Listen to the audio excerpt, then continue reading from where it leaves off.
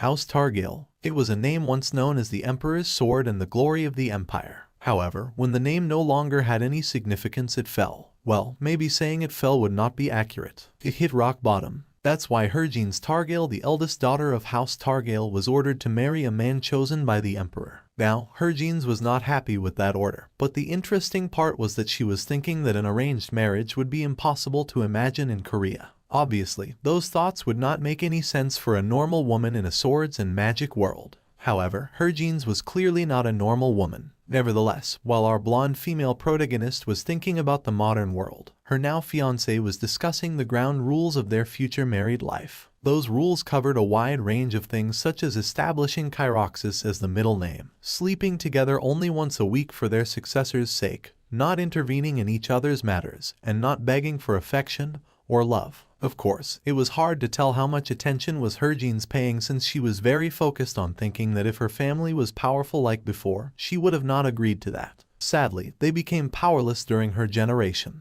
Luckily, not everything was bad, since the woman considered that her husband-to-be was extremely good-looking. After all, the possibility of being forced to marry some wrinkly geezer was very real. However, in that scenario, the blonde lady would have lost it and wiped out the Imperial family. Well, at least that was what she thought. Nevertheless, despite his good looks, her fiancé had a serious attitude problem. It was obvious that she had been observing and analyzing him, and she noticed how confident he was about making her fall for him. Harvin really looked like she had everything under control at that moment.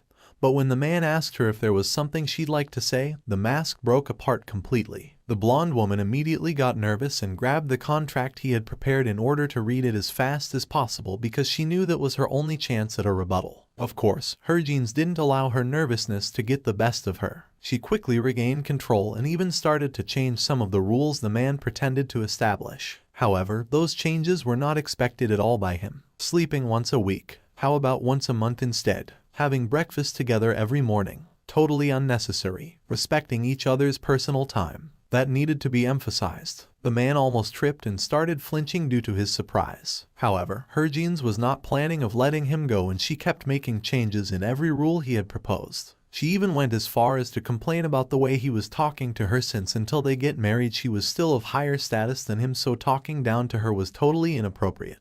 It was at this moment when our female protagonist started narrating her life in that new world since the beginning. She was born in that world with her memories of her past life. In that previous life she had been born into a wealthy family in Korea. After practicing kendo, which she had a talent for at that time, she took on fencing by chance. That led her to become a member of the national fencing team. Sadly, as she was preparing for the Olympics, a jealous team member pushed her down the stairs, ending her life at a young age without even a chance to win a medal. Afterwards, she was reborn as part of House Targail. House Targail was known as the Emperor's Sword. In each generation, a child with talent in swordsmanship was born. Nevertheless, for unknown reasons, a child with such talent had not been born into the family for quite some time. Then her brother Shaun was born, but even he wasn't talented with a sword. Years went by and their parents passed away while they were still young, and the family business also failed, putting them in debt. They asked for the Imperial family's help, but they refused them every time. The Order of Targail was also disbanded. They sold everything they had to survive, barely paying off their debt, and all that was left in their huge state were just Shaun and her. As the older sister, she was aware that she needed to make money to feed her brother and keep their state. The thing was how she was going to do that. Of course, she could have gotten married to a rich merchant, but the thought of that alone disgusted her, since they were not her type and she didn't want to throw her life away that easily. However, what could a daughter of a count do to make a living? In that moment she had the idea of trying something with a sword, since she had wielded one in her past life, and the moment she went to the storage and grabbed a training sword she felt chills going down her spine. It was as if she'd held a sword all her life. In the end, she came to a huge realization. The one who had the talent had been her all along. Sadly, during all that time her brother Shaun blamed himself for all that had happened. Nevertheless, she couldn't let him know about that yet, since there was no way a woman could become a knight in that world. That's why after spending several days thinking about the whole matter, she came to the conclusion that she should do whatever she could to keep them afloat. So after sending Shaun to his school's dormitory, she decided to become a mercenary. In order to do that, she had to cut and dye her hair and bound her chest to be able to head to the battlefield and make money. Becoming a mercenary was easy for her because every battlefield always had a demand for human shields and no one asked where she was from or who she was. Furthermore, she ended up siding with the Valor army and they paid her a lot, plus she was familiar with that area. Of course, the mercenary life was not easy. Despite her disguise, many men found her feminine enough to start harassing her. Fortunately, she had enough strength to beat the crap out of them in order to set an example and keep them in check. In fact, people started calling her the pretty-faced monster, which ended up becoming her nickname. Actually, her fame started growing to the point the rumors reached the ears of Shaun Kyroxis' troops. Yes, the troops of the guy who would eventually become her fiancé. Year 994. Annex calendar. Battle of Kirkla. The whole battlefield was a huge mess with blood everywhere and screams covering the entire area. In the middle of that chaos, Harvin, still dressed like a man, was fighting against multiple enemies. Fortunately, thanks to her speed, agility, and graceful movements, she managed to defeat them time and time again. Sadly, they were outnumbered and eventually the retreat order came, so she didn't hesitate to follow it since she didn't want to die there. However, while she was running away, she saw a weird scene. A Valwarian knight was charging toward one of his own. It was a treacherous attack, and that was why the victim didn't see it coming and fell while the other yelled he hoped his victim rotted and died there. Harvin at the beginning tried to ignore the whole thing since that was not of her business. However, her kindness got the best of her and she ended up helping the victim. Luckily, the man was still alive and conscious, so she picked him up off the floor and took him away. Some time later, she treated his wounds the best she could and managed to stop the bleeding. Of course, his condition made the man rave about killing everybody, which made Harvin to wonder what wrong he had done to deserve that. Finally, the man woke up and after confirming she was a mercenary and a dude, she asked him why he had saved him. Harvin replied she did it for no particular reason, and after telling him he was on his own from that moment on and leaving him a piece of bread, she prepared to leave. But the man asked what was her name. Harvin answered he should tell him his name before that, to what the other replied Shaun Kyroxis. That surprised the woman since she didn't expect a direct answer, but she still fulfilled her part of the deal and told him his name was Harj. Afterwards, she left him without knowing that the man she just happened to save that day would later become her future husband. Some time later, Harvin was eating in a tavern and some people near her were discussing how Shaun Kyroxis had been rising through the ranks despite his humble beginnings to the point he was leading the knights into battle in recent times. However, she couldn't keep listening to that conversation because a red-haired guy suddenly entered, and after confirming he was the pretty-faced monster, he decided to challenge our protagonist to a duel. Harvin took her sword in one hand and a dagger in the other, which surprised the red-haired guy who was not expecting his opponent was a dual-wielding warrior. However, he was still confident and he even asked his opponent how he was planning to block his attacks. Harvin, on the other hand, simply told him he was going to fall. And he did. The red-haired guy was so impressed that after introducing himself as Tarkan, he offered him to become his partner. He even went as far as saying he was willing to become his partner if he preferred it that way. But both offers were rejected by Harvin. Some time later, our protagonist was in the middle of another battle when she suddenly sensed danger and quickly dodged some arrows. Afterwards, she located the archer and climbed a small mountain in order to get him. The archer shot several arrows, but all of them were evaded by Harvin, who ended up beating the other. The archer begged for mercy and Harvin didn't kill him.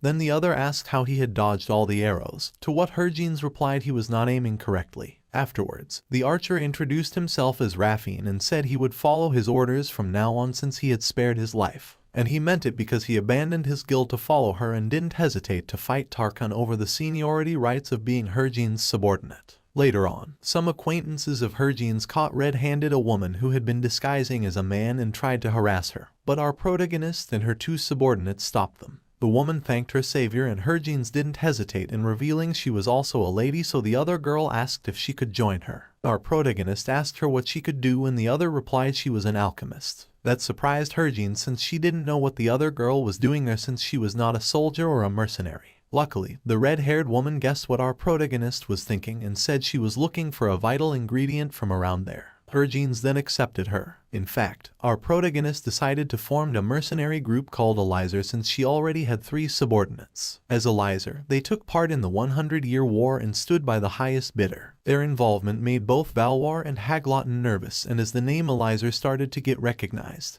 the Battle of Shaun and Elizer occurred. However, in the end Harvin decided to head back instead of fighting him, which took Raffin, Tarkan and Ivana by surprise. Tarkan even asked why she was doing that. But the thing was that Harvin herself didn't know why she was avoiding him. In the end, the battle started while Elizer was still in the battlefield, so they were forced to fight. And they could witness how strong Shaun was and why he was also called Monster and the Demon of the battlefield. Actually, Harvin was just flabbergasted watching how amazing Shaun was on the battlefield. In fact, she not only noticed he was on another level but also noticed he was even skilled in weapons that were not his. Sadly, Ivana made our protagonist to come back to her senses because in the end the whole thing was a trap to get them. Their side had retreated and they were the only ones left. The quartet ended up being surrounded and the leader of their enemies told them if they sided with Haglotten their lives would be spared. However, Harvin noticed Shaun was also with them and she asked what the other were planning to do with him, and the people from Haglotten didn't hesitate in saying they wanted him dead since he was a monster and a demon. Our protagonist was not dumb and she knew the best choice in that moment was siding with Haglotten. But she couldn't make the decision and instead she just stared at him. Shaun stared back, but then she shook his head and Harvin's people started asking her what was the plan while their enemies keep pressuring them into making a choice. However, Harvin kept hesitating. She knew joining Haglotten was the right thing to do. Her brother needed the money after all. Besides, she had to think about her partners too. The answer was pretty obvious, but she just kept thinking about him. Luckily, her partners saw through her and helped her by saying they didn't want to join Haglotten. Our protagonist was moved by their gesture, so after apologizing to them she gave the order and Elizer began protecting Shaun, who got shocked by that move. He asked Harvin why they were doing this, but she just said there was no particular reason. The battle started, but Shaun made a move that almost got Harvin injured, so our protagonist almost immediately put his dagger on his throat and told him that if he put him in danger again he would kill him. Shaun kept silent and the battle resumed, but Harvin noticed that she and Shaun had a synergy so strong while fighting that one would think they had been fighting alongside each other for ages. It was as if their souls were one. That day, the Haglotten army was close to annihilation. Yes, the 5 of them did that. That unbelievable story was told by the soldiers who survived it. As a result, the morale of the Valor army rose while Haglotten's diminished. That battle was called the Battle of Shaun and Elizer. Thanks to that incident, the Valor Empire was able to win and bring peace by ending the war, and Harvin had no interaction with Shaun after that. They were not friends after all. As the captain of Elizer, Harvin earned all the money she could and used it to pay off the fees for Estion's tuition and their state's maintenance. Then one day, she received a message from back home. Her brother had fallen off a horse. Of course, she decided to head back home, so she informed her partners of her decision. At the beginning they thought their captain was going to disband the group, but he denied it, saying he would keep in touch. Harvin promised them they would meet again, so he was going to leave Elizer in their hands until then. Raphine, Ivana and Tarkan got emotional, but in the end they parted ways. What Harvin didn't expect was that Shaun was waiting for her on the road. He asked him where he was going and our protagonist replied someone was waiting for him. Shaun then told him to stay there, but he refused, saying he should go. Shaun insisted, saying that was military insubordination and that he could have him court-martialed as his deputy commander. Harvin asked him to let him go, but Shaun refused. Our protagonist insisted, saying they were no longer needed. But Shaun replied he didn't care about Elizer and added he only cared about him. Harvin laughed his ass loud after hearing that, while saying Shaun was quite the romantic. He then added he should pay him later for saving him, so he asked him not to die until then. Shaun replied he would try, and he finally let our protagonist go. In the end, over the past 3 years, Harvin had only met Shaun 3 times. However, she was aware she would never be able to forget those moments. In fact, she hoped that if they ever met again after the war they could have a proper duel to find out who was better, and after that have a drink together and talk. Of course, she did not expect the 2 of them to reunite in the form of marriage. Fortunately, Estion was not hurt badly, and she even thought she could finally live freely with all the money that she made as part of Elizer. However, the Imperial order ruined everything. Harvin couldn't help but complain that out of all the suitors available it just had to be Shaun Kyroxis. She couldn't forgive Prince Raymond for using her family name to make Shaun a count. She was also a war hero after all. Didn't she deserve a reward? And to add insult to injury, she had to make sure Shaun didn't recognize her. In that moment, Shaun arrived and we finally returned to where we were at the beginning of the story, with Harvin complaining about the way Shaun was talking to her. Shaun immediately apologized and assured her he would try his best to adjust the clauses and send them over to her. Shaun then asked her about her younger brother, saying he wanted to meet him sometime, which took our protagonist by surprise. Harvin and Shaun kept talking, but our protagonist was almost certain that the man was suspecting something. She had thought he wouldn't, especially because of her hair, but it appeared he had noticed something. The thing was, she couldn't tell him she was Herge from Elizer. It wouldn't be good if people discovered that the daughter of House Targael was a mercenary, especially since the Valwar Empire had been paying Elizer a lot of money after the war. They were probably waiting for a chance to get back at them. And on top of that, Shaun Kyroxis was best friend with Raymond the Crown Prince. Not to mention, everyone in Elizer could be in trouble if they found out she was Herge. Our protagonist then replied Shaun was a student in Aquez University, so Shaun would be able to meet him at the wedding. That revelation surprised Shaun, who immediately asked if Shaun had deep blue eyes like her, to which Hergine said her brother's eye color was a lighter sky blue. Some time later, Shaun was having tea with Raymond, who asked his friend about his thoughts on Lady Hergine's Targael. Shaun said she reminded him of someone he knew, an answer that was not expected by the prince. However, Shaun kept thinking that Hergine's was very similar to Herge. Even though she was a woman and her hair color was different, she reminded him of the man who left quite an impression and a debt he would never be able to repay. Of course, the prince didn't know the whole story, so he asked him how Hergine's could remind him of a lady he already knew, and then started teasing him, saying the innocent lady would be marrying the bad boy. That comment amused Shaun because Hergine's was nothing like the ladies he had met until then. She was headstrong for a daughter of a noble family, to the point she even amended the marriage contract with the tenacity of a mercenary. Luckily, Raymond didn't notice Shaun's thoughts and asked him to not divorce her and stay by her side even if he didn't want to, or else it would complicate things regarding his title. Shaun then reassured him by saying he kept personal matters out of his work. Somewhere else, Hergine's was inside a carriage and suddenly ordered the coachman to stop the vehicle since she had personal matters to attend to somewhere nearby. Some time later, Hergine's arrived at the place where her partners were, and when she saw them she greeted them with happiness, which took Raffine and Tarkan by surprise. Of course, Ivana was the first to react since she already knew the secret, and although she didn't know how the captain really looked, it was easy for her to connect the dots after seeing the behavior of the woman who had come. Raffine was the second to figure out who was the woman since he already was suspicious, but Tarkan was completely lost. He even thought Hergine's was the captain's sister. When the red-haired guy finally told the truth, our protagonist revealed the purpose of her visit. She wanted to reveal her secret and also tell them she was getting married. Of course, that second blow shocked the trio, especially when their captain said her future husband was Shaun Kyroxis. Ivana even thought she was being forced and offered herself to end the life of the bastard. Tarkan then thought that was the reason why she hesitated at the battle of Shaun and Elizer. He thought the reason was they already knew each other by that time. Hergine's tried to deny the whole thing, but Raffine interrupted her, saying there was still one thing she hadn't explained to them.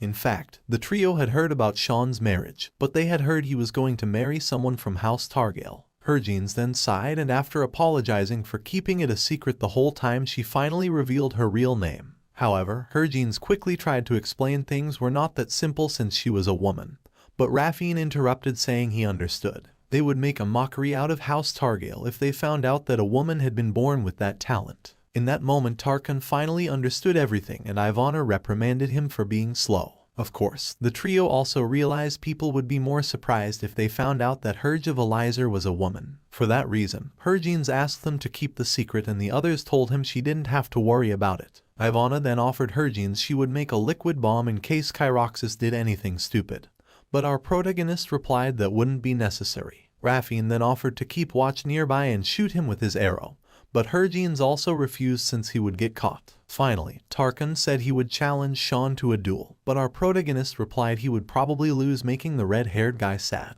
In the end, the quartet kept on drinking and enjoying each other's company for a while, and her partners told Hergine's that if she ever wanted to run away in the middle of the night, she knew where to find them since they would help her even if they didn't stand a chance. Some time later, Shaun returned home and Hergine's greeted him with joy since she was very happy to see her little brother. However, the boy didn't waste time and asked her why she was getting married, worried that the whole thing was his fault for not being good with a sword.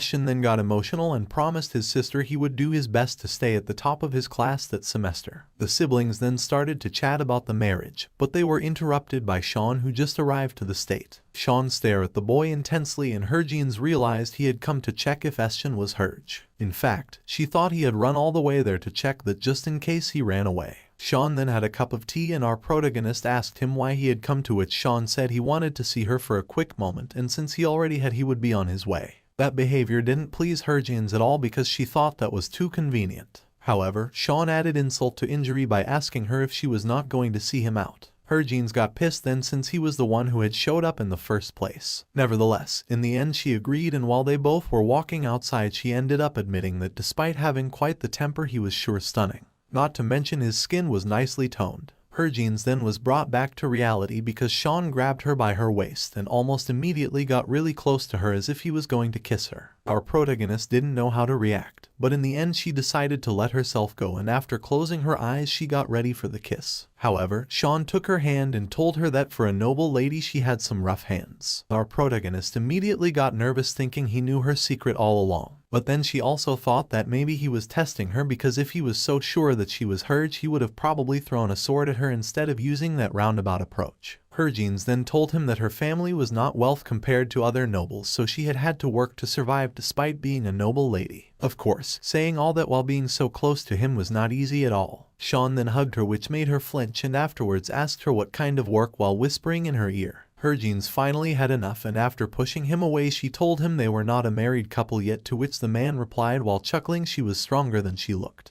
Nevertheless, our protagonist didn't let go what had happened and told him he had no right to handle her the way he wanted. The man replied he would have the right after the marriage, but Herjeans made very clear he wouldn't ever have the right to do so. However, instead of getting angry, Shaun started laughing and replied he was looking forward to it. Some time later a red-haired woman entered like a storm in Shaun's study. In fact, his butler had to apologize to him because he couldn't stop her. However, Shaun remained composed even when the lady asked him if he was really getting married. The knight then said to the woman called Cecilia that that was not the time for small talk. Nevertheless, the lady ignored his words and told him no one knew what Herjeans sold while doing business overseas. She went as far as to add that for all they knew, it might not just be material goods. Shaun then made her notice those were some harsh words. Nevertheless, Cecilia didn't take the hint, and after leaning towards the knight in a provocative way she even told him she didn't care if he got married. The woman even started to undress, trying to seduce the knight.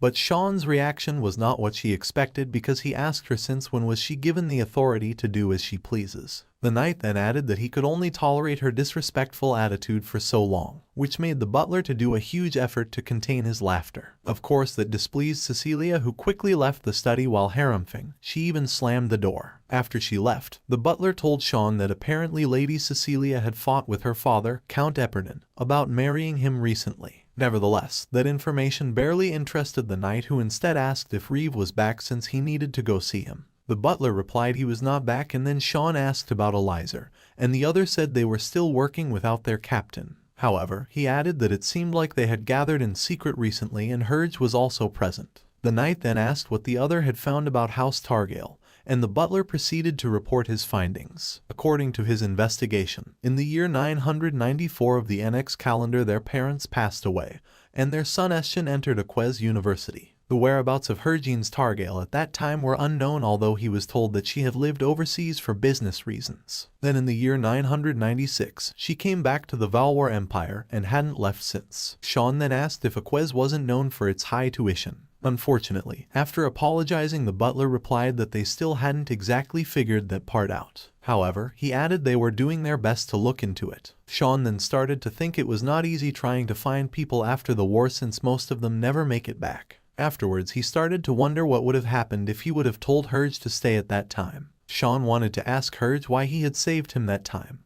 although he was pretty sure the other probably would have smiled and answered no reason. The butler then got bold enough to ask the knight if he was suspecting that Lady Herjeans might be Herj. However, although the question surprised him, Shaun replied sincerely, saying he was not sure. In fact, he added that he would like to see her wielding a sword. The butler then said that there was something rather trivial from that day's report. Apparently, he had been informed that Master Harvin was currently in the process of making a rapier and a main gauche. Of course, that piqued Shaun's attention since those were Herj's weapons. Not to mention he was surprised Master Harvin had accepted the order, because last time he placed an order that cranky old man didn't even bother listening to him. Shaun then recalled that Master Harvin only crafted weapons for those who were truly skilled, which could mean only one thing. The knight then ordered the butler to keep watch on the smith's shop. Some time later in that smith's shop, Herjeans arrived and Harvin greeted her with a smile. He even told her that he thought he had created a masterpiece. He went as far as to add some decorations fit for a lady and ask a friend to make a pretty case and belt for her. Harvin was really pleased with that, and she started remembering how they had met 1 year before. Of course, at that time Harvin mocked her after she told him she wanted him to make a rapier and a main gauche for her. He then threw her a wooden stick and asked her to show her skills. It was then Harvin's turn to mock Harvin, and after purposely pretending she didn't know what to do, she suddenly executed a powerful thrust that impressed the smith. Harvin even told her she was the second because the first was Shaun Kyroxis. That revelation made her flinch, and she asked if he was making a sword for him, and when Harvin said he wasn't, she then asked him why not. The smith then told her that he didn't need one because for Shaun it didn't matter if the sword he wielded was made by the greatest blacksmiths in the world or a cheap one from the bin. Harvin didn't fully get the explanation, but at least got relieved thinking he was not going to the shop to pick up a sword. In the end, she asked him if he would still accept the order, and the smith said he would, although it might take a while. Harvin then asked her where to send the weapons, and she replied to House Targale, which shocked the smith. Back to the present, Harvin showed both weapons to Harvin, whose eyes were literally shining since she thought they were gorgeous. However, in that moment someone knocked the door and our protagonist froze when she discovered the man who was knocking was Shaun. Harvin quickly regained her composure and hid inside the shop in time so when Shaun entered he didn't see her. Our protagonist then decided to left the shop through the back door, but then she realized the knight had brought his men with him. In the meantime, Shaun asked Harvin if he could make him a sword and the other refused. However, in that moment the knight said there were rumors that the smith was working on a new sword recently, and he then asked what sword he was making. Harvin replied that he was working on a rapier and a main gauche, which shocked Harvin. Shaun then asked who had placed the order, but the smith didn't say anything. The knight then said that wielding a rapier and a main gauche together was not that easy. He even added that those two things paired together sounded ridiculous. Finally, he said that only someone with a lot of experience and talent in swordsmanship could manage such an unorthodox way of fighting. In the end, there was only one person out there who could do that, Harvin of the mercenary group Elizer. However, Harvin remained silent, which Harvin deeply appreciated. The woman then thought she would leave right after Shaun. Sadly, the knight found out the back door of the shop was open, and that was the cue for our protagonist to act. She tore apart his dress to move better, used the fabric she got from that as a scarf, put on the hood, grabbed the case with the weapons, left the shop, threw the case as high as she could and beat Shaun's men in order to escape. Afterwards, she caught the case, and when she was about to leave the area, Shaun caught up with him and asked him why he was running away. He then said he thought of him as a friend, and then added that if he thought the same he would be grateful if he told him the truth and turn around so that he could see him. Sadly, Harvin kept quiet and Shaun got angry thinking that was his answer. The worst part was that Harvin was dying to tell him the whole truth, that she was Harvin's the lady he was about to marry. But unfortunately that was something she couldn't decide on her own, because if people found out she was Harvin, both House Targale and Elizer would be in danger. In the end, she clenched her right fist, which was the one grabbing the case, and decided to leave the place, leaving a desolate night in the process. Some time later, a butler was reporting Prince Raymond the Annex followers had been roaming around the Empire recently. That puzzled the prince since he hadn't heard anything about the Illwoods passing away, so he asked if the followers were roaming beyond the holy city of Annexian.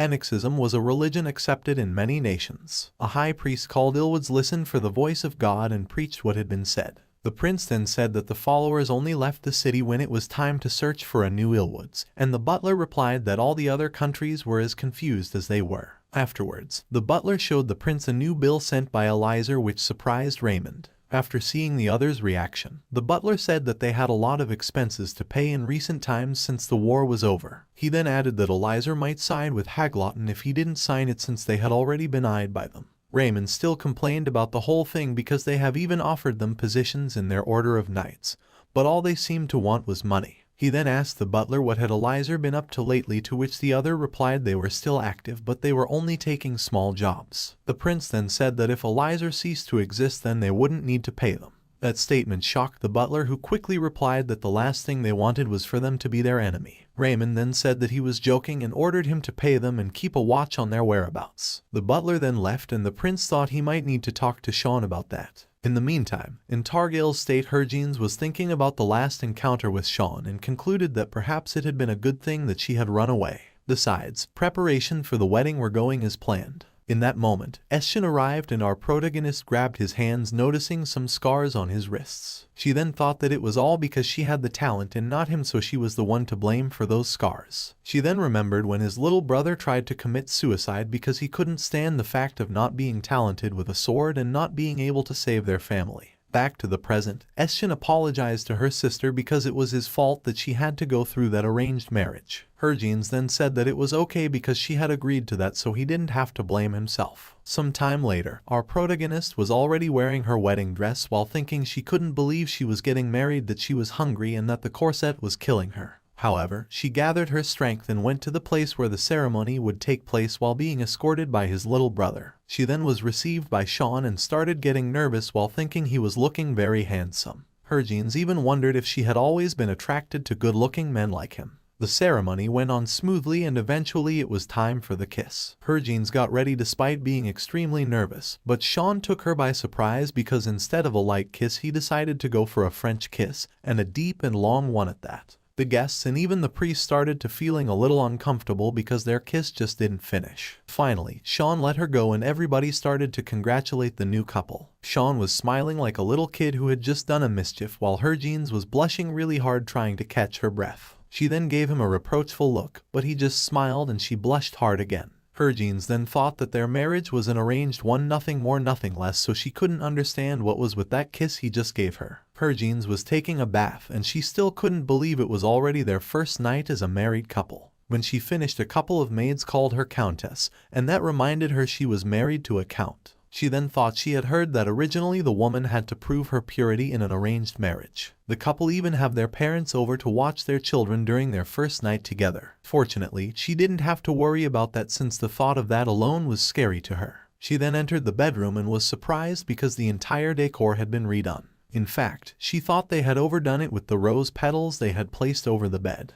Harvin then removed all of them and focused her attention in the food and wine that was placed in a table nearby. However, when she was drinking the wine, Shaun entered the bedroom, surprising her to the point he was choking on the wine. Harvin then regained her composure and told him she couldn't help it because she hadn't eaten anything the entire day. Shaun didn't say anything and just got seated, so an awkward silence filled the place. Luckily, our protagonist decided to get things rolling by pouring him a cup of wine, and while he was drinking it, the woman couldn't help but started feeling nervous again while thinking they would be spending their first night together. Suddenly, Shaun asked Harvin if she was hiding anything from him. He then added that they were already married, so they shouldn't have any secrets between them. Harvin, however, didn't fall for that trick and asked him back if he had any secrets. The knight then decided to spice things up and took her to the floor. Afterwards, Shaun looked at her chest and told her she was a woman after all, which pissed her off to the point she tried to escape from him. However, Shaun grabbed one of her legs and after placing her face down on the floor and getting on top of her, he reminded her that that was their first night. That made Harvin really nervous because she thought they were about to do the deed in that moment and place. Shaun then asked her if that was her first time, and that made her react by jumping towards the bed and covering with the sheets afterwards. Shaun smiled after seeing her reaction and slowly went to the bed.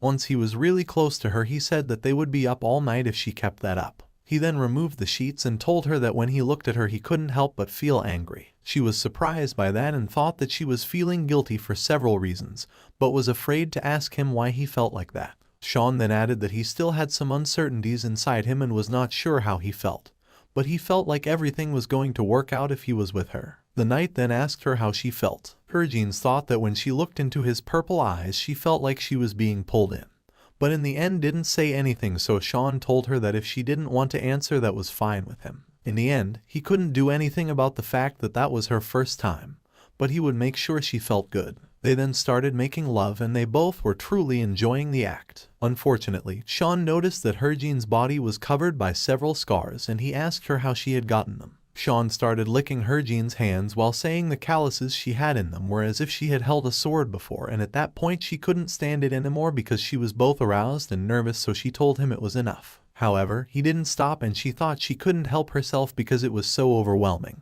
She then hugged him tightly while moaning to the point her nails left some marks on his back. In the end, Harvin had to admit the whole act felt good. The night kept going, but he never stopped asking her for directions and making sure she felt good. Shaun then started dreaming and we heard somebody saying Lady Kyroxis passed away while she was giving birth to that child, and after that Sir Kyroxis died in an accident, so people started believing Shaun was a demon who had killed his parents. We then saw the knight while he was still a kid talking to a woman and a man. The woman said she got that they were his closest kin, but she wondered what if they died too. The man, on the other hand, told the kid that from that moment on he was a servant. It was obvious that his adoptive parents treated him badly to the point he wondered why he was even alive to live that hellish life. One day the daughter of the couple tried to seduce him and invited him to her room, threatening him to not giving him any food the next day if he didn't do as he was told. Unfortunately, her father caught them in the act and the woman quickly blamed Shaun, saying he had seduced her. In the end, people kept taking advantage of him and he ended up selling himself to women for shelter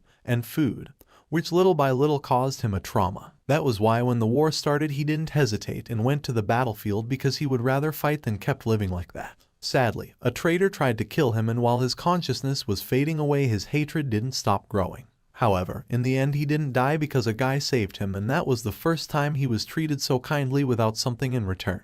Of course that astonished him, so he made sure to make it through that in hopes that they met again so that he could get an answer from him. Some time later, a subordinate reported Shaun that something was not right and Herge was leaving. He then told him that they had saw him gathering his things and saying farewell to the members of Elizer. Shaun then ran as fast as he could while thinking he didn't want Herge to leave. He was even willing to give him money or a title. Shaun finally caught up with him and he suddenly woke up from his dream. He then stared at Hergines, thinking she was beautiful, but that there was something unusual about her since she was definitely not like the other ladies. We then found out that he didn't plan on spending the night with her, but seeing her having a little party for herself made him change his mind. He then thought she was full of mysteries and that she might be even Herge for all he knew, but he then said that even if she wasn't, that night was truly an unforgettable one, and that being with her helped him get his mind off of Herge. Some time later, Hergines woke up and stared at Shaun while thinking he had a unique charm to him. The knight then woke up and caught her staring at him. Hergines asked him if he had slept well, and when he said good morning to her, she couldn't help but blush hard while asking herself why was her heart beating that strong and fast. He then took advantage of her distraction to give her a good morning kiss that make her blush even more. She was aware that they were a couple and that they had even spent the night together, but she still didn't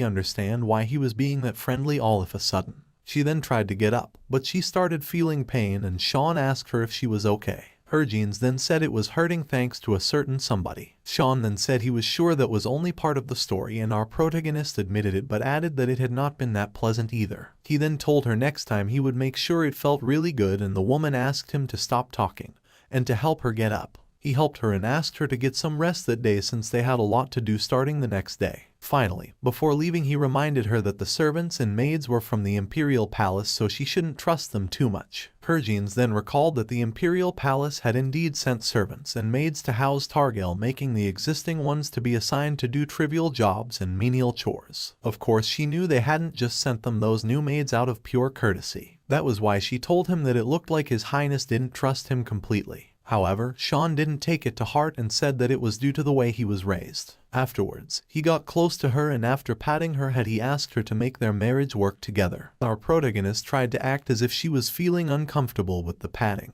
but after he left she kept looking at the door while touching her head and blushing. Afterwards, she received a congratulatory gift from His Highness, which was a necklace paired with 2 earrings, and the 3 pieces screamed luxury, especially because of the big diamonds they had. Hergines started to feel super pressured after seeing it, but tried to remain calm and said she should send him her gratitude.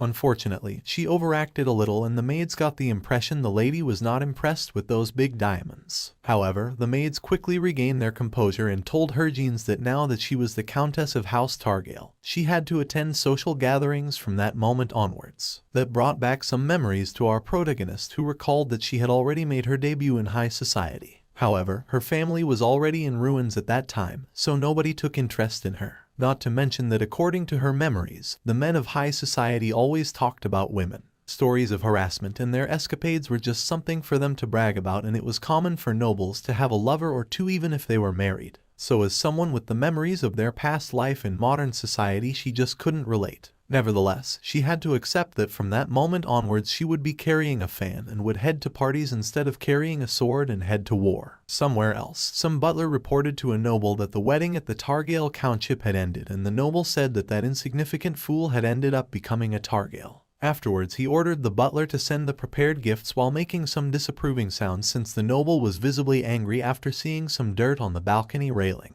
The butler noticed the gesture and what had caused it and immediately went to clean the railing while the noble thought that noble, perfect, and beautiful were not the words that best described Shaun Kyroxis. Back with her jeans, she was in her study writing something when she suddenly stopped to massage her shoulders, thinking that she was glad Shaun and her at least worked well together. She then went to the balcony and stretched while thinking he seemed like the type to do whatever he wanted. Yet he always respected her opinion and kept her up to date on things. In the end, our protagonist simply threw herself onto the bed wondering if he was returning that day or not. She then recalled that after their first night together Shaun had been kept busy at the Imperial Palace, so she hadn't been able to see him, although he had said to her that he would be coming back that day. She then thought that a part of her wished he didn't return while another part of her wished he would. Her jeans then wondered what was that uncertainty that she was feeling because she believed she was starting to miss him. Nevertheless, that realization upset her and she immediately denied it, saying that she didn't miss him at all while jumping and sitting on the edge of the bed.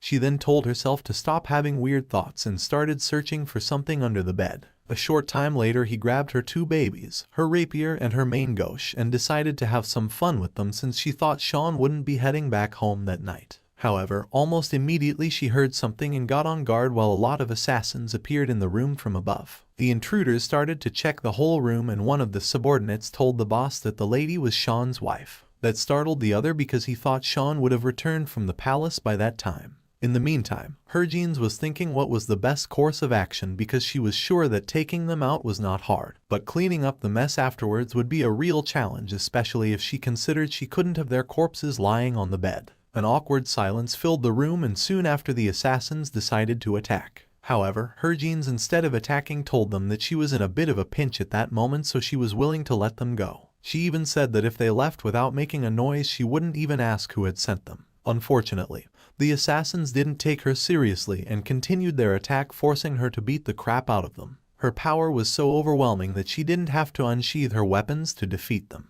Of course, that meant they could keep fighting, so her jeans decided to change her approach to the whole situation since she didn't have time for any of that. Our protagonist then challenged them because she was planning to take on all of them. Cecilia was the most infamous group of assassins in Valois, and that night their target was Shaun Kyroxis, the war hero. They knew that was a really daunting task for their guild, but there were 2 reasons why they had accepted. First off, a blank check with no limit was put up as a reward. Second, they were honestly curious about Kyroxis, the man people called a demon. However, one of the assassins at that moment was thinking that what was happening was not what they had expected. He then saw one of his injured partners and thought he should have a broken bone.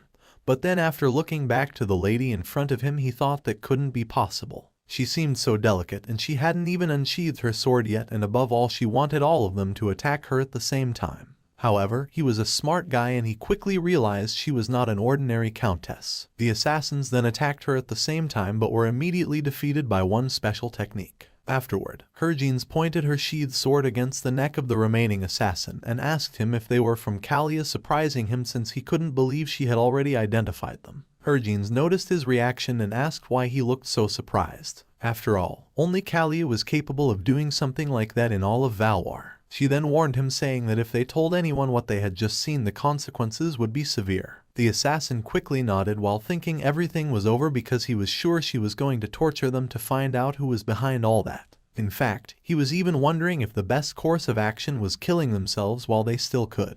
However, she ordered him to take his men and leave, which startled the assassin, although after having a second thought she decided to simply throw them through the window, saying the fall wouldn't kill them because there was grass below. Some time later, Shaun arrived and was surprised after seeing her awake and closing the window while wobbling. Her jeans then noticed him and afterwards she greeted him while walking toward him and saying she was feeling a bit dizzy. The Count also walked toward her, and when they got very close he leaned in and told her he had left her alone for too long. That startled her, but she quickly replied that he shouldn't have to hurry, while thinking she could have had that place spotless had he arrived a little late. They both kept staring to each other for a while, and then she told him he should have been really busy and asked how many days he had been away. Nevertheless, Shaun didn't immediately reply, and that made her a little bit nervous since she didn't know what he wanted. Finally, after a while, Shaun asked her if she had been waiting for him. That surprised her, but she quickly regained her composure and replied she had been waiting for him since she had so much to discuss with him about the matters related to their countship. That answer made Shaun to feel a little bit glum, and her jeans noticed that, which made her think she had perhaps given him the wrong answer. But she wasn't sure. At that moment a flashback started and we jumped back to the palace some days before that night. At that time, the noble who had had issues with some dirt on a balcony railing was congratulating Shaun.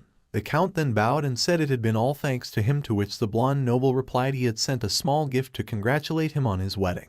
He then added they had heard his wife had been a peddler while she was working overseas, so he hoped Shed would have liked the gift. Of course, hearing him calling his wife a peddler upset Shaun, who immediately asked what he meant by that. He even leaned in and challenged the noble to repeat those words because it sounded like he was insulting his wife. He then said he certainly hoped that wasn't what he was trying to do. That startled the noble, but almost immediately Shaun returned to his harmless self and said he was sorry for not being familiar with etiquette amongst nobles. After all, had been wielding swords in battle that whole time, and for that reason he was sure the other would understand. Afterward, he excused himself and left. Shaun then started thinking he was very much aware the nobles looked down on merchants and that he just couldn't stand to see his smug face as he insulted Harvin. In fact, had that been a battlefield he would have gladly killed him. Some time later, he was with the crown prince and Shaun asked him when he could go back home, which surprised the other. Raymond then told him that that was a first, and he even added that perhaps the next thing would be pigs flying over the border. Afterward, they kept working as scheduled. However, Shaun kept reflecting about how it bothered him that the noble had brought up Harvin like that. He then started wondering if she would like the tea he was drinking at that time. However, he quickly realized she was drinking wine the night of their wedding, so he concluded she would probably prefer that over tea. Unfortunately, his thoughts were interrupted when the prince told him he wanted him to take care of Elizer for him. Shaun then asked the prince what he had meant since his wording had been ambiguous. Raymond then gave him a black smile and bluntly asked him to get rid of Elizer for him. The prince even went as far as to clarify that on the record none of that would have to do with him. However, Shaun's reaction was not what Raymond had expected, because the Count rose and told him with an angry face that even animals knew when to be grateful. That attitude gave the prince the chills to the point he even clenched the armrests of his chair. Raymond then said it was okay to let them be, and afterwards Shaun deeply bowed to him while asking him to forgive his rudeness. The Count then thought it was time to explain some things and said that the captain of Elizer had saved his life. That revelation shocked the prince, and Shaun then added that if it was about their payment then he would take care of it. However, Raymond replied it was something else, and the Count asked him if he wanted them to pledge their loyalty to the Empire. That surprised the prince, who said he had tried to convince them but he hadn't been able to do it. In fact, no one had. Shaun then smiled confidently and assured Raymond he would convince the mercenaries of Elizer into becoming knights of House Targale.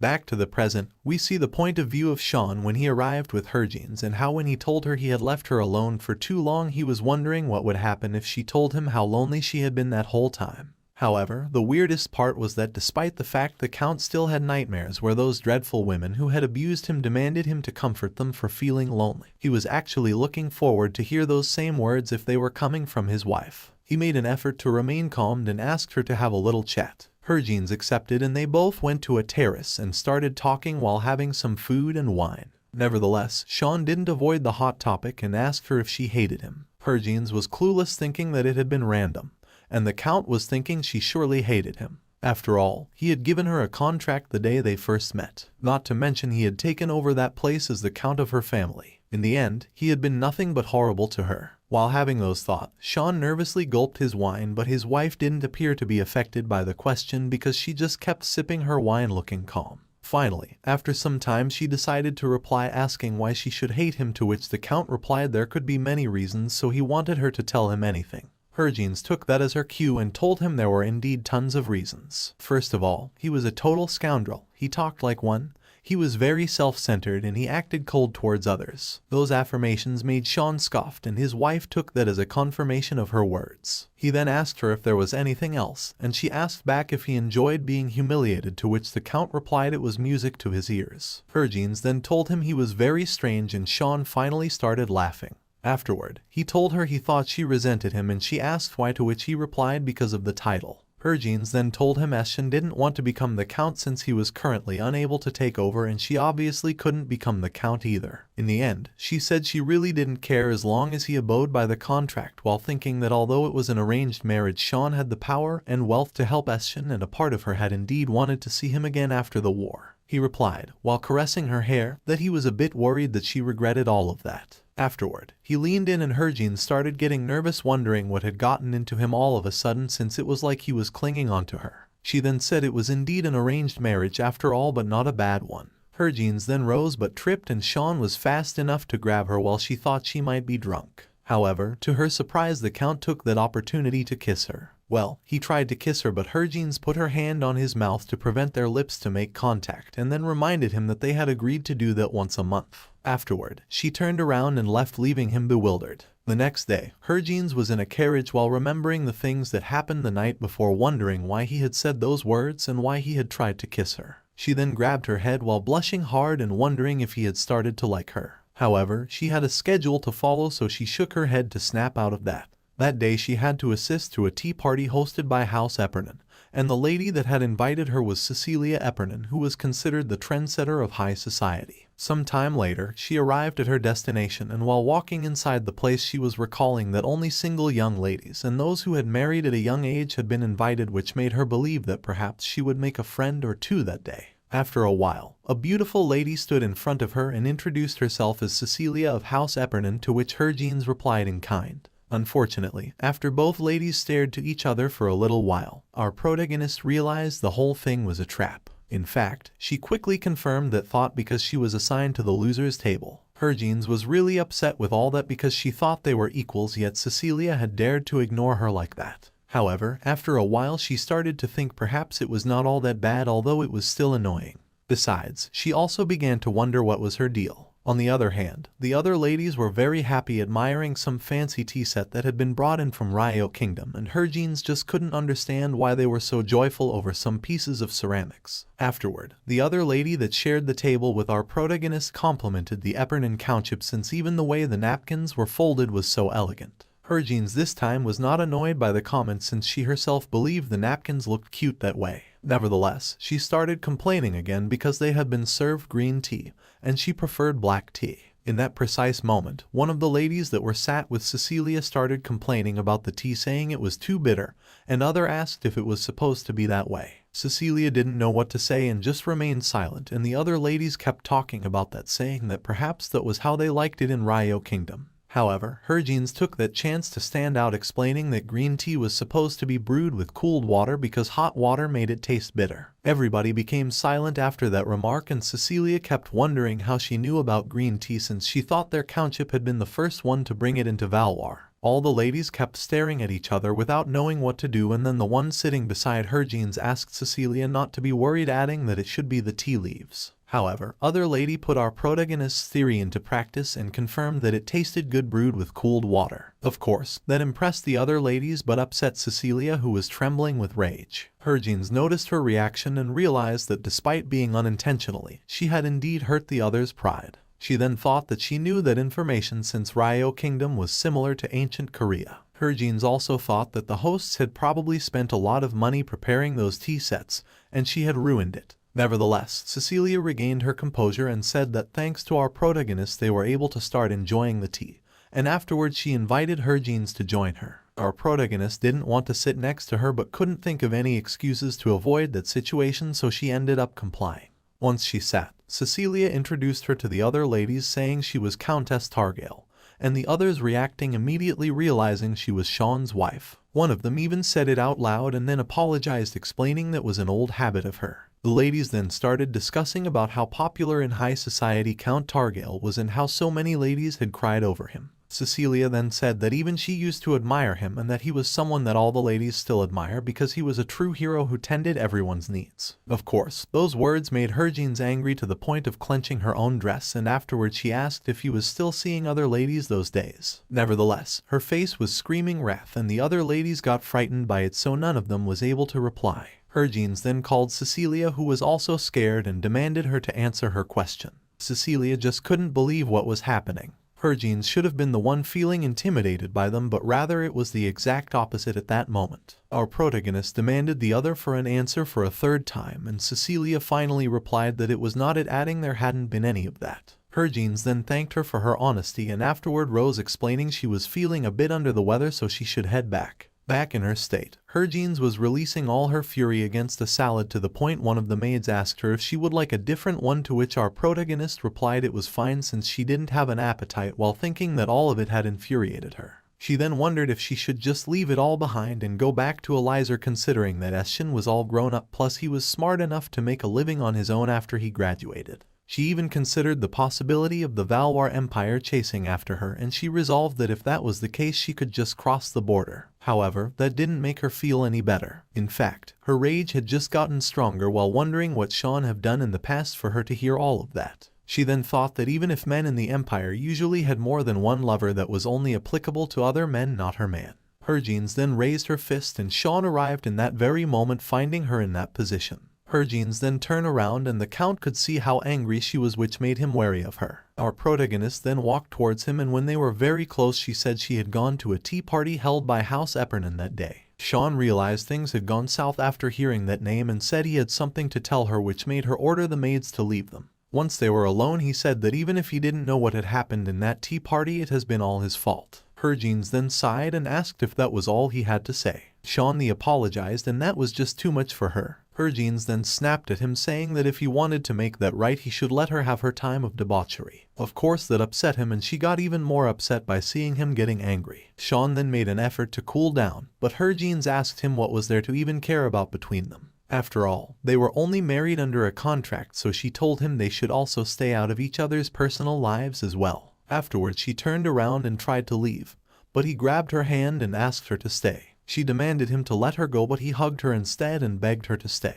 In the end she agreed to stay, but under the condition that he should tell her what he had done wrong. Shaun then said that what he was about to say he had never told to anyone before. He even added he didn't know where to begin. Those words made Hergenes wonder if he would leave her just like he had done with all the other ladies if she ended up falling for him and became madly in love. She then tried to turn around, but he grabbed her shoulders and then he went on his knees to beg her. That gesture almost made her laugh, but she could control her urges, and after seeing his face again she couldn't believe he was looking so desperate. He then swore with all his heart he hadn't done anything shameful ever since they had gotten married, to which she asked what about before the wedding. That question made him feel uncomfortable, which in turn made her chuckle. He then promised it would never happen again. Afterward, Hergenes began to wonder what to do, and after a while she came to a solution and told him they should amend the contract. From that moment onwards they would only spend the night together when she wanted to, and they were gonna use separate rooms for the time being. Of course, that was too much for him, but she said she thought they needed some time apart from each other. That completely devastated him. Some time later he was in a balcony thinking that had been a first. Prior to that he had never lost when it came to women. In fact, he still didn't know why he had tried to stop her from leaving, and started wondering if that had been due to him thinking she might be Herge. However, his thoughts were interrupted because one of his men appeared and the Count asked him if he had found them. The other replied it was hard to sneak in there, and then asked when they were joining House Targale. He even said they were getting tired of waiting and added that Marlowe was especially fed up with playing head of the corps and wanted to go back to being the butler. Shaun then asked Reeve why the long setup and urged him to get to the point. The other then replied they had found Elizer were near Manuaf Square. He then added they had acquired information that they were staying there without much action and asked when he was going to see them. Shaun then started thinking that they might be war heroes, but they were still mercenaries, so even if they made them part of Targale's army, the nobles would oppose them because of their status. In fact, had Raymond not considered him a partner, he would have had to commit treason to protect them. Finally, the Count replied he was planning to meet them as soon as possible. Meanwhile, in a fancy hall, the assassins were having a meeting, and one of them asked if it was too late to turn down the request, to which other replied they would all die if they did that, considering the identity of the person that had requested the job. Others said they didn't know they would get beat up by the Countess, which triggered some of them who had already become her fans into saying she had been so kind to them.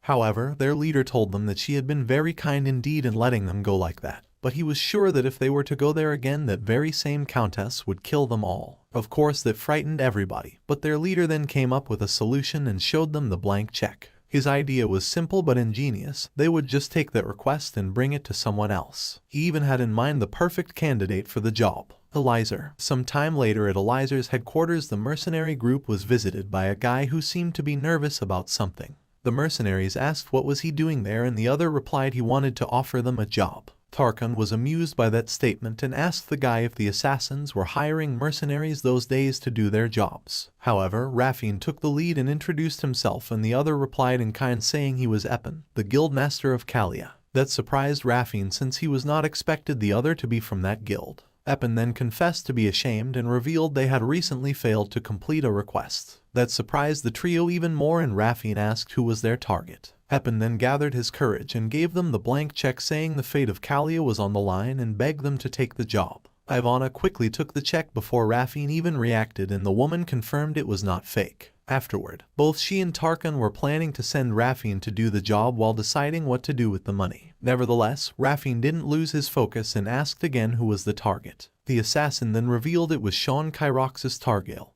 and added that when they had arrived only the Countess was there. Obviously the trio went berserk after hearing that, and they even tried to kill Eppin.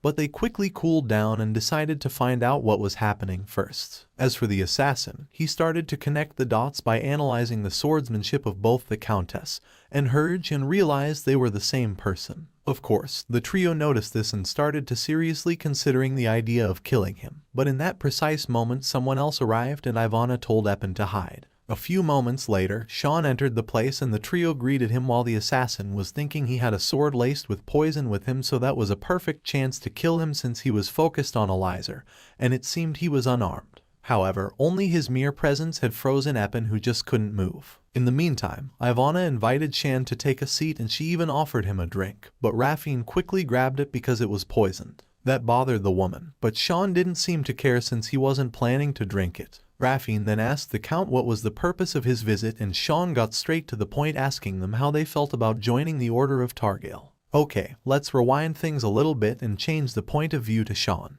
The Count was on a carriage along with Reeve, who was telling his that the reason the Annexian followers were roaming about was that they were looking for a demon to end the world during the millennium. Of course, Reeve thought the whole thing was ridiculous, but Shaun didn't even care about it. In fact, after seeing how uninterested the Count was, Reeve couldn't help but ask him if he had fought with his wife, which put Shaun out of his reverie and confirmed Reeve's guess. The Count then asked if he knew what the ladies like. That surprised Reeve because he recalled Shaun had never gifted anything to the ladies who chased after him before. In fact, he wouldn't even give them a glance, so he thought that was how would treat Hergine's Targale as well. Reeve suggested him to get on her family's good side. He then added he had been told that Countess Targale had a younger brother. Afterward, Reeve said that Essen's University hosted 2 forums every year, and during that time people were allowed to enter the campus. Shaun then decided to go there since the next forum was going to start soon. Some time later, the coachman stopped the carriage and informed the Count that they couldn't take the carriage beyond that point because the road was too narrow. Shaun then got out of the vehicle and told the others he was going to go alone. After some time, he finally arrived to his destination, but before knocking the door he wondered what would happen if Herge happened to be inside and what would happen if Herge was not Hergine's. Nevertheless, in the end he realized that Herge would still be Herge and Hergine's would still be Hergine's, and that they were both special to him in their own separate ways. However, he couldn't help but feel relieved when he opened the door and confirmed Herge was not there. Back to the present, Ivana got mad after hearing Shaun's question. But Raffine knew there was more to it, so he asked the Count what was the reason behind that offer, to which Shaun replied the Crown Prince wanted to get rid of Elizer. The trio got shocked after hearing that, but Raffine quickly recovered and said they were going to give up the rest of the payment. He also thanked Shaun for his offer but told him they couldn't join his army. Shaun got upset and asked them how were Hergines and Herge related. The Count even added that if they answered that question he wouldn't bother them any longer, but if they didn't then. Nevertheless, Raffine interrupted him and asked if he was threatening them. Shaun replied he wasn't threatening them, but added that Elizer already had the Imperial family's undivided attention, so it would hard to cross the borders. He also told them that he wouldn't keep them all as his knights forever, but just long enough to lay low for the time being. In the end, he remarked the choice was theirs. The Count then rose and walked to the door while saying he would be waiting for their reply.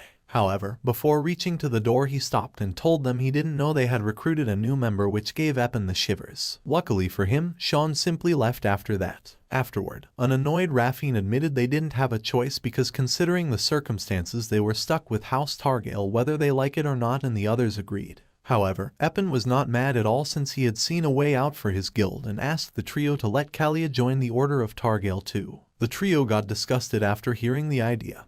But in the end Tarkan asked the assassin how he planned to make that work, to which the other replied by pretending to be part of Elizer. He even was willing to make all the members of Cecilia to be servants of Elizer if they agreed to his idea. Back with our protagonist, she was receiving some compliments from her maids because she looked beautiful, which made her feel well. Hergines was indeed trying to look good since that day Shaun's followers would enlist in the Order of Targale. And thanks to that the Order of Targale would be restored just like the old days when it was called the Black Ravens of Targale. She then recalled that the Black Ravens of Targale used to be feared on the battleground, but when an heir to lead the Ravens was not born the Ravens all flew away. And the words "Black Ravens don't cry" could no longer be heard after that. Shaun then arrived to the room and asked her if she was ready, pulling her out of her reverie. The Count then added there were some people he would like her to meet before going to see the order, which made her wonder if he had gone all the way there just for that. Some time later, they arrived to another room and Shaun introduced her to Reeve Cullens, who was the captain of the order, and Marlowe Sepire, who was their butler. Shaun then ordered the two men to bring some papers and told Harvin they had organized the financial status of House Targale. Our protagonist then took a look to the documents and asked if all of that was his, to which Shaun replied asking her if she had heard of the Machinations Corps. The Count then revealed he owned it, which startled Harvin because that was the biggest defense corps in the Empire. In fact, the butler tried to stop Shaun, but he remarked she was also the head of House Targale, so there should be no secrets. The butler then said that on paper he was listed as the owner, but in reality Count Targale owned it. He also added he used to be a merchant and Shaun had established the corps when they met each other. Harvin asked if they had met during the 100-Year War, and the butler replied that he had saved his life back then. Afterward, Harvin kept looking through the documents while thinking that they had been part of the same war, but Shaun was so different than her. Of course, she had to consider she had run away from the battlefield to take care of his family a year before, and that she had even refused the money given to Elizer. Some time later, the official ceremony began and Shaun told his followers that all of them would stand in the name of House Targale from that moment onwards. However, what surprised Harvin was the amount of people who were enlisting, because she didn't know Shaun had so many followers. Nevertheless, what shocked our protagonist was noticing that her partners from Elizer were standing among the crowd. The next day, Harvin woke up thinking that she had wanted to grab her partners by their collars and ask them what they were doing there, but she couldn't because of her position. Luckily, her friends found a way to get to her room and started to knock one of the windows to draw her attention. Our protagonist heard the call and let them enter, but they were now 4 people instead of 3. In fact, the 4th one quickly introduced himself as Eppin of Calia, thinking that she might not remember him. However, she indeed remembered him, but wasn't prepared to hear that he had gone to House Targale out of admiration of her swordsmanship. Harvin then took the lead and informed her that Shaun was looking for them because apparently the palace wanted to eliminate Elizer. The Count had asked them to join the Order of Targale so that they could be protected. Of course, that made her mad because she saw that as the palace wanting to stab them in the back, but then she thought she could have lost her friends had that not happened. Harvin told them she was glad they were all there, while thinking that they would all be on the run if Shaun wouldn't have helped them. However, Harvin quickly made her notice that the Count might know her secret, so she might need to be more careful. Our protagonist then thought that Kyroxis had been suspicious from the start, and she even went as far as to consider the possibility of him knowing that Harj was her from the very beginning.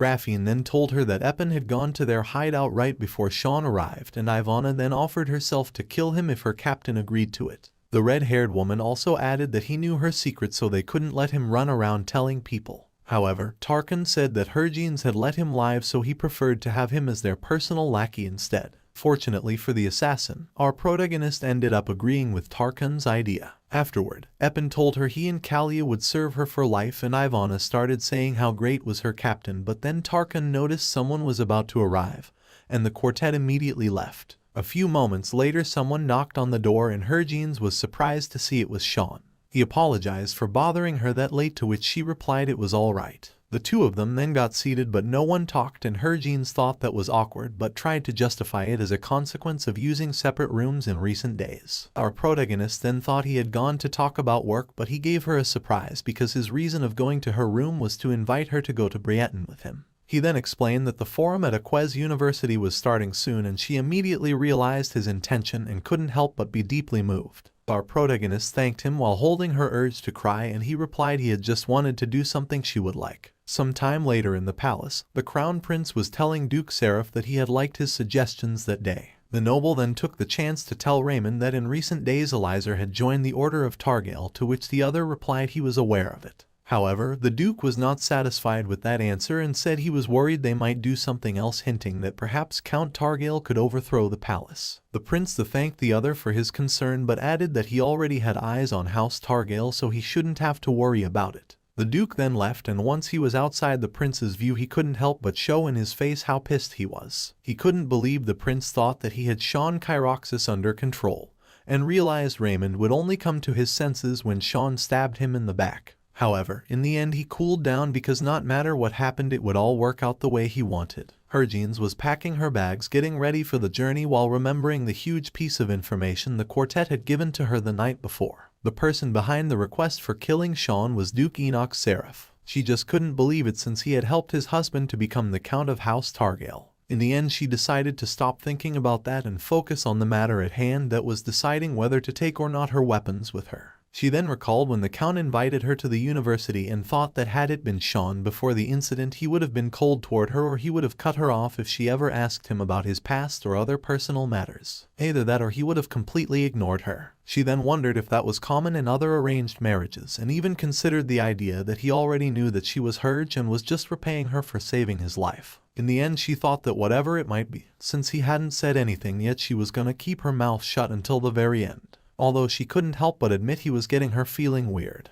In that moment, Ivana knocked on the door and Herjeans let her in. Once inside, the red-haired woman double-checked the room, and when she made sure the coast was clear, she threw herself over her captain. Afterward, she got up and started complaining about her new uniform, saying it was too tight, to which the other replied she was wrong because she looked great. Ivana then hugged her tightly, saying that was why she was the best. The mercenary then added that all the people in that place were idiots. Of course, Herjeans understood the feelings of the other, since for an alchemist the majority of people would appear as dumb. Ivana then reported that a fight had happened that day and that it had been Shaun's men against them. That surprised the Countess, but there was more to report because Tarkan and Kyroxis had also had a one-on-one duel. The mercenary then proceeded to narrate the incidents. Apparently the trio were just hanging out when other guys started complaining about the fact that they were not training, to which Tarkan replied they wouldn't even last a second if they trained with them. Of course, that remark almost immediately led to a duel, and then to another and so on. The red-haired guy won all of them, but his partners noticed he had gotten rusty since the war. Some time later, Shaun appeared, and while his subordinate was trying to restore the order, Tarkan challenged the Count to a duel. They even decided to use real swords for the fight. Raffin showed his faith on his partner by betting his first pay on Tarkan falling within the first 10 swings. However, Ivana showed she had even more faith in the red-haired man by betting 2 times her first pay on Tarkan falling within 5 swings. Raffin then bet on 3 swings and Ivana bet on 2. Of course, Tarkan couldn't take it anymore at that point and bet his whole pay on his victory. On the other hand, Shaun didn't seem to care about the bets and offered Tarkan to go first. The red-haired man didn't reject the offer and used an attack so powerful that it created a huge explosion.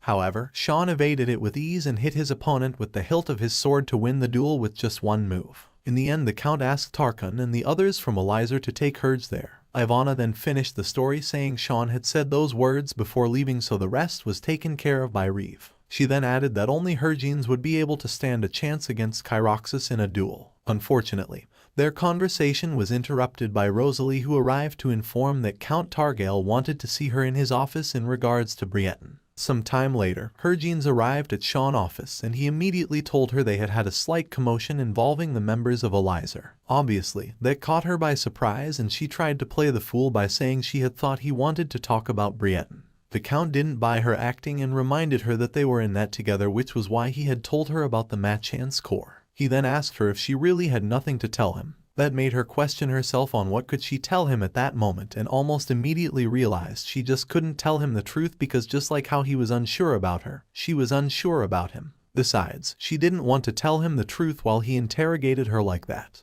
Herjeans then got closer and leaned in before replying she thought he had already decided on an answer. Shaun remained silent for a little while and then said that it appeared that he had brought up a rather foolish question, and immediately thereafter he took the chance to kiss her. Herjeans couldn't avoid the kiss that time, but she moved away quickly while blushing and covering her lips. Shaun then told her that it seemed he would have to find out on his own. On the other hand, she demanded that he just talked about Briettin. The Count decided to comply and said he had called her that day in order to finalize the people heading to Briettin with them. He then added that her guards would be Elizer and her maid would be Rosalie. Herjeans then wanted to confirm if Rosalie would be riding with her, to which he replied that if she was worried about the Crown Prince they could take her off the list. However, she refused the offer, saying they couldn't attract attention because of such trivial matters. Nevertheless, she made him notice that even if they left together it didn't mean that they have to arrive together. Some time later, Shaun, Herjeans and the rest had already begun the trip and were in the middle of some forest. In fact, Rosalie was feeling the hardships of traveling, and when the group decided to make a stop for resting she had to remain inside the carriage while the others set up a camp. Our protagonist told her to get some rest and informed her she was going out for a walk. When Shaun heard that, he offered to accompany his wife and she accepted. Once they were away from the group he asked her if everything was okay and she replied that all she had done had been sitting in the carriage, so everything had been fine. She then asked how he was since he had been riding a horse all day long, to which he replied he did that all the time. After a while they both arrived to a cliff and her jeans got very close to its edge to the point that she ended up falling. That shocked Shaun, who reacted quickly and tried to grab her, but luckily the cliff was shallow and she was not in danger. In fact, she started scratching one of her cheeks with a finger while asking him if he was going to help her up. He then jumped to get beside her while saying that it wouldn't be easy for her to get back up the summit with her dress on. That gesture surprised her since she noticed he had gone all the way down there just to help her up from below. In that moment a flock of birds covered the sky and Shaun said something had begun, to which her jeans replied that hopefully it would end soon. Now we have a flashback where we could see how the couple planned their journey. Fernando Forest was a shortcut to Briettin, but it was famous for having lots of bandits. So the members of Cecilia would dress up like bandits and take away Rosalie until they returned. That way they would be safe from the eyes of the palace. Of course, her jeans felt bad for Rosalie, but she wanted to see Shaun without any prying. Yes. Back to the present, our protagonist told Shaun that the kidnapping might take a while, so they could just look around some more since she thought she had heard water nearby. Some time later they arrived to a brook and just kept walking until night arrived. Unfortunately, in that moment a group of real bandits appeared and surrounded them. The leader of the group then asked them if they were nobles, and when Shaun confirmed they indeed were nobles, the other told him that they wouldn't kill them but they would have to give them what they got. Her jeans immediately hid behind his husband while she encouraged him to take care of the bandits. Shaun glanced at her and after smiling he told her he would take care of them, which made her nodding with joy. Shaun quickly started to beat the crap out of the bandits, but some of them tried to attack her jeans by treason. However, our protagonist decided to join the fun and began beating the crap out of them too. Unfortunately, at one point the Count turned to look back at her and she had to toss the stick she had been using to fight in order to not expose her secret. Sadly, a bandit took that chance to grab her and held a knife to her throat. The man then demanded Shaun not to move, otherwise he would kill our protagonist. Of course that made the Count really mad to the point he started to release his killing intent, which was noticed by her jeans, who didn't know what to do. Her jeans knew she couldn't get out of that situation on her own while Shaun was watching, so she had to wait for his husband to rescue her. Nevertheless, the killing intent of the Count had gotten so intense that it gave the bandit the chills. Luckily, Tarkan arrived at that moment and told the bandits that he was there to spare them all, and then pointed at the summit of a mountain where Ivana and Raffine were ready to take the whole group down with her potions and his arrows. Afterward, Tarkan asked the bandits if they knew who they were going after. When the others looked at the other two people they realized they were Elizer. Then the bandit who was holding a knife to her jeans' throat realized they were facing Sir Shaun. Immediately thereafter all the bandits kneeled in front of Shaun and begged for his forgiveness, saying all of them had fought in the 100-year war but they had no way to make a living after the war was over because low-ranking soldiers like them didn't receive any rewards. Her jeans then took the lead and asked them if they promised that they would not live like that if they find a way to make a living, and the other replied they wouldn't. Our protagonist then told them to head to Himov since it was part of Targail's land and was not far from where they were.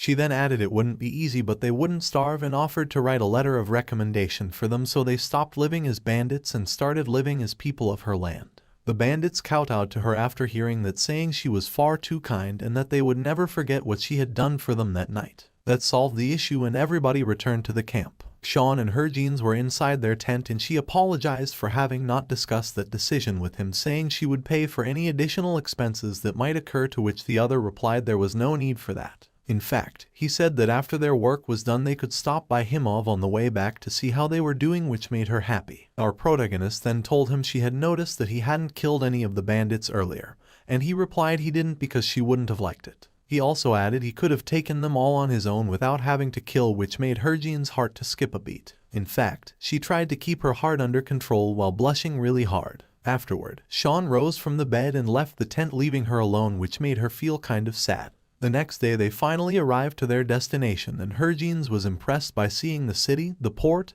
and the castle. Some time later some guards asked them their identifications and got startled after confirming they were talking to Sir Shaun Kyroxis Targail. They even asked him for an autograph since they were his fans. However, that didn't happen only with Shaun.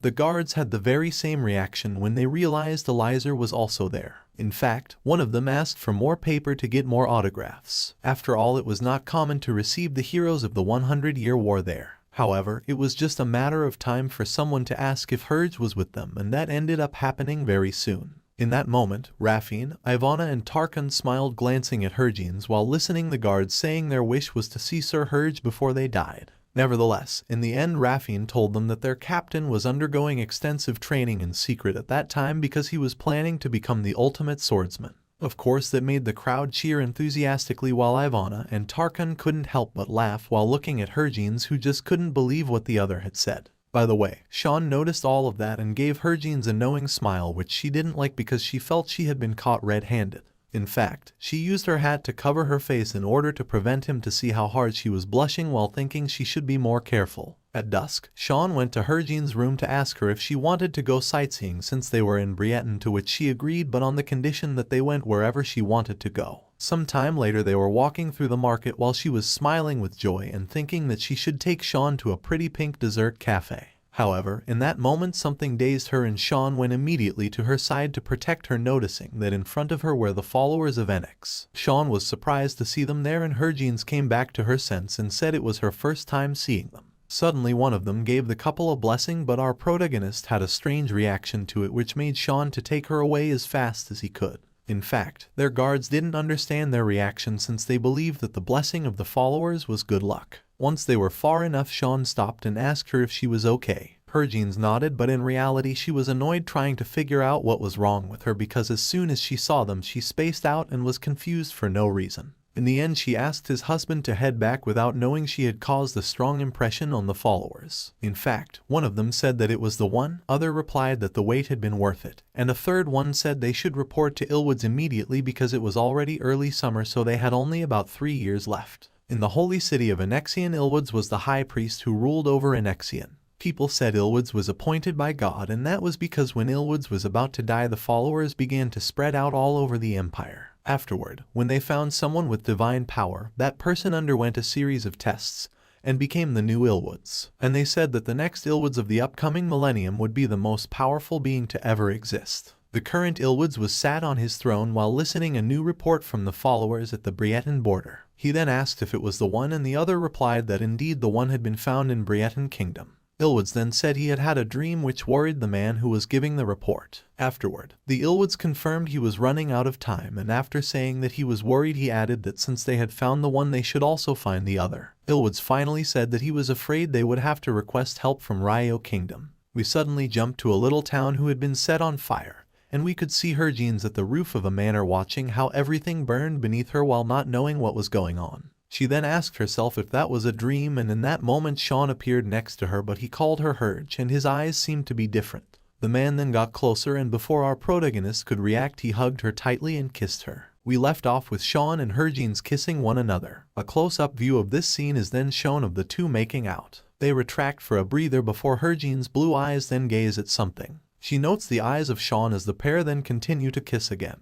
Shaun gets a little freaky as he starts to slip off a string. This causes Hergenes to both gasp and then yell hey. She continues to yell hey as Shaun then has a lick. Hergenes then clenches onto his arm as she yells his name. He huffs as she calls his name again and then asks what is wrong. Bro then takes a big old bite which alarms Hergenes and causes her to shove him away and yell enough. Hergenes is now blushing while trembling. She then opens her eyes and stares to glance over as her eyes then widen and she lets out a gasp. Shaun's eyes also glare at her with a purple flash. We then see his wings, and the sounds of his wings flapping can be heard as well. Hergenes is stunned as she stares at a fully stretched out wing. As she watches, she covers her mouth, noting that she must be dreaming right now. Shaun's hand then reaches out for her as he starts to call her name. He then flies in an instant and stands before her as the pair lean at the edge of the balcony. They come face to face with one another before Shaun then brushes the hair on the side of her face. He then tells her that now there is no time to waste. He puts his head right next to hers and then grips onto her. He places his head closer to her as he tells her that if she does not leave him, if she swears that she loves him, as all of this is but a dream. Hergenes is then seen letting out a large gasp as she grabs onto her chest. She wonders what is going on and notes how she cannot see a thing. Her hands then start to flap and flail in the air before she grips onto something, noting that it feels like a warm hand. She is then lifted up from the bed by Shaun, who then gives her a hug. He gives her pats to help calm her down as she leans on him. He calls her name, which prompts her to grab at his face and question if it is really Shaun. As she holds onto his face, it is covered by the shadows. A light then passes as we can see it is truly him. This causes her to breathe a sigh of relief as she calls his name. Shaun then rubs her forehead as he asks if she is all right. She then mentions to him that she had a dream. He tells her that he came by just in case but that she would not answer. He tells her he knows it is wrong to enter without permission but that it seemed as though she was unwell. She thanks him for this as she then turns, mentioning how he must be very tired from all this. She then looks down to see that they are not fully covered. This causes her to get alarmed and scurry away while covering up.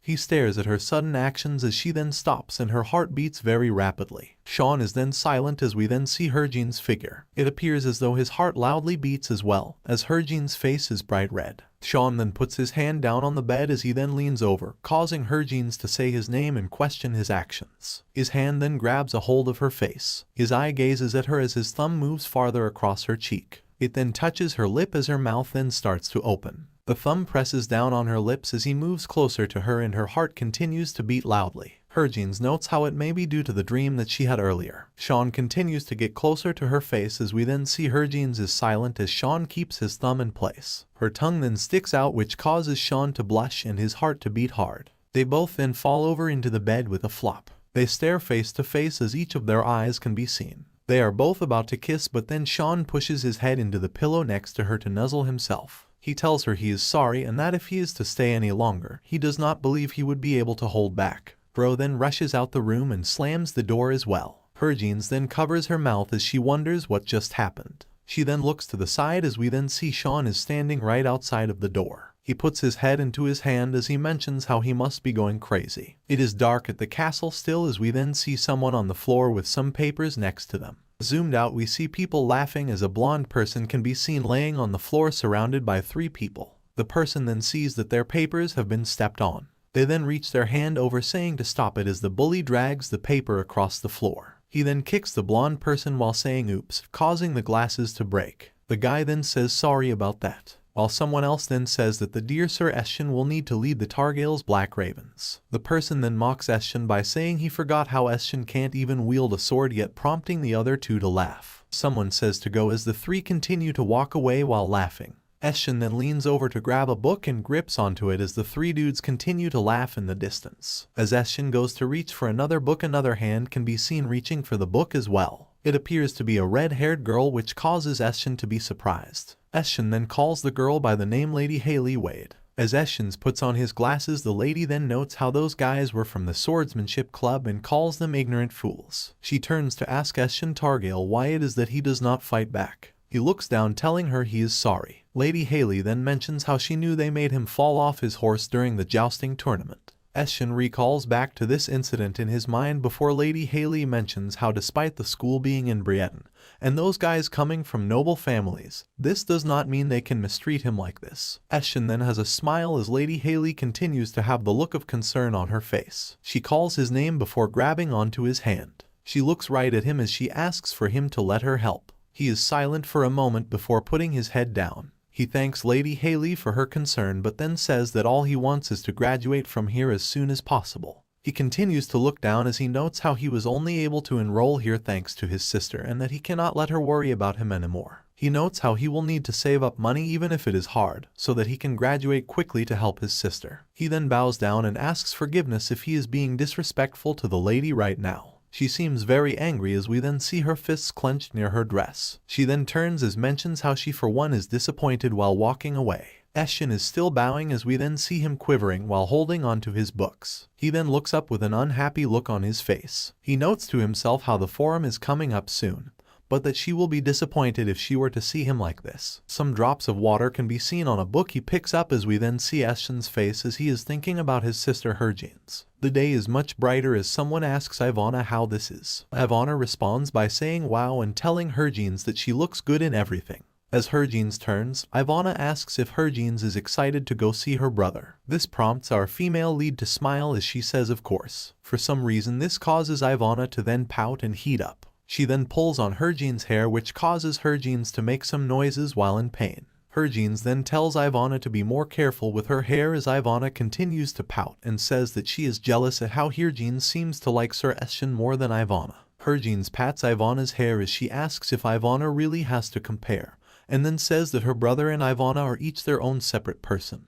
and that she loves them both equally. Ivana then says fine and mentions how this is not the answer she wanted to hear but that she will do her best to make Harvin's look beautiful. This prompts a soft laugh out of our female lead. Later we see someone stepping down the wooden stairs. Herjeans wonders to herself if this is too casual as we then see her outfit of the day. Herjeans notes to herself how Rosalie would never let her dress like this while having a soft chuckle. She looks downstairs as she sees Shaun speaking with another man. His head then turns towards her as she continues to peer over at him. The two people's figures are then seen as they stare at one another. Shaun then has a stunned look on his face, which then causes Herjeans to note this reaction. She then nervously wonders if this outfit really was far too casual after all. Shaun then offers her his hand as he tells her he was thinking of walking to Aquez University, and asks her how that sounds. She reaches her hand out as she tells him she'd love to. Shaun smiles as they now hold hands. Later we see outside that it is pleasant weather. Herjeans can then be seen as asking a lady if she knows where Estion Targale is. Herjeans then covers her mouth as she notes how she should not have asked this lady up front, as there are probably hundreds of students here. The lady then turns and smiles, saying she knows Estion. She tells Herjeans that he should be in the laboratory and it is that building over there. Herjeans asks if the lady knows him well, to which the lady tells Herjeans that there is not a person in the school who does not know of him.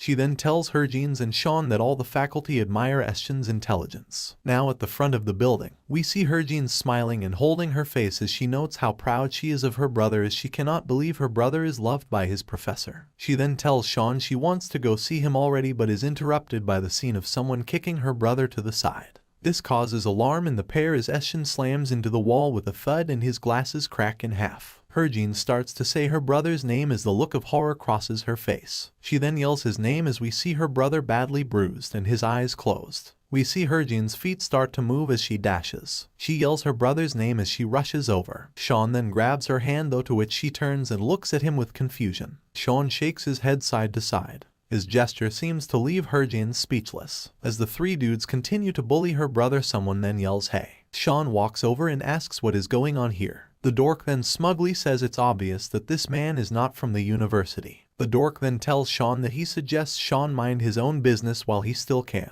This prompts Herjeans to get even more mad, calling the kids a little. Estion then makes some noise while he trembles. He looks up and sees a blurry image of Shaun as he wonders who is there. Shaun then proceeds to stand in front of the three bullies before asking if they want to know why he's here. He tells them it is because he is Estion's brother-in-law. The three kids seem to be stunned at the word brother-in-law as Shaun then proceeds to step over to an Estion who is on all fours. Shaun then extends his hand out as he tells the boy to go over to his sister. Estion looks up as Shaun calls him by name. Estion grabs Shaun's hand before then standing up. He looks over behind Shaun as he then can see his sister off in the distance with the breeze passing by. His sister looks over as she calls for her brother. The two then can be seen hugging it out. As she squeezes onto her brother, she then looks up. Shaun then gives her a nod as the dorks are still there watching this unfold. She turns her brother around as she tells her brother that they should go. As the two siblings start to scurry off, Shaun then turns and gives a glare at the boys, which causes them to flinch. One of them asks if he is Sir Shaun Kyroxis, while another boy says no way Shaun would marry into the House of Targale,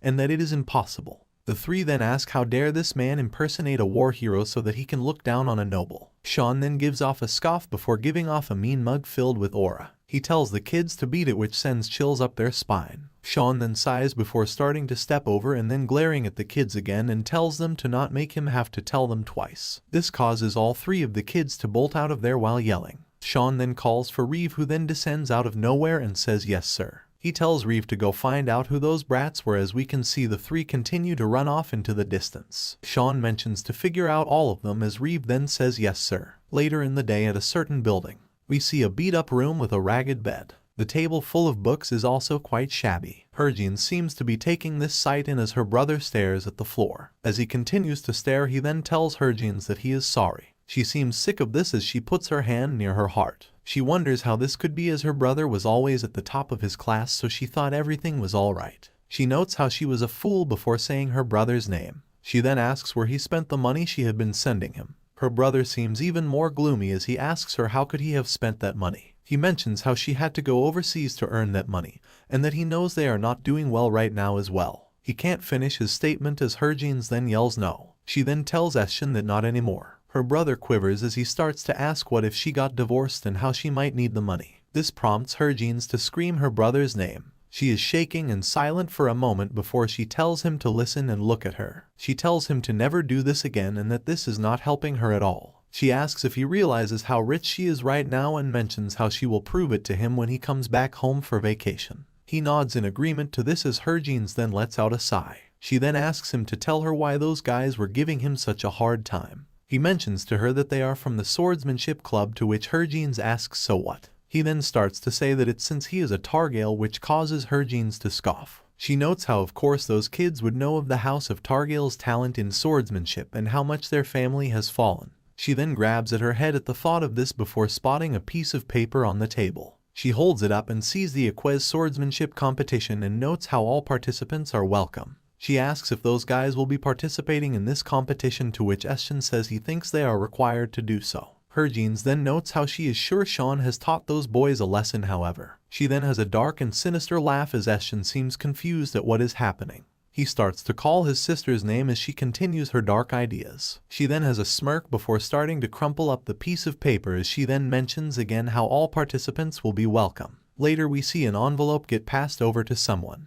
Shaun starts to say that it is okay as Harvin says not this time and tells him to take it. She also tells him that she'd like for Shaun to spend some time with Shaun tomorrow. Shaun gets shocked at this as he confirms if she means the Count. She tells him yes and that she will let Shaun know. She also tells him to get some new glasses and things for his room as well. Internally she notes how she needs her brother and Shaun to be occupied so she can join the competition. Harvin then tells her brother to not call her by nickname in front of Shaun, to which Shaun asks if she means Herge. She tells him yes and to never do so, to which her brother agrees. She then tells him to make sure to prepare for his upcoming forum as well, to which he says yes. She then tells him she'll be there before giving him a good strong hug. As she hugs him, she then has a strong glare on her face. Later her head rests on her arms as she then notes how she will have to be in that competition. This shocks a group of people who sit across from her. They all yell what and note how unexpected this is. They ask if she means the Equez swordsmanship competition, to which she says yeah. They tell the captain that they understand why she's doing so, but then tell her to just let them handle this. She then tells them no and mentions how she personally has to be the one to beat those kids up. One of the men tells her the competition is tomorrow and asks how she will sign up. She tells them to register her as the Knight of Targail, which prompts them to ask what about Kyroxis, to which she says he'll be out with Shaun. She then says please to Raffine, which causes him to stare in silence. He then is stunned as he realizes none of the other two are here anymore. We see the other two seated with Harvin as Ivana asks if they should lace Harvin's sword with poison. The other guy mentions how they should not kill the boys but rather have them suffer deadly long-term illnesses instead. Raffine is stunned as Harvin then tells them to forget the poison. She tells them that she'll just need a disguise. Later at night under a crescent moon, we see a candle lit on a table. Harvin and Shaun are seated across from one another. They both then say the word tomorrow at the same time. They both say oh at the same time as well. Harvin then tells Shaun to go first as he sits in silence. He tells her he would like to spend time with Shaun tomorrow. This catches Harvin off guard as she starts to think to herself about how she was gonna ask him to do exactly that. He is silent before smirking and telling her it's time he and Shaun talk to one another man to man. Harvin tells him okay and then asks if Shaun can buy her brother some new glasses and some things for his room. He says very well before Harvin then remembers something else. She then mentions while fidgeting how she'd like to look around the forum arena tomorrow with Elizer. She has a comedic face as she notes how she had a lot of stuff to say but the question came out quick. She continues to fidget as she nervously calls out Shaun's name. She then thanks him for today. This surprises the man as he then starts to blush as well. He asks her if that is it, which stuns her. She wonders if he wants a money reward or something as well and notes how he's already filthy rich though. She then starts to ask how she should thank him then, but he starts to chuckle. He then has a smile before tapping on his lips. She blushes at this notion before jolting up and asking what he is doing. He responds by telling her they are newlyweds if she has not forgotten. He then mentions how they aren't exactly the average newlyweds as Harvin then says fine but only this once. She then starts to step over. She stands right in front of him with her heart beating. Her lips move closer to his before they kiss. Her heart beats as her eyes look down and his eyes look up. She is shaking before she then decides to close her eyes as this might help. They kiss before she starts to move away. He then moves his hand behind her head before grabbing it to her shock. They then continue to kiss again. Her eyes slowly open before closing again with her hands clenching on his collar. She moves away again saying ah before staring and then locking eyes with Shaun. He seems to lean in for another one while she blushes. This time a loud smack can be heard. Shaun seems to grab a hold of his smacked head as she then covers her mouth and moves her hand away. She then dashes off and slams the door while saying goodnight. He remains silent as he then smiles while still holding his head. Later in the day we see a banner flapping in the wind. It is the Equez swordsmanship competition. An announcer shouts that this is the moment everyone has been waiting for and says to let the competition begin. The people in the crowd are cheering while in the locker room. A knight mentions how many people there are. Hergine's blue eyes can be seen under her black coat. A man talks about how they will have to fight students mostly since there are not any regular participants. One of them notes how it will be tricky to fight the students of nobles. Herge thinks about how her only goal is roughing up those kids and how she'll either forfeit or finish her matches quickly as she does not care to win. Someone then yells to now let the participants into the ring as the crowd continues to cheer. It is announced that this will be Attila the mercenary versus Varnus, who is a knight of the Order of Targale. The crowd roars as we get to see the circular ring with the two fighters. Attila calls it fate that he is to face Varnus and says may the best man win. Varnus is silent at his statement before noting to herself how it tells Strange wielding only one sword but that this will do. A man then raises his white flag as he yells to begin. Attila then goes charging and as Varnus then hunches over. A large swing of a sword can then be heard as Varnus flies past Attila. Attila holds his sword up as he stops and appears confused. The crowd that was once cheering and rowdy now seems completely quiet and silent, with some having their mouths wide open. Attila falls to the floor on his knees as Varnus puts her sword back into its handle. The ref then yells that Varnus wins, which causes the crowd to once again cheer. They cheer for Targale as they continue to yell hooray. The man then yells for the next matchup as time passes. We now have a matchup of a student from the Swordsmanship Club and the ace of Equez University. Varnus takes note of this as the famous sword prodigy named Treason from the House of Parnon is presented.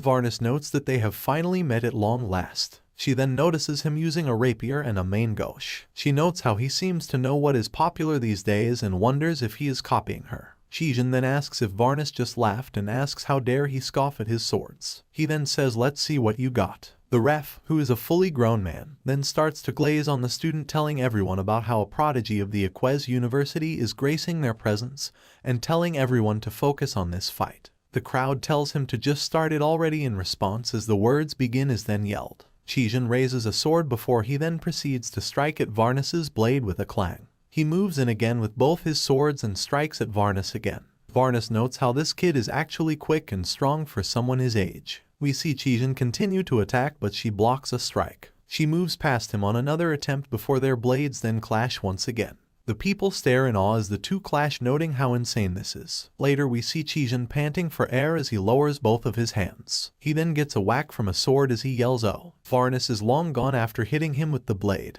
His body aches as Treason notes how he thought he was leading the fight and wonders what is going on. He also wonders why the other knight keeps just hitting him with the blade and not stabbing him. He then wonders how he could be losing to some idiot knight with a shabby sword like that before deciding there is no way he's letting the knight win.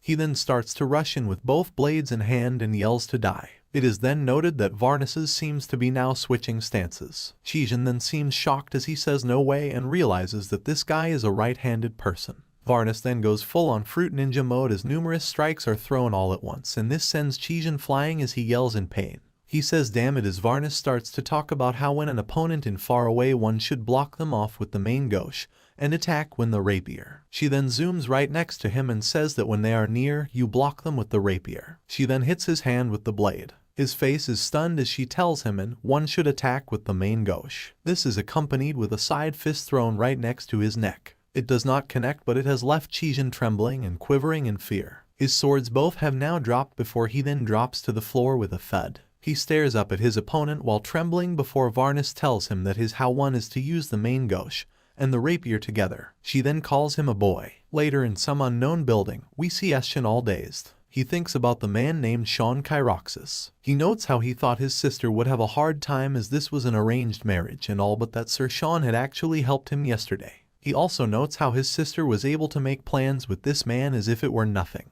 He rubs his head as he notes how he has no clue what is going on. A knock can then be heard at the door. Shaun then reaches to open the door. It creaks open as we see Shaun in a white outfit standing outside. Shaun says hello to Count Targale, to which Shaun then tells him that he is his brother-in-law. This leaves Shaun confused as Shaun tells him to feel free to refer to him as Shaun. This causes Shaun to get nervous as he stands in front of a stone-faced Shaun. He then nervously says Shaun's name, which causes the Count to nod at this. Shaun then steps into the room as Eschen's heart continues to beat. Shaun walked in the room and proceeded to look all around it. Shaun then turns and asks if he can call the brother Eschen, to which Eschen says yes and as Shaun wishes. Shaun then tells Eschen to take any valuables he has in this room, which prompts Eschen to ask why. To his shock, Shaun then says that today they are going to give his room a total makeover. Eschen seems dazed at this before he yells what loudly and a da-dun can be heard. Eschen then tells Shaun that this is all he has and he is literally talking about a brown box. Eschen blushes as he tells Shaun they are all letters. Shaun then tells Eschen that he does not need to be formal around him regarding his sister Hergine's. Eschen then looks up saying okay. Shaun then tells Eschen to leave the box with a guard as he then calls upon Reeve. The guard introduces himself to Eschen as Reeve Cullens and tells Eschen he is the captain of the Order of Targale while beckoning for the box. Shaun then says enough of the small talk and then tells Eschen to follow him, which annoys his guard Reeve. They are then seen outside on a bright day as someone then yells welcome. We see a lady fitting an outfit on Eschen as she takes some measurements. Shaun sits nonchalantly to the side and says they will order 5 casual outfits, 1 formal wear, and a suit. He then tells Eschen that they will order more if he likes them. The lady then bows down saying that they will get the best that Briettin has to offer for them. Some time passes by before we see someone taking some steps down a stone stairway. We then see a shining and completely dripped out Eschen. Shaun tells him to wear that for now and says that when the new clothes arrive, he should throw everything that he has out except his uniform. Eschen then starts to question why, as Shaun then says that they'll throw away all of his old things and get him brand new things. Eschen nervously says okay as he notes to himself how most of his things are still fine though. Shaun then goes crazy on his credit card and says to get this and that and those accessories as well. Eschen starts to carry more and more boxes and items. Eschen stops and thinks to himself about how much all of this is worth. He then wonders if it is okay to be receiving all of this stuff as we later see 2 dishes of steak on a table. Shaun and Eschen sit across from one another. Eschen starts to call on the Lord but Shaun corrects him and tells him to call him by name. Eschen seems to struggle to say something as Shaun looks over. Shaun starts to touch his food as Eschen then says that Shaun did not have to do this for him. Shaun then moves his fork to the side of the dish before leaning back into his chair. He crosses his hands while seated as he informs Eschen that this is not for him in particular. He smiles as he tells the boy that this is for his sister. Eschen is speechless at this statement before Eschen then notes to himself about how he seriously has no clue what is going on. He thinks to himself about how this was an arranged marriage with Shaun Kyroxis. Eschen notes that he thought he needed to graduate quickly so that he could help his sister get out of the living hell he thought she was in. However, after seeing the Count now it seems as though this man is good. Shaun then lifts his utensil as he informs Eschen that he would like to share something with him. This causes the boy to feel nervous as he gulps. Shaun then spins his knife as he tells Eschen that when someone picks a fight then he should take up a knife, or even a fork for that matter. Shaun then thrusts the utensil forward with his hand and shocks Eschen. The slice seems to fly by near the boy as he then looks down and sees the blade in front of him. He notes to himself how the knife actually did not come near his neck. He notes how it felt as though he was actually getting cut while trembling. Eschen then notes how this is the type of person Shaun is and wonders if his sister is okay with this. Shaun tells Eschen that if he stays still then he will only continue to be the target, so he should do all that it takes to fight back at the bullies. Eschen then says that to someone who does not have a weapon that is unfair. Shaun then responds by saying those brats bullying Eschen is what is unfair, to which Eschen agrees. The two then proceed to have their meals in silence with one another. Shaun then lifts up a piece of meat before asking if Eschen by chance knows what Hergine's likes. A loud clank sound can then be heard as Eschen says pardon to this. Eschen then wonders to himself about how Shaun is asking this and if it turns out this was not an arranged marriage after all. Eschen then calls Shaun's name before asking if by chance Shaun has feelings for his sister. The two then sit in silence across from one another before Shaun then starts to speak again.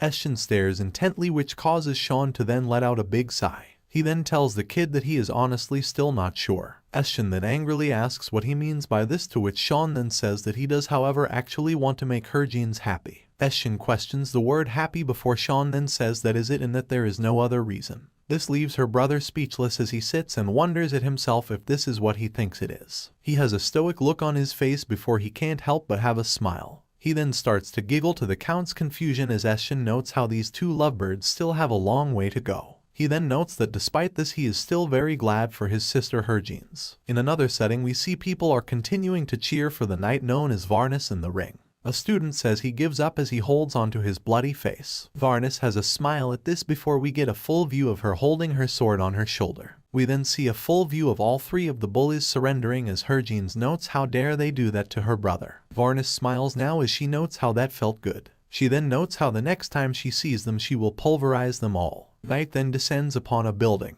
Harvin asks if she looks okay, to which Ivana says of course. A man then says that Count Targale has returned, which causes both of the girls to get alarmed. Harvin then dashes out as she sees Shaun handing his coat over to Reeve. She says you're here to him as he then stares at her with a smile as well. Shaun then mentions how her face is a bit red, to which Harvin tells him it is due to having just washed up. She then asks him how it went with her brother. Shaun then tilts his head as he tells her he bought him everything he needed right away.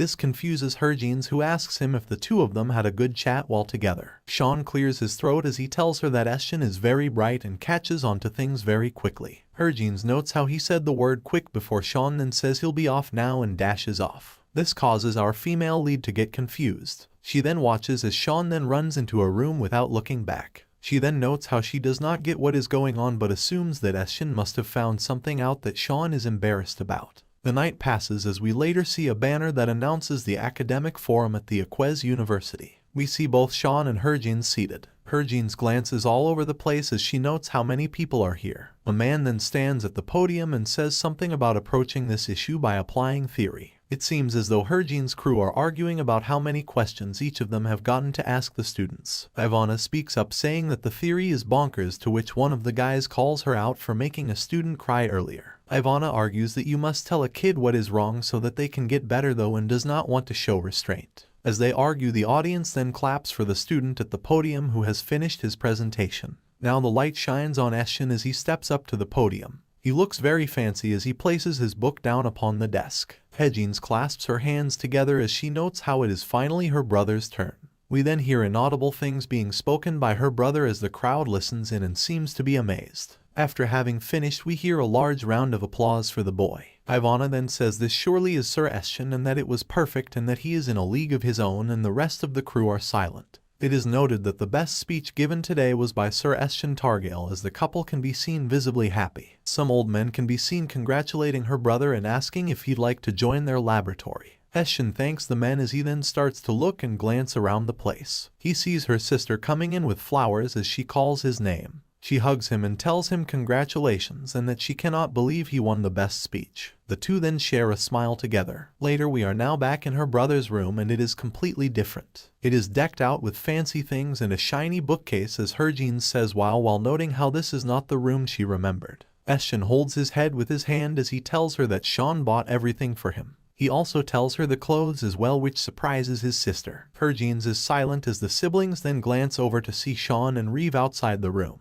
Harvin then asks Eshin what he thinks, which causes the kid to get confused. She tells him that she is referring to Shaun, which causes her brother to smile. He then lets out a snicker as she is now the one confused and asks her brother what it is. He tells her that he does not think Shaun is a bad man. He then smiles and says that he seems to care a lot about Harvin. She starts to blush after hearing this before saying what. She seems frozen in place as her brother then calls her name. She then gives him a slap to the shoulder as he says ouch. He asks her what that was for before she tells her brother to not go around saying things like that. Eshin holds his shoulder while clearly confused. He then busts out laughing as his sister continues to be bright red. Time would pass as we transition to another building on a beautiful day. Someone then says that they hear the Prince of Briettin is a fan of Shaun's. Ivana, as she fixes Harvin's hair, then says that Harvin's is actually a greater war hero than Shaun is though. Harvin then tells Ivana that her greatest hero is everyone in Elizer, which then causes Ivana to say that Harvin is the best. Harvin then asks if that carriage is from the palace at Briettin, to which Ivana says yes. Ivana then says that Raffine has left a certain bag under Harvin's seat, to which Harvin asks what. Ivana then says that Ralphine will get it ready for Harvin if she needs it and to not worry. Harvin is still confused, but a maid then calls for the lady. Ivana then ushers Harvin to go ahead and tells her to have a safe trip. Outside on the street we see Shaun hold the door open for the female lead. He gives her a smile while she looks back in her red and black dress. The wheels of the carriage go round and round as we see the two seated inside across from one another. Harvin notes how her swords are under her chair and how she cannot stop thinking about them. She is all anxious, which catches the attention of Shaun. He asks her what is wrong and what she is hiding, to her shock. Harvin nervously says no and then asks what. He then tells her that she seems uncomfortable as she continues to nervously respond. She notes to herself how she cannot tell him about the swords. She then nervously laughs as she then says it's just that her seat is new. He then tells her to hang on as they are almost there, to which she says alright. Later we get a view of the palace, which has a dome at the top. She walks with her arms wrapped around Shaun's and notes how she has never been to the palace before. A maid then asks the countess to wait here. Harvin is silent as the maid continues to walk and Shaun glances back at her. She waves at him as she internally notes how much she hates all these damn formalites. Shaun continues to glance at her in silence before turning and walking away. She is then seen standing alone and in silence. She flaps her hand as she notes how it is hot in here and wonders if she can ask for a fan later. She then thinks about herself as a snotty noble covering her face with a fan and then starts to laugh. Some weirdo then appears and says the words "good heavens." He calls her a beauty while his head looks at her from the side. He then stands up straight with a smile and asks to know her name. He then introduces himself as Count Parnon by the way. The maid notes how it is Count Parnon with concern as Harvin wonders who in the world this madman is. The maids then discuss how something has happened which catches Harvin's ear. She then starts to think about how she actually has heard the name Parnon before. She then thinks back to Treason Parnon before now realizing that this man in front of her is that one brat's father. She is stunned as she then recalls how this is actually a married man.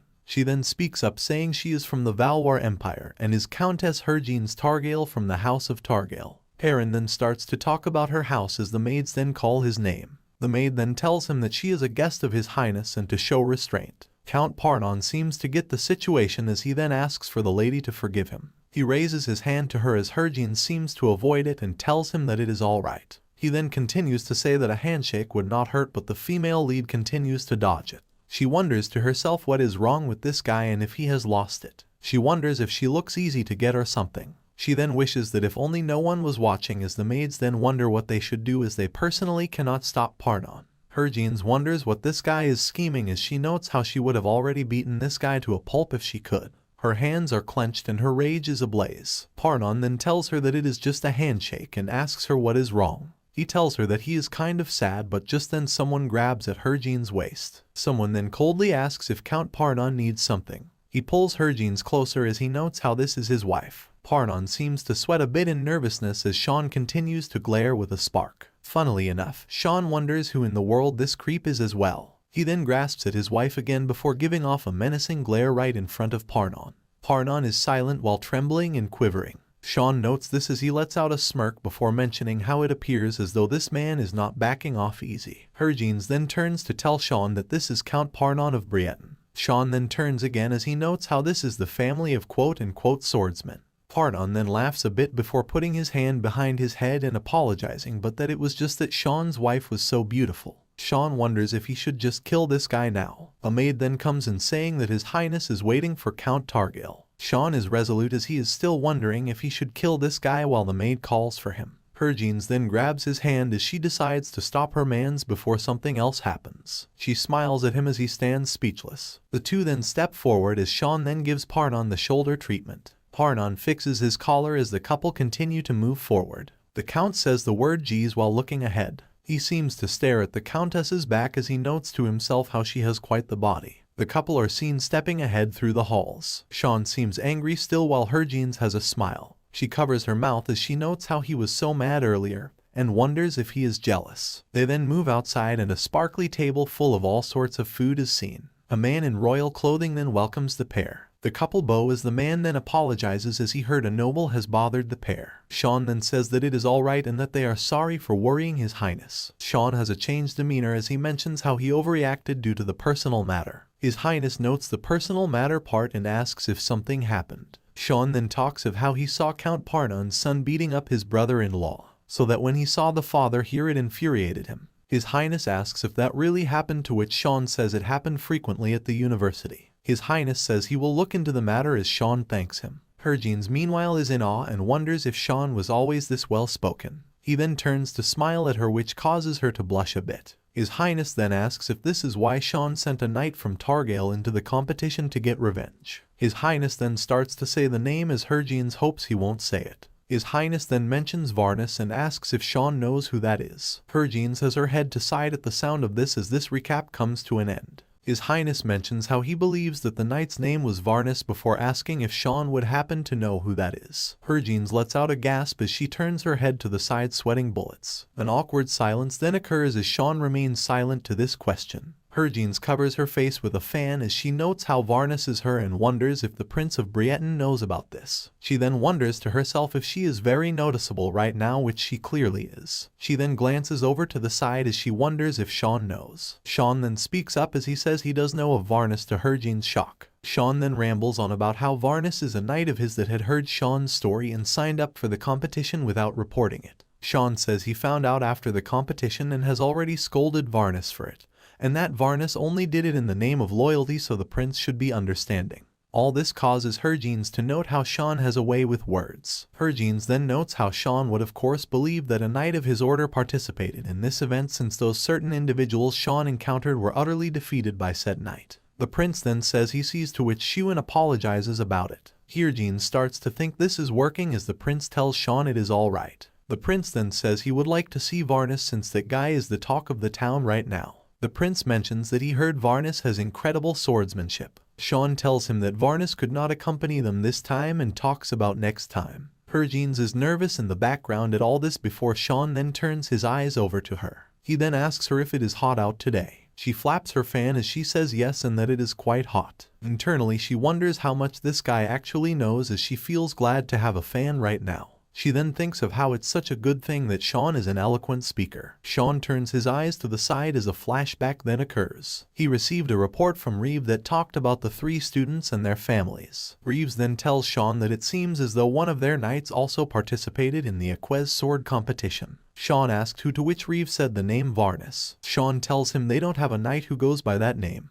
Reeves tells him yes before mentioning how this knight did not do much to the commoners but was seen tormenting the 3 students terribly. Shaun then silently states that this is Harvin's then and how it's no wonder she allowed his outing with Eshin so easily. Reeves says pardon, to which Shaun then says never mind. Shaun then continues to stare at Harvin's, who seems to be nibbling on some food. He then has a smile to himself and lets out a soft chuckle. Later we see a small dessert getting presented with some golden tea. As Shaun starts to eat the food, Harvin seems shocked and also flinches. Shaun wipes his mouth as Harvin wonders what she just witnessed right now. She stares at an empty plate as she recalls how he is normally way more picky about his food. Later we see the sun is setting and everyone stands at the gate with a carriage waiting right behind. The prince apologizes and tells the pair that he will see them soon and that they may come by for tea anytime. Shaun tells His Highness that it would be an honor. As they walk back to the carriage, Harvin then wonders why the bodyguards are not in the same group while glancing around. As she sits in the carriage, she sniffs to smell something strange. Harvin then calls at a man, to which he responds asking what the lady needs. She asks what the scent is, to which he tells her there was a foul scent somewhere inside the carriage, so he sprayed some perfume. Harvin then wonders to herself if Shaun is okay with this, as she personally does not like this scent one bit. Day turns to night as a crescent moon sits atop the sky. The carriage rides off into the dark forest as Harvin leans her head to stare out of the window. She then turns her head as she notes how Shaun seems to be very quiet right now. Shaun seems to be struggling as he makes a noise. This causes Harvin to turn blue as her expression changes into that of worry. She rushes over to him as she yells his name and asks if he is okay. She gets goosebumps as she then hears him cough. She holds both her hands up as they are not fully covered in blood. She continues to stare in horror for a moment more before yelling to stop the carriage. The carriage skids to a halt as Harvin then lays Shaun down on his back first. She then pulls off his coat as she notes how the next step is to help him breathe. As she leans her head over, he then tries to tell her the words poison. Harvin then thinks back to numerous events. She recalls her people speaking about a potion that becomes deadly when combined with something else, the strange food they were served at the table, and also the strange smell coming from the carriage. The host of possibilities angers her as she yells damn it. Someone then yells to die and calls to the enemy of Haglotten. A guard then yells who goes there before he is then subsequently struck down. Blood then splats on the window of the carriage. The guards then yell that this is an ambush and to stop these attackers. Harvin then has a determined look on her face as she stares back at a bleeding and incapacitated Shaun. She puts her head down as the sounds of battle rage on outside of the carriage. With her bloody hands, she then grabs at the box that was secretly hidden in her seat. She thinks about how if she were to take these out right now, She recalls how Shaun may not be able to move but that he is still conscious. This means that he will know that she truly is hers. She then closes her eyes and starts to open the box. A large flash then appears from the box as Harvin wonders if she will die as Harvin or live as Hurge. She holds up her unsheathed blade as the sounds of a drum rings. Shaun turns his head stunned as he stares at the blade in her hand. His facial expression says it all. An assassin bursts through the door of the carriage with a red slash. After he does so, he stops and appears stunned.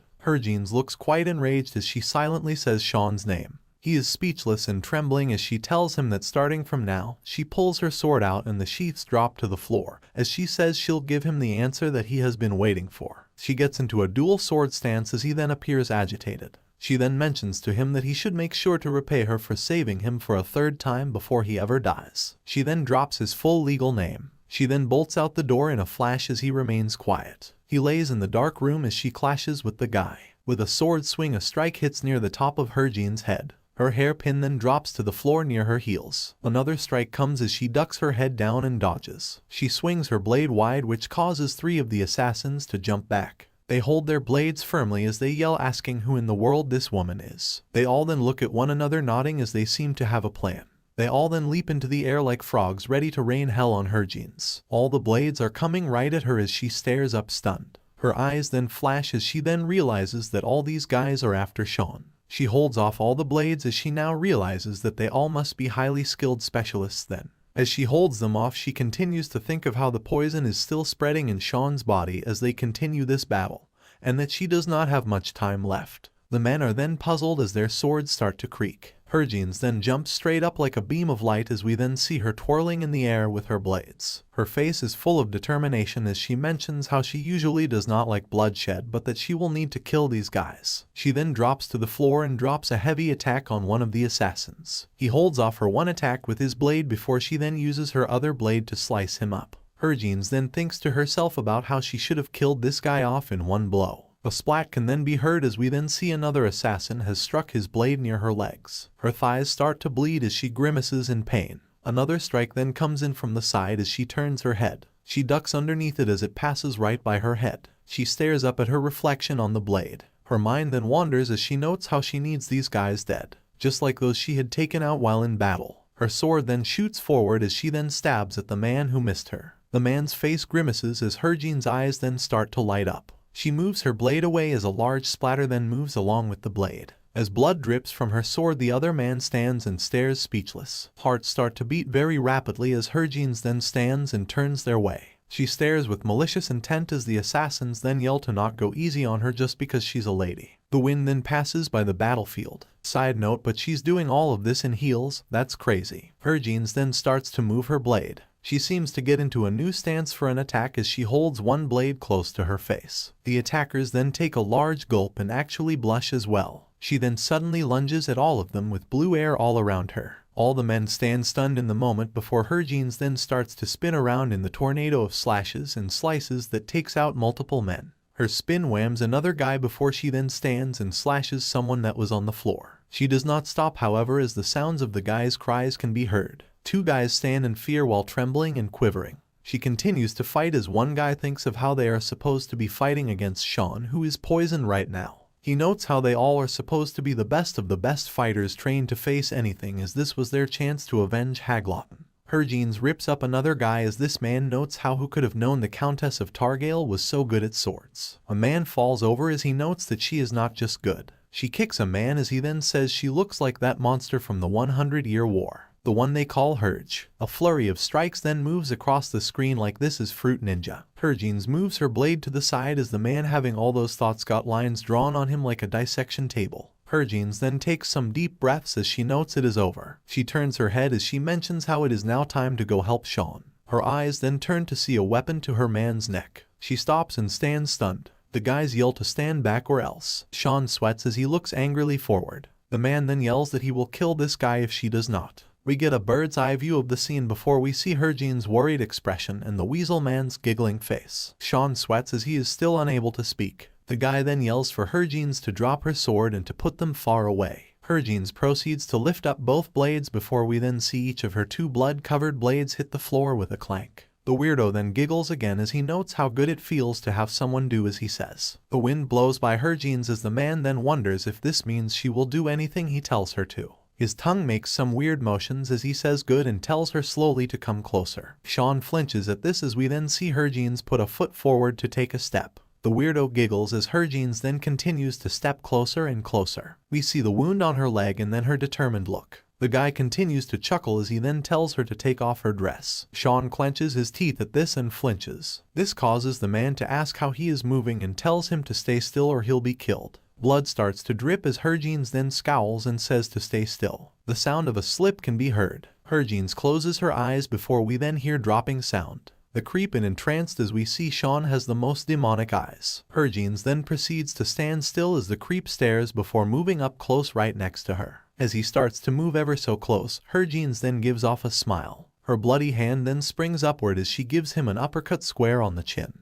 The dagger he was holding then falls into her hands. She then digs her heel into his body as she then stands above him with a red glare in her eyes. She tells him with a scary look on her face that she is sorry but that she throws quite a mean punch as well. Side note, but she knocked his hairline all the way back too with that punch. We then hear the pathetic rodent squeal as some red liquid goes flying into the air. Later the sun comes up and the setting is now back at their estate. Her men are stunned as we hear Herjeans come in yelling for Ivana. She carries Shaun on her shoulder as she tells Ivana that Shaun is in trouble. Later the room is candle-lit as Ivana tells Herjeans to take her time and to tell Ivana everything that Herjeans can remember. Herjean is shaking and can only mention the words poison and that Shaun was poisoned. She says that it had something to do with the food and the poison. Ivana then yells to bring in warm water and a heater, a mortar as well, and to grab the medicinal herbs from her bag. Herjean sits up staring over at an unconscious Shaun. Ivana then tells her captain that she must be treated as well, to which Herjeans agrees. She holds up Herjeans as Ivana tells her to be careful. Herjeans looks over to see the look of sorrow on the face of Reeve. As she moves by, she turns her head to see this. Later we see her in bed and dazed as she stares at the ceiling with a towel over her forehead.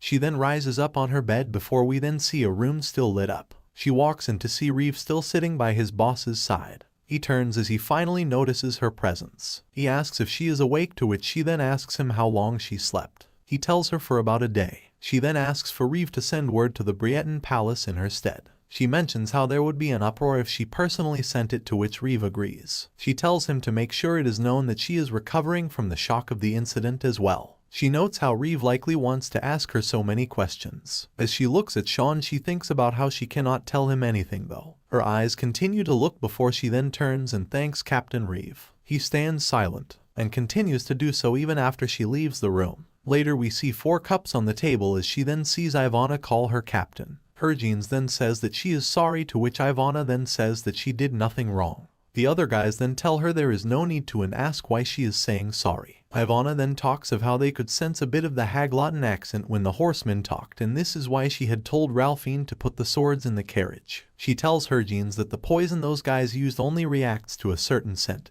and that it was a rare one, so even Kyroxis would react to it. Ivana mentions she was able to detoxify it and that Shaun should wake up by tomorrow depending on how quickly he recovers. Herjeans somberly notes the word tomorrow as she sits at the table. She then says she will have to make a decision. It has to be done before he wakes up. It will be about whether she decides to stay here or if she will flee. She then speaks up to the group, telling them that Shaun has found out who she is. This causes silence to fall into the room as a guy then speaks up saying they will follow her decision. She calls to Raphine as someone then tells her he has a personal thought. The other guy then says that since Kyroxis owes her 3 times for saving his life, then he likely would not hold a grudge against her. Ivana then nods as she says that is right. The guy then covers his mouth as he then adds that he thinks Shaun likes the captain, so there's no need to worry. This causes Ivana to slam the table and yell what as Herjeans then blushes. Ivana then attacks the guy asking how dare he say that, to which he mentions how this is obvious. Ivana bites at his head as he then tells Herjeans to make sure to at least talk to Shaun before she runs away.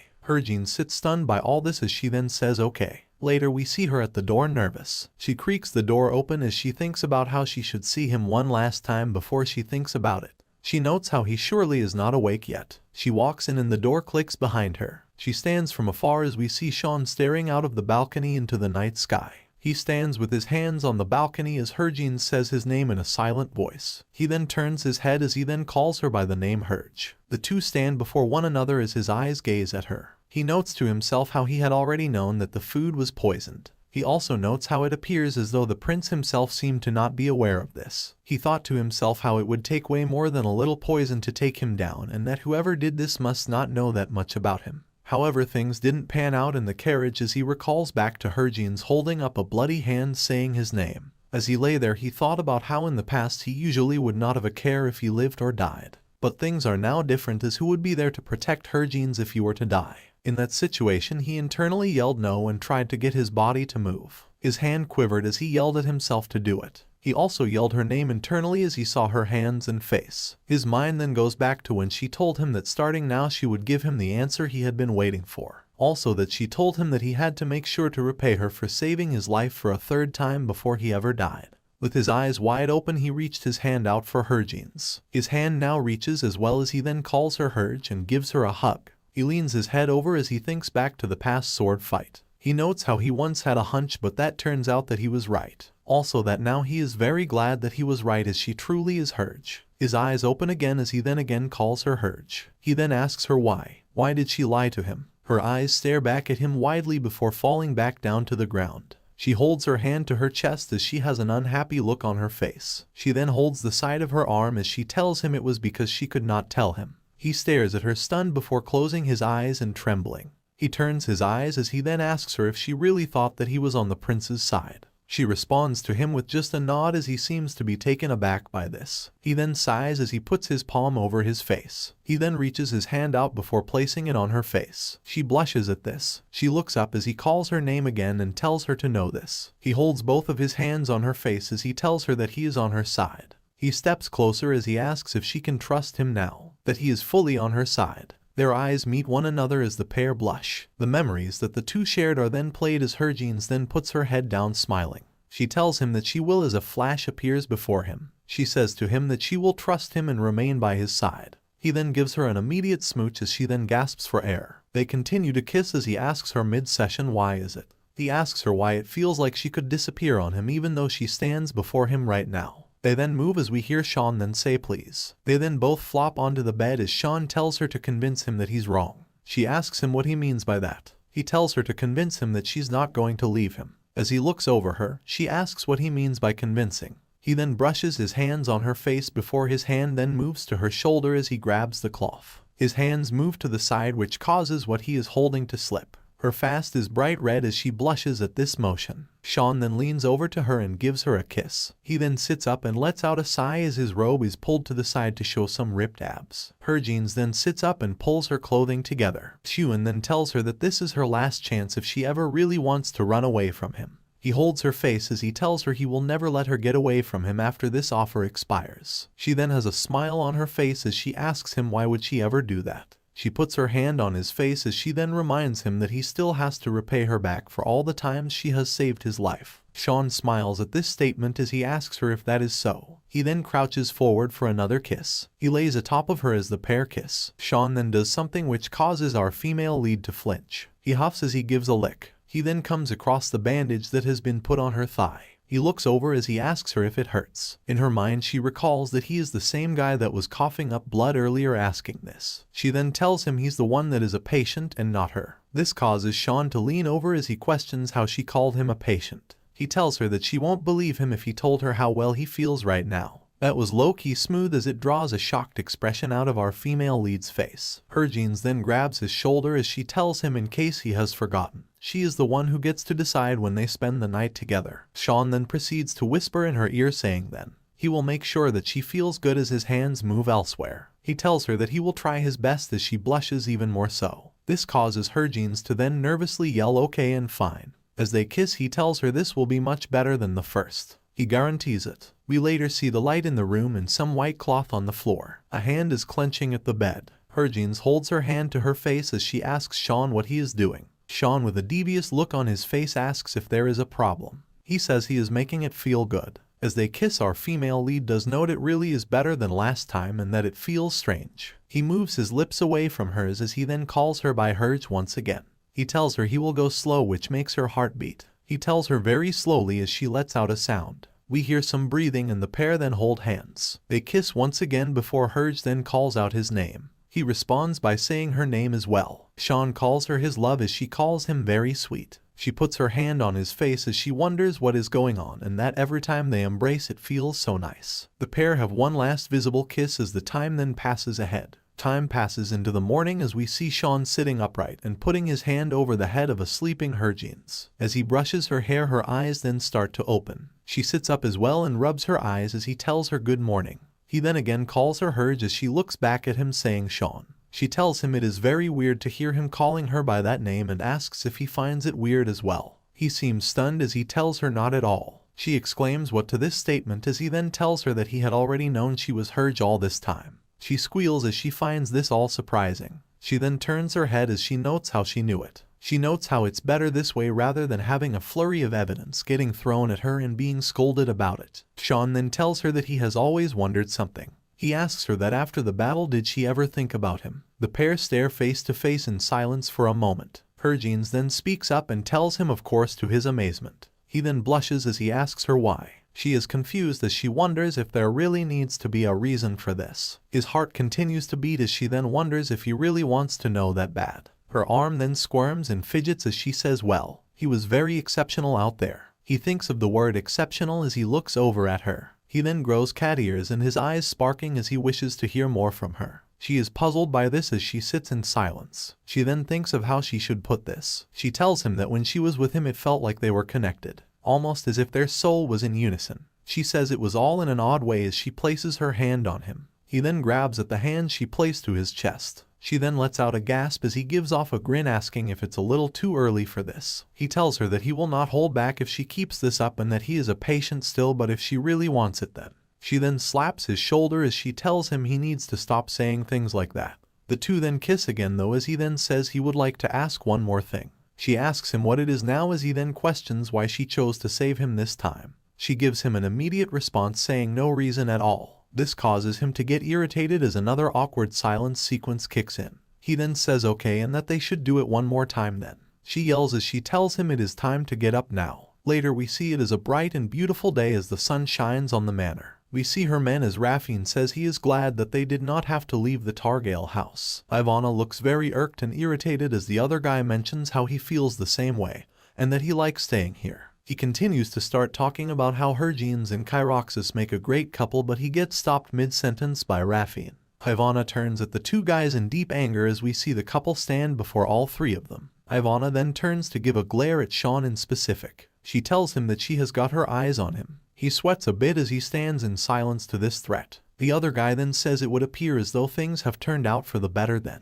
Later we see a candle lit lightly as Shaun then sits and talks to Harvin about the ambush by the Haglotten. He speaks of how he and the Prince of Briettin met in secret this time as Harvin says she sees. He tells her that he will be handling this personally as she asks him if there won't be another assassination attempt again. She jokingly asks him what if she had to save him for a fourth time. He tells her that would be even better as she'd have to stay with him until he can pay her back. Bro's Riz is insane right now. That poison really did wonders. She is taken aback by the comment as well as she sits speechless. She is then seen chasing him with a pillow as she has had enough of his Riz and asks if he wishes to die by her hands. The setting is then switched back to the Palace of Valois. We see a very sparkly and fancy cup of tea and dessert on the table. We then see someone known as Ireland, and this is the Crown Princess. The Crown Prince named Raymond can also be seen as he is seated at the table as well. The two sit across from each other at the table speechless as the awkwardness sets in. Someone then comes in to tell His Highness that an urgent message has come in.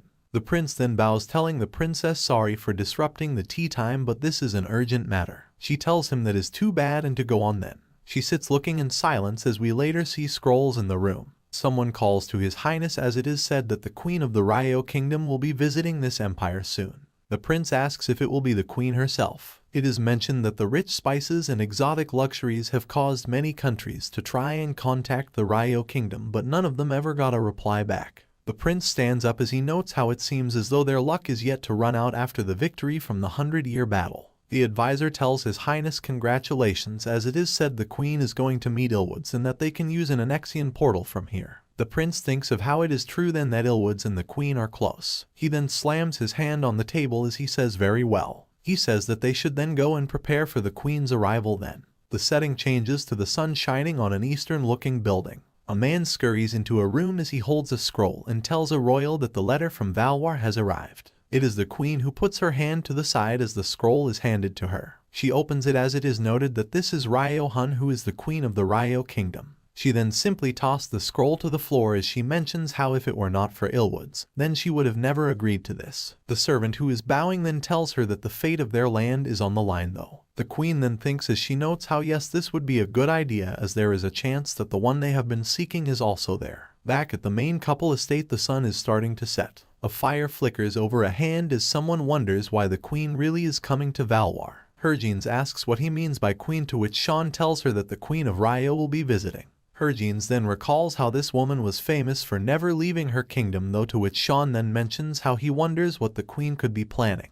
Hergines then has a glum look on her face as she then realizes they won't have time to stop by somewhere then. She then mentions how she'll also have to tell Kalia to release Rosalie, which leaves Shaun speechless. Shaun tells her not to worry though, as they should have the time to stop by Himov. This causes Hergines to beam with a smile as she asks really. He tells her that she may need to ride a horse though to get there on time. She calls this easy as she then reminds him that she rode a horse with him on her back last time. The sun continues to fall under the green and lush land as we see the couple both on a horse. Hergines takes a breath as she mentions how they managed to make it. She looks atop the cliff as she notes how it seems as though there is something going on right now. Shaun tells her that the last report he received was that they were having a hard time dealing with bandits. Hergines then thinks back and then mentions how this was the reason they sent those guys here last time. We see a bunch of men near gates and carrying torches as they are then stunned as a group of people on horses arrive. They hold up their weapons as they ask who goes there. In the shadows we see the figure of the main couple. The men hold up their torches as they seem to finally see. They mention it is the Lord as Hergines then comes into view.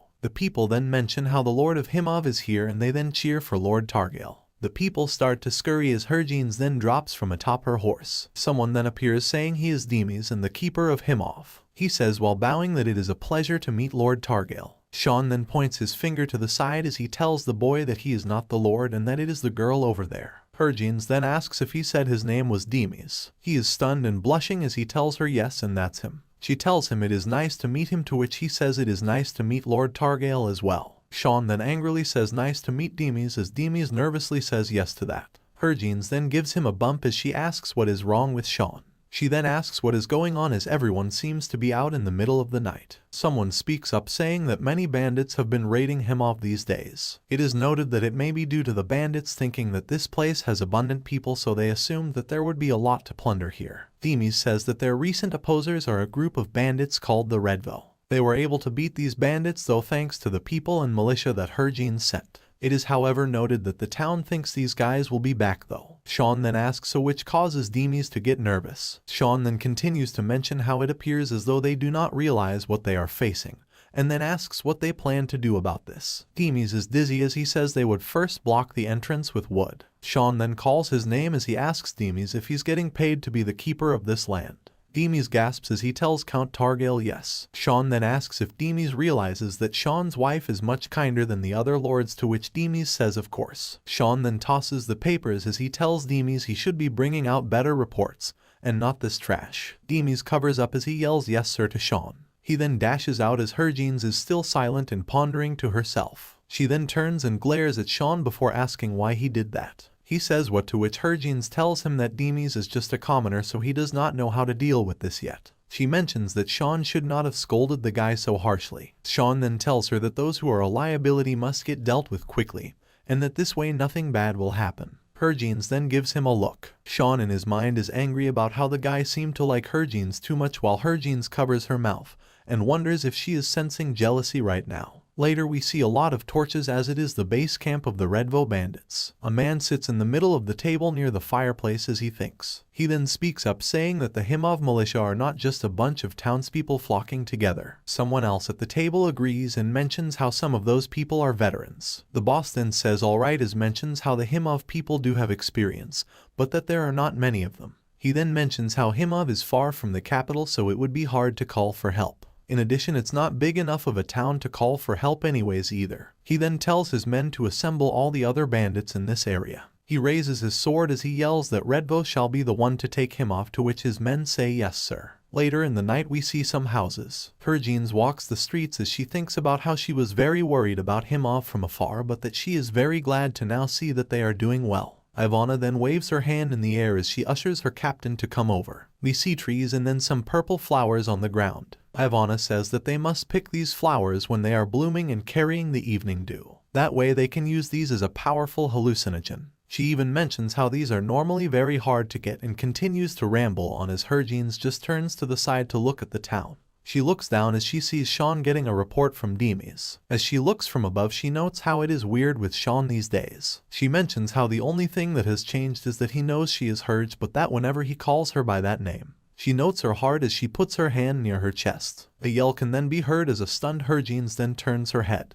She yells for Ivana as one of the guys wonders what is going on and if Ivana tripped. The two look in silence as we see in front of them emptiness and trees. We then see some guys in the distance holding swords. This causes the three to get confused as we see some bandits holding Ivana and telling the others to not move. The three of them then have blank faces and remain silent as they clearly are not impressed by these lowlifes. An awkward silence is then heard as we see a top view of the current situation. The dudes who are holding Ivana then get confused as they wonder why in the world the people across from them are so calm. A big bite is then felt as the man who got bitten asks the other dude why he is just standing there and to help him. Ivana is angry herself as she asks her captor if he ever washes. The red-haired dude is laughing as he asks Ivana who told her to go running around on her own. Ivana yells at him to shut up as Herjeans stands in silence. Then from behind the bandits arrives the leader who scoffs and asks if Herjeans and her men are the people of Himov. He has his eyes looking down as Herjeans then tells him not exactly. The caveman-looking guy then blushes as he laughs. He then mentions how no one ever told him Himov had such a beauty, and he then asks if she is the mistress of the Lord. He calls her quite something as she yells hey. He questions how she said hey as he angrily then says how dare she cut him off. She tells him that is not what she meant and that she just wanted to clarify something.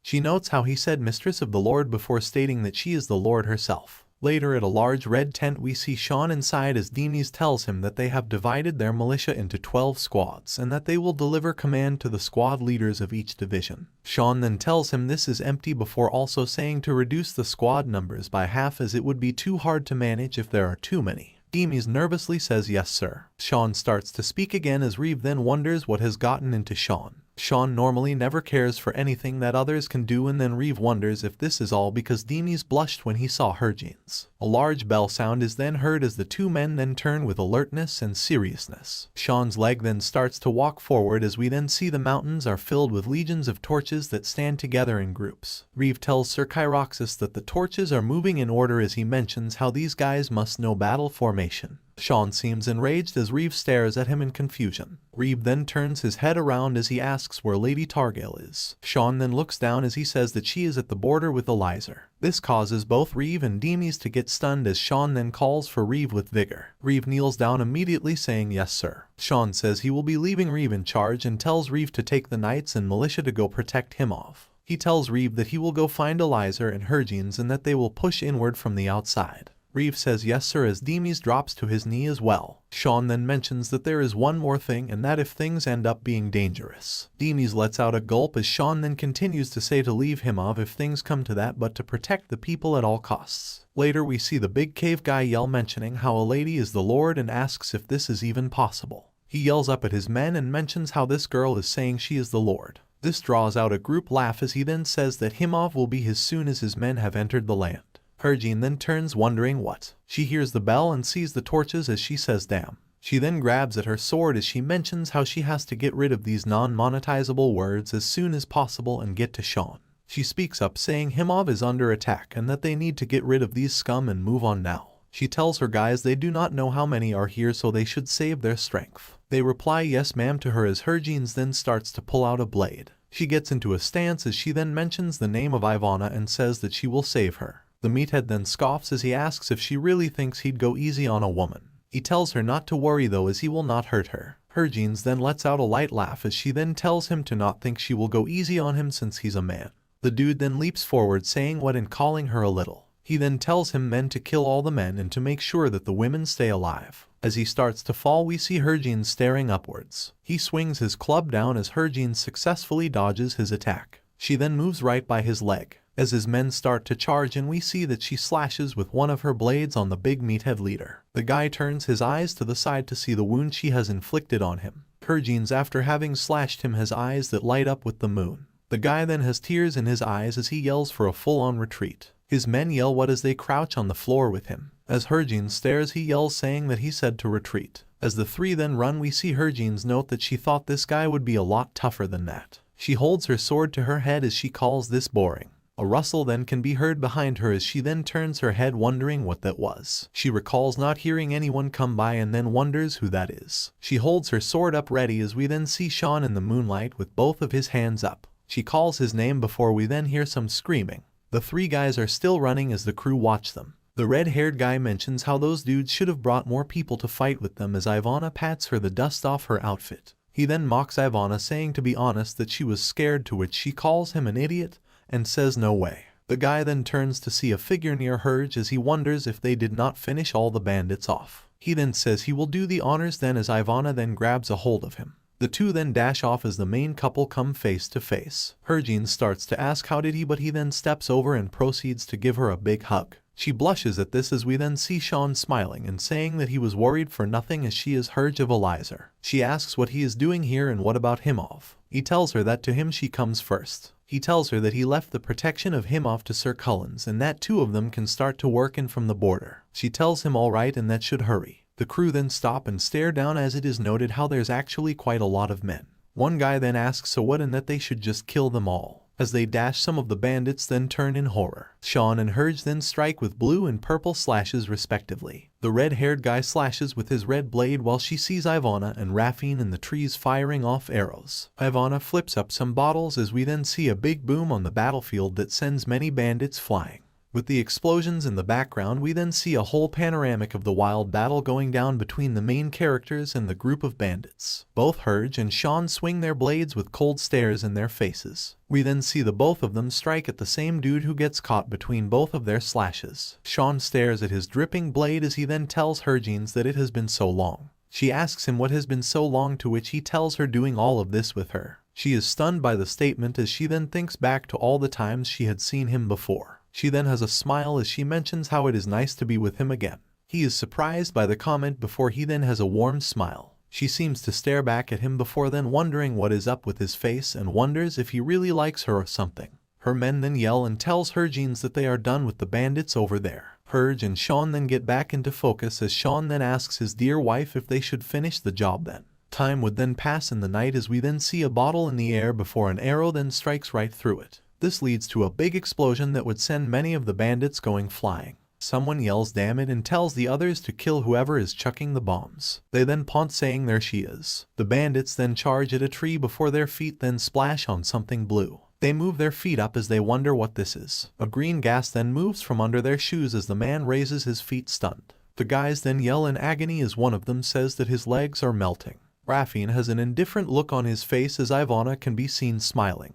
He turns and calls to Ivana, who is carrying a red bottle. He tells her that these guys will die anyway and that she should leave the bottle alone. It is then thrown down as he calls this cruel. A big boom can then be seen as the two sit atop the tree. Raffine covers his ears before then getting his bow ready for an attack. The arrow flies through the air and then into the crowd of bandits. One guy charging and stands right in front of this arrow. He is then taken out before he can attack the red-haired guy. This prompts the guy to then raise his hand in the air and thank Raffine. He then asks the bandits how dare they try to kill him. He then lets out an evil laugh as a whirlwind of red strikes flies up in the air along with all the bandits. The big scene going on behind him seems to not bother Shaun at all. He looks over confused as he sees two chicken bandits. The guys note how they thought they were going to win as they had at least 50 times more people than their enemies. They wonder why as a scary Shaun stares over them. They note how this man is yet to draw his sword and that he must be a monster. Those behind the two then yell to not back out as they can all attack this guy at once. They then spring up and lunge at Shaun in a big horde. Shaun's eyes are dark as he swings his blade.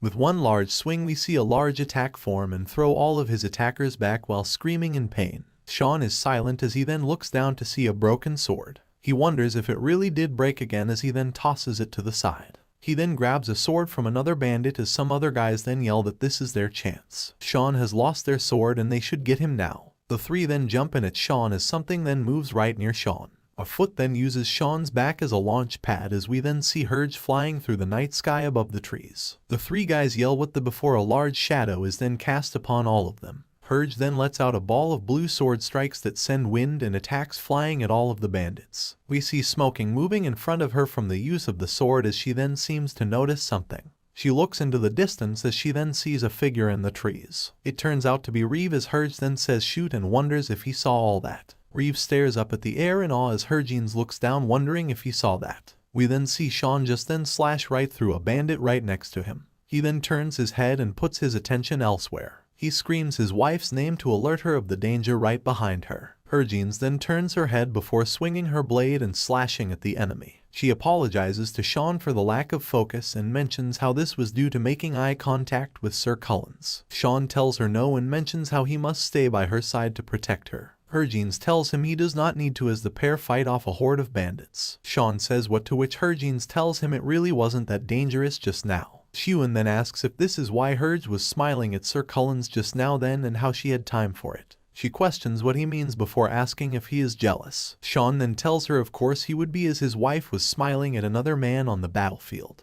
Herge then argues that it was due to her feeling awkward as Shaun then tells her to not do it still. She says what in response as we see the pair ripping through the enemy despite having a mid-battle argument. She then asks why he is being so childish to which he then snatches onto one of her wrists. He stands before her firmly as he then tells her that he could be a lot more childish if he wanted.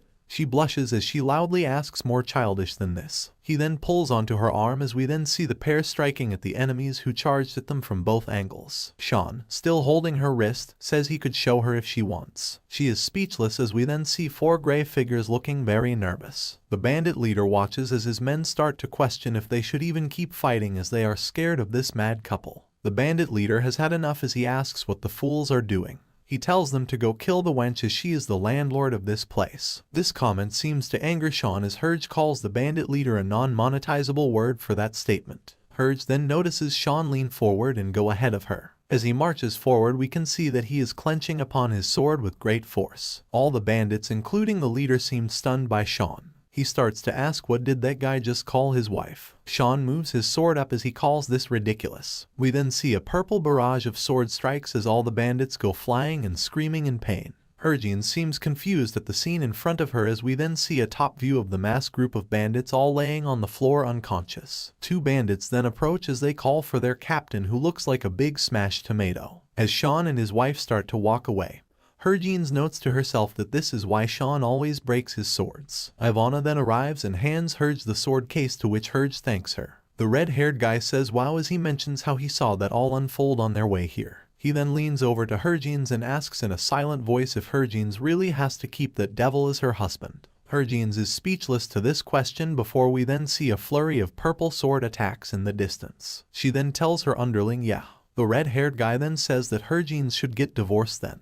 He continues to tell her to get a divorce as the Herge has a lot to do anyways, but a hand is moving towards his face. Hergines looks around as she covers his mouth. Hergines is silent as Shaun continues to go sicko mode on all the other bandits. She then tells her underling that if she were to get a divorce, does he know what would happen? The two then are silent and stare forward. They both stand speechless as Shaun continues to rain hell on the enemy. They both then break into a sweat of nervousness. The day passes by as we later see the sunset near a house. Hergines is there thinking about how it was dark in the forest and how they fought separately so there's no way they could have seen her. She then recalls that applies for everyone except Cullens though. Later we see her and Shaun greeted by Demis who thanks the pair for taking out the bandits. Demis then asks the pair why they are leaving right away though. Shaun tells him that they need to head to the capital now as there is an urgent matter. He then tells the people to make sure and continue working on the development of him off. Demis yells yes sir to this as Hergines herself thinks about how she'd actually want to stay and rest for a bit as they were unable to get any sleep.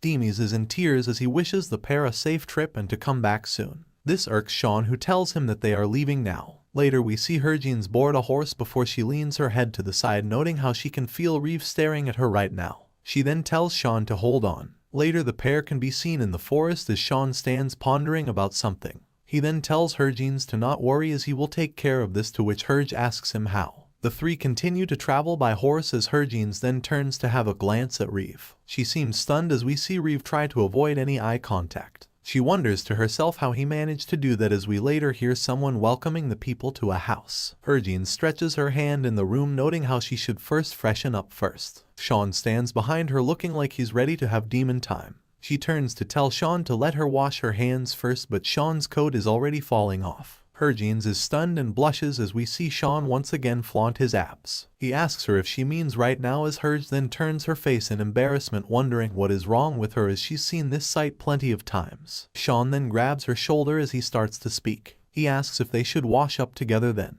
Harvin thinks of the word together as she then shoves him away, asking what the maids will think about this. She calls this ridiculous as Shaun then says to not worry as no one will be allowed near the bathroom. She tells him that's not the issue as he then starts to pout. She then lets out a little shout as Shaun grasps her. He carries her in the air as he tells her it is just a bath and there's nothing really complicated about it. Harvin notes to herself the issue is because she already knows this will not be just a normal bath. The pair sit in the tub as bubbles fill the air. Harvin blushes as she notes how they have this big tub, so do they really have to sit like this? Shaun then holds her head as he asks if she wants him to help her wash up as she may be tired. She gives him a lit shove as she tells him it is okay and that she can do it herself. She then seems to notice something as she stares to rub her hands on his chest. She notes how it used to be clean before, but now she can feel scars. She wonders if they are from the scars of him almost dying. She then thinks about how one of them was from when she saved him. Shaun then startles her as he grabs the hand she placed on him.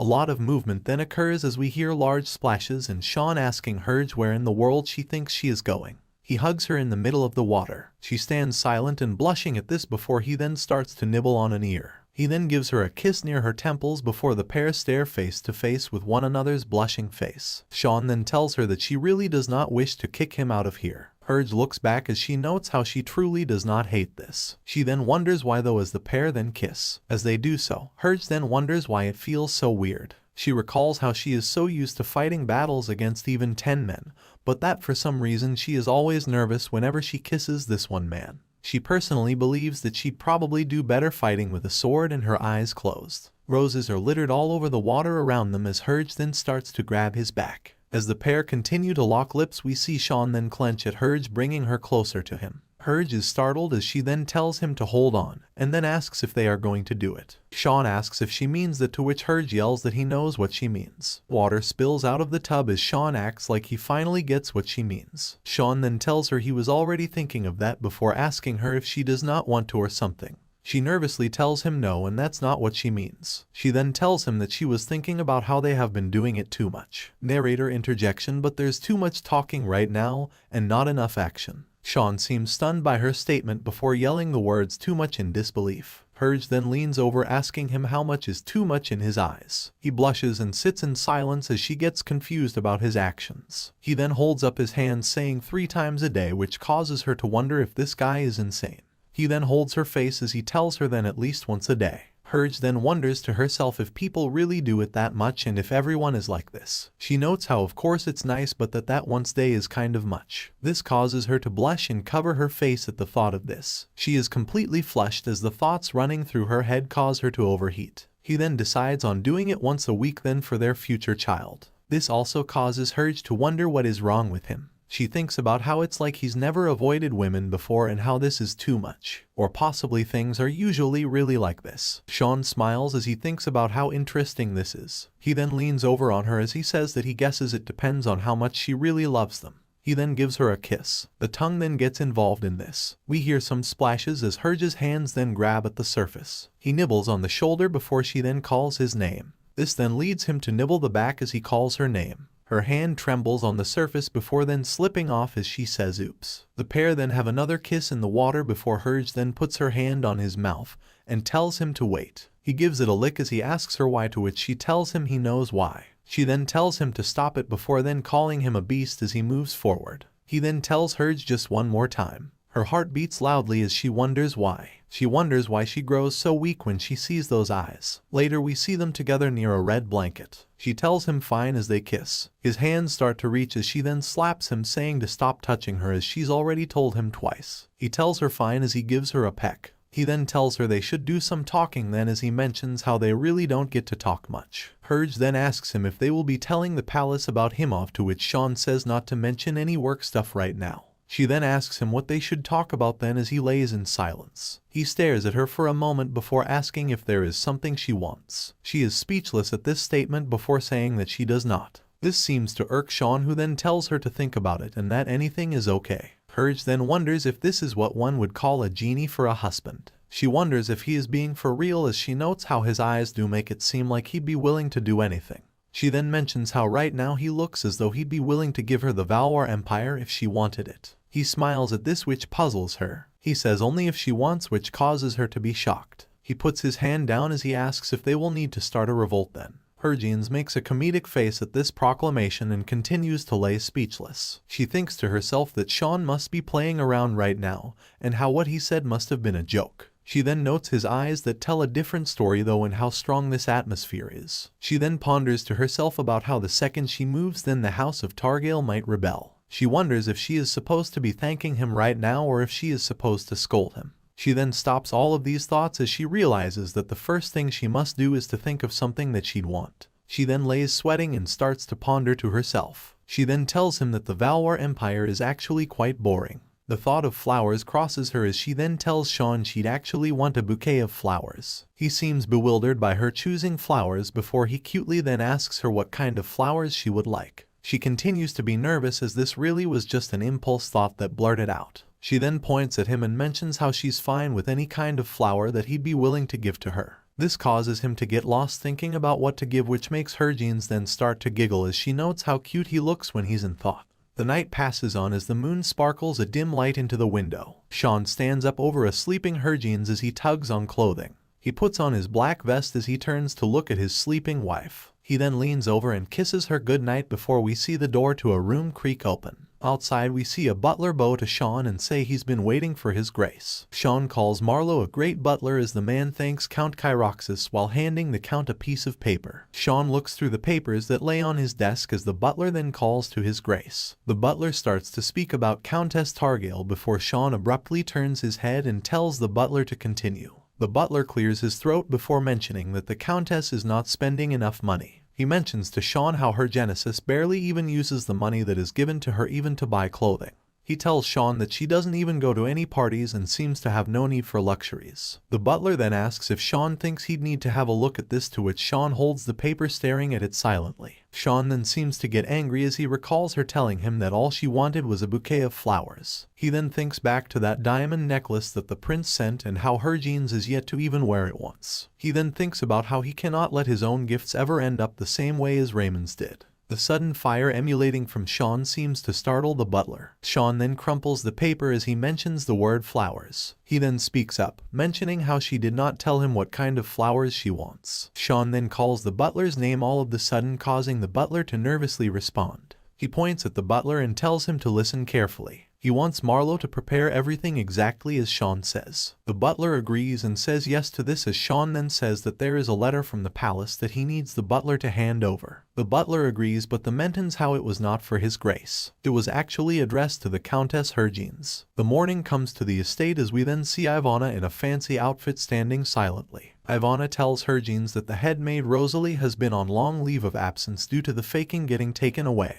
So in this time Ivana will be the one to assist Madame Hergins. Hergins says she sees while internally thinking of how awkward this is. As the two step out, Ivana tells Hergins that the outfit today is both cool and elegant and asks if Hergins likes it. Hergins nervously says she does like it while internally noting how much Ivana seems to enjoy all of this. We later see the butler then greet Hergins with a bow and call her grace. He then with both hands passes her a letter saying that there is one thing she must check first. Hergins holds up the letter as she reads the ceremony of the queen. In the letter it addressed Hergins Targale and talks about how the Queen of Ryo will soon be visiting the kingdom. It mentions how the ceremony for the queen will have many noble women attending and will be led by the crown princess Ailin herself. It is said that Lady Cecilia Imperial of the Imperial courtship and Countess Hergins will be preparing the ceremony together. The letter is from Prince Raymond, who thanks Hergins and wishes her good luck. As she closes her eyes, Hergins then wonders why. She thinks about how the House of Epernay have been in touch with the Ryo kingdom and how they know both the language and culture of Ryo. Also that Crown Princess is a royal. Hergins then notes how all she personally knows about the Ryo kingdom is fine china and green tea. She mentions how she's not even close with the princess as well. The butler then tells Harvin that the princess has invited her to a luncheon. Harvin then says she guesses Lady Cecilia will be there as well, then to which the butler says he is sure so. This causes a gloomy atmosphere as Harvin then says that she is sure this will be a pleasant luncheon. The day would pass as we later see the butler talking with some men outside of the carriage. He tells the two horsemen to please take care of things. Someone from behind then calls for the butler as we see Reeve rushing over. He shakes the butler as he asks if he is busy. The butler shakes his glasses back in place as he tells Reeve he thinks just got busy now thanks to Reeve. Reeve then starts to speak and mentions Countess Harvin. He starts to ask Marlowe if he knew that Count Harvin is actually Elizer Harge. The butler puts his glasses back in place before asking if that is true. He recalls everyone already suspecting that as Reeve starts to speak. He then trembles as he says he saw it. This stuns the butler as Reeve then thinks back to the blue swirl of sword strikes while saying he says the Countess was whipping two swords around in the air. The butler is speechless as Reeve then says the butler does not believe this right. Reeve then says he thought he was seeing things too. However, Count Kyroxis. A flashback then plays when Shaun asked Reeve why he kept staring at Harvin. Reeve then tells him that he saw Harvin attack the bandits with her sword and how he could not believe it. Shaun then tells Reeve that he saw something wrong.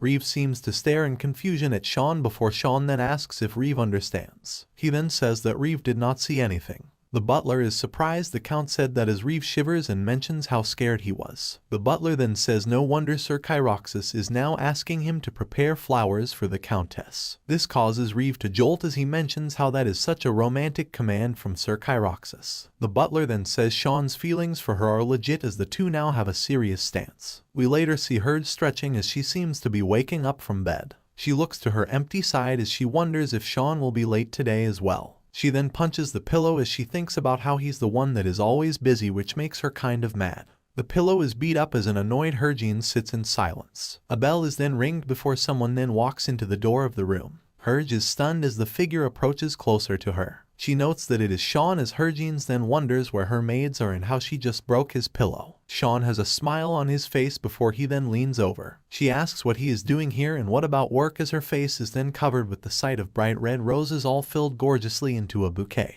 She reaches her hands out in joy as she says wow at the sight of flowers. As she holds onto them she mentions how she's never received flowers like this. Shaun looks over at her happily before he then taps on his lips demanding a kiss. She giggles but the pair then share a kiss. Shaun then abruptly tells her that he must go now, to which Harvin then asks if he was waiting for her. He tells her no and mentions how there are more gifts that she needs to open before the luncheon. The door is then closed with a click as she then continues to sit and grasp at the bouquet of flowers. She then giggles and blushes while looking over the flowers as someone then calls to her grace. We then see an army of maids telling her that Count Targail has sent her all these as well. She is stunned by the sight of this as she then yells ho, which can be heard throughout the estate. At a different palace-like building we see a lady with darker hair welcome Countess Targail. Harvin tells her highness hello as the pair then continue to sit together awkwardly. Harvin notes how quiet this is as the princess looks up silently. She squirms her hands on her dress as she calls for the countess. She asks if Harvin is happy, surprising our female lead. She starts to think about the question as she sits quietly. She recalls how the crown princess and herself are actually very alike in many ways. Harvin was sold off to the hero Shaun Kyroxis to save the house of Targail, while Aelin Seraph was given to the Valois royal palace for the glory of the house Seraph. The marriage of both households also turned into a hot topic of gossip for everybody. Everything revolving about these marriages were topics to gossip about in high society. In comparison with the princess though, Harvin clasps her hands together as she thinks about how happy she is with her own personal situation right now. Harvin looks up at the princess as she wonders if she can tell her about that. The princess then speaks up saying that was nonsense she was saying and to please forgive her. The princess smiles as she asks to be excused as she was just trying to feel more comfortable. Harvin is silent before she then calls for her highness. She then tells the princess that she does not need to be that perfect. She tells the princess that she does not need to force herself to be happy for other people. The pair then continue to sit in silence again as Harvin then covers her mouth and notes internally how that all came out unintentionally. She notes to herself how there is nothing more foolish in society than honesty as the princess remains silent. The princess then clenches her hands together as she starts to speak and says that she has never heard that being said from anyone before. She is slightly blushing and smiling, which causes Harvin to look back stunned. Hergins then tries to continue speaking with the princess, but the pair are interrupted by the announcement of Lady Cecilia's arrival. The two turn their heads to the side as we see a red dress walking closer to them. The lady who arrives has a black dress while carrying a red cloth for some reason. She has a smile on her face as it is clear that her eyes are dead set on Hergins. She stands over our female lead as she internally notes how Hergins likely has no clue as to why she was called her. The witch in her mind thinks about how dare Hergins steal her man and mentions how Shaun was supposed to be with her. She has a dark and evil look on her face as she internally thinks about how if she'd had known Shaun needed a title then she'd have married him right away already. She then clenches her fist and trembles as she thinks about how she'll torment Hergins so much that she regrets ever marrying Shaun. She recalls back to a maid mentioning how Hergins does not wear fancy dresses as she thinks of how she'll take Hergins' shabby dress and laugh at it all she wants. She has a smile on her crusty face as Hergins' feet can be seen standing up. The witch Cecilia gets nervous as Hergins can be seen shining and standing before her. She seems to be stunned as she covers her eyes from the radiation and notes how that dress is actually a new one that recently was put on display. She recalls thinking this dress was not even for sale either. Cecilia then tells Her Highness that she is very late, which confuses the other two girls. Her Highness then tells Cecilia no, and that it's just that everyone else arrived early. As the three sit, Cecilia continues to think about how what Hergins wears is not important. She also wonders how she got the dress though and thinks about how Hergins is still a country bumpkin. Cecilia then opens her mouth and asks if the pair talked about something before she got here while internally being sure it was something boring anyways. The princess holds her hand to her face blushing as she says it was nothing really. The princess then blushes even more as she says it was actually so fun that they did not notice time passing. This stuns Cecilia as she turns her head looking at Princess Iolin. She is so surprised to see the princess smiling like this and thinks about how there is no way. She recalls that the princess was always so sad and depressed before, wondering what in the world the two were talking about before. She turns to a confused Hergins while full of rage. Cecilia then calls for Her Highness again as she then speaks about how she heard Countess Targail has traveled abroad to many nations. She mentions how she recommended the Countess due to thinking the Countess might know the language and culture of Ryo. She mentions how it sounded interesting and asks if they should let Hergins talk about it. Herg has an annoyed expression as she notes here this witch goes again. The princess then is ecstatic to hear Hergins has traveled abroad and calls it wonderful. Cecilia seems pleased with this as Hergins is more annoyed. Cecilia has a smug smile and giggles before her face is filled with pure shock. She sees an angry Hergins that radiates the same energy as a ferocious big cat. This intimidation causes Cecilia to squeal in fear as the princess has no clue what is happening. Cecilia thinks about how when their eyes met her chest got tight, and she felt chills. Hergins then calls Lady Cecilia before asking if she is really sure she'd like to hear Hergins' story. Cecilia, who sits trembling and shuddering as Hergins looks over. A smile crosses our female lead's face, as Cecilia wonders why she is getting chill. Internally, Hergins thinks about how Cecilia is likely the reason why she got summoned today and how Cecilia can't even stand Hergins yet still tries to annoy her. Hergins then speaks up again saying her story really isn't that fun anyways and that she's sure it would have just ruined the atmosphere. Hergins then speaks about how her parents both passed when she was still young, and that she was left alone with her younger brother. She continues to speak to the startled other two as Hergins mentions how she had nothing left to lose, so she had to do everything in her power to protect the only family she had left. This was the reason why Hergins went abroad to sell things, and there were also many different other things that happened along the way. Cecilia then holds her neck as she gasps as Hergins then starts to yell. Hergins slams the table as she tells them that despite this she did not do anything to ruin her brother and her family's reputation and honor. With this statement, Cecilia seems to get struck as she starts to yell. The princess calls to the lady wondering what is wrong as Cecilia then apologizes to Her Highness as she has no clue as to why she is struggling right now. The princess tells Cecilia that it may be best to just go get some rest for now. Cecilia covers her face and apologizes as the maids usher her away. Later we can see the original two attendees sitting together still at the table. The princess then mentions how Lady Cecilia has been so uncourteous and asks for Hergins to be understanding. Hergins says no and calls it her own fault. The princess then laughs and covers her face as she mentions how glad she is Hergins told Cecilia off like that.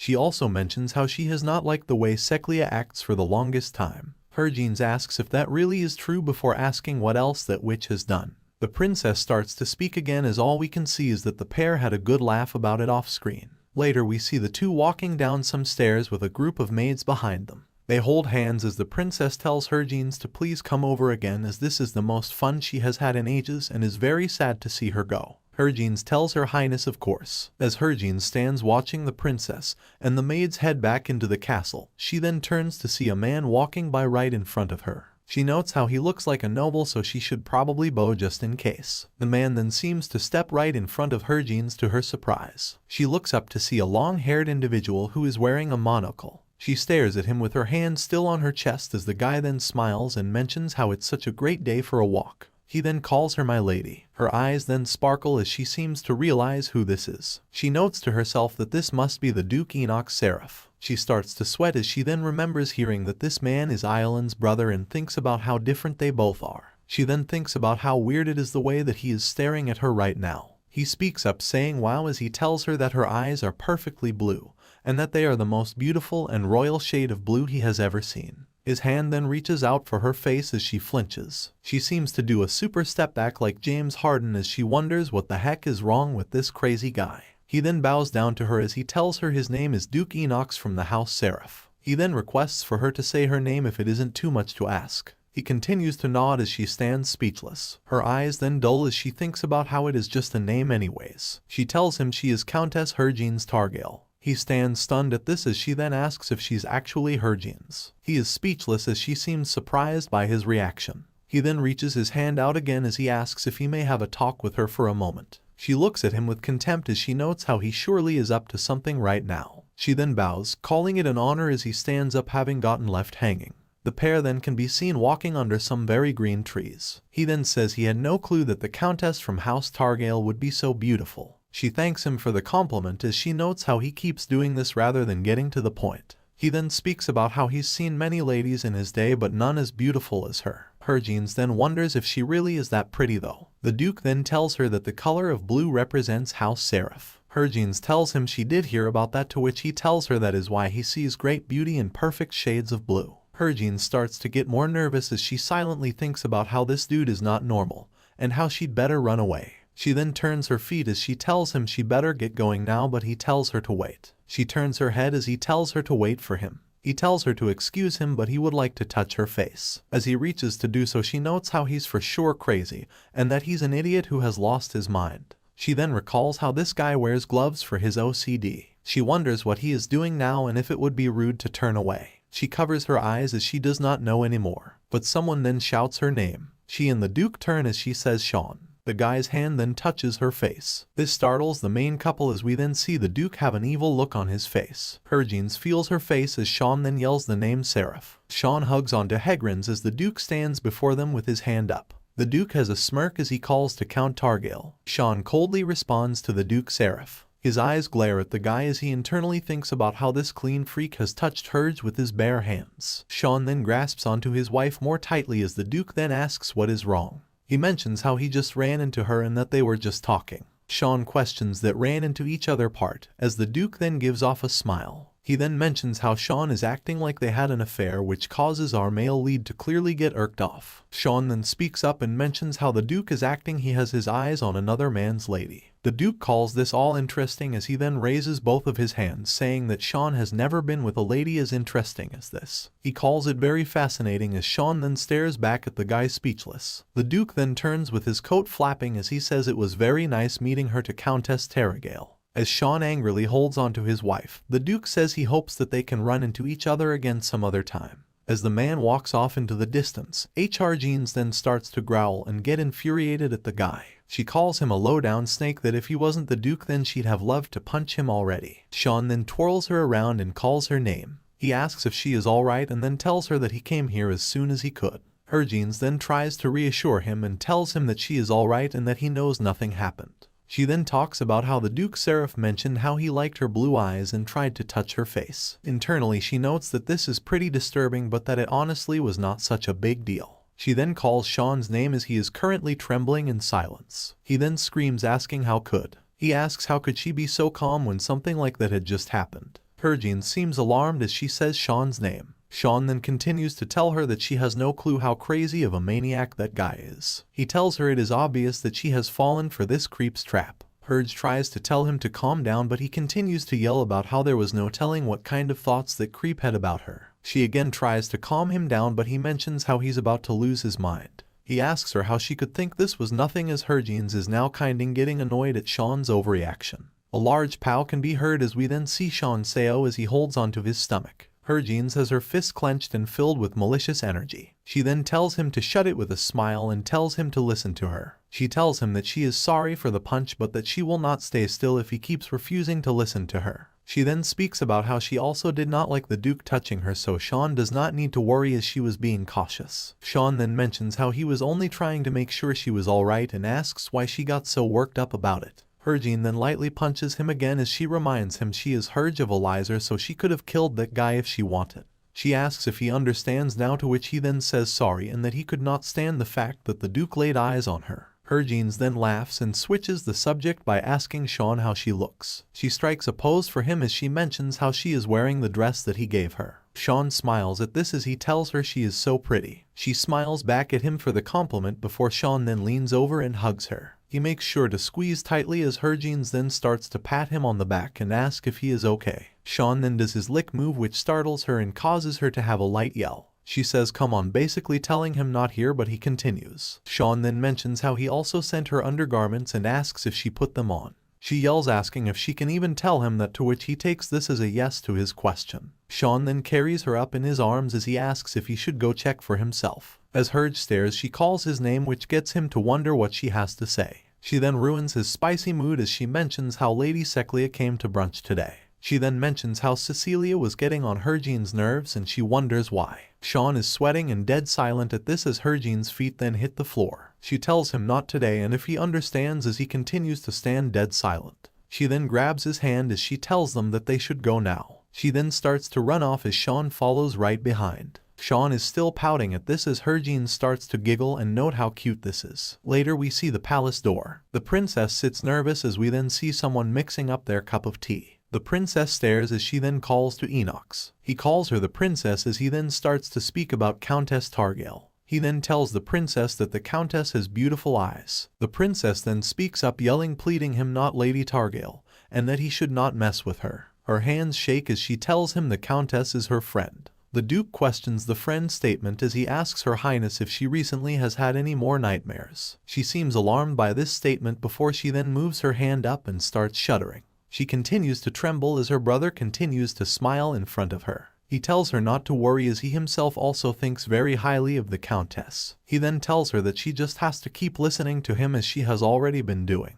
She continues to tremble before him as we clearly see he is manipulating her. The board game looks like Jumanji, by the way. A building with a red roof can be seen as Hergine says it has been a while. We see her standing inside with a hat as her men behind her stare at other weapons. The swordsmith asks her how well the sword swings nowadays before mentioning how it appears as though she got some blood on it. She tells him it did great before saying she is here today to order a stiletto and would like to get some swords for the guys behind her. The man tells her all right. She then mentions the length of the swords before someone then calls for Master Harvin. A guy walks into the shop asking if his own swords are ready. He stands over Harvin as Harvin tells him it's not ready yet. Hergines wonders if this is a knight in training as the knight asks how come it's not done yet. Master Harvin then tells the guy whose name is Kattinson that there is no way he can handle a rapier and main gauche. This catches the attention of our main lead. The shop owner tells the guy he suggests using a rough shield and a rapier instead. Kattinson throws a fit as he says he does not want that and would specifically like to use the rapier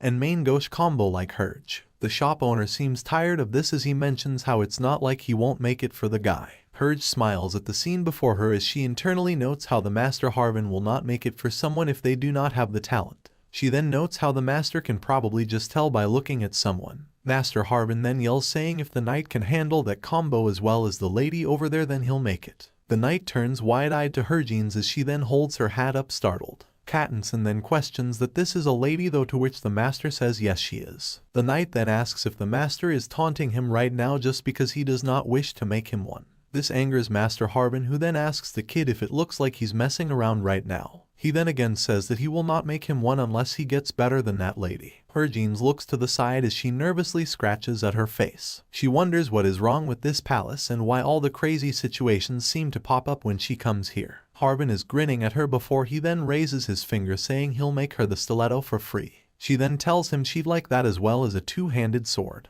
Later outside we see her and the knight from before stand across from one another. He tells her that he is Cattinson of Roble. He mentions how he may not be from the house of Targale but that his viscounty has produced many swordsmen, and that he will be applying for royal knighthood. He then asks for her name, to which she apologizes and tells him not now. He then tells her she should take off her hat as she may not be able to see, to which she says it does not matter. He then starts to charge as he tells her to not regret this. He launches a big swing as Harvin seems to easily walk away from it. She then smacks his hand with her wooden sword as she tells him to loosen up a bit so he can move his sword more easily. She then moves behind him to hit the other hand as she tells him to put more weight on his right foot and to prepare his left hand for anything. The dust is all over the place as she has moved in front of him. He then proceeds to throw a bunch of haymaker sword swings at her as we can see her not even looking as she blocks all of the attacks. She then stops the movement of his sword with one move before unleashing her own barrage of attacks at him, which sends him flying. His swords both hit the floor as he is then laying on his back with a sword to his neck. She stands coldly over him as he trembles and mentions how he lost. He is then told to keep his promise as a crowd of people enjoyed the show and call this a great lesson. As Harvin walks away, the knight yells to her. He then thanks her for teaching him, to which Harvin then tells him to listen to Master Harvin from now on. She mentions that he may be rude but he knows a thing or two. She continues to walk as the master then mocks the knight. Cattinson then again asks for her name, which angers Master Harvin. The knight says he would like to repay her grace, to which Master Harvin then tells the kid to just think of this as a midsummer's dream. He tells him to think of a sword he would like and to come back next time. The sun continues to set as we later see someone yell that the millennium is coming and the end times are near. He continues to talk about the end times as the knight turns his head to look back. In the busy night street, he wonders who that girl was. It is nighttime now as we see a white building in the moonlight. We see a woman walking up to someone who stands before a statue. The queen tells Ilwoods that it has been so long. The guy turns his blindfolded face as he tells the queen welcome. The two then have a seat on the stairway as the queen mentions how she heard Ilwoods has found someone. She speaks about Valwar's Count Targale. He is the hero from the 100-year battle. The queen says she had no idea before asking about the one. Ilwoods says not yet before saying he has a few people in mind. He mentions that the Duke Seraph has angel blood, so he is looking into that guy. The queen asks if he believes in that fairy tale, to which Ilwoods mentions how he does need something to rely on after all. The queen then looks over as we see Ilwoods say to hold on as he starts to remove the blindfold. He drops it to the floor next to him. He then calls Hyun as he asks for a favor from her. He has some angelic colorful eyes and long white hair. His eyes gaze at her as he then reaches his hand out to the queen. His hand causes a sort of spell of something in front of her. He tells the queen that if she comes into contact with the Duke then she'll know if he's the one. He tells her that there is only one chance though, to which the queen asks what if the Duke is not it. Ilwoods puts back on his folds as he says he'll have to keep looking then. He tells her there may be a little time left but that's still something. Bro is trying too hard to be Gojo from that one anime by the way lol. Someone lowers their hood as they say wow to the madam. Harvin responds by happily saying it is Eppin. The two greet each other rosily as Eppin asks if Harvin has been well, to which Harvin asks what took him so long to get home. Eppin mentions how he and his people had to give their pursuers the slip, especially since they scrubbed all the evidence to ensure that nobody would know that the bandits came from the house Targale. Harvin notes how that is true before Harvin then mentions how it seems like she never told Shaun about Kalia. Shaun nods in response. Harvin then proceeds to tell Shaun the whole truth as he then is left stunned as he ponders about the assassination attempt. Shaun angrily mentions how dare those guys, which leaves Eppin in fear and causes Harvin to try and calm Shaun down, saying it is all water under the bridge. Harvin points as she mentions the important thing is to keep the identity of the person who requested the assassination away from Kalia. Harvin mentions it turns out to be Duke Seraph, which further irks Shaun, who says nani. Shaun then says he knew he should have killed the Duke that day as Harvin gives him a nudge to calm down again.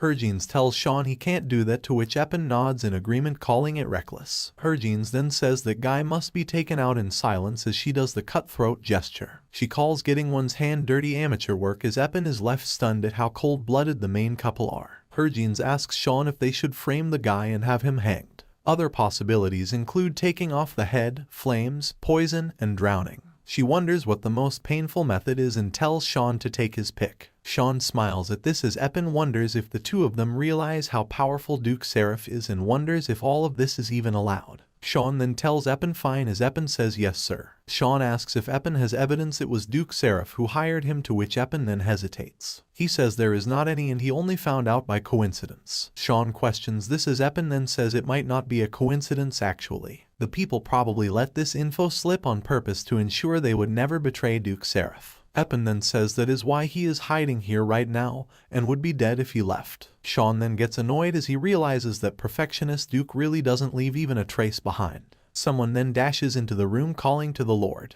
The butler says they have gotten an important message from the palace. It is that the teleporter has been activated. This stuns the main couple as it is mentioned how the teleporter only ever activates with Ilwood's holy power, so not just anyone can use it. At the present moment, the only people who even plan to use the teleporter is the delegation from the Ryo Kingdom. This can only mean it is the Queen of Ryo. We then see a large flash as the Queen and many of her subjects appear. The Queen smiles as she is now in Valwar. Harvin stands in a crowd speechless. She wonders why everything feels so familiar as we see two large groups come into proximity of one another. She mentions both the women and also even the men. She mentions how it feels as though she is watching a different period drama from her previous life. A man calls for Her Majesty and welcomes her to Valwar as all the servants bow. The Queen thanks His Highness for the warm welcome. Cecilia calls the Queen an arrogant wench as Harvin turns her head alarmed. She wonders what Cecilia is planning now and notes how rude that was and how a comment like that should be kept to oneself. As she wonders if Cecilia lost her mind, Queen Ryo seems to turn her head over to Harvin, causing our female lead to be surprised. She wonders what is going on as it is now clear that the Queen is staring right at her. Harvin wonders how she should explain this, but that after seeing so many colorful eyes, the ones that gaze at her now appear very dark. Harvin mentions how it feels as though she is meeting someone from her hometown.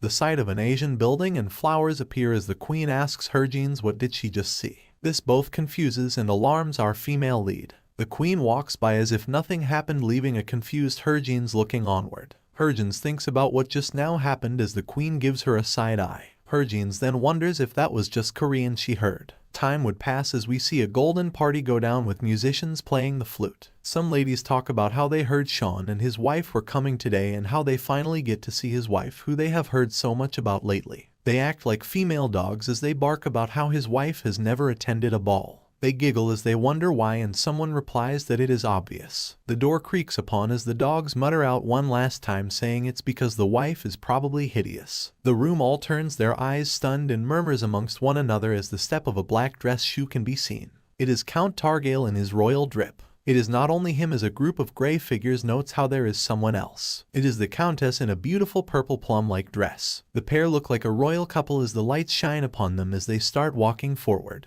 As they pass by, the people continue to murmur as Harvin then tightens her grip on Shaun's arm and mentions to him how this is more uncomfortable than she had thought. Shaun whispers, mentioning how he's never seen her this nervous and how she's even more relaxed while in battle. Harvin blushes at this comment as she then grabs him again, asking how he knew that, and tells him she has never gone to a ball this grand. Shaun then tells her to not worry as he grabs her back. He tells her she will get used to it soon and also that she has him right by her side. She looks back at him with a smile as all the ladies think about how they've never seen the cold Count smiling like this. The couple hold hands and share a large smile together. Shaun then brings up the Queen's ceremony as Harvin questions what is wrong. He tells her to let him know if it's too much pressure for her as he'll take care of it for her. She seems relieved at this comment before telling him not to worry. Shaun seems to be confused as Harvin then gets deep into her thoughts about how she is absolutely sure that the Queen spoke Korean. Harvin then speaks up, saying who knows, she might turn out to be quite the expert on the Ryo Kingdom.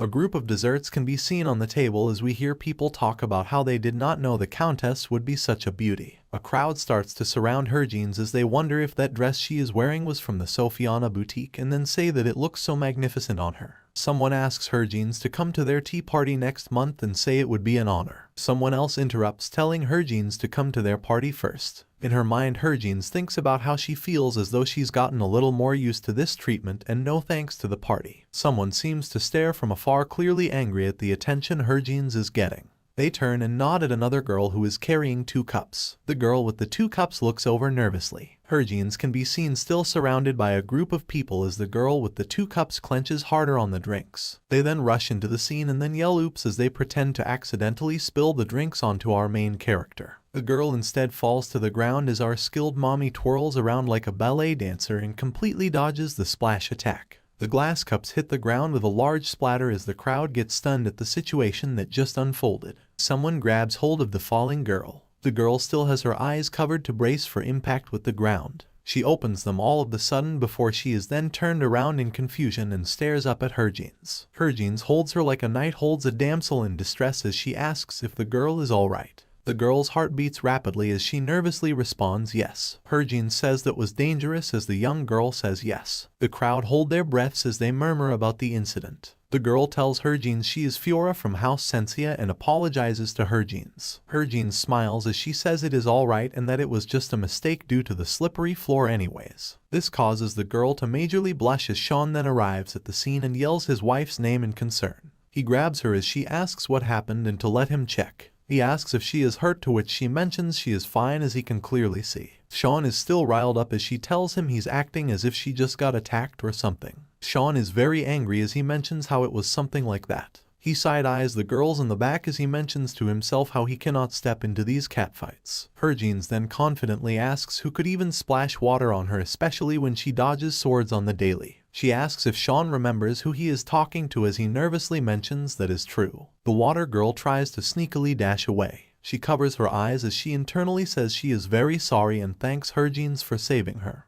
Her heart beats as the main couple notice her departure. Later we hear trumpets as the people yell it is His Highness Prince Raymond. He walks into the scene waving at everyone as someone else can be seen behind His Highness. The people let out a collective gasp as they mention it is His Grace Duke Seraph. He walks down the stairs to the excitement of the people who call him perfect as usual. Shaun is very angry at the creep and his dark energy fumes in the air as Herjeans tells him to stop. The prince beams right to the count as Shaun and Herjeans bow to His Highness. The prince says it has been a while since he saw them at a ball and the last time they met was during victory celebrations. The prince then mentions how Herjeans must be the countess then. They finally meet in person as the prince tells Herjeans her necklace suits her very well. Herjeans internally voices her displeasure at the prince but decides she must act polite on the surface. She calls His Highness too kind. The creep duke then says Herjeans is stunning today as well. This draws a shocked expression from the main couple as Duke Seraph arrives with his hand to his chest calling to the countess. The prince is surprised as he asks if the duke has already been acquainted with the countess. The duke mentions how he met her at the palace and that they exchanged greetings. The duke then says he also thought back then that she was a beautiful lady. The prince is confused as Shaun then puts his hands over his wife's shoulder and calls to his grace. Shaun mentions how the duke seems to be very interested in his wife as the duke asks,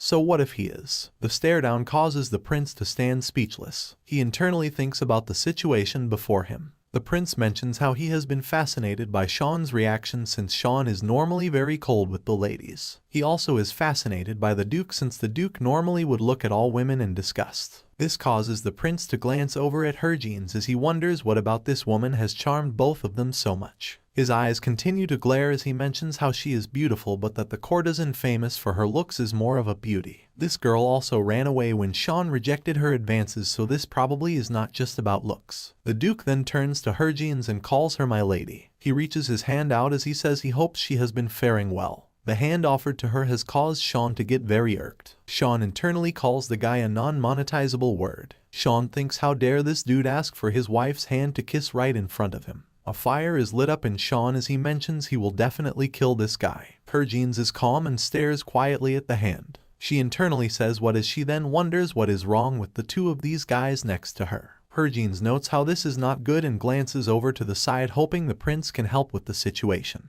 The prince is actually amused at all this and is having so much fun watching the drama play out in front of him. Herjeans then starts to lift her hand as she assumes she does not really have a choice. Shaun is now even more fired up as he wonders if she'll really be giving him her hand. Herjeans stares at Shaun as she thinks about how she knows exactly what he is thinking but that they both have to mind their manners here. Her hand gets closer to that of the duke's as he then grasps and holds it. Bro acts like a creep as he says wow and notes how elegant this was. Herjeans internally says you and gross at the duke. He then kneels down to kiss her hand which causes goosebumps in Herjeans. She internally mentions how disgusting this is even with gloves on. She then recalls how it felt so much better doing things with Shaun though. That thought is erased immediately as the duke continues to be weird as hell. The prince notes how this just keeps getting better as Herjeans wonders if the weirdo really just licked her hand. The Duke then says the lady is welcome to his estate if the opportunity ever presents itself. He then tightens his grip on her hand as Harvin wonders why he will not let go and how he's actually stronger than he looks. She wants him to let go already as Shaun's eyes have now turned red. Harvin internally notes how there will be a bloodbath soon if the Duke keeps doing this. Harvin then snatches her hand back, which causes the guy to blush. He speaks about how there are many things he wishes to show her. Harvin reacts to this comment before having a cartoon face. She internally questions what exactly he means before mentioning how this guy is so vile she does not really want to even imagine. Shaun then steps in, telling the Duke that he thinks this is enough. The Duke questions the word enough as Shaun tells him he's quite the jealous type.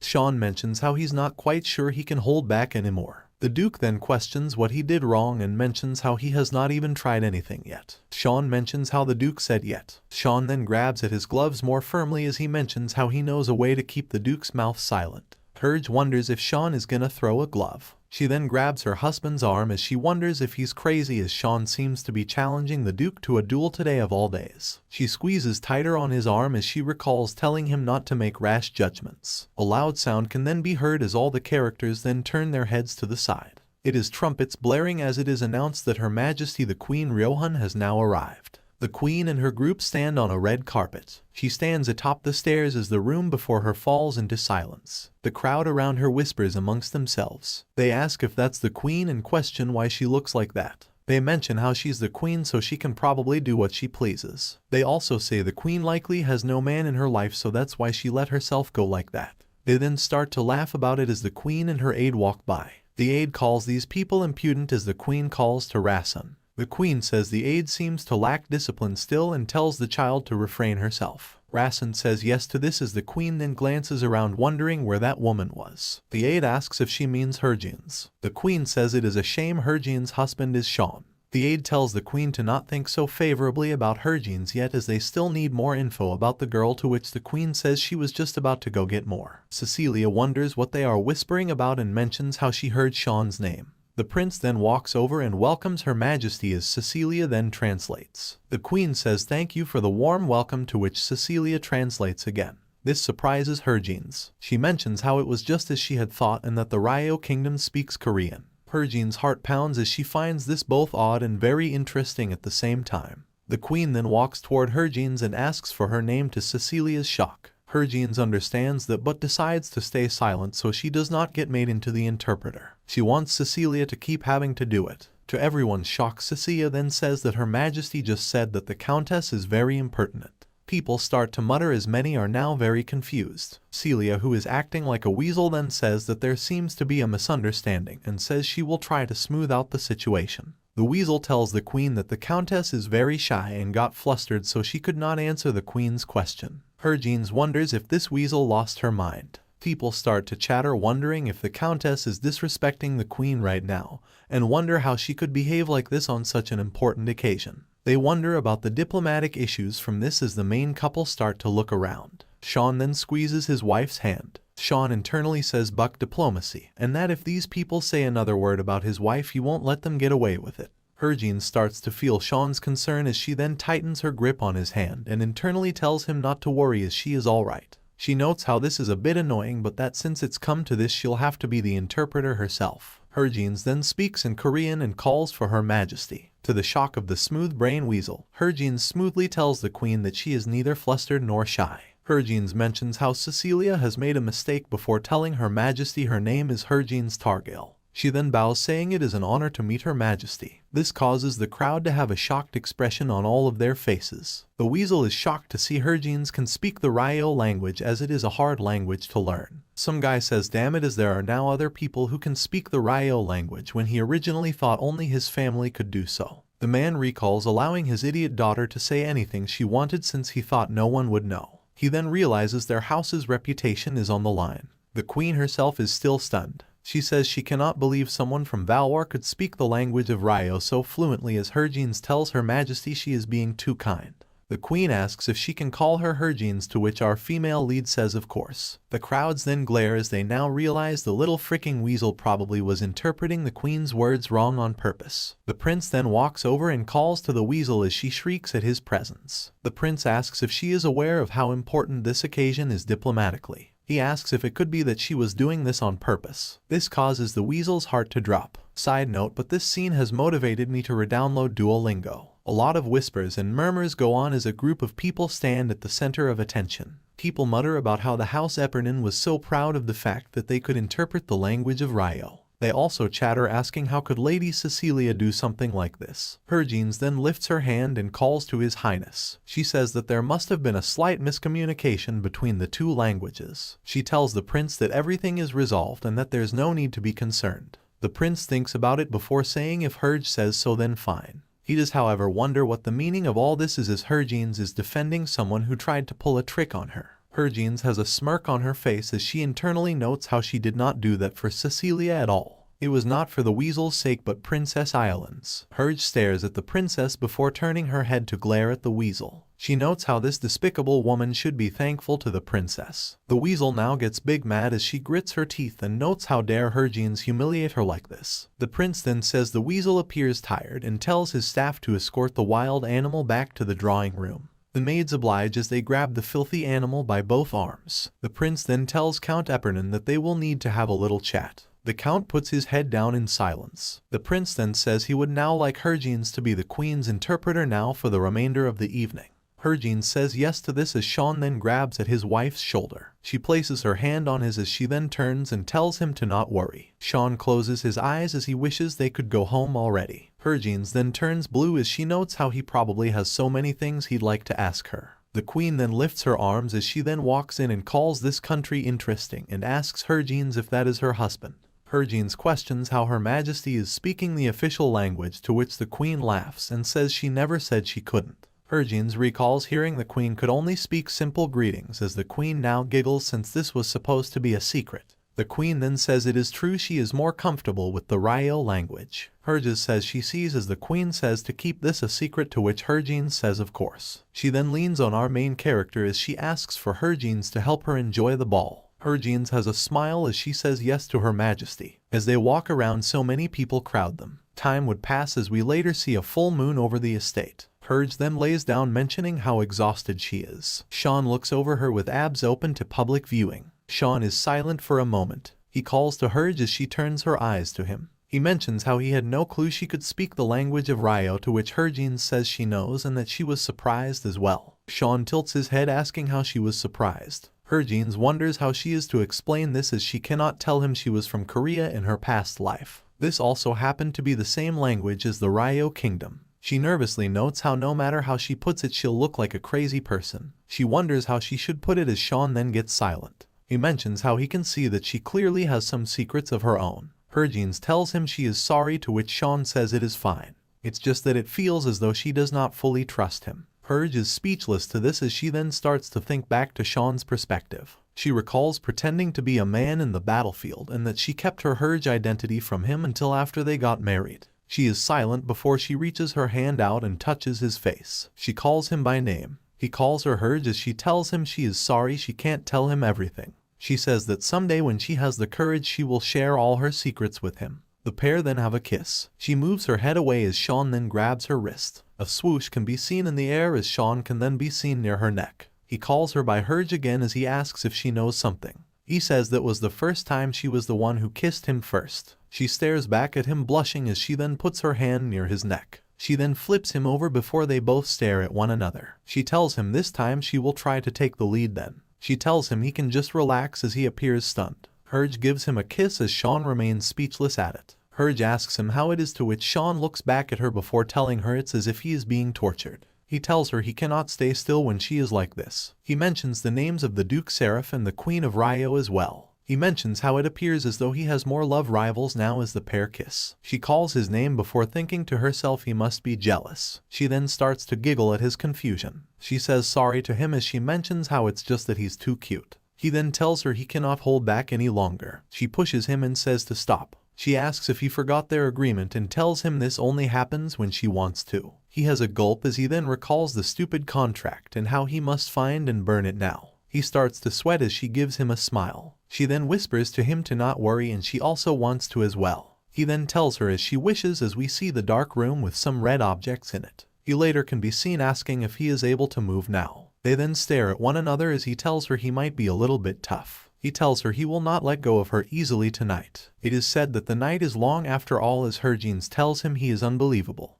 The air is filled with hearts that float up into the sky out of the house. Later we see his hand placed atop her head. He looks over her with a warm smile as she has fallen asleep. He leans over to give her a kiss again, as we then see a desk full of papers. Shaun calls to Marlowe as his butler says, "Yes, my lord." The butler then starts to speak about Count Eppernon. He mentions how the prince will question this guy after the ceremonies, but that the House Eppernon will continue to be in charge of the interpretations while the ceremonies take place. Shaun then tells the butler to do some research on House Eppernon and to bring back news that is more satisfying than this. The butler says to leave it to him, as he's even down to create a weakness if he has to. Shaun asks who else will be at tomorrow's festivities, to which the butler says the prince and princess are not attending.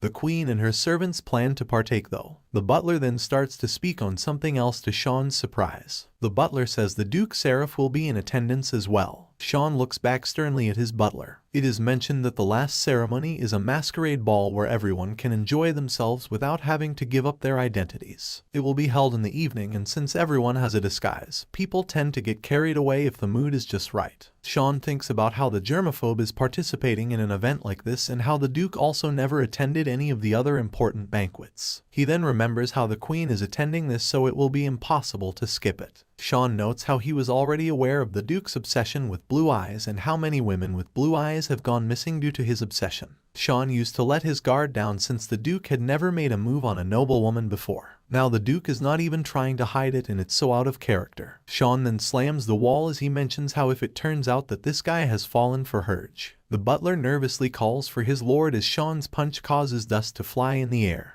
The butler tells Shaun that the Duke's underlings are now trying to dig up dirt on them as well, so Shaun really needs to calm himself. Shaun tells him he knows before he starts to think about how all sorts of lowlifes desire his wife now, since it's been revealed that she is like a gem underneath the bright sun. He notes how he's already holding back as much as he can, but that if the Duke tries anything at the masquerade, then Shaun will stop him at all costs. The night continues on at the estate as Shaun is later seen being more calm and thinking about something with his hand to his chin. Shaun asks if Harvin really has to go in that dress. Harvin then turns as she asks if this is too much or something. We can see that it is a fine black dress, as Shaun then says no and mentions how it's just that she does not need a dress like that to look beautiful. He blushes as he realizes she just looks too good. Harvin seems annoyed as she asks if he thought it was easy to get in this dress since it took her forever. She then tells him they need to go already as he raises his hand.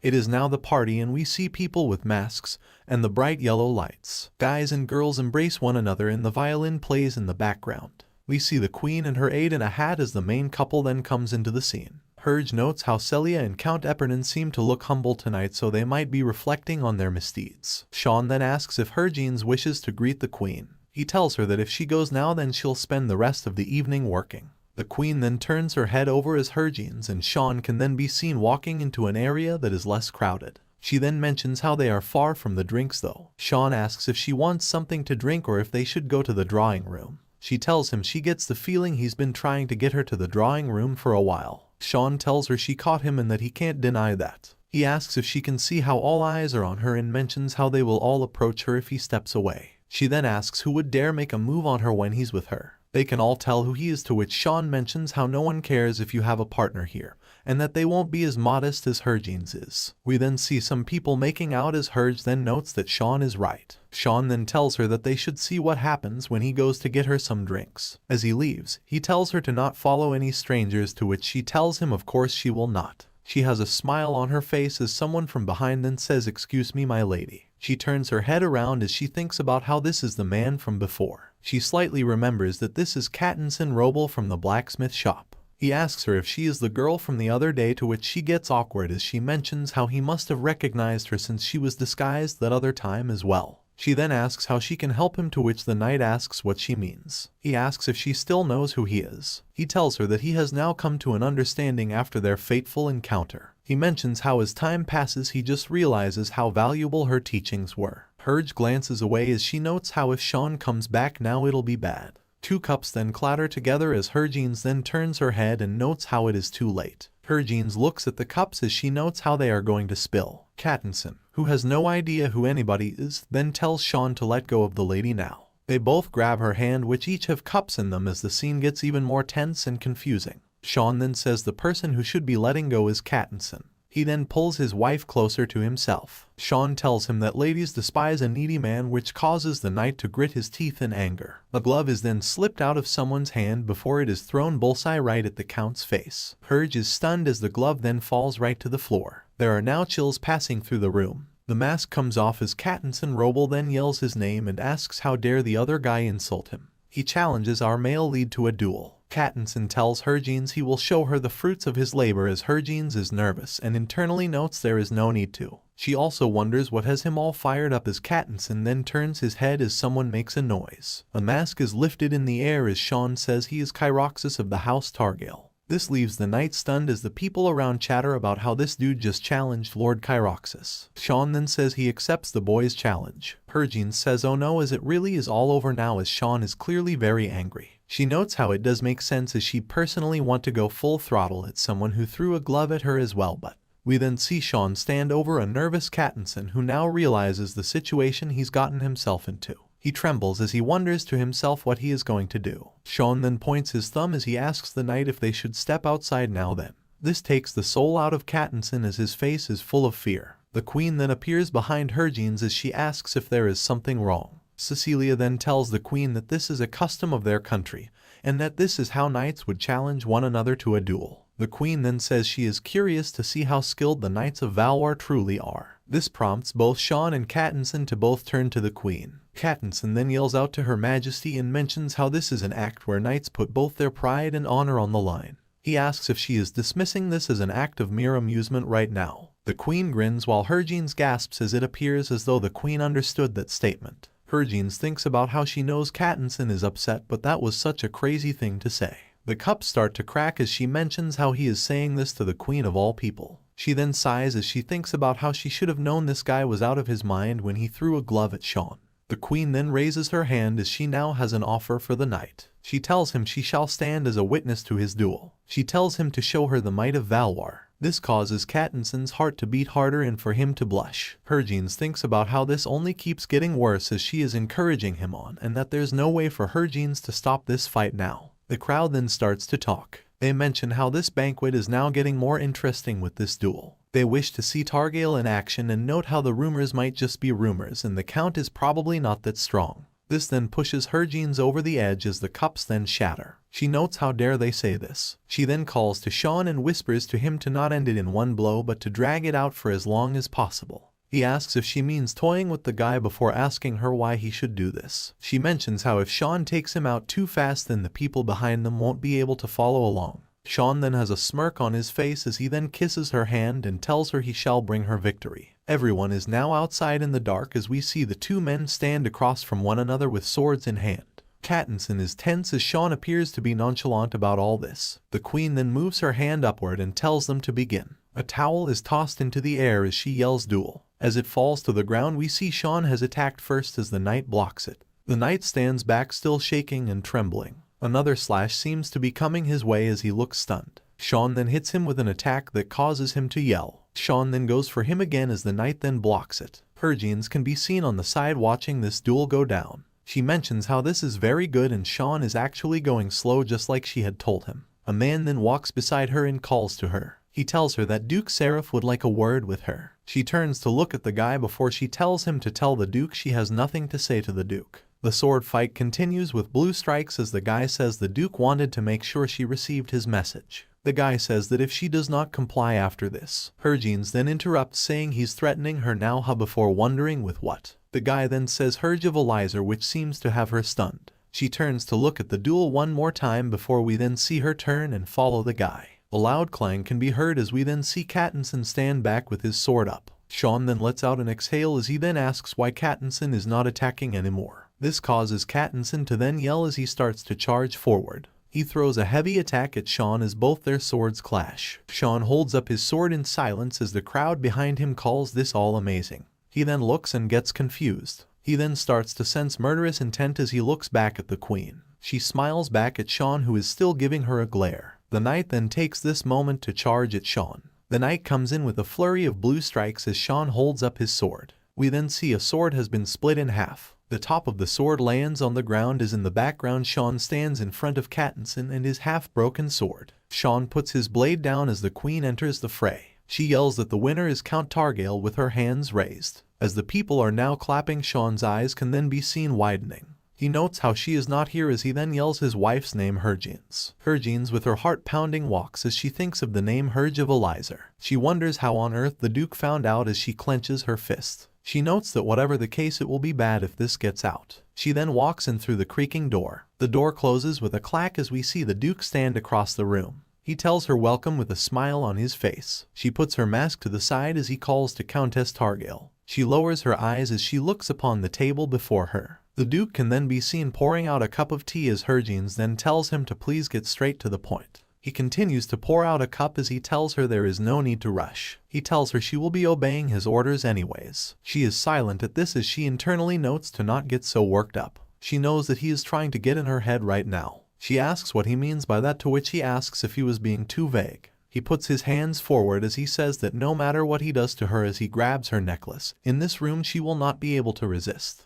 His hand holds the necklace as she then smiles. She thinks about how she cannot make any rash movements until she figures out how much exactly this guy knows. She notes how well that is true even so. She then grabs his hand and gives it a push. She smiles as she internally mentions how all of this does not mean she'll become a plaything for his games. The Duke continues to stare as Hergines calls to his grace. She asks if she may say something to him as well. They both have a smile on their faces. She tells him pardon me, before saying he does not know what she's capable of. She holds up a utensil before she then moves it near his hand and asks him what makes him think he can lay his filthy hands on her. He continues to stay seated as he now starts to blush. He holds the knife as he asks her what could she possibly do with something as blunt as this butter knife. He tells her she is acting as though she is Herge of Elizer right now. She stares back at him before having a smile. She tells him that if she were Herge then she would not even need a knife like that. She tells him she'd be able to kill someone with her bare hands. He looks stunned as she continues to have a smile. The guy then lets out a laugh which even causes Hergines to get confused. He then calls her lady and asks if she ever thought about getting a divorce. This causes her to get even more shocked at him. He chuckles as she internally wonders if he has lost his mind. She is fuming as she wonders how dare he. The Duke smirks as he tells her there is no point in hiding it from him. He calls her Lady Herge as she wonders if this dork really knows everything. She clenches her fist as she mentions how there is no other option. She decides to lay it all out on the table as she then asks him how he found out. He puts his cup down as he tells her more importantly, isn't she more curious to know what he wants in exchange for keeping her secret? Man, I would personally love to rip out his tongue right now, drag his head through broken glass, give him a lobotomy, remove his sausage, stomp on his. The Duke then goes on a rant for the ages. He says that in all his life he has never seen blue eyes like the ones Hergines has. He mentions how it's not just the beautiful shade of blue but what is deep inside those azure eyes as well. It's that unbending will that shines from the inside. He mentions how seeing those eyes filled with happiness, anger, fear. He holds his hands together like a high school girl as he blushes at the thought of this. He then includes pleasure in that list and mentions how they all bring him ecstasy. Hergines gets both angry and startled at this dude and thinks about how he's lost his damn mind. She mentions how she already knew he was a creep but that he's way worse than anything she could have imagined.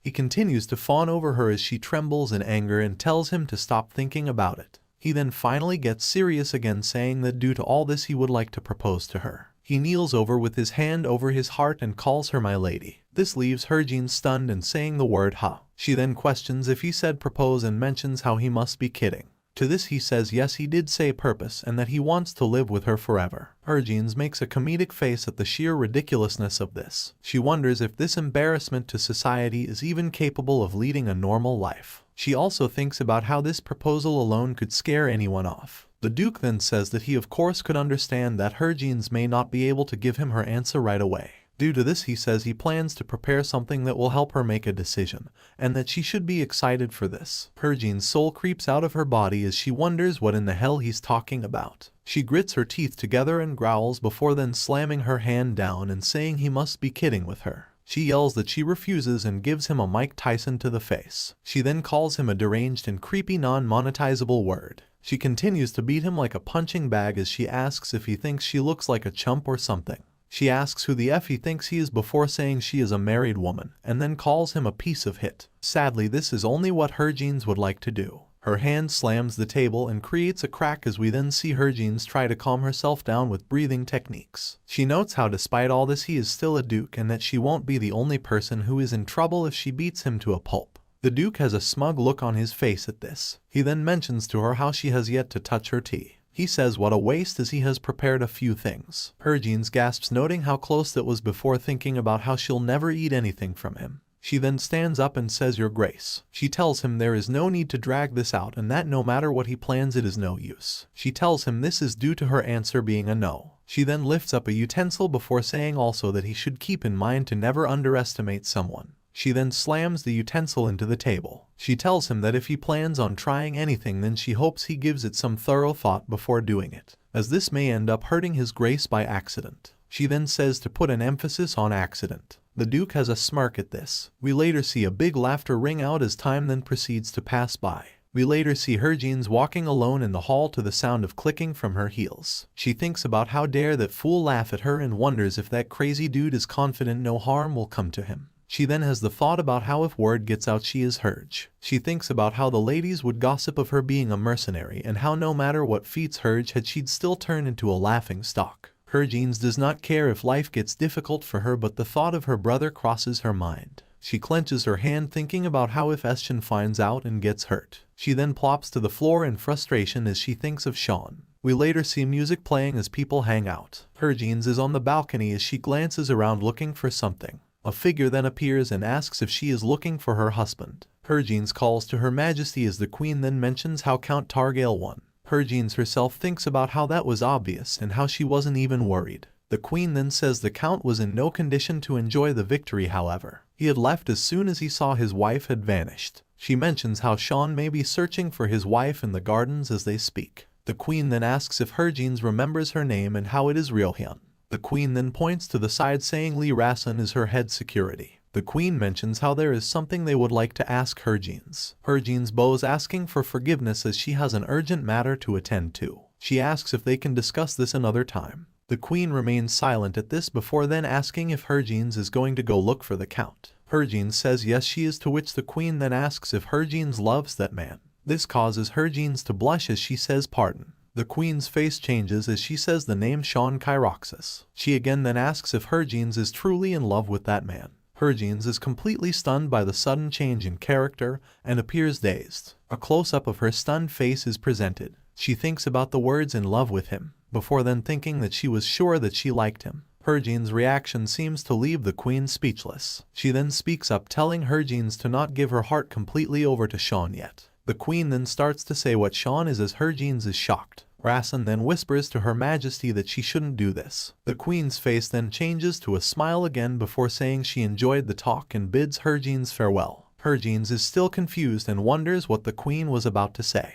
The Queen is now turned and begins to walk away. Her head turns as she says she looks forward to their next meeting. Harvin remains silent at this. She later wonders what that was all about and how she is sure the Queen was about to say something about Shaun.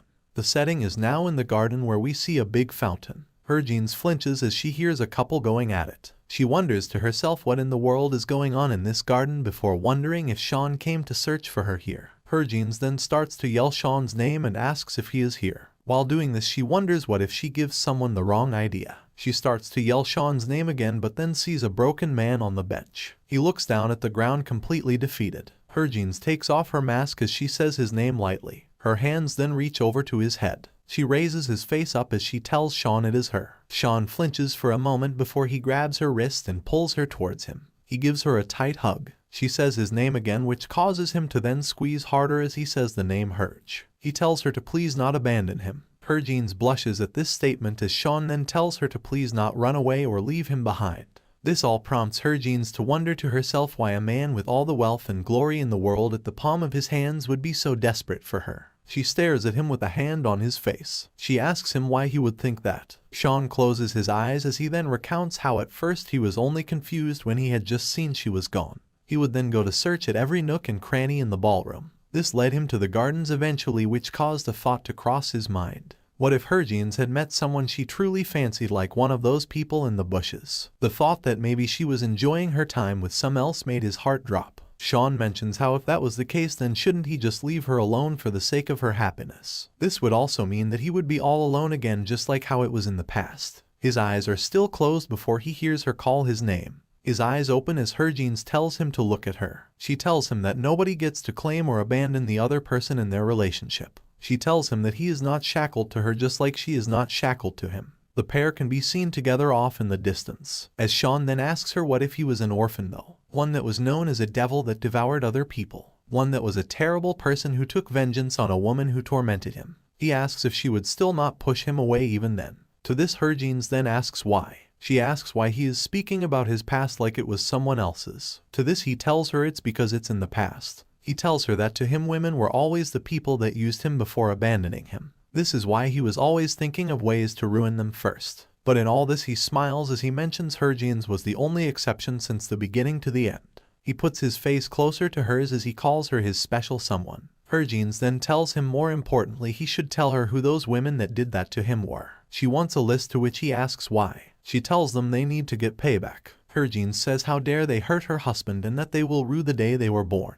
This causes Shaun to laugh as Harvin tells him this is not a laughing matter and that she is planning to start right away. He tells her that's not it and that it's just he knew that it had to be her. Shaun tells Harvin he loves her as the pair hold hands. The two then lean in to have a kiss. Their lips do meet as we see them hugging one another from afar. In her mind, the scene of Shaun saying I love you is played in Harvin's head. She holds her blushing face as she thinks about how hearing him say that makes her heart race. Her eyes then glance over to the side as she stares at a calm and collected Shaun. She blushes even more as she thinks about how he looks even more handsome now for some reason. Shaun then talks about that dork Seraph. Shaun wonders aloud if that guy found out during the Haglotten invasion. Shaun mentions how he's sure that guy would not have made a move unless he was certain. Harvin then argues that she had slain all the enemies then, though to which Shaun says Seraph may have had spies all around the area. Harvin then questions why the Duke would wait till now then if the Duke was planning to threaten her. Shaun says it is because he had not met Harvin yet. Shaun mentions how that guy must have taken a real liking to her. Shaun mentions how he approached Harvin, which causes her to get chills. Shaun continues to say that with all this they now know that Seraph and Haglotten are working together. Harvin is confused as she questions why Seraph would do this since he and the Imperial family are in-laws. Shaun says it was always odd to see Seraph take orders from someone else,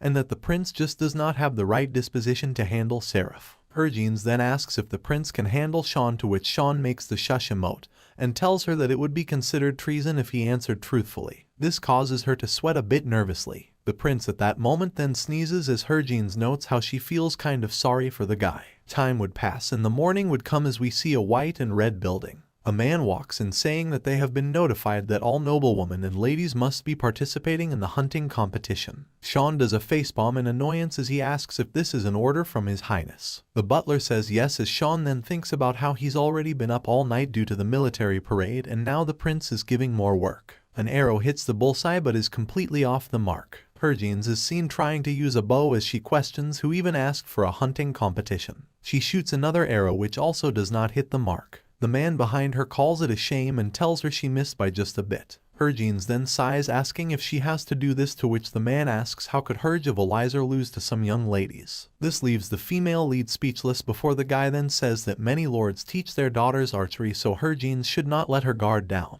He cheers her on as Harvin pulls back an arrow and flowers spawn for aesthetic purposes. Ivana then appears and smiles saying that the captain looks so cool holding a bow. She then yells for the captain to get that sparrow. Harvin turns her head annoyed wondering if she is getting made fun of right now. The arrow then fires as it actually hits a better area this time. Harvin sighs and mentions how she has been thinking about something. She asks if she can secretly use her sword or a club to catch prey before pretending that she managed to take it down with a bow. The guy tries to calm her down, calling that a bit much. Ivana then yells saying to do it so they can get first place and all the treasure. The red-haired individual says of course the captain will get first place as Rahine then tells the two they are not helping. Rafine then says that at this point he might as well catch it for her in secret. To this Harvin then says fine and that she will just practice harder then. Time would then pass as we later see the roar of the crowd at a very large stadium. We see Harvin in a high-up seat clapping along with the crowd. She then starts to think about how she wanted to focus on the military parade that Shaun worked so hard on. Yet she had to be seated next to this creep of all people. We see an uncomfortable Harvin seated a few feet away from literal human trash. She then notes where Shaun is as he rides in on horseback. She thinks of his name as she leans on the balcony and waves at him. His head turns to meet her gaze as well. The Duke then says what a magnificent military parade, which alarms Harvin as she totally forgot he was even there. The weirdo then says that Harvin's eyes are beautiful today as well. He then mentions how he will look into them more often as he cannot see them every day. The Duke then says it seems like he should be more forward than if he wants to open her heart to him. She tells him to be rest assured as that will never happen. He then tells her that nobody knows the future, to which she remains silent. The Duke then says that even the leader of the Empire cannot predict the future. Harvin covers her expression with a fan as she thinks about how this guy is surely plotting something. As Shaun leaves his horse, somebody calls his name. His head then turns to the side as we then see Harvin smiling and dashing right towards him. She jumps into his arms as the flowers appear again. He closes his eyes as he gives her a warm hug. As she rubs his face, he tells her that he has missed her. She thinks about how he has been so busy with this parade that it's been too long since they saw each other. The two then lock eyes and stare at one another before sharing a kiss. As they smooch, Harvin starts to mention how there are people. The two guys watching are shocked to see that Kyroxis has turned into a doting husband. We later see smoke arising. The queen can be seen telling Raymond how strange something is. Raymond asks if this is about the count, to which the queen says yes. The queen mentions how she is sure he is the one but does not know why Shaun is yet to awaken. She mentions how he should have awakened during the 100-year battle. She also says it is strange to see him in human form and that someone is suppressing his energy. Raymond says maybe that the Duke has suppressed it and is the one. The queen says that cannot be it since the Duke was not involved in the battle. The queen mentions that can't be as she has used Ilwood's powers to confirm Kyroxis as the one during the duel. The queen says the best way to find out is to contact the Duke. Raymond says this is difficult due to him being a germaphobe. The queen then says if it comes to it, Raymond should push the queen on the Duke like an accident. This startles Raymond, who then asks why the queen suggested getting the women to hunt. The queen says it is just a hunch but that there is something off about Harvin's Targale. The queen mentions how the hunting competition is a banquet they prepared just for Harvin's. We later see a carriage arriving at a certain place. The main couple hold hands with one another as Harvin's tells Shaun thank you for coming with her. Shaun tells her that this place has memories for him as well and says it is good to be back. Harvin's has a soft chuckle as a flashback is then played in her head. Shaun asks her if she has many items to retrieve, to which Harvin's recalls the blacksmith saying the repairs on the rapier and the main gauche are done. There is also a stiletto in the bow for Raffine. Harvin then looks up as she sees someone in the distance. It is the knight from before who starts to blush. Harvin recalls that this is Katniss and Roble from the party. He approaches the main couple and calls to the lady. Shaun asks silently if she knows him, to which she stays silent. Katniss then has a nervous laugh as he speaks up, saying it was as he thought and she was actually Countess Targale. He mentions seeing her with the Count at the ball and wondered if this was the case. Harvin has a blue look on her face as she thinks about how this isn't good. She notes how there are more people who know her secret identity now. Katniss continues to say he was hoping to see her again and he came here to reminisce about the time they met. Raffine and Tarkan then ask if they should dispose of Katniss, to which Harvin raises her hand to wait. Harvin notes how the Duke knowing her secret was already dangerous enough. Shaun then has a nod as Harvin then realizes he is leaving this up to her. Harvin then decides to just have him killed then. It is unfortunate, but what else can she do? Her arms then twitch to the knight's confusion. Just then the blacksmith comes out yelling. He looks over as he asks what brings Lord Kyroxis here. Shaun then turns his head and says he is here to retrieve the sword his wife left here. This causes the heart of poor Robinson to shatter. The blacksmith then says to wait a moment then and he'll have them ready right away. Katniss then continues to call Harvin's my lady and say that he wanted to see her but had no way of reaching her. Harvin tells him she does not think they have a reason to see one another. In her head she notes how Katniss should be careful with his words or he may end up dead. Katniss then questions how she could say such a thing before then yelling out that it was his first time. This startles the main couple as Shaun then turns his head glaring at Harvin. Harvin crosses her arms and shakes her head saying no and that it is not what Shaun thinks. Katniss then kneels down on one knee as he says apart from his teacher he had never lost to anyone in his life. He admits to being arrogant and says that Harvin's back then taught him a bitter lesson of defeat. Shaun is silent as Harvin internally says told you so. Shaun then says he is sure Katniss is aware but his wife using a sword is a secret. Katniss is stunned as he says they should let the people know the House Targale's talent in swordsmanship lives on. Hergines then recalls when this guy judged her for being a lady. She then tells him to think back to when he first saw her as she wonders how clueless this guy can be. She then asks if he understands now as he blushes in realization. Katniss, still kneeling, then says he has decided something. He tells the couple he wishes to be a knight of Targale and to stay by the lady's side. Shaun is now growling while he says no. Silence then ensues as the three get into an awkward situation. Katniss then asks why not and swears fealty to Shaun's wife for the rest of his life. Shaun questions if he thinks joining House Targale is really so easy. Katniss says of course not and that he will take the test to join the knights and practice hard, to which Shaun says no.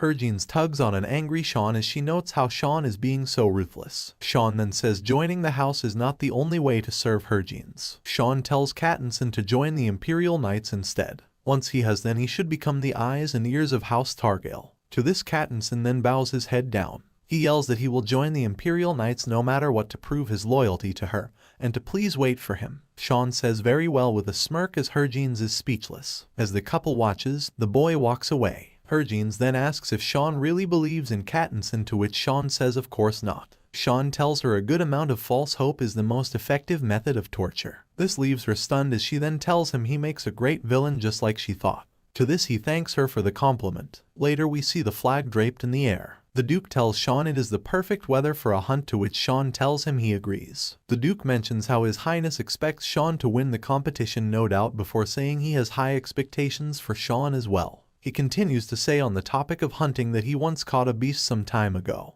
The Duke says that the beast would not die no matter how many times he attacked its vital point. The Duke wonders what he has to do in order to kill him with a single blow. This line draws out an angrier look from Shaun. Shaun then smirks and has a laugh. He tells the Duke to observe how he catches prey today and to follow Shaun's lead. He then says he is unsure, however, if the Duke will be able to carry it out properly though. The Duke rides off laughing and saying he will watch closely then. Shaun angrily notes how he wishes he could shoot down the Duke or something. He calls him a non-monetizable word and notes how there must be a plot going down. A bag of goodies is later seen being dropped onto the floor. The people cheer and yell wow as Shaun stands stoically in front of all the captured prey. The people continue to say that this was expected of Shaun as he has captured the most out of everyone. Shaun then proceeds to step in front of Hergines to everyone's delight. He holds her as he asks if he has lived up to her expectations, to which she tells him she already knew he would win. She then hands him a towel as she tells him he did great today. Shaun leans over closer to her as he asks if that's all. Her eyes then sparkle as something occurs. Shaun and her are now kissing as she then wonders if this is what he wants. Shaun then makes it a bit spicier to her surprise. They continue to kiss as Hergines then thinks about how this is too much and that everyone is watching them right now. She is blushing as she then thinks about how great this is and how it really doesn't matter anyways. The people in the background are saying oh my at the scene. They watch from afar as they think about how passionate the pair are and how surprising this is to see from Shaun. Shaun then finally moves away as we then see him hold tightly to the towel and then says that it is now Hergines' turn. He tells her to make sure and win so that he will return this handkerchief to her then. He then says that she can also return that kiss to him as well. Shaun is then seen walking away as the prince is telling Shaun how splendid he was today. Hergines in her black outfit smiles at him from afar. She then mentions how she now has another reason to win this competition. The scene of the event is shown from a top view as we see many tents and people cheering. They yell great job to everyone as the girls are returning and Shaun stands quietly. We can see the rapid tapping of someone's boots. Shaun cannot stand still at all as he thinks about how all the girls are returning but Hergines is nowhere in sight. He thinks about how surely nothing could have happened to her. We then see a white horse appear as Shaun then yells his wife's name. Hergines asks if Shaun was waiting, to which he tells her that of course he was and that he was worried. The crowd is now whispering about how she came back empty-handed and about how she at least could have got a squirrel. They mention she does not live up the Targale name as Shaun is then seen angrily listening in and wanting to shut the people's mouths. Hergines seems to look fine as she turns her head to the side. Just then a cart is then seen getting rolled into the scene with a loud rattle. Hergines points her hand up to a legion of carts with prey as she asks if they really thought she would come back empty-handed.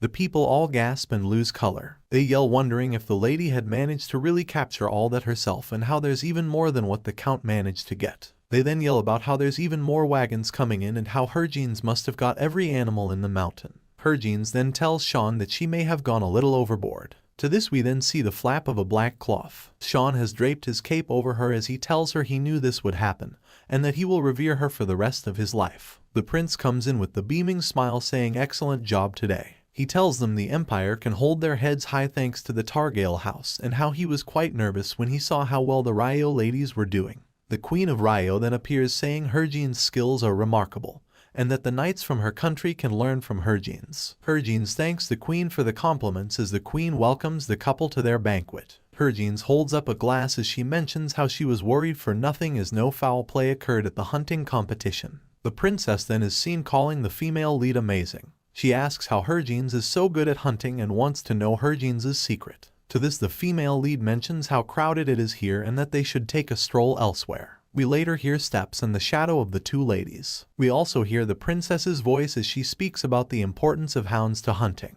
She also mentions how many there are, to which Hergine's asks if this is the princess's first time seeing this. The princess says yes, as she has been stuck inside a lot, and that there is a lot she does not know. The princess then asks what Hergine's is carrying, to which the female lead says it is a water flask. She asks if the princess would like some, to which Eileen smiles and says yes. She then proceeds to gulp down the water. As she does so, things seem to start to change. A hound then barks very loudly and viciously. It rushes right towards the princess, who hugs the flask. It lets out a terrifying cry as Eileen's face turns blue. Hergine's turns her head yelling for the princess before we then see the creature get a kick to the face. It scrapes across the floor as it lays unconscious far away from the two ladies. We then see two more hounds appear growling. Hergine's covers the princess as Hergine's wonders what is wrong with these beasts. One of the hound's paws hits the ground with a thud. The two then bark as they rush towards the pair. A weapon can be seen as it moves after attacking the hound. The other hound then jumps in as it takes a bite at Hergine's hand. Liquid starts to spill on the floor as Eileen yells Hergine's name in complete horror and shock.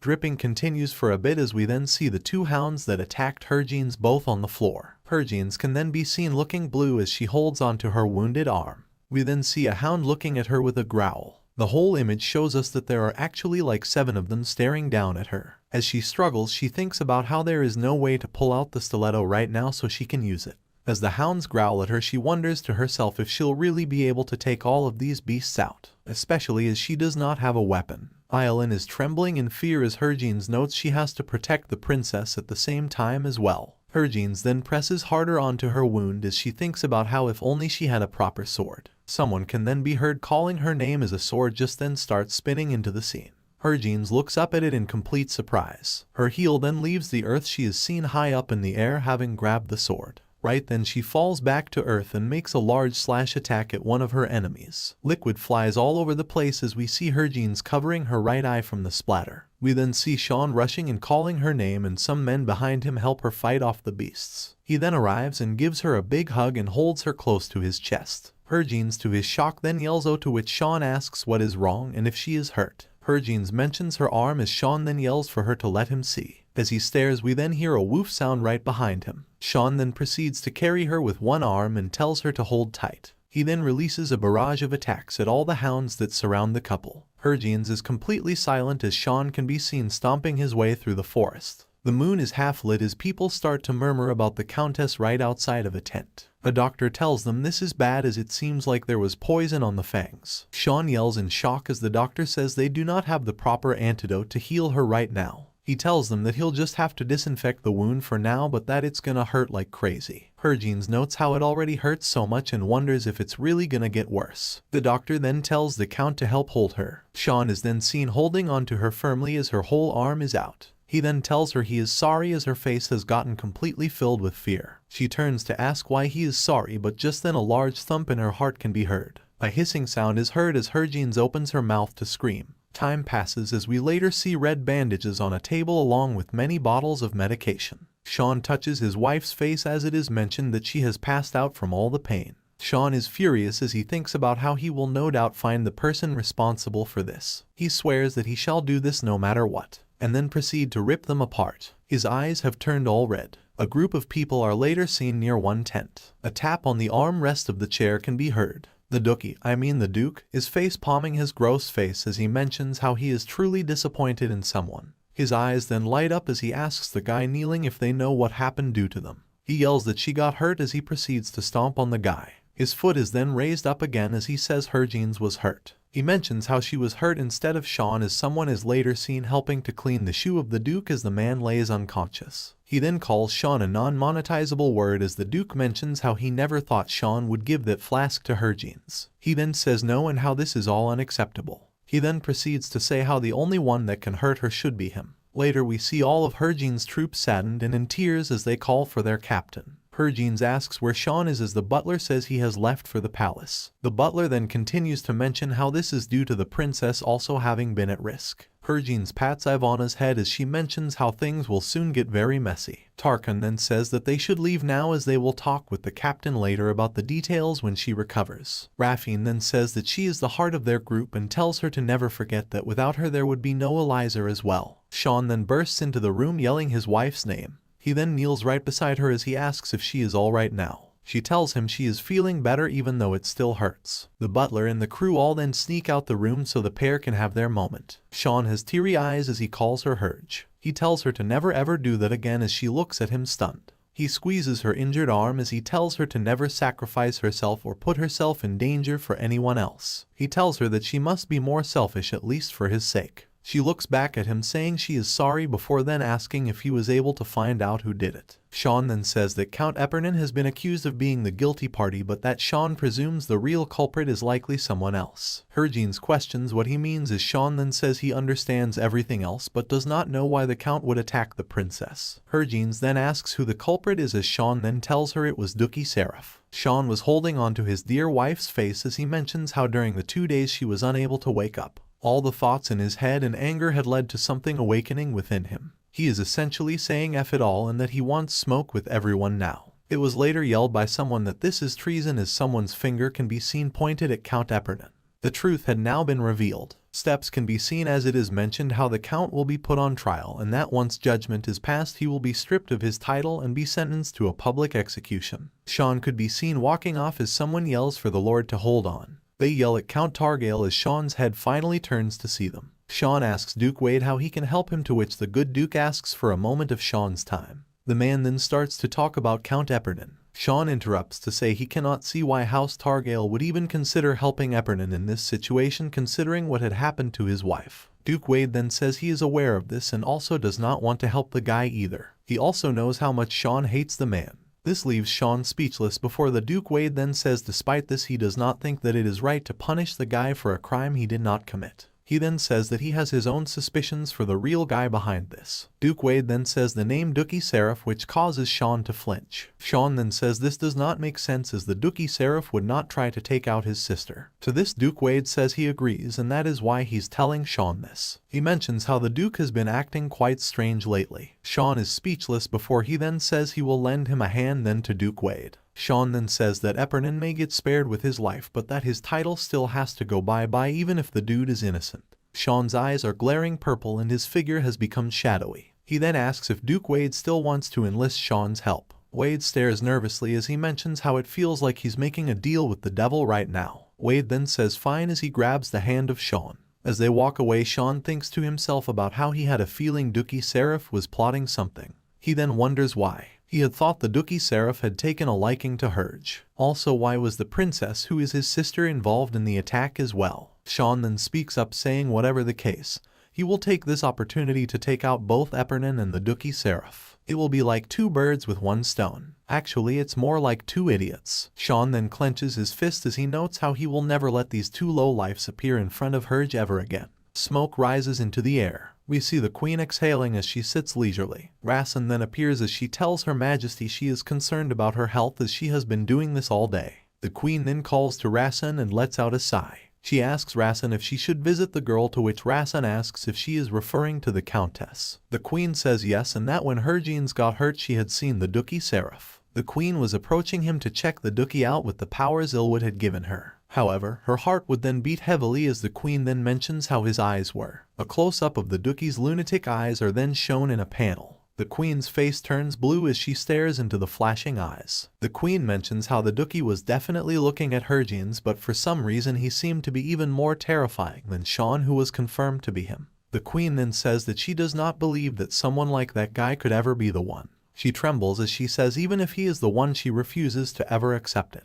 Rassen calls to Her Majesty and talks about the will of God is something humans cannot fathom, to which the queen then slams the desk saying no. She yells saying she refuses to believe he could be the one, to which Rassen then says they should reach out to Ilwoods then to see who the other candidates are. The queen says there is no other candidate and that Ilwood's out of speculation. The queen then thinks about Hergene's fighting the wolves as she stands in silence. She says they should go visit the House Targail then. At the house we then see a spoonful of food. Shaun says to say as he holds up a spoon of food to feed Hergene's. As she chews on it she tells him she can eat by herself. Shaun is all lovey-dovey and smiling, which causes her to then think this is probably fine then.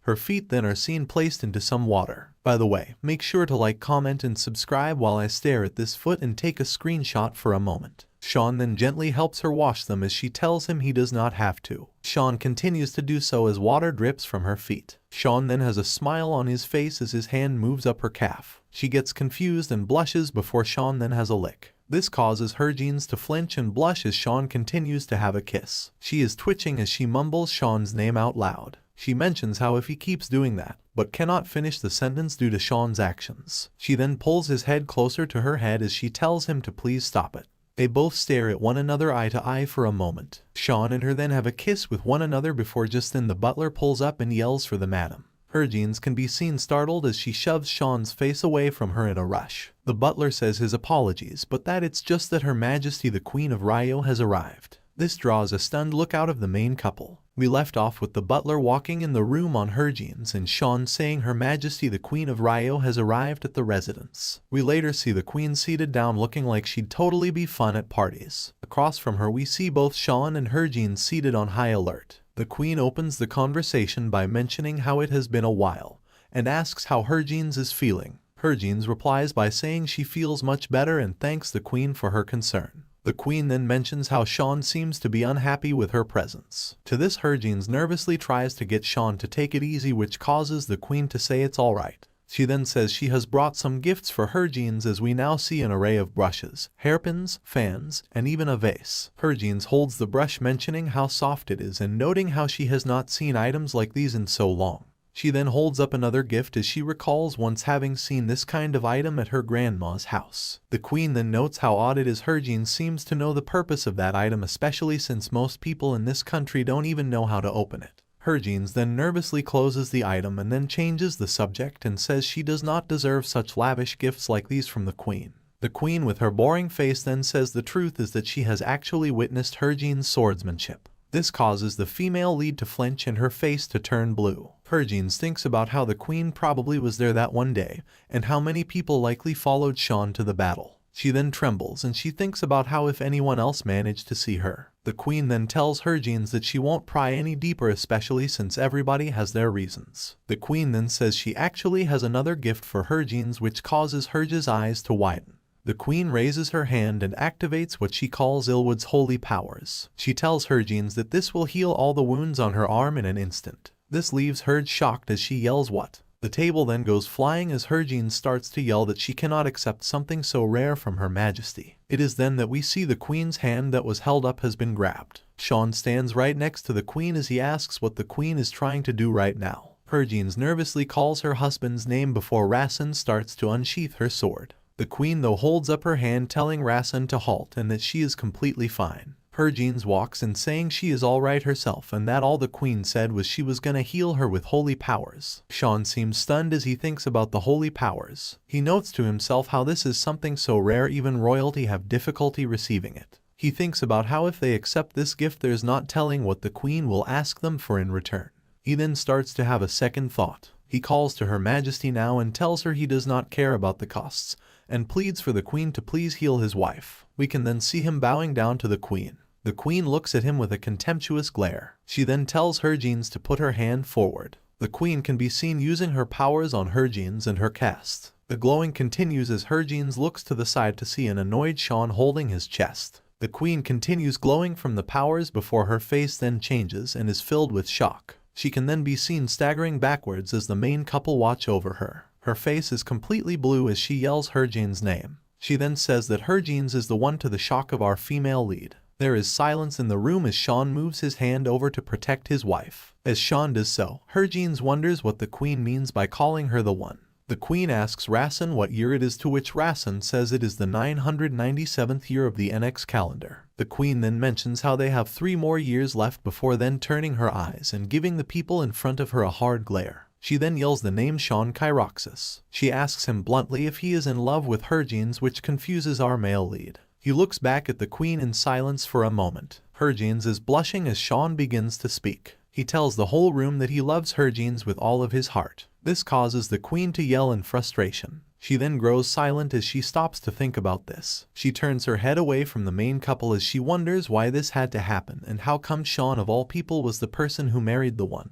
The queen and her cronies then start to step away, saying she is going to return to Rio now as she has finished all her business here in Valois. The couple stare at the queen from afar as the queen then turns her head, saying she will be back another time. She then gives another mean glare, likely directed at Shaun. Shaun returns that favor by angrily growling at her as well. Hergenes watches all of this, still wondering what is going on and what the queen meant by the one. She wonders why the queen hates Shaun so much and how she does not understand anything that is going on. Shaun then hugs his wife as he calls Herge. She asks Shaun if he's alright and how he must have felt bad having to hold himself back that whole time. Shaun then hugs her tightly as he mentions how, more importantly, it had felt like the queen was about to take her away from him. Hergenes asks what Shaun is saying and asks why she would even go anywhere without him. Shaun then ponders to himself about why it is that despite her being right next to him now, it feels as though she might still vanish. Later we see the queen yell for Ilwoods, also known as the Walmart version of Gojo. Ilwoods asks what brings the queen here, to which the queen says Shaun Kyroxis actually was him. The queen then also says she managed to find the one as well. Ilwoods says he thought Dookie Seraph was the one, to which the queen says he is not, but that it may have been better if he were. Ilwoods then asks who it is then, to which the queen says it is Hergenes Targale, who is Shaun's wife. The queen drops to the floor as she mentions how who could have known the two would be husband and wife. She then calls this a cruel twist of fate. Ilwoods walks over, saying the queen has done well, and that everything has now been gathered. He holds up a rainbow-like ball as he mentions how with this they are now ready. He throws the power ball into the air as it creates a big bright flash. It goes past the ceiling and fires off as many pieces into the world. Ilwoods speaks to all those who serve Annex and tells them to listen well. He tells them that a devil who will destroy this continent has appeared and that this creature's name is Shaun Kyroxis. Narrator interjection: but my boy Shaun ain't even do anything yet. This white-haired nutcase is out of his mind calling Shaun a devil. Someone's hand is holding a brush as they question the mention of a devil. The other student mentioned to Herge's brother that the new millennium is approaching and that there is supposed to be a devil that will show up to destroy the continent. He mentions how the people would be interested if they gathered and studied all the theories that got presented by the Annex priests. Eshin seems to ponder about it, which causes his friend to then ask what is up with that reaction. Eshin mentions how it's rare to even spot an Annex priest once in one's lifetime. To this, Eshin's friend mentions how that used to be the case, but that they have been spotted way more frequently lately. Eshin asks if that is so before his friend then says they will have plenty of chances to study the priests. As he says this, a girl walks in the room calling to Eshin. She again yells the name Eshin Targale. Eshin apologizes to his friend, saying he has to head out first. His friend says it is alright before mentioning how this is Lady Wade and how Eshin has been chatting with her a lot lately. We later see Eshin stand before the lady asking how he can help her. Lady Wade points as she mentions how they should head to someplace quiet as this place is a bit crowded. We later see the pair walk down the hall as Lady Wade is tugging on his coat to move. They are later seen outside near the walls as Lady Wade then asks if Eshin is alright. He says pardon in confusion to this. Lady Wade then starts to speak about Countess Targale, to which Eshin becomes shocked and immediately asks if something has happened to his sister. Lady Wade covers her mouth in shock at this. She continues to cover as she mentions how it appears as though Hergenes has not told him yet, as she did not want him to worry. Lady Wade then says the truth is that Countess Targale was wounded during the recent hunting competition. Eshin yells what in shock as we then see him clench his teeth together and trembles. He then turns away as he yells, saying he must head back home immediately. Lady Wade tells him to wait and then mentions how exams will be starting soon and asks what about his studies. She runs after Eshin, saying he is always at the top of their class and that if he misses these exams he won't be able to. She stops mid-sentence as we see the boy's hand trembling. He turns around to tell her that even so he still must go. Lady Wade looks back at him in silence. She then hands him something, telling Eshin to please give this to her father while he is at the Empire. Eshin agrees to this with his hands out. Lady Wade then holds them as she tells him to please make sure to deliver this himself and to not have someone else do it for him. To this he again agrees to her words. He looks at her as he notes how this must be something really important then. We later hear bubbling and see Harvin's falling into a dark space wondering what is going on. She mentions how it is very dark yet so cozy. She then blushes as she ponders about something. She mentions how someone is touching her as she then questions if that is Shaun. She wonders if this is all a dream as the two then have a kiss with one another. They continue to do so and turn it into a French kiss. He calls her name as Harvin then thinks about how it is only a dream but that he is so passionate. She then opens her eyes as she wonders what kind of a dream is this and how embarrassing it is. Shaun then tells her to listen to him and that everything hangs on her choice. She wonders what he means by this as he then flaps his wings open and tells her to choose him. Harvin turns her head as she looks at his wings. She mentions how these are the same black wings that she had seen last time. A big flash then occurs. Something glows from the top of the pair as Shaun tries to cover his face from the brightness. Harvin then turns to see a black cloud as she notes how Shaun has now vanished. Someone then speaks up saying to listen well to Harvin's shock. It is said that a devil that will destroy the continent has appeared. Harvin wonders whose voice this is as the voice then says the devil's name is Shaun Kyroxis. Harvin looks up trying to cover the shine as she wonders what is going on. She thinks about how it was said that Shaun is a devil before then letting out a big gasp and sitting upright in bed. She glances around at her surroundings as she wonders where Shaun is. She mentions how uneasy she feels as she starts to dash and rush out the room. She thinks about how she needs to go check up on him right away. The halls are very dimly lit with the faint light of a candle. Harvin peers out a door as she thinks about how it may have all just been a wild dream and that she probably should have stayed put in bed, especially since she can't just tell him she had a scary dream. She notes how she'll just have a peek to see how he's doing. A dark voice then asks who's there. Chills run down the spine of Harvin as she looks out through the door. We then see that Shaun is sitting totally relaxed and normal at his desk. He yells her as he is stunned to see her here. Harvin closes the door in silence as she walks in. Shaun then proceeds to step over. He squeezes her closer to him as he asks what she is doing out of bed.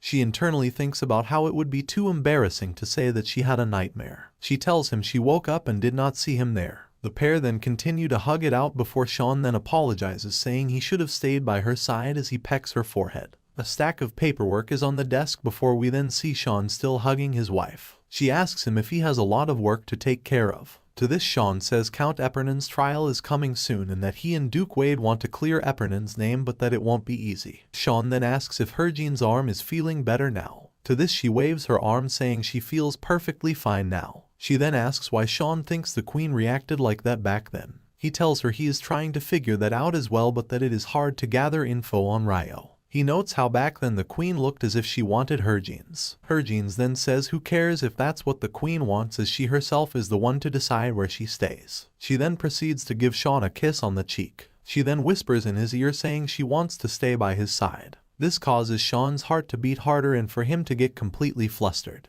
Harvin's then yells as movement occurs. Scattering of papers can be seen as Shaun holds Harvin's near the table. He then says the name Herge as she looks up at him. He tells her that he wants it right now. Shaun tells her they should go at it and to please say yes. Herge asks if he really means here as this is his office. Shaun then squeezes her hand to her shock before proceeding to give her a kiss on the cheek and slipping his hands. He then tells her it has been a while and that he can no longer wait. He stares at her face as he mentions how he is glad to see that she is ready as well. This then prompts Harvin's to have a flashback to that embarrassing dream that she had earlier and make a comedic face. Shaun then starts to move as she then tells him to just do it. Shaun stares at her huffing and panting. Her face is blushing and has a tear as she then recalls back to when Shaun had spoken up saying that he loves Harvin's with all of his heart. The pair then kiss again as Harvin says his name romantically. She looks up at him teary-eyed and asks if he really does love her. Shaun then grabs her to her shock. The pair then kiss as he tells her of course and he loves her. He tells her that he would lose his mind without her. Shaun later tells her that once is not enough to her confusion.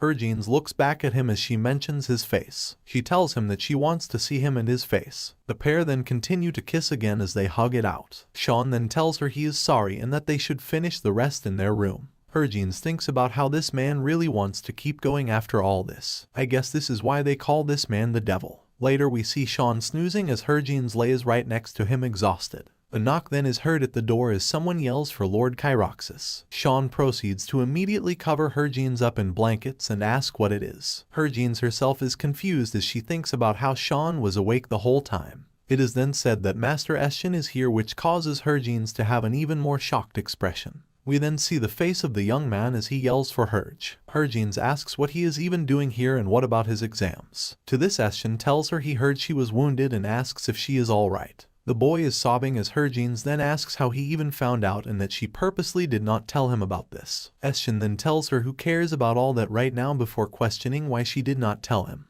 He sniffles as he asks if she knew how worried he was on his way here. Hergins apologies as she tells him she did not think it all through, and that she just wanted him to not be concerned. Eshin then tells her he should be the one who's sorry for yelling at Herge. Herge herself is crying as she yells her brother's name. Shaun watches over this scene with a straight face as he tells his butler to bring out some tea. We later see a cup get dropped onto the table. Eshin asks if Hergins really was healed by Ilwood's holy power, to which Hergins says yes. Eshin then asks if the Queen Ryo was the one who healed his sister, to which Hergins says that's right. Eshin then says this is impossible though, as only priests usually get granted the use of Ilwood's powers. There's no way the queen got ordained as a priest. He then mentions how it is true that not much really is known about the kingdom of Ryo. This leaves both the main couple sitting in silence. Hergins then speaks up saying since Eshin has come all this way, is there somewhere he wishes to go? Eshin then pulls out a letter and says since Hergins mentioned he actually had received a request. He tells them he needs to go stop by Duke Wade's manor. We later see the man reading this letter before then looking up and giving off a stare. The man is trembling as Eshin looks back at the Duke with a blank stare. It is stated by Lady Wade to her dearest father. The person who is delivering this letter is Eshin Targale, who is both brilliant and kind-hearted.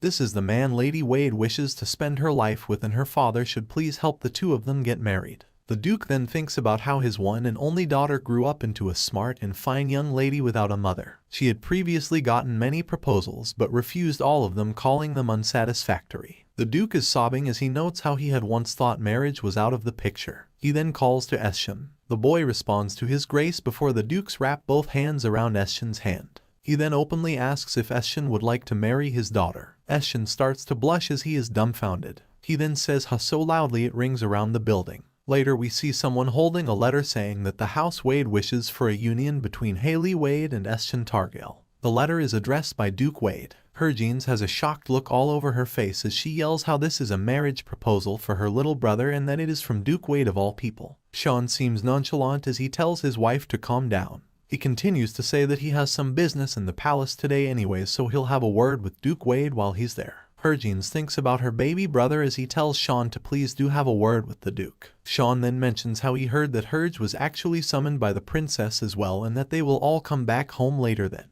Hergins says alright to this as someone then knocks on the door saying it is Ivana. Shaun then proceeds to start walking out as Ivana bows to the leaving count. The door then clacks close, leaving only Hergins and Ivana. Ivana then turns to the side with a smile, calling to her captain. Hergins asks how it went, to which Ivana says that it seems like an interrogation will be needed, so she had given Eppin some majahog flowers and left the rest to him. Hergins questions what majahog flowers are, to which Ivana presents them to her captain saying these are flowers commonly used for interrogations due to their hallucinogenic ingredients. With the correct dose of these and the right amount of beatings they make the perfect combination. Ivana says all this with a bright smile as Hergins holds onto the flower. Hergins then asks if that is so before saying thanks to Ivana for looking into it. The setting then changes to the royal palace where we see a weary-eyed princess calls to Hergins. The princess sobs as she says thank goodness and mentions how she was very worried. Hergins calls to her highness and asks if something is the matter as she does not look too good.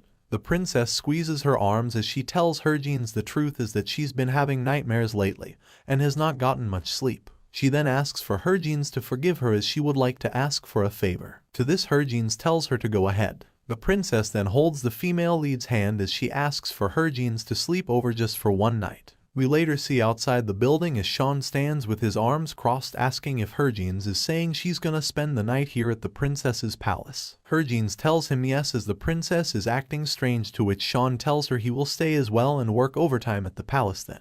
Hergins starts to tell him he does not have to, but Shaun then pats her head saying it's not like he can just head home when he's worried about her. To this Hergins tells him alright then. We later see the faint evening light pass into the room as a maid puts down cups of tea for the two ladies. The princess says it is floral tea that is supposed to help with sleep. She continues to say that she has yet to find it effective but that it's better than nothing. The princess asks if Hergins would like some as well. Herjin stares at her reflection in the cup as she tells the princess no and that she is quite alright. The princess then is later seen waving, telling Herjins to have a good night as Herjins tells her good night as well. Herjins is alone in the room tying up her hair. She looks back to the side as the maid places down a cup of tea. The maid then says Her Highness has sent this to Herjins and that it's a rare tea so Herjins should try some. Herjins tells the maid very well and that she'll be sure to drink it. We later see the shadow of Mommy as she stands over the cup of tea. Her blue eyes stare at it as she notes how these look like the majahog flowers and some sedatives. She then tosses the drink out off the balcony with a splash. Later at night we hear a clack at the door. The maid is sneaking in the room as she glances around. She is then seen rushing out the room right after. Herjins rises up in bed as she notes how this maid had even checked to see if Herjins had drunk it and that things are getting hella sus. Herjins is later seen in the hall glancing around as she notes how thankfully no one's out here right now. We then hear someone struggle as Herjins then stands right next to a door. The door bursts open as Herjins opens the door wide.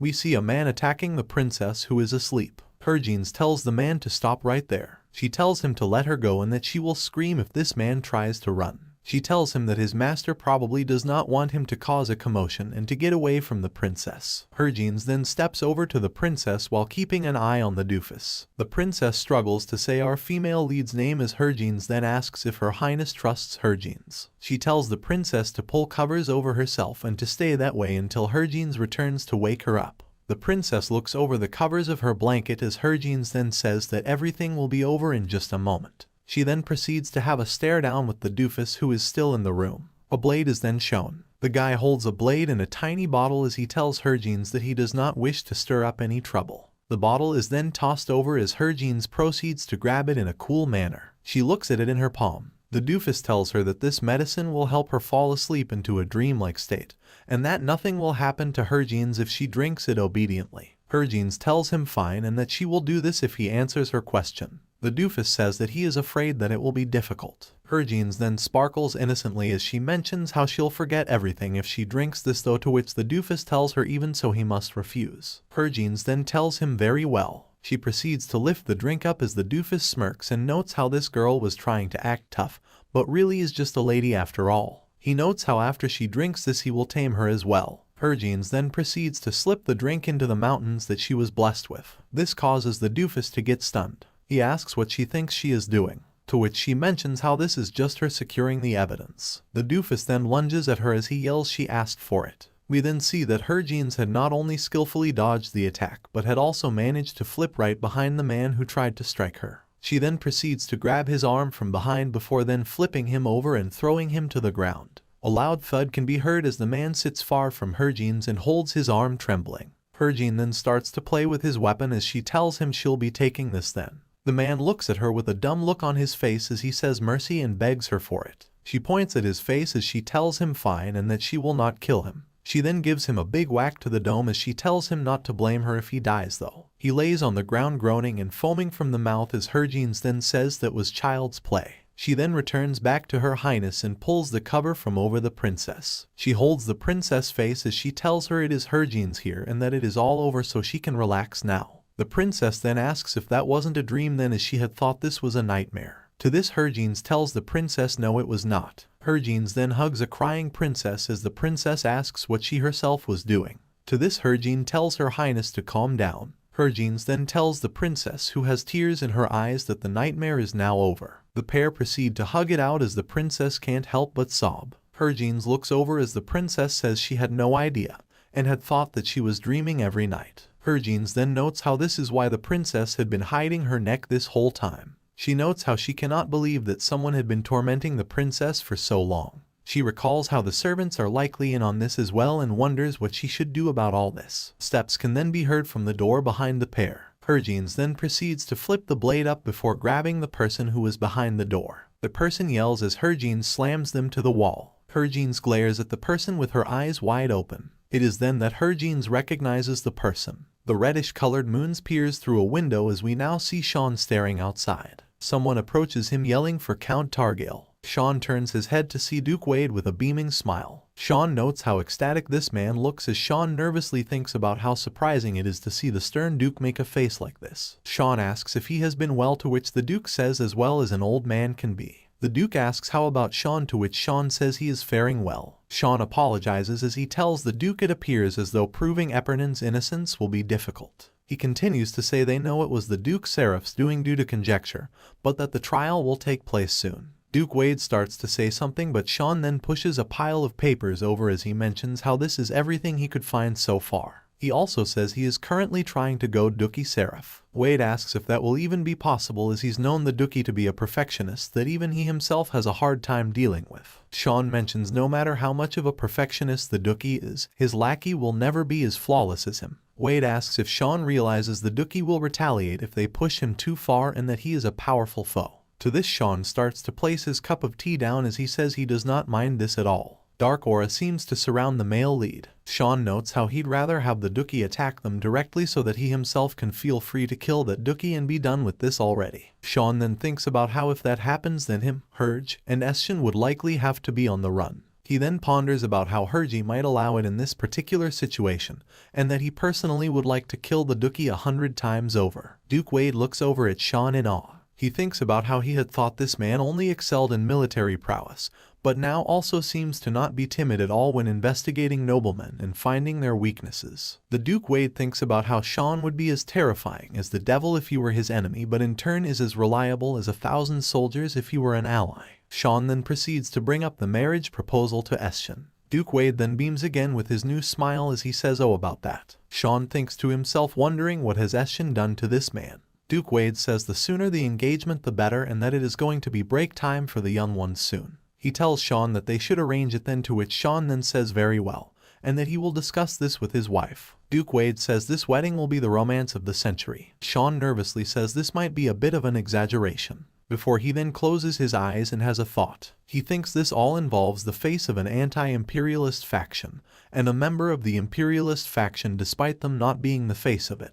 This would be an established family with a nouveau noble family. To top it all off, they are just a re-established count who had escaped poverty, so there is a clear gap in rank. Shaun wonders to himself how exactly Estion had managed to charm this girl and how he simply does not understand this at all. We later see a lot of paperwork on the table as Shaun holds his head up with his hand and is completely exhausted. He then angrily thinks about how Raymond dared give him so much work that he cannot go see his wife. The guy is forcing him to work till this hour like he's running a mill or something. Shaun also wonders what the heck he is doing all this, especially since he's personally not really loyal to the guy either. A guy whose name I forgot then bursts into the room yelling for Lord Kyroxis. He apologizes for interrupting while Shaun was working, but that a maid is requesting an audience with the Count. He tells Shaun it is about the madam, to which Shaun urgently says to send her in. A shadowy figure then appears near the open door. She calls to the Lord as Shaun then recalls that this woman is Lady Fiora. The girl is nervous as she tells Shaun that she is here because Lady Hergines had sent her.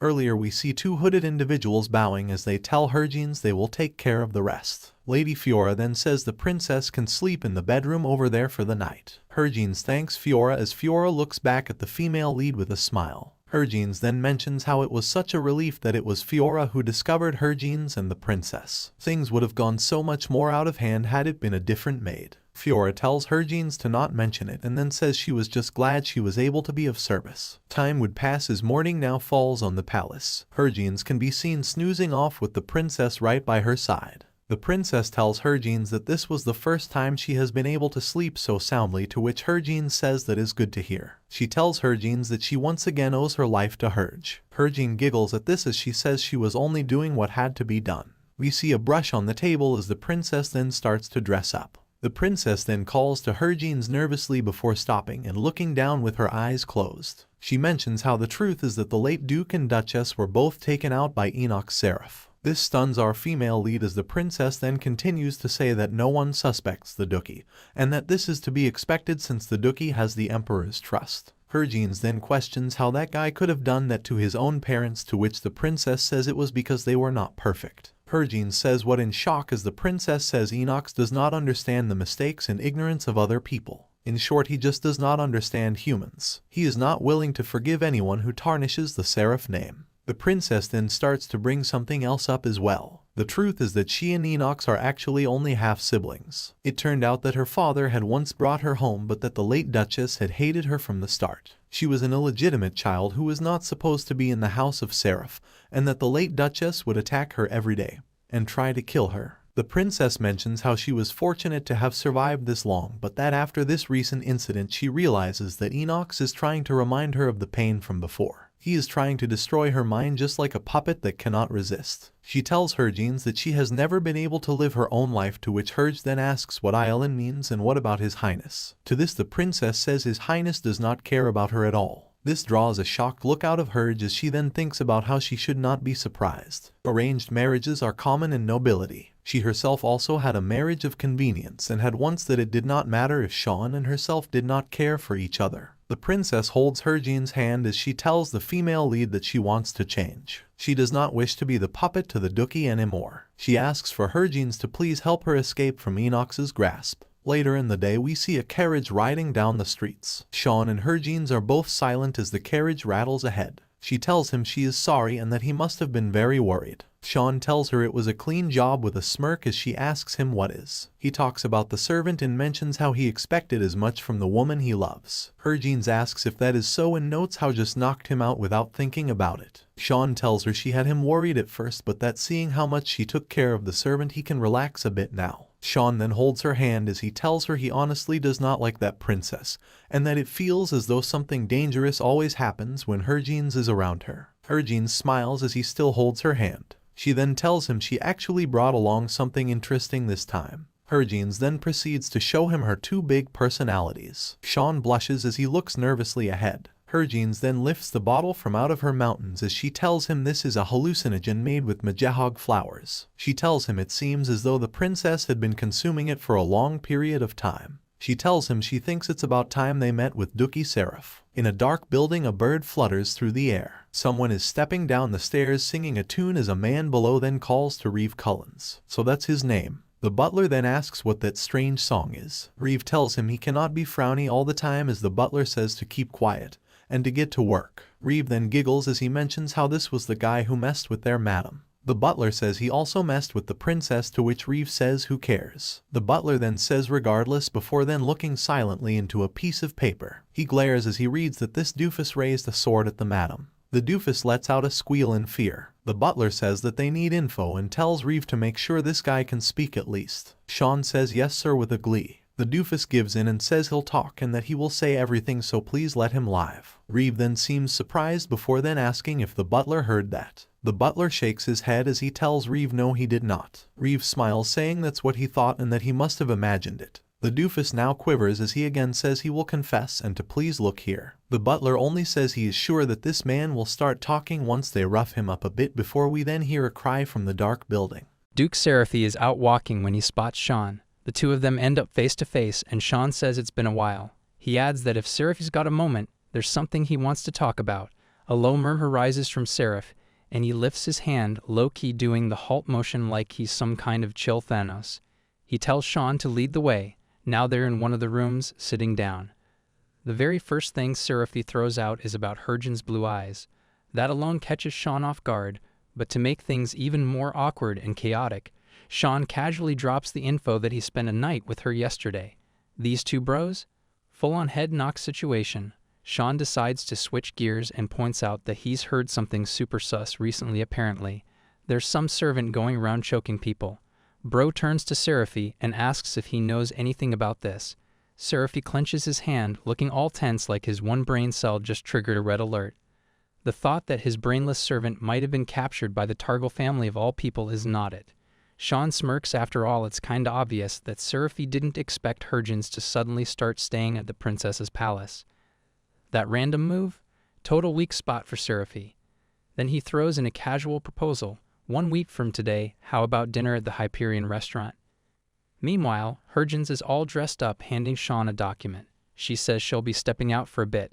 Shaun gives her a look and asks why she's dressed like that. Hergines says she's heading out with Elizer. She's heard rumors that Duke Seraph has a thing for courtesans with blue eyes like bro has a thing, and that's why she wants to go check out the sister real quick. Shaun side-eyes her and says she could have just sent one of his men for this. He flat out asks if she's hiding something. He wants the truth. Hergines finally spills. She wants closure for his past. She says she wants to know about the woman who messed him up. Apparently, that lady is now hanging around in the pleasure district. She's the reason for Shaun's trauma. Harvin wants to help him to let him decide whether to face it or let it stay buried. Shaun processes that and mutters something about his past. Harvin gently brushes it off, says she'll go check things out so he doesn't have to stress. But Shaun shuts that down immediately. No way he's letting her go alone. Bro's already set to ride with her in the carriage. Harvin, switching topics, asks how the interrogation's going. Shaun replies that he left it to Reeve after all. The guy's an expert in that stuff. Then he gazes at her a little too long and says his past doesn't really matter to him. He already knew she was there and didn't leave her because maybe he forgave her. Or maybe he just wanted to forget. It's whatever, it doesn't mean anything now. But then, plot twist, he smiles. Says that if she's choosing to stand for him, that's a whole other story. He pulls her into his lap like it's nothing. And to him, she's like a lasso wrapped around him tight enough that he could get swept away. He says he misses her touch sometimes, loves the feeling of being held. He bites her hand, yes, with full Rizzler energy, and says he never wants to let her go. He wants her to hold on even tighter. Harvin starts smacking his head in embarrassment because what is he even saying right now? Is bro collecting pickup lines like Pokemon cards? But no, Shaun's actually serious. He's got no filter today. That came straight from the heart. No Google, no script, just vibes. Then, all of a sudden, the carriage jerks to a stop. Outside, someone's arguing. Harvin believes that those are Ivana and Tarkin's voices. Rafine opens the door and straight up announces that from this point on from here they'll have to walk. The scene opens on a grim people in rags, lifeless, scattered around like discarded dolls. Rafine mutters that they all better watch their step.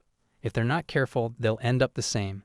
He leans close to Harvin, whispering that while these folks are still breathing, he'll wake them up himself. He tells her about the woman they're here for apparently. Her husband tried to accept her, but in the end, she got dumped for cheating nonstop. Guess she needed someone to bankroll her high-end lifestyle. They're finally escorted to their destination, a dingy pleasure guy clearly clocking them as Nobles welcomes them in. From his smirk, it's obvious he thinks they're here for something freaky. When Harvin casually drops the name Lydia and slaps down a fat bag of coins, bro's eyes light up. Dude's brain goes straight to ape mode, but when he realizes they're only asking for Lavia, he jokes you might be an inanimate object by now. Whatever, money talks, so he leads them to the room. It's straight up grime inside. One bed, weird tools laid out like it's a div torture chamber. Then in walks Lavia, putting on her best fake smile and declaring it an honor to serve them. She looks up and just freezes. Her eyes catch those violet sparks. Oh, it's him. It's Shaun. Immediately, she switches to drama queen mode, acting like she's seeing her long-lost savior. No shame, she's practically glowing, convinced he's come to rescue her from this hellhole. Girl, be for real. Harvin is already done with her nonsense and tells her to back off. She's had enough, and honestly, what the hell is Lydia even doing to her husband? Lydia's eyes go wide. The memory hits little Shaun, once telling her he couldn't even remember his parents' faces, but was sure they had loved him as long as she had. She once promised to take care of him, but nope, she betrayed him, got obsessed with his eyes, spiraled. She tells him that now, no matter who she meets, she can't stop thinking about him. And in her Delulu mind, she's convinced this must be fate, that he came here for her. She's betting he even remembers her name. But Harvin is not here for this fever dream. She scoffs, tells her to get her crusty hands off her man. Harvin can't believe this is real-like. Sis actually thinks this is some reunion of fated lovers. Meanwhile, Shaun's just standing there with a deadpan face, clearly not vibing. Livia's is stuck in denial, thinking, no way he married this woman. Out of all the hotties in the world, she's sure it's a forced marriage or something. Then she goes full psycho, screaming at Shaun to tell her it's all a lie. Classic unhinged energy. She even tells him to hurry up and say he loves her. That's when Harvin is like, enough. She straight up slaps her across the face. And it hits different. She says she's seen enough weirdos like Lydia, and all of them needs to be checked, and gives this delusional woman a good beatdown. Livia's crying, begging her to stop, but Harvin is like, why? And it's time to take her own medicine. Lydia actually has the gall to say it was discipline and love, so Harvin hits her again. That makes Shaun laugh. Livia's steaming. She's pissed that he's laughing with another woman. But Shaun hugs Harvin, all chill, saying it was nice to see her go off for him. That makes Lydia freeze again, trembling. She whimpers that he can't do this to her. After all they were, Shaun just snorts. It's pathetic that she's stuck in the past, romanticizing a toxic fantasy. He calls her delusional, kneels down, and makes it crystal clear that he doesn't care if she's torn apart limb by limb or left to rot in this trash heap. She's nothing to him. Then he turns and leaves. Livia tries to run after him, but she trips herself. Meanwhile, Shaun gently asks Harvin if her hand hurts. He even offers to kiss it, saying she shouldn't dirty her hands on someone like that. Livia sees this cute little moment and just quietly sobs. She can't handle seeing them be all coupley and soft. Harvin tells Shaun to wait outside and she'll finish things here. Livia, still with no self-respect, grabs at Shaun, begging him not to leave. Harvin stomps her hand and cracks her knuckles. She's all set to play with Livia tonight, using that whip she once loved so much. Shaun steps out. The owner nervously asks if he's already leaving. Shaun tosses him another gold coin and coldly tells him not to step foot in that room until sunrise, no matter what sounds he hears. Later, Harvin steps out. Elizer bows her. They ask how to proceed. She tells them she's heading back with Shaun. They can handle the rest with Callie and the squad. And yeah, she wants it done before sunrise and make it hurt. Back at the manor, rain hits the windows. Shaun stands silently, staring out. He mentions that it rained the first time he went to Lydia, and it's raining now too. He's lost in thought. Harvin gently checks if he's okay. He wraps an arm around her waist and smiles, assuring her that he's totally fine. He says if it had been anyone else, he would have pushed it away, saying it wasn't necessary. But this time it was different, because it was her. Seeing her stand up for him like that makes him feel good, especially the part where she said, "What the hell is Livia doing to her husband?" She's just happy he's okay. Shaun hugs her again and thanks her. The two share a deep kiss. The next morning, Harvin is fully dressed and glowing, but Shaun's like she really didn't have to go all out like this. She shrugs him off after all girls got business to handle and is about to crush that seraph today. They head to restaurant and Harvin is wide-eyed. She leans in, whispering if there's any kind of business this place doesn't run. Shaun chuckles, but like he can't say she's wrong. She's kind of in awe. Then she says she envies him how rich he is. Shaun replies that it's hers too, but Harvin just brushes it off, telling him not to joke around, which low-key makes him sad. Still, she's bouncing with excitement and tells him to hold her back cause she might punch Seraphine on sight. Shaun's not even confident he can stop her. Dude's thinking if it comes down to it, he might be the one to throw the first punch. They suddenly hear someone yelling that they want to dine here no matter what. Shaun turns and spots the guy's son of Marcus Gethune and one of the few loyalists left in the Duke's Seraphi faction. The waiter respectfully greets Shaun. This Marcus' son, named Adam, beams at Shaun and assumes he must be a count or something. But the second he feels Shaun's aura, man goes pale like he just saw the Grim Reaper. Adam pulls it together, introduces himself all shaky. Shaun bows politely and introduces himself too. But then Adam catches sight of Harvin's and boom, dude's blushing so hard it's comical. He mutters it's a shame since Hyperion's closer today and the whole place looks like a cave. Man is really out here trying to flirt. He even slides in with some weak line about how it'd be nice if Harvin's came with him. She's just like, where did that even come from? Shaun, meanwhile, is fully done with Seraphi and his clout-chasing squad harassing a married woman. Shaun steps in real chill and tells Adam there's no need for that since he's the one who booked out the whole restaurant today. Adam is stunned. Dude is literally standing there blinking in shock. Right then, in walks Seraphi, gliding in all smooth, acting like some fancy gentleman. Adam lights up like a golden retriever seeing his owner after years. Shaun stands to greet Seraphi first. Adam awkwardly asks Seraphi if he remembers him. Seraphi squints like he's trying to place an annoying mosquito, then finally nods, says it's nice to see him and questions why is he here today. Shaun and Harvin are vibing hard through all this. They know Adam just lost all favor points. After all, Seraphi hates surprise visitors. Then he turns to Harvin and tries to greet her like he's all charming. She bows back, then he compliments her bracelet. Major creep fives. She pulls away, asking when he even noticed it. Yeah, Seraphi is basically Joe from You, Season 2 energy. Then Adam, being the loyal little lapdog, suddenly flips and yells at Harvin, scolding her for how she spoke to the Duke. Shaun's aura shifts immediately. Harvin sees it. He's taken out his glove. She tries to stop him, whispering like, what the hell is he doing? Is he really about to kill someone over this bottom-tier loser? But clueless Adam keeps yapping.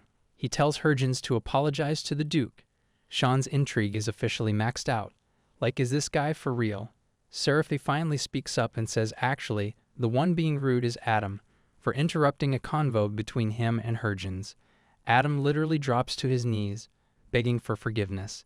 Seraphe, acting like some holy saint, tells him he'll meet with his dad later and gives him a backhanded comment that he should fix this bratty habit of butting into places he doesn't belong. Shaun appears from behind saying he won't forget the humiliation this man caused his wife. But poor Adam is still confused.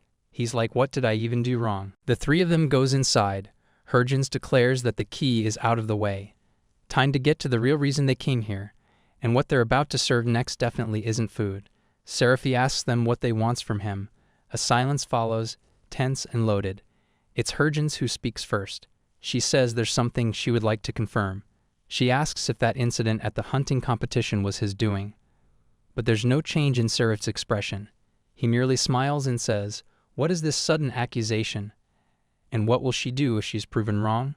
But Hurgens points out that there is more. She accuses him of feeding mage-hog flowers to the Princess Brosterax, acting out. Wasn't that what they were talking about? After all, the princess is his blood and flesh. Why would he do that to her? His composed demeanor only deepens Hurgens' suspicion. She thinks to herself that if she were someone else, she might have believed him. She slams the table and declares that she really doesn't care about the things he's done in the past. Whatever he has planned for the future is none of her business. She has no interest in it. He can do as he pleases, but she won't allow him to mess with her people. A complete silence follows. Hurgens knows she was never a fair person to begin with. Up until now, she has killed countless people on the battlefield. She doesn't want to glorify her actions by claiming she was fighting for justice. She only wants to protect the people dear to her. Seraphe questions her, so that brave talk. Does it mean the princess is dear to her? She replies, that's right. This snake now wants to know, what is it that she likes about her? He says that to protect anyone, they need power. But power is useless before him, and what he would like more than anything is to shatter Hurgens' confidence. He's simply dying to see the tears flowing from her eyes as she begs him, and he's sure they'll be the perfect shade of blue. Another silence falls, but Shaun is done. He curses Seraphe, but reason that his thoughts just slipped out of his mouth again. He clears his throat and states that they even have evidence with them. They're sure Seraphe wouldn't like it to go public. Then they lay down their demands. First, do not approach or interfere in the affairs of House Targil anymore. Second, make sure that Count Epernon is exempt from execution during the trial. And last, leave the princess alone. Seraphe bluntly says that he refuses. This makes Shaun furious. Seraphe counters by saying that in that case, he will reveal that Shaun's wife, Hurgens, is actually Elizer blood. He'll make sure to announce it in front of everyone, so that the word spreads across the continent. Hurgens starts to tremble. Seraphe knows that revealing her identity will cause serious problems for her. He's also sure the prince will be disappointed after all. His trusted count has been hiding such a big secret. This makes Shaun clench his hand in anger. Someone coming after his wife is the one thing he absolutely won't tolerate. Seraphe smiles coldly. So what will they do? Kill him? He laughs. Hurgens tells herself that's fine. After all, her goal was something else from the beginning. She then says to Seraphe that it's odd how thieves are running rampant these days, and not only do these thieves steal valuable things, but also very special, important documents. Seraphe is flustered. Hurgens throws the last arrow. She asks if he locked the door before coming here. Her goal from the start was to buy enough time to rob his house. At Seraph Manor, a guard stands watch at the front gate when Ivana approaches. The guard snarls at her, demanding how she dares to come here. He rushes to call for reinforcements, but it seems his comrades have already been put to sleep. Now it's his turn to succumb. Carthan asks Ivana if she's sure this is the right way. Ivana calls him dummy for knocking down the guards before they could even alert anyone. The two of them, the 10 stars, argue as usual, but Rafine orders them to be quiet and leads the way through the foyer. Carthan wonders if he should just break through the door, but Ivana steps forward to unlock it, calm and collected. She turns to him, smirking as if she's teasing him if he is falling for him Tarkan, who is visibly flushed but insists he could have broken the door easily. They enter the room. Ivana points that it looks like they just bought a new carpet. Rafine worries about what they might have disturbed, but Tarkan remains unbothered and starts to walk over it and urges them all to do the same. Ivana and Tarkan exchange glances, thinking it's fine as it's not that it's their house. They're all intent on making this place a mess, but Rafine warns them not to cause too much damage. Ivana protests he can't say that while tearing off the wallpaper. Apparently, Raffine has trust issues, and he believes there might be a secret door or hidden room. One man even starts ripping at the ceiling paper.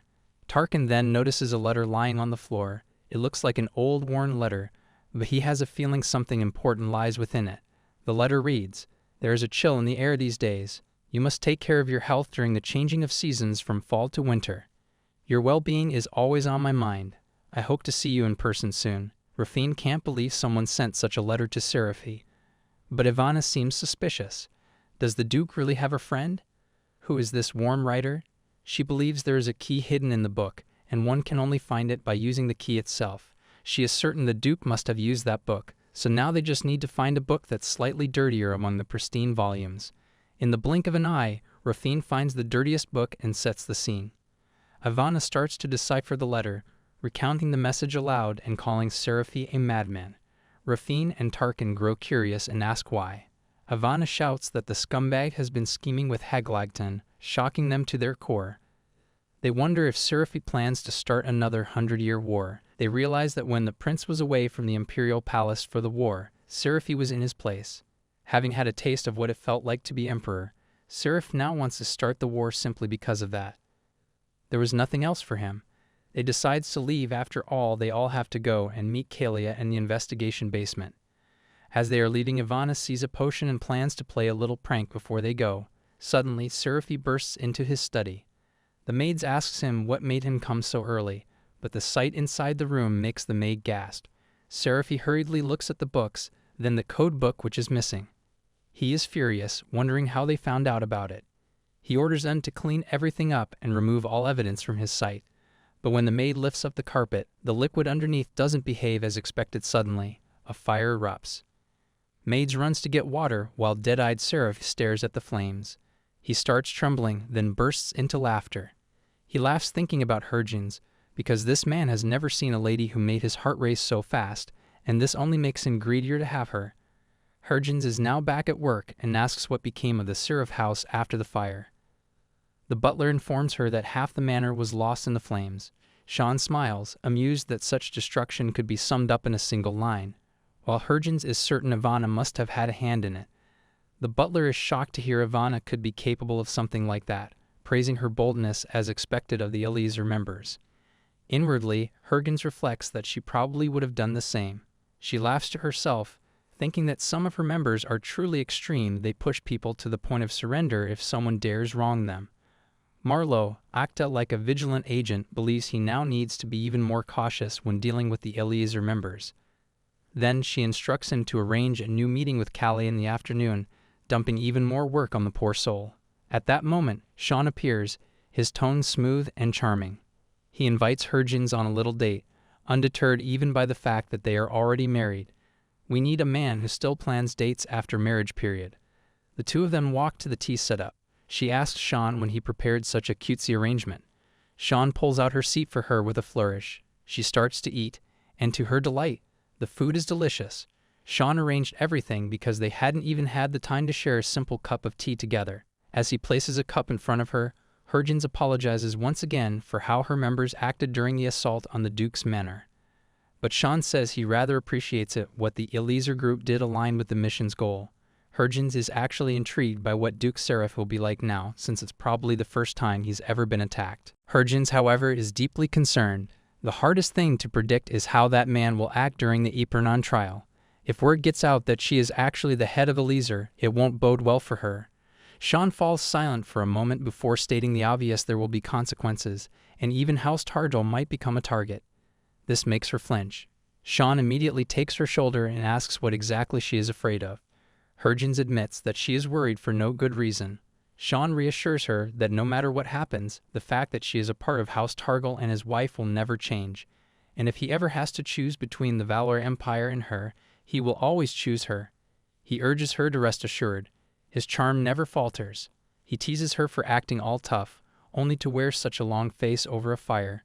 Then he leans in and tells her that she has a bit of cream on her lips. As she reaches up to clean it, he kisses her instead, as if he had been waiting for this moment. He unbuttons her shirt, lifts her gently, and lays her down on the picnic sheet. He assures her the staff won't disturb them here, and so they have their fun together after that. After their intense moment in the garden, the scene returns to the room. Harvin groans, burying her face in a pillow, and tells Shaun not to do that kind of thing in the morning. It throws off her entire day's plans. Shaun, smirking, casually remarks that it looks like she wore herself out from their activities, his tone teasing. Embarrassed, she starts hitting him with a pillow in retaliation. He laughs and swiftly changes the subject, pulling out a report from Elizer and Cecilia. With that smooth, honeyed voice, he offers to read it for her since she seems so tired. Her face flushes, but she refuses, claiming her eyes are perfectly fine. Shaun mentions that there's something particularly interesting in the report. As he reads the letter with a casual air, Harvin can't believe what she's hearing, something about a second war. Her disbelief turns to alarm, now fully convinced that Duke Seraphi has completely lost the last of his sanity. Shaun decides this could be used to their advantage to pursue the Duke more aggressively, but he remains uncertain about how far the prince will go to defend him. Harvin flips through another page, but Shaun suddenly slams his hand down on it, startling her. She questions the abrupt gesture, but he insists she can just skip that part. It's too late. Her eyes have already seen enough. The report describes in disturbing detail the discovery of numerous blue-eyed women held captive in the Duke's basement. Most of them were from the pleasure district, displayed like dolls, dressed and groomed to perfection, but all drugged, not a single one in their right mind. Shaun informs her that all of them have been brought to House Targle, and once recovered, they will act as witnesses. And more importantly, that same servant from before she's actually alive. The news excites Harvin. With this testimony, it might finally be enough to bring down that insufferable Duke Seraphi. Shaun smiles, pleased, but even as victory edges closer, the two of them groan in shared frustration. Everything seems perfect, but perhaps it's precisely because their enemy is Duke Seraph that something still feels missing. Regardless, for now, they decide to give it their all. The scene shifts to the court. The High Judge announces the commencement of Count Epernon's trial. Murmurs rise among the people. The Count looks absolutely pathetic, as if he's already endured great suffering. Harvin and Stein are present, watching closely. At last, the arrival of the prince and princess is announced. The two walk into the court with poise. Harvin and Stein bow respectfully. Thank goodness, due to Ivana's potion, the princess no longer needs to hide the marks on her neck. Both the prince and princess take their seats. The plaintiff's announcement is made and the cause for action is called. The plaintiff states that Count Epernon committed a hideous act during the royal hunting competition, an assassination attempt on His Imperial Highness the Prince. With the investigation, it was determined that treasonous intentions were involved. Then the defense for Count Targle is given the floor to plead the case. But before Aegon can step forward, Adam suddenly shouts, demanding that he not be allowed to speak. He calls Aegon unfit to defend anyone, screaming that it's because he is a criminal. Harvin blinks in confusion, unsure what Adam is going on about until her gaze shifts and lands on the ever-smiling Duke Seraphi. Adam continues with rage and betrayal, declaring that Shaun has betrayed the Valor family. At this, Shaun's expression hardens, his gaze sharp, and scoffs quietly. What the hell did he just say? The entire court erupts into murmurs. Harvin already has a sinking feeling in her chest. And then it happens exactly what she feared. Adam points directly at her, accusing. He declares that she is the Hurge of Elizer, and that Shaun has betrayed them all by keeping that knowledge hidden, even after discovering the secret.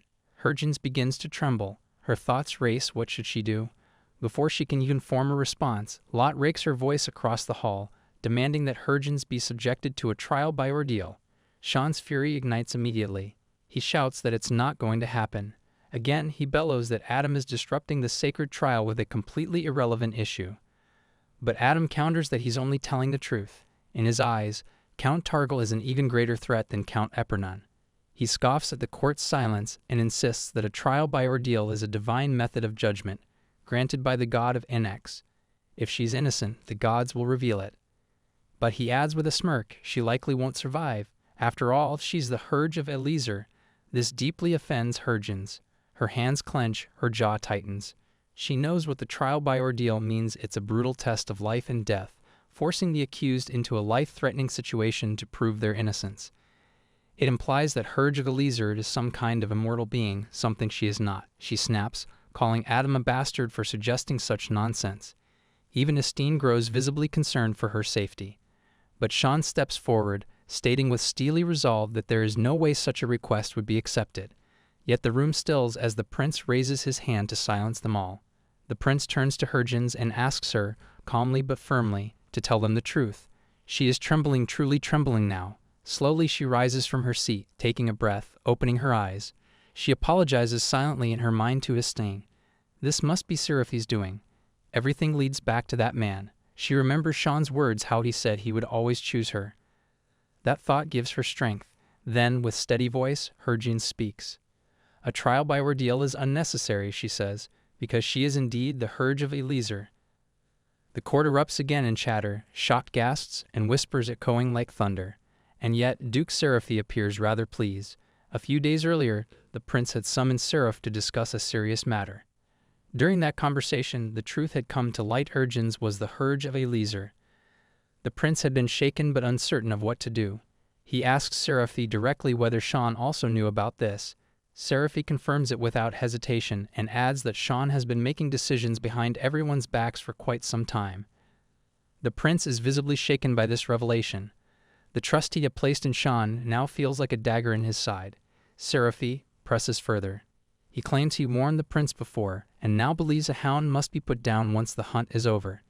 He even goes as far as suggesting that House Targle be eliminated entirely, stating that the house was already destined for ruin before the prince took the effort to recover it. Then Seraphi reveals that he had planted a spy in Haglaton.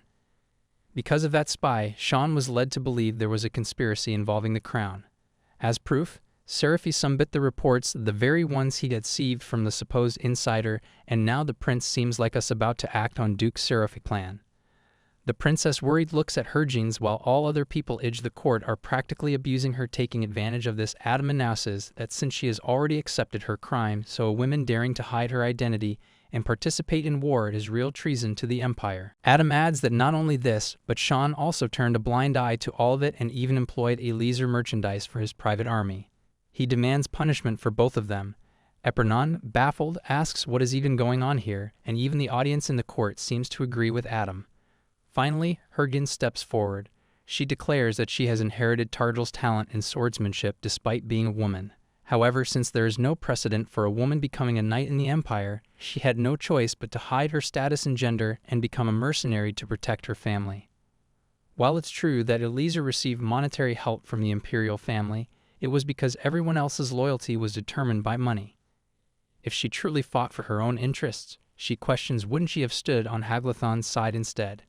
She reminds them that everyone knows Elizer and Shaun previously worked together to exterminate a Haglathan military unit that had only 5 soldiers. Back then, Haglathan made an attempt to win them over. It was because they refused that they declared they would work for the Valor Empire instead. She wants them to imprint this in their minds, that they were only able to bring victory to the Empire because of their heartfelt loyalty. But this time, the prince gets up, all angry. He shouts at her, demanding how she dares speak of loyalty when all this time she has been hiding her identity from the Empire. Shaun finally speaks. He asks what if he himself goes to the border where they are in conflict with the Haglathans and brings them victory. He kneels down, questioning if by doing so, the Empire will forgive his wife. The people start to chatter that it can be considered. But some also believe that doing this is like digging one's own grave. Even Hergens is taken aback by this step of his.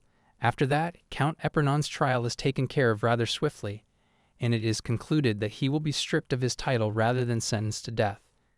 Technically speaking, he is taking the blame for the villainy of Seraph, but since cases like this occur frequently in the country, verdicts are made based on power, not truth. Count Epernon is relieved that at least his life is spared. As the prince prepares to leave, he tells Shaun to follow him. Shaun turns to Hergens, saying that she should go home, as this meeting will take some time. Suddenly, the entire courtroom breaks into murmurs. Someone calls her shameful for running a mercenary group as a woman and wonders if they've actually seen her on the battlefield. Some perverts even whisper if they're just hoping to be seduced by her. Hergens finally turns to them and makes it clear that if they have anything to say to her, they should say it to her face. They respond that they are merely amused to hear that she really took down the Haglathan leader and suggest perhaps she used other methods. Hergens scoffs. If they're trying to imply that she used her feminine wiles on them, she finds it absurd. She points out that if he is really having such a hard time believing her, then she is more than willing to issue a challenge at duel with their lives on the line. Just then, Asserting comes forward and grabs her hand.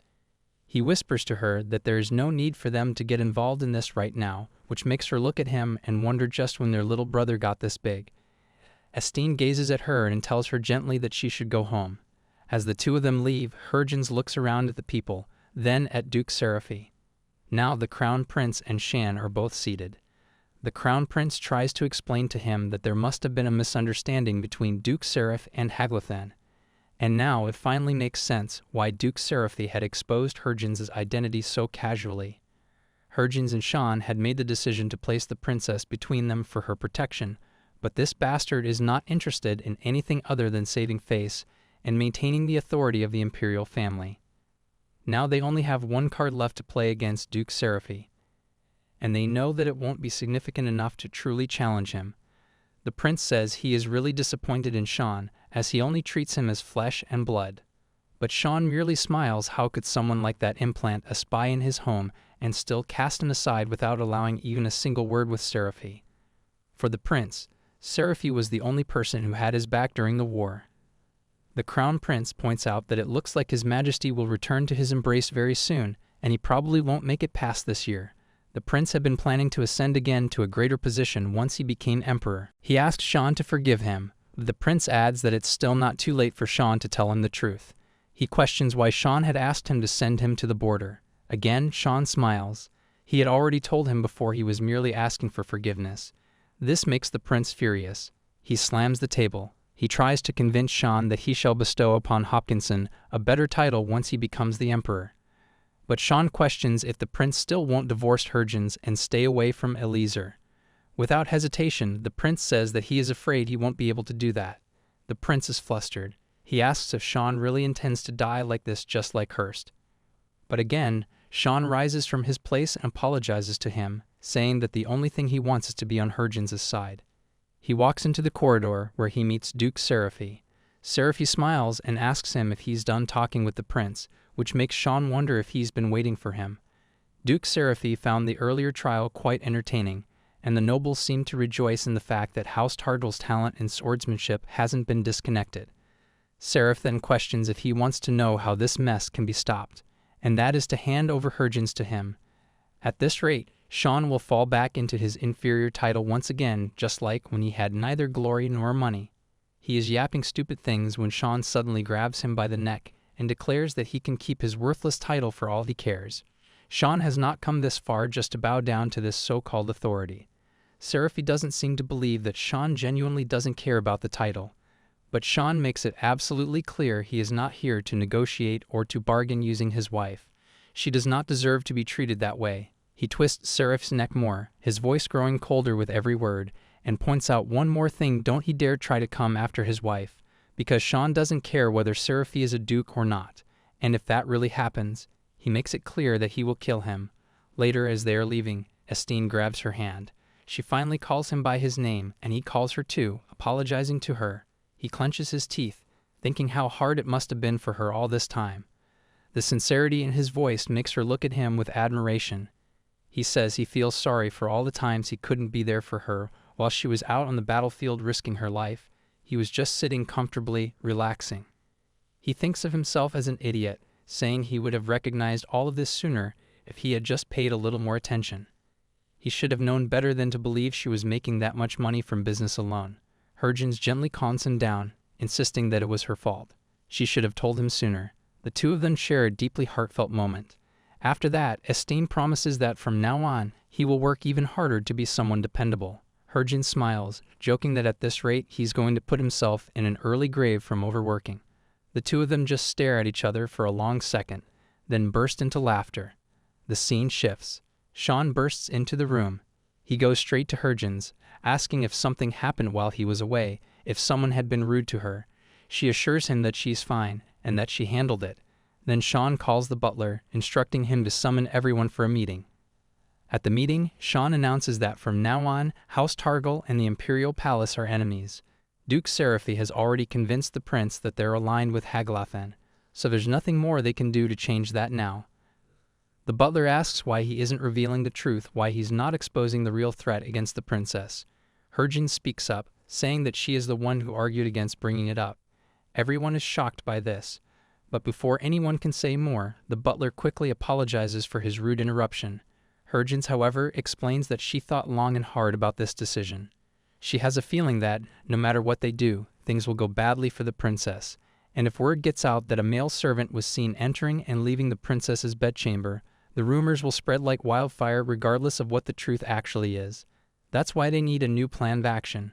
The butler asks, quietly, what she means by that. Shaun faces them and finally reveals what he's thinking: treason. The room falls into stunned silence. Every single member in the meeting is in shock. He explains that the prince and Duke Seraph have already drawn their swords against House Targil, and not just against the house but specifically against Hergens. He pulls out a map and points to it. First, they'll head to the border and unite their forces far away from the Empire's eyes. Then they will attack Valois. Shaun asks the members for their thoughts. Both Reeve and the butler kneel down to him. Reeve says the thought of a lion submitting to a dog is unimaginable. He is all in, ready to follow Shaun's lead. Even the butler, who had been waiting for these very words from Shaun, is moved. There's something he himself had been preparing because of the prince's truly indecent behavior, and it seems like now is the right time to use it. Hergens looks at the two of them with admiration. Then the staff of Elizer rises, goes down to one knee, and submits to Hergens as well. Having no other path to take, they too choose to follow her. They all kneel and say that they will follow wherever Hergens leads them. She looks at Aegon and realizes that she is being lived for right now, in this moment. She cannot believe that Aegon was considering treason because of her. Finally, she speaks, saying that it's good. And maybe, just maybe, treason might be worth it. The scene opens with Shaun and Hergens locked in a passionate kiss. Her breath catches as she tells him this isn't the right time for something like this, but he leans in, his voice a soft whisper in her ear, asking what time could be more perfect than now. Her expression is deadly serious. He embraces her tightly, sensing the conflict in her heart, and asks if she's worried about committing treason. She admits that she is, but more than that, she keeps thinking about the moment he knelt before the prince in the courtroom. He presses a kiss to her again, telling her there's no need to feel sorry over something like that. For him, kneeling wasn't a big deal. If it meant keeping her safe, he would kneel to anyone, even to the heads of every house. He's already done unspeakable things in the dark just to ensure her safety. The scene shifts to a dimly lit room where a red teacup is placed before Duke Wade. He asks again if there's any liquor around, admitting that he's craving a drink with everything that's been happening these days. Shaun silently nods and pours him a small glass. Shaun, watching Wade drink, assures him that he can go ahead and rant if he wants to. Wade looks genuinely touched. He gulps the liquor and begins to rant, complaining that the prince now only listens to the future Seraphi, and that one could even say the entire debt-ridden government lies in the hands of Seraph's family.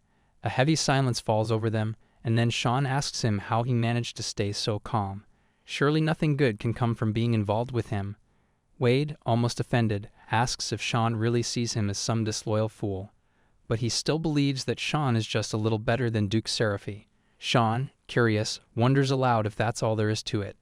Wade admits quietly that this isn't all, there's another reason. His daughter, Halia. The scene shifts again, and Halia is seen greeting Hergens and Estine. Hergens politely offers her a cup of tea, but Halia thanks him and comments on the rare delight of their dimmer company. Suddenly, Estine questions her, does she know what happened at the recent trial?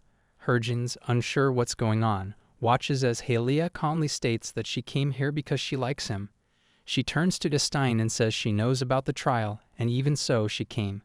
Estine is kind to her, but he warns that nothing good will come from her getting involved with House Targil right now. Hergens has no idea what to do or say. Then Halia takes a step forward and boldly asks Estine if he will marry her or not. Estine is utterly baffled. He tells her that the path he's about to walk is far too difficult. He can't take her somewhere like that. His words make her call out his name firmly. He turns away, explaining that if he marries her, he will have to succeed Duke Wade, but even then, he won't be able to dedicate his entire being to House Wade, and she knows he'll never stop helping her sister. Halia tries to convince him. She tells him she isn't like other girls. She doesn't enjoy embroidery. She can't cook. She has no interest in grooming herself. She's bright, not charming.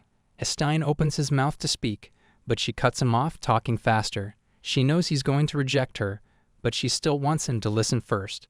Meanwhile, Hergens, always curious what kind of girl Halia really is, finds himself seeing her in a new light. And it's clear now, he absolutely likes her. Halia continues, saying that no one else in the Empire would marry her. and even if they did, it would only be if she agreed to be obedient and submissive, and that's simply not who she is. But Asserting is different. She loves him for the way he looks at her, for who she truly is. She begs him to marry her. Asserting is really blushing now. Silence hangs thick in the air. Harvin pinches him, urging him to give her an answer. He gulps, his throat dry, and softly asks her to forgive him. Even Harvin is taken aback, mentally screaming, "What the hell is this man doing?" But to everyone's utter shock, Asserting kneels down. He lifts his gaze to Cecilia and says solemnly that he should have been the one to say it first. He confesses that he has loved her from afar for a long time, which is exactly why he kept his distance. He didn't want to pull her into a difficult path, didn't want to complicate her life. But now, if she still wants him despite his flaws and shortcomings, he gently lifts her hand and presses a kiss to it, his voice trembling as he asks if she will marry her. The question hits Cecilia right in the heart. Overwhelmed with emotion, she answers yes without hesitation and throws herself into his arms. The two of them embrace in a warm, heartfelt hug, completely oblivious to how the rest of the world watches them now. Meanwhile, Harvin observes the entire scene, a bit dazed but genuinely glad. She's really happy, he thinks, and with Asserting of all people. Later, Duke Wade sees the pair walking hand in hand. He lets out a breath, then simply nods. Given the situation, it seems best that they proceed with a simple engagement ceremony, nothing too grand, just the exchange of rings. However, Shaun points out that even something as modest as that will require some time. Duke Wade only smiles faintly and calls out to Cecilia. It turns out they had already prepared the rings. Harvin finds the entire situation surreal.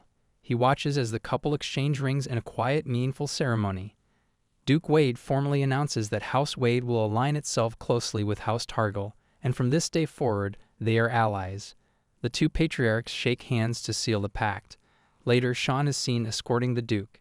As they move toward the border, Shaun reveals that they plan to expose the scandal surrounding Duke Seraphi. Most nobles have already been deceived into siding with Seraph, but once the rumors start to spread and the truth emerges, they'll be shaken. Shaun requests Duke Wade's assistance in swaying those nobles to their side. Duke Wade seems to grasp the gravity of the situation. Shaun then tells him plainly that he remains faithful to the Empire, but only to himself. Duke Wade, hearing this, thinks to himself, "That's a lie if I'd ever heard one." Meanwhile, in the Imperial Palace, a strange tension lingers in the air. Seraph words lingers to him that one day Shaun will point the sword at him, and before that Shaun must be killed. The weight of it all gives him a splitting headache. The butler rushes in, clearly alarmed, and informs him that the teleporters are glowing. Ilwood is arriving from Annex. The announcement shocks the prince. Ilwood? The Ilwood? The Pope himself. Sure enough, Ilwood arrives, flanked by holy attendants. He is graceful, composed, and dressed in splendid ceremonial robes. As he approaches, he is introduced simply as Ilwood. He carries something shiny and ornamental in his hand, and the prince kneels instantly, overwhelmed. The crown prince thanks him profusely for blessing the empire with his presence. It is said that even a king may never meet an Annexian follower in his lifetime, and yet now, Ilwood himself has come. Ilwood apologizes for arriving unannounced, but insists that the matter is urgent. The prince, sparkling with admiration, eagerly asks what urgent business brought him here. Ilwood answers calmly they are here to escort someone very important. The prince tilts his head. Ilwood finishes, they are here to escort Count and Countess Targle. The prince is absolutely livid. Now Shaun is seen greeting and bowing respectfully to the princess. He thanks her for inviting him to today's tea party. It is their first time seeing each other since the trial, so the princess turns to Harvin and casually asks how she's doing. The princess makes it clear that she doesn't care whether Harvin is an Elizer or a Harvin. What she's truly trying to say is that, for her, Harvin is a really precious friend. This girl is quite embarrassed by the sentiment, but Harvin sincerely thanks her. She then notices Shaun. She was genuinely taken aback when Shaun previously told her he wanted to join the tea party too, but now, seeing him sipping tea with flowers and lace, she finds him really cute. With slight hesitation, the princess turns to Harvin and suggests that she should spread the scandal about her, but Harvin assures her that it won't be necessary. If anyone tries to bring her down with it, it will backfire. However, the prince tries to explain something important, that even though the nightmares have ended, she is still being controlled by him. She was forced to become the princess because of Annex. She never wanted this life, and if she could, she would rather be free. Harvin listens carefully and then asks, if that's truly the case, Could she give up her title for the sake of freedom? The princess is more than happy to do so. The princess suddenly falls silent and wonders if they're planning something.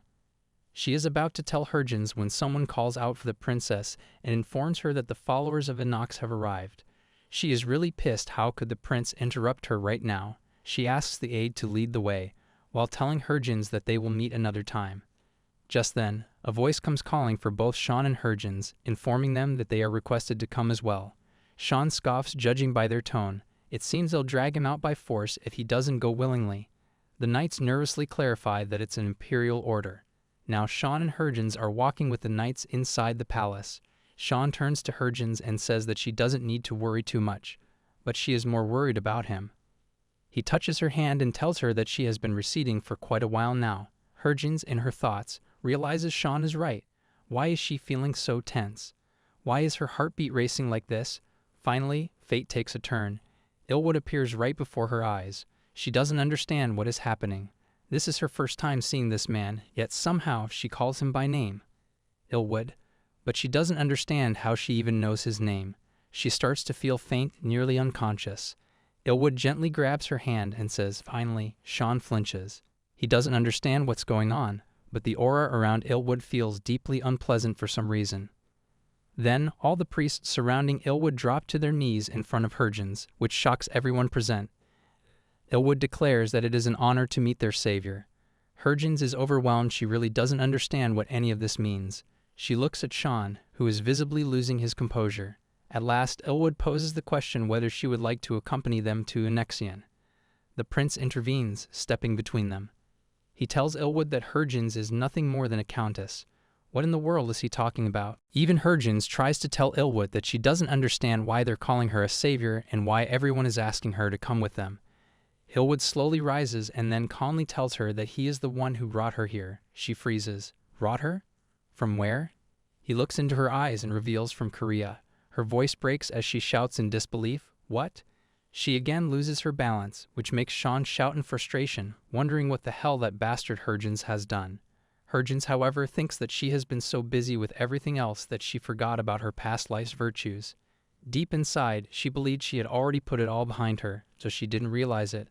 Of course, she's now sure that it's not just a coincidence that she didn't end up in Korea. She thought it was simply a fortunate benefit, and that she was just reborn better in this world. Elwood explains the truth about this life to her, that she was originally born in this world in the first place. But problem occurred, and she had to take a rebound path in order to return. He gracefully takes her hand and says their meeting is fate calling once again. She looks at him, and deep down she really wants to go with him. She truly wants to know how he knows about Korea. But then she thinks, if she goes, Shaun will be left alone here. At the same time, Shaun squeezes her with love and assures her that he's fine with whatever she decides. But she can tell he hates Elwood. Shaun says to her that he knows this is something important to her, so he wants her to go, but she must promise that she will tell him everything once she returns. Because he wants to know it too. She nods, promising that she will, because he is planning to follow her wherever she goes. Even if that place means she'll leave him, he will follow. Harvin says to Elwood that she has made up her mind, and that she will not go with him. The prince trembles with anger, demanding to know if she's gone mad. But she turns to Elwood and says the past is in the past, and what's important to her now is the present. She really can't give up her time with Shaun, all because of a past that she no longer belongs to. Elwood tries to speak, telling her she doesn't even know who Shaun really is. But she doesn't care. Elwood falls silent, as if he doesn't have any other options left. He removes his mask, and he looks exactly like Shaun. Hurriedly, she dashes toward the real Shaun. She doesn't really know what Elwood is going to do, but one thing is certain: Shaun is in danger. Elwood gazes at them both, and there's a surge of magical power around them. Everything starts to flash white as Harvin calls out for Shaun. The Annexian Pope, Elwood, holds a position granted by the gods. Once the previous Elwood passed away, the next chosen Elwood received the power of the divine and inherited his duties. The Elwood of this generation was born in the slums, an orphan who struggled to survive by picking food from trash cans. One day that orphan's hair turned long and white, and he wandered the streets, calling himself Elwood. Regardless of how people laughed at him, the rumors spread far and wide, but his gloomy eyes made everyone kneel before him. When he was just 15 years old, he lay still in the center of a fountain, thinking that he had inherited all the memories. Now he tells the other members that the door of the continent will open in the millennium, and a scarlet will burn and destroy everything. Yet there is a savior in a different dimension. Ryohyun, the previous Elwood, brought her from another dimension, but she is not the savior. He has found a new one, but she is still too young, so he decides to use his powers to bring her here. However, even he cannot predict where she will be reborn on this continent. They need to find her, and she comes reborn as Herjins. Now, Elwood watches her and thinks about how the two of them meeting like this must be fate one built a millennium ago. Herjins finally opens her eyes. She wakes up, and it's terribly cold. There is no one around. She looks here and there but finds no one. She comes out of the fountain and looks at the gate, wondering if that's the exit, but the place is not easy to navigate. She doesn't know when this will end. She finally reaches the top, and there she sees Elwood. He turns to her and says it looks like she is awake. She shouts at him to tell her where Shaun is. Elwood opens a dimension and she sees Shaun hanging. Shaun opens his eyes and sees that he is tied up. Elwood stands in front of him. Elwood says that finally the time has come to complete the task passed down for 1,000 years. Shaun asks him where the hell he is and what all of this is supposed to mean. Elwood states that the Savior will bestow judgment on the devil, and the disaster Shaun resembles the devil in every way. And if there is a God, then this is his prophecy. Shaun protests, questioning how an innocent man like him could be called the devil and condemned to death. Elwood replies that Shaun already knows the truth, that he is no ordinary human. Shaun grits his teeth. He knows it's strange, how he never learned the art of fighting yet performed miraculously in the war. It's as if he belongs in this world. The more he lost himself here, the more he forgot he was ever human. Herjins was the one who held on to him. He was ready to endure anything for her. That's the reason he gave up on his old life and was even willing to commit treason just to protect her. He hears her voice calling to him again and again, telling him to wake up, to snap out of it. Hearing her voice, he breaks the handcuffs and rushes toward the dimension circle and the woman he cares for. He grabs her, asking if she's all right, if she's hurt anywhere. He says he's fine. At that moment, Elwood shouts at Shaun to stay away from her. He uses his power, throwing Shaun far away. Herjins' eyes widen. She runs towards Shaun and demands to know what Elwood is trying to do. Elwood tells her that she will be the one to put Shaun the devil to sleep and save the continent. That the man before her eyes is the prophesied devil who will bring destruction. Herjins shouts back at him, refusing to believe that Shaun is the devil from the prophecy. Elwood insists it's the truth, reminding her that she has seen it herself, that vision of the devil and the continent engulfed in flames. She clenches her teeth. Now she realizes that it wasn't just a dream but a prophecy. Elwood tells her they don't have much time left and that she must kill him. Both Shaun and Herjins are in despair. Herjins cries out that nothing has been decided yet, and she hasn't even heard what Shaun has to say. Elwood shouts back that this is the prophecy bestowed by the Annex. She insists she is not the savior, but Elwood targets her again, saying that she holds the key. Now the two of them are having their own version of a world war. Shaun remembers Tagus' conversation with Elwood. Elwood told him he is the sealed, and the reason he must be finding it hard to breathe is because all of this is God-sanctioned. Elwood says it seems she tried to avoid death by creating a bond as husband and wife. But if she truly believes she can stay with him, once she discovers he is the monster, he doubts it. He says it couldn't be helped if she starts to fear him. But now she is saying she is the house turtle, Herjins. Elwood still calls her savior, which enrages her. She clenches her fists. Now they have no choice but to settle this with force. Shaun becomes alert. If she is being honest, she herself is not sure if she will be able to settle this alone with her strength, and whether her brute force will really work against Elwood's holy power. But again, it seemed like divine or godly powers didn't work on her, even though she was right next to him. An attack fueled by holy power must work on Shaun, since he is the devil. But she steps back. Shaun is laughing. Shaun walks up to her and kisses her. Herjins is stunned. What the hell is he doing right now? This is not the time for that. Shaun, looking into her eyes, says that he truly loves her, and he'll be fine if he dies by her hands, and since it will end with force, he wants to give her his strength too. Elwood draws his powers, scoffing at them, questioning if they really think they can win with brute strength. Elwood calmly comments to her that it's not too late, and that it will be better if she accepts this fate. He asks why she keeps fighting it. She sees now that the holy power in the air is making it difficult for Shaun to breathe, and at this rate he might die.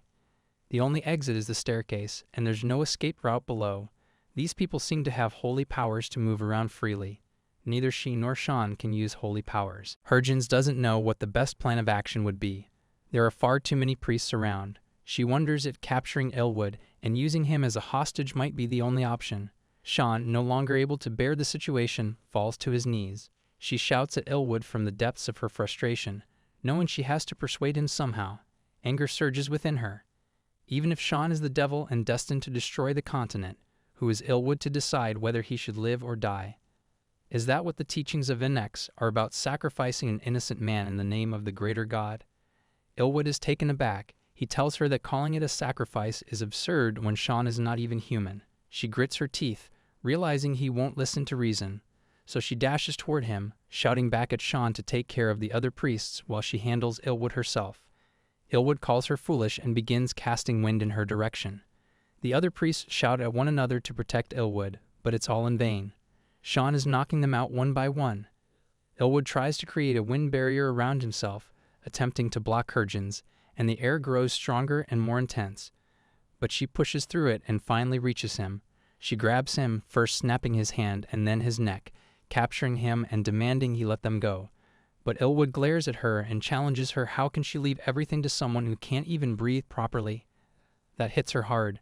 She realizes too late that she wasn't thinking clearly again. Elwood then tells her to look at Shaun.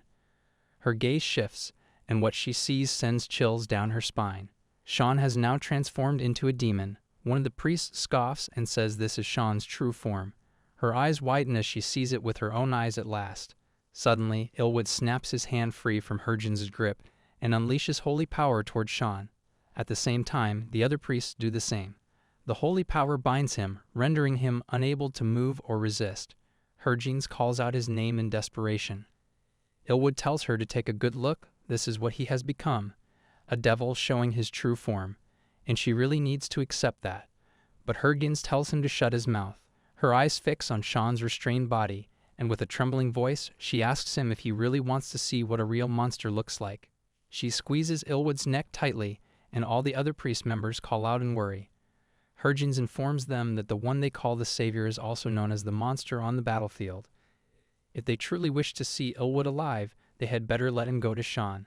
With no other choice, Elwood asks the priest to release him. Shaun collapses to the ground. She dashes toward him, but the awkward Shaun turns away, asking her not to look at him. She questions why. He replies that it's because he looks repulsive right now. She kneels beside him and kisses him, saying that he is not repulsive at all. The moment her lips touch his, he begins to change. She can't believe it. He changes back. The two of them embrace tightly. Meanwhile, Elwood clenches his hand. During his time as Elwood for thousands of years, he has died and been brought back to life countless times. He has searched endlessly, always watching, seeking the Savior. Throughout that repeated cycle, he has been convinced that the Savior must be a morally perfect saint. Therefore, he believed that once the Savior discovered the devil's true identity, she would loathe him, despise him, and kill him without hesitation in order to protect the world. With the Savior he just witnessed now, he is now deeply worried. He fears what might happen to his long-thought sacred duty. Because if the Savior chooses the devil and stands by his side, the entire continent will fall into ruin. He truly doesn't understand what should he do. Elwood steps forward. As he sees Shaun, he thinks to himself that it seems like he was just saved. Then a sudden realization hits him, making him question fate. If fate is real, is it fair that the two of them got married? He wonders if he was mistaken all along. Harvin tells him that he will not find the Savior he's been looking for, because there is no way she is going to kill Shaun. Elwood is speechless while Shaun smirks at him. Elwood smiles faintly and thinks that perhaps killing him was not the only option after all. Now sitting on the podium, he tells them that this is where he usually comes to relax. The Queen of Rio also comes here often. Harvin, somewhat uncomfortable sitting near someone she was just fighting, reflects that he is actually a pope, then asks him if he is all right. Elwood smiles and says that he should be the one asking that, as it seems like he was simply too impatient.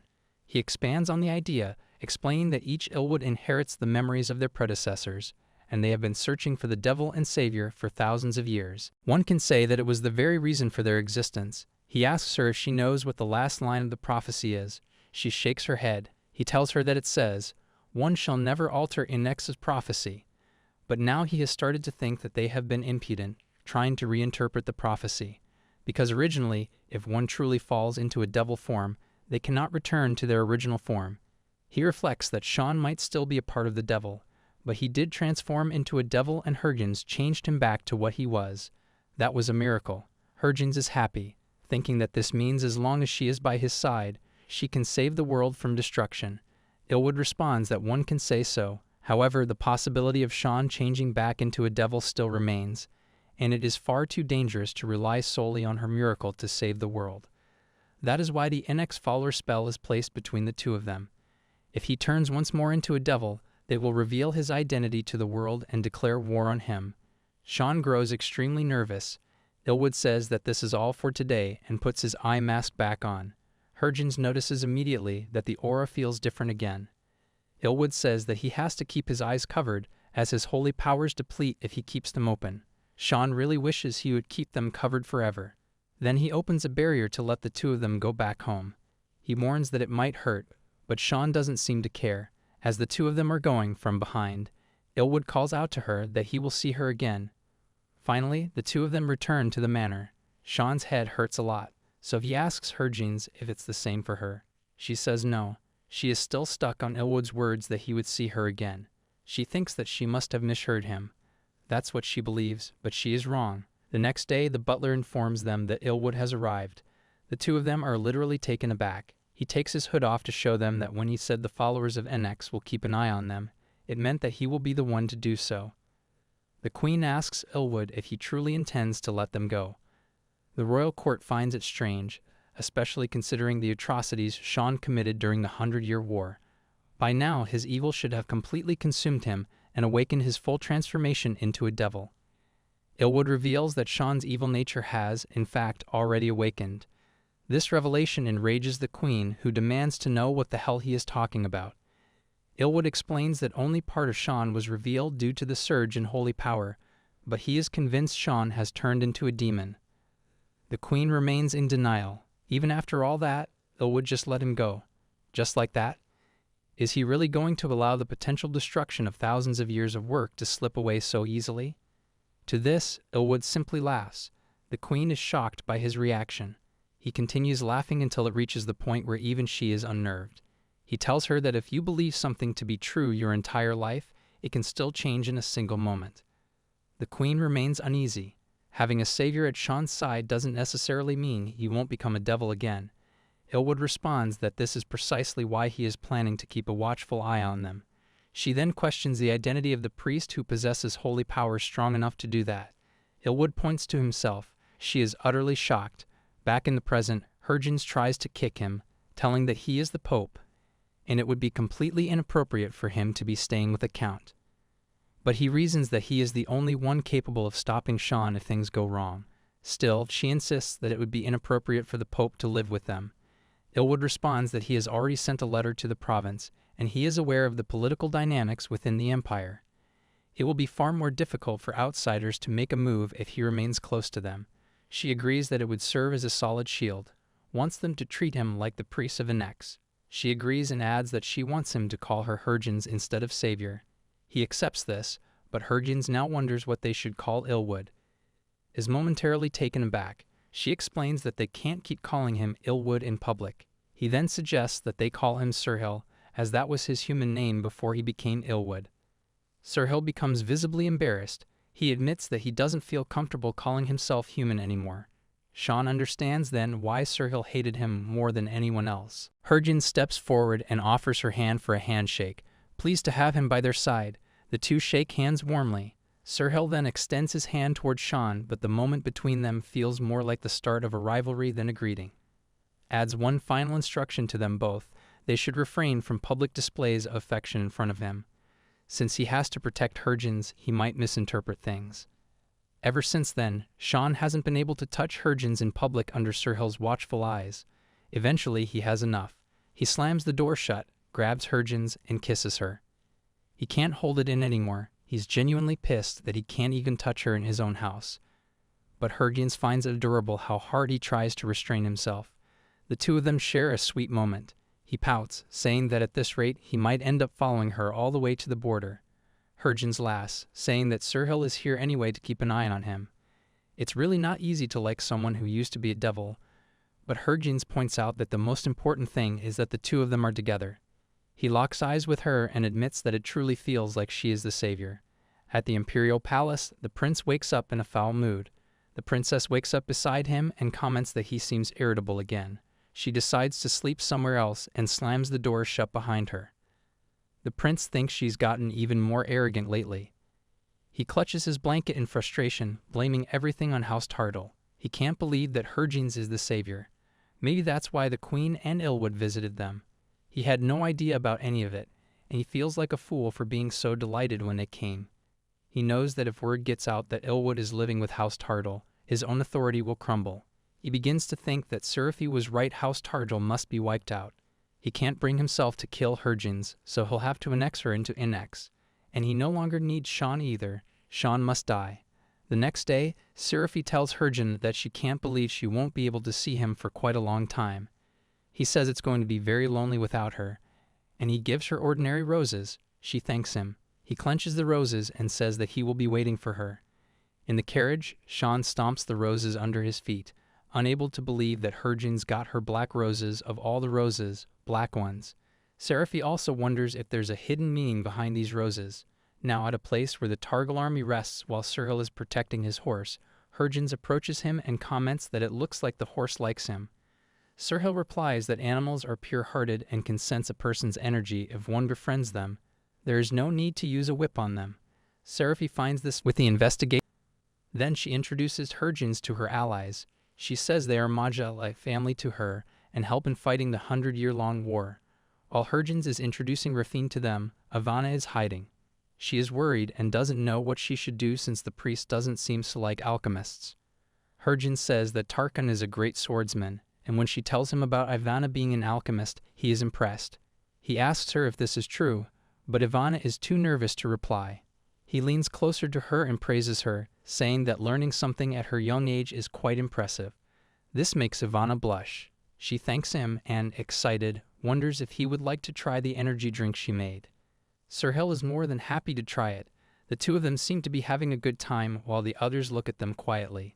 They finally reach the outskirts of a village. Herjins points out that the place looks quite shabby. Shaun agrees with him and thinks they should look for food here. As they are walking, a child approaches Tarkan and asks if he can get a coin from him. Tarkan is about to give the child a coin when Herjin snatches it away from him. She points out that the kid came walking on his own, gave his hand, and also looks healthy for someone claiming to be starving. She gazes at the child in suspicion, wondering aloud if he is really begging for money. The child dashes away. Tarkan comments that it seems like Herjins really can't trust kids. She reasons that children are much more suspicious and clever than they look, and they need to be careful. Rafine thinks the village is quite off. It used to be bustling, but now it's quiet. She suggests they should head back to camp for now. Suddenly, Reeve comes running and tells them that the people of the village have said they will be providing them with food and sleep for the night at the manor. He points out where the manor is. Shaun says to Reeve that he, Herjins, Serhil, and Elizer will go there, and he will stand guard. Reeve doesn't seem to like this idea and starts to throw a tantrum. Meanwhile, Herjins tells the entire plan to Serhil and questions if he is okay with this. Serhil is fine with it, but he thinks the good guy gives off a weird energy. Even Herjins feels the same. It's like they haven't even entered fully, and she already knows the answer. She takes out her dagger and decides to bring it with her. Then she goes to the camp and asks Shaun if it's okay to wear their swords like this. He can see it too. Herjins finds this whole thing fishy. Shaun also has his sword hidden. Inside, the manor is strange too. There are no adults, only children working. The owner of the manor is wearing a mask, which he claims is due to a scar. But it doesn't feel like he is telling the truth. She questions Shaun if they should just not stay here. Shaun says no, because all this time they have been sleeping outside, and he wants her to sleep in a good bed. He thinks they will just enjoy it for now and slip out if things get dangerous. Inside the manor, the whole place sparkles.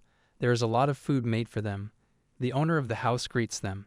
He is wearing a strange mask and says that he is Tess. He excuses the mask, saying he has a scar on his face. Herjins can't believe that the owner of this manor is a commoner. Tess explains that it's been a while since he had guests, so he went a little overboard and tells them to enjoy the meal. When they start to eat, Herjins can't help but wonder if Tess eats while wearing the mask. Maja takes hers off, but he is fine and doesn't have any kind of scar. Then they hear shouting it's Ivana. She's screaming that he is Terran. Tess responds calmly, saying it has been a long time since he saw Ivana. Ivana demands to know what Tess is doing here, which makes Hurgens wonder if Ivana knows him. Ivana hurriedly tells everyone not to eat the food, but it's already too late. Everyone has eaten. All of them spring up. Tess starts to laugh, saying it's far too late for her to stop it now. Ivana begins to feel unconscious and collapses. Hurgens rushes to get to her, but she also falls to the ground. Later, Hurgens wakes to find herself tied up. She could win a physical battle, but this is different. It's the chemicals. They hit hard. She sees Ivana in the cell beside her, but no one else is in sight. When she finally opens her eyes fully, she sees Hurgens tied up. Hurgens questions her, asking how she ended up like this. Ivana says that Tess seems to be an alchemist as well. She then asks Hurgens if she remembers the first time they were on the battlefield. The reason they stepped into the battle despite knowing the danger was the dream of becoming an alchemist. It was for the essence of truth, the legendary substance that can change anything into gold, the Philosopher's Stone. Ivana explains that her teacher was the renowned alchemist who was acclaimed across the country. Tess was another student just like her. He always tormented her. He would say cruel words whenever the teacher wasn't around, take credit for her research, and even punish her for ridiculous reasons. Eventually, Tess kicked her out. As soon as the teacher passed away, he said he would continue their master's research and find that stone. He said he didn't need a useless thing like her. That's why she joined the war, to make that stone in the heat of real conflict. Hurgens doesn't understand what the war has to do with the stone. Ivana replies that the conditions for making the stone are extremely vague. All they know is that it is completed in 4 steps by dissolving raw materials with different properties in mercury. She wanted to examine the corpses on the battlefield to see if she could create the stone. But not anymore. She realizes now that it was wrong of her after meeting Hurgens, after becoming part of Elizer. She says she likes being a member of Elizer more than chasing the stone. Ivana turns to Hurgens and quietly asks if she's disappointed in her. Hurgens replies that she is not. But before she can finish her sentence, Tess opens the door, commenting that it seems the two of them have finally woken up. Ivana shouts at him. He tells her to be quiet for a while. Tess then walks over to Hurgens and asks if she's uncomfortable after all. She's a noble. He comments that she's pretty even up close. Ivana yells at him to get his hands off Hurgens. This annoys Tess. He orders her to shut up, saying her skills in alchemy are much inferior to his. He questions her, asking if she really thinks Hurgens needs someone like her more than him. Hurgens questions him, asking if he's the one who made Ivana cry. This makes him nervous. He quickly asks if she is close with Ivana. She replies that he could say that. But he doesn't believe it. How could a noble be close with a commoner? She scoffs and asks why that angers him. He replies that it doesn't matter anymore. Soon she is going to obey him. She's good enough to be the queen of his kingdom, perhaps even perfect. Hurgens gazes at him and questions if he isn't afraid of her husband. Tess scoffs and asks who the hell her husband is. Hurgens thinks to herself that this man is dead now. She scoffs again and questions whether he's really trying to say that her husband is lesser than someone like him, someone who has reached the highest level of truth. Ivana cuts in, asking if he really has. He stops for a moment and turns back to her, narrowing his eyes, asking if she just called him you. He points out that it looks like she's grown quite bold and even forgot his name. Ivana replies that she thought it must be someone else with the same name. Then she questions what the hell he's doing in this empire instead of staying at the research lab. He says a generous sponsor came along and he got rid of that lab. Ivana can't believe it. How can he just discard that lab so easily, the one filled with so many memories of their master? He tells her to forget about it and instead look at what he has accomplished. A boy comes in and opens a heavy door. The whole room beyond is filled with gold bars. Ivana stares in disbelief. He's really created the Philosopher's Stone. She glances at Hurgen and sees that she's silently urging her to do something. This is Ivana's fight. She really needs to think of something. She can't break down in front of Hurgens. She steels herself and asks Tess to show her the stone he created. This makes him nervous. He says he will show it to her if she begs for forgiveness and becomes his assistant. This confirms her suspicion. He's bluffing about something that doesn't even exist in real life. He says it's a stone even the king and queen desired, so she better show him some respect. She says she knows he's bluffing. Just because he's acting like a king in this village doesn't make him anything. He laughs, asking who she is trying to act strong for, when even the villagers themselves hand over their children to serve him. Ivana grits her teeth, watching the boy beside him. Tess points out that he had to use brute force because many people were after his stone. But Ivana keeps provoking him, asking when he will stop lying. He warns that if she continues this way, he'll have no choice but to use Hergens. After all, the two of them seem quite close. He pulls a lever, opening a trap door beneath Hergens. Underneath, monsters are waiting. He says that he's collected all the best subjects who couldn't behave properly. He smirks and assures them that if Hergens loses her arms, he'll reattach one just to be generous. Tess scoffs. It looks like the dogs are quite hungry, and she might end up dying at this rate. He wonders if Ivana will save her before that happens. Now he demands that Ivana swear to obey him. He thinks perhaps if she begs for forgiveness, that might work too. But then Hergens calls to him, and he looks back as she tells him to wait for 5 minutes. She promises she'll be back. He's unable to understand what the hell she's talking about. She releases herself from the rope and falls. Tess is unable to understand what the hell is going on. Ivana scoffs, thinking that he's been stuck doing research in some backwater village and is going to lose because he's completely clueless. He shouts at her, furious, demanding how she dares do something like this to him. She asks if he even knows what Elizer is. He yells back, asking how the hell is he supposed to know, and says he isn't interested either. Ivana smiles. Since they are alone, she wants to continue their conversation about that stone. She explains that the philosopher's stone is just an expression. No one really knows what kind of substance it is. She questions him now. The stone he has, is it in solid, liquid, or gas form? He begins to talk about some scientific explanation, which only pisses her off even more. She finally declares that if he really succeeded in making that stone, she will gladly lick his stinky feet. That makes him really angry, and he grabs her by the neck. On the other side, Shaun finally wakes up. Sirhill says to him that it's too late for her, that it was expected for him to wake up, but he's too late. He is filled with anger. He can't believe that he put Hergens in danger. Shaun groans, remembering the promise he made to protect her. Yet he lost her to a petty attack. He's deeply worried if she's all right, and he won't be able to rest until he finds her. He realizes he needs to get out first, but if anything happens to her during that time, he thinks maybe he can use Shuss's devil. After all, it's a quick and easy way. Sirhill sees him and tells him to snap out of it. Since Hergens is not here, he won't let it slide like last time. He reminds Shaun that he really doesn't want to be forced to use his holy powers. Shaun assures him not to worry, he won't do anything reckless. He says the first thing they need to do is get out of here. If Sirhill is willing to cooperate, their work is done, as long as Shaun doesn't cross the line.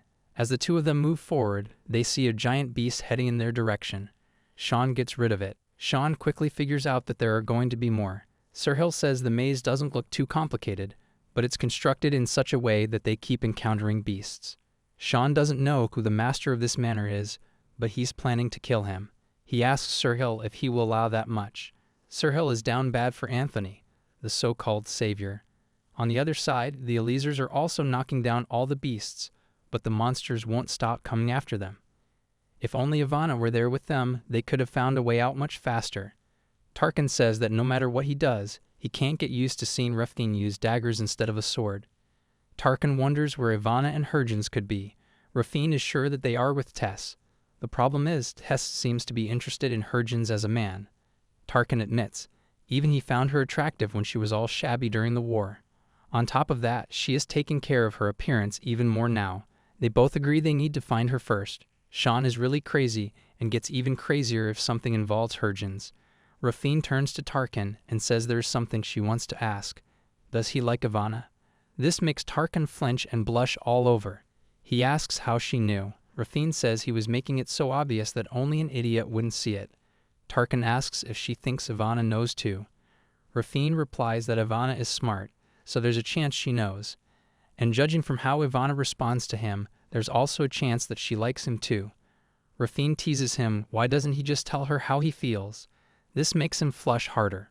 Raphine has already secured the promise. Tarkin will confess how he feels after they get out of this place. After all, how long does he plan to keep living like this? Raphine says they should hurry up. Tarkin is all set to end Tess today. Hergens is on the other side, falling through a deep tunnel. She wonders just how far it goes, silently wishing to land safely. Fortunately, she lands atop a great beast that roars beneath her. She doesn't understand what this creature is, and there are many of them. A sudden, chilling thought crosses her mind. She might actually die here, but she tells herself to calm down. There must be some kind of weakness in these monsters. Gathering her resolve, she leaps onto one of the creatures and slashes at it, landing on the ground moments later. She's relieved to discover that its joints seem to be its weak point. There are still many of them left, but so long as they have weaknesses, she believes she will be fine. One by one, she gets rid of them all. Eventually, she stumbles upon something very strange, something that resembles a lab. Within it, various monsters are captured inside capsules. She wonders if Tess has been experimenting on animals, and disturbingly, some of the creatures are still alive. A darker thought crosses her mind. What if humans have been experimented on as well? Then she sees them children, dressed up like dolls, locked inside a cell with lifeless eyes. She rushes to break the jail. A dreadful possibility dawns on her. Could Duke Seraph be Tessa's sponsor? It's strange, but it would explain so much how familiar Duke Seraph seemed to be with the drugs, the assassination attempt on the princess, the incident with the hounds. It all makes sense now. As the saying goes, birds of a feather flock together, and a lunatic like Tess would surely attract someone equally twisted. As she tries to open the cell, a strange, chilling sound echoes nearby. She turns quickly, and something makes her eyes widen. On the other side, Shaun fights like a hero, cutting down monsters with sweeping strikes. Sirhill is nearby, simply enjoying the action, much to Shaun's frustration. Shaun reminds Sirhill that he could get killed if he doesn't stay close. Sirhill nods at this. The two of them push open a door and are greeted by a haunting sight, a massive beast with many heads. Shaun tells Sirhill to wait, but Sirhill assures him not to worry. Without hesitation, Shaun dashes toward the enormous creature and slashes it down.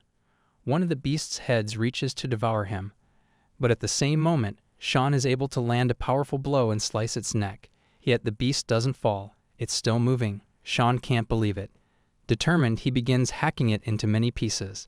It will take time, but it will ensure this thing stays dead. Then the beast begins to move in a strange way. Shaun notices a glow on its side and finally understands. That's the weak point. They had tried to hide it, but in doing so, they made it all the more obvious, and yet again, he gets rid of all these monsters in less than 5 minutes. After Shaun gets rid of all the remaining monsters, Sirhill, also known as Illwood, sits down quietly, offering a silent prayer for the monster's soul. Shaun watches him like this, and for the first time, realizes something. Now that he truly thinks about it, Sirhill does resemble a pope. But the feeling that follows is strange. There's a faint unease in Shaun's chest, pitying an enemy he never thought someone could do that. And yet, Sirhill just did.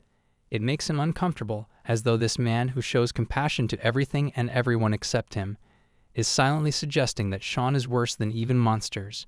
While Shaun is lost in thought, Sirhill notices a small hidden door ahead. They both approach it.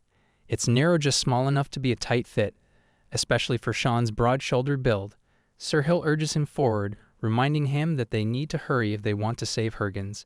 And if there's anyone who would want to see her as soon as possible, it's surely Shaun. Without hesitation, Shaun reaches for the door and opens it, a flicker of hope in his heart that she might be on the other side. But the moment the door creaks open, both of their eyes widen.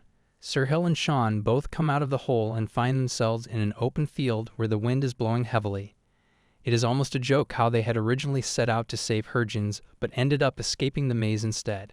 Shaun, surprisingly acting as if he actually has a functioning brain, decides it will be better for them to pass through the corny gates rather than return to the maze. However, Shaun's inner demon is far from satisfied. He won't rest until he breaks down this entire place. Then, a few past scenes are shown. Tess is seen lashing out, questioning why Ivana is held in such high regard when she is still just a kid.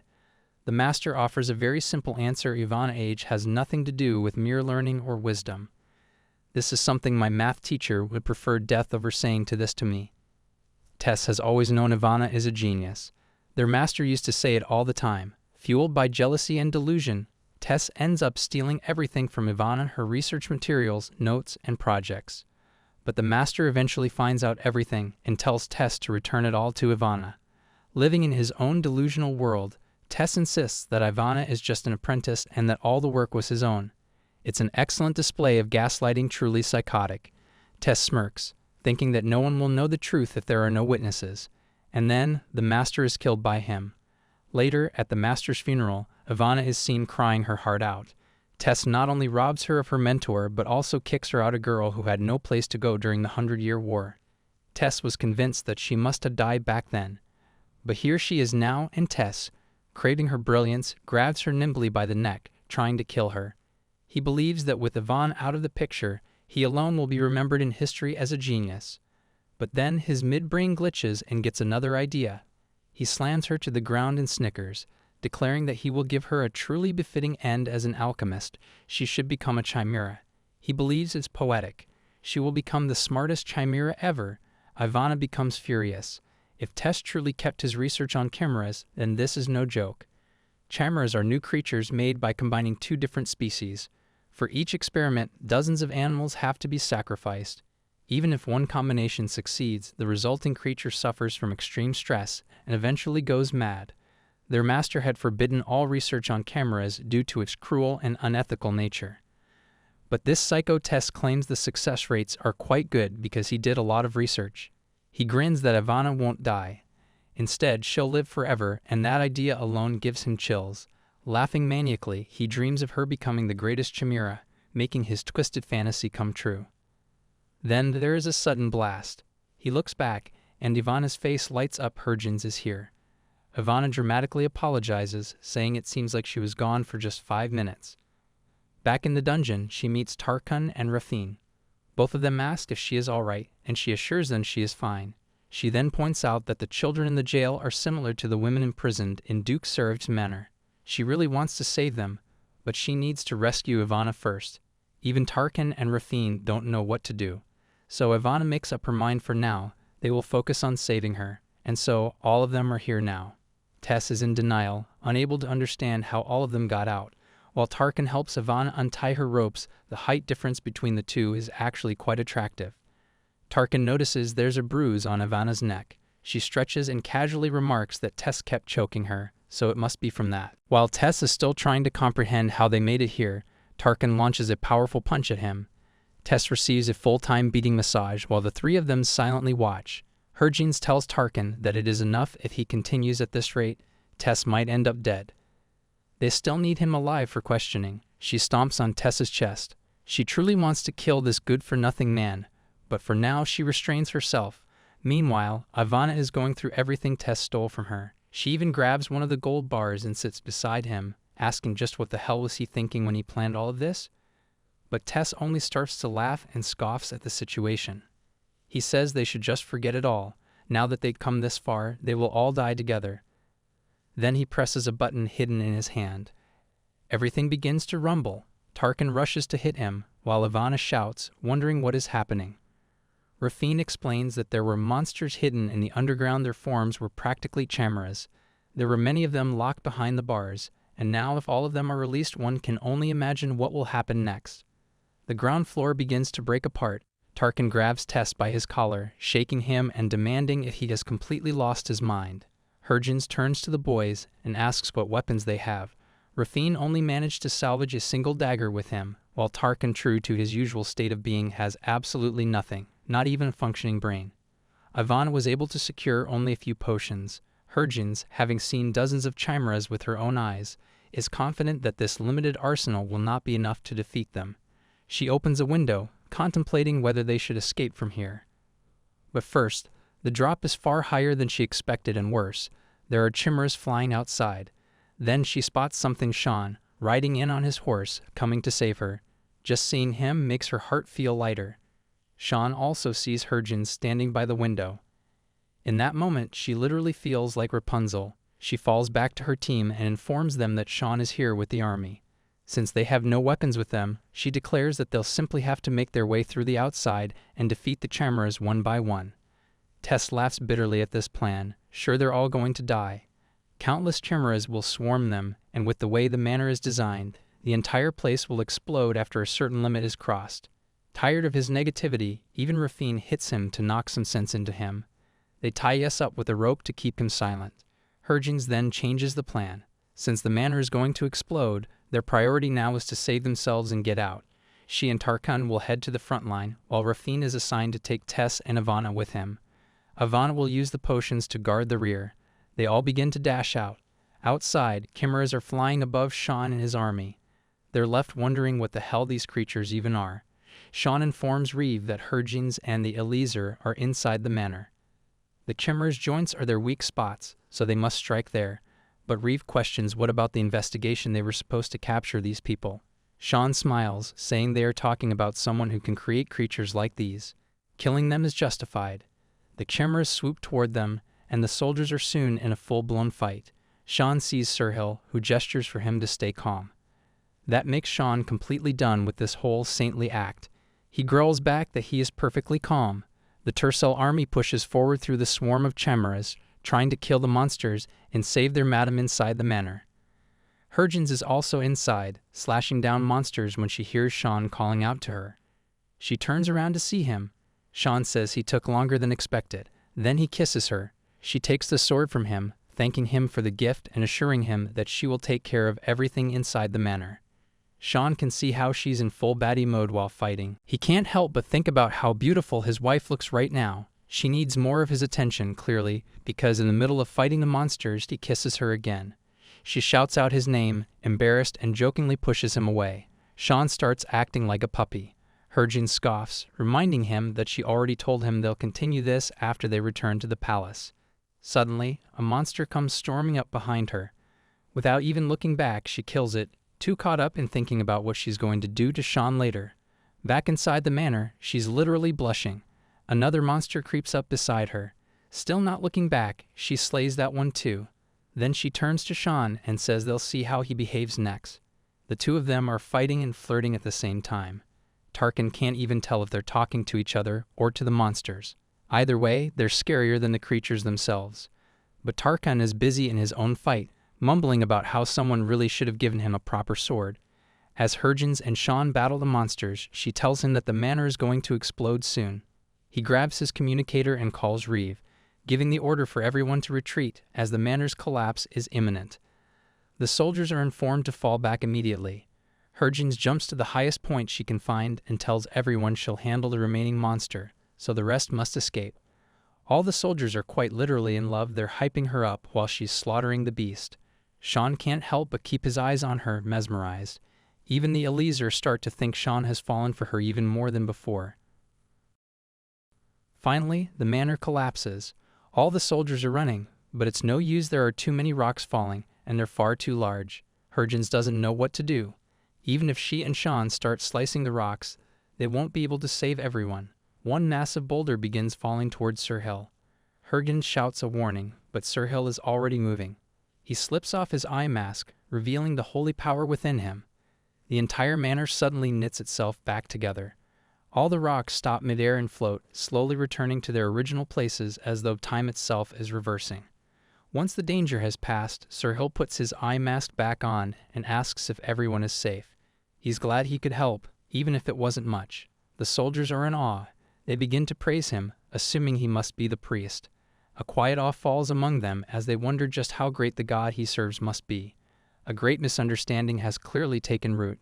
Tarkin mutters sarcastically that if he had that much power, he would have killed all the monsters and saved them long ago. Sirhill steps forward and bows lightly, apologizing to Tarkin, which startles him a little. Tarkin begins to wonder if Sirhill has some kind of restriction placed on his power by the Lord himself. As if in response, Sirhill begins to heal Tarkin's wounds gently. He explains that he cannot kill anything, as these monsters, too, are beings born of the Lord. There is only one thing he is allowed to kill. Tarkin, confused, asks what that one thing is. Leaning in, Sirhill whispers softly it is the devil. Both Rafine and Tarkin are stunned. They stare at him in disbelief, wondering if the devil is truly real.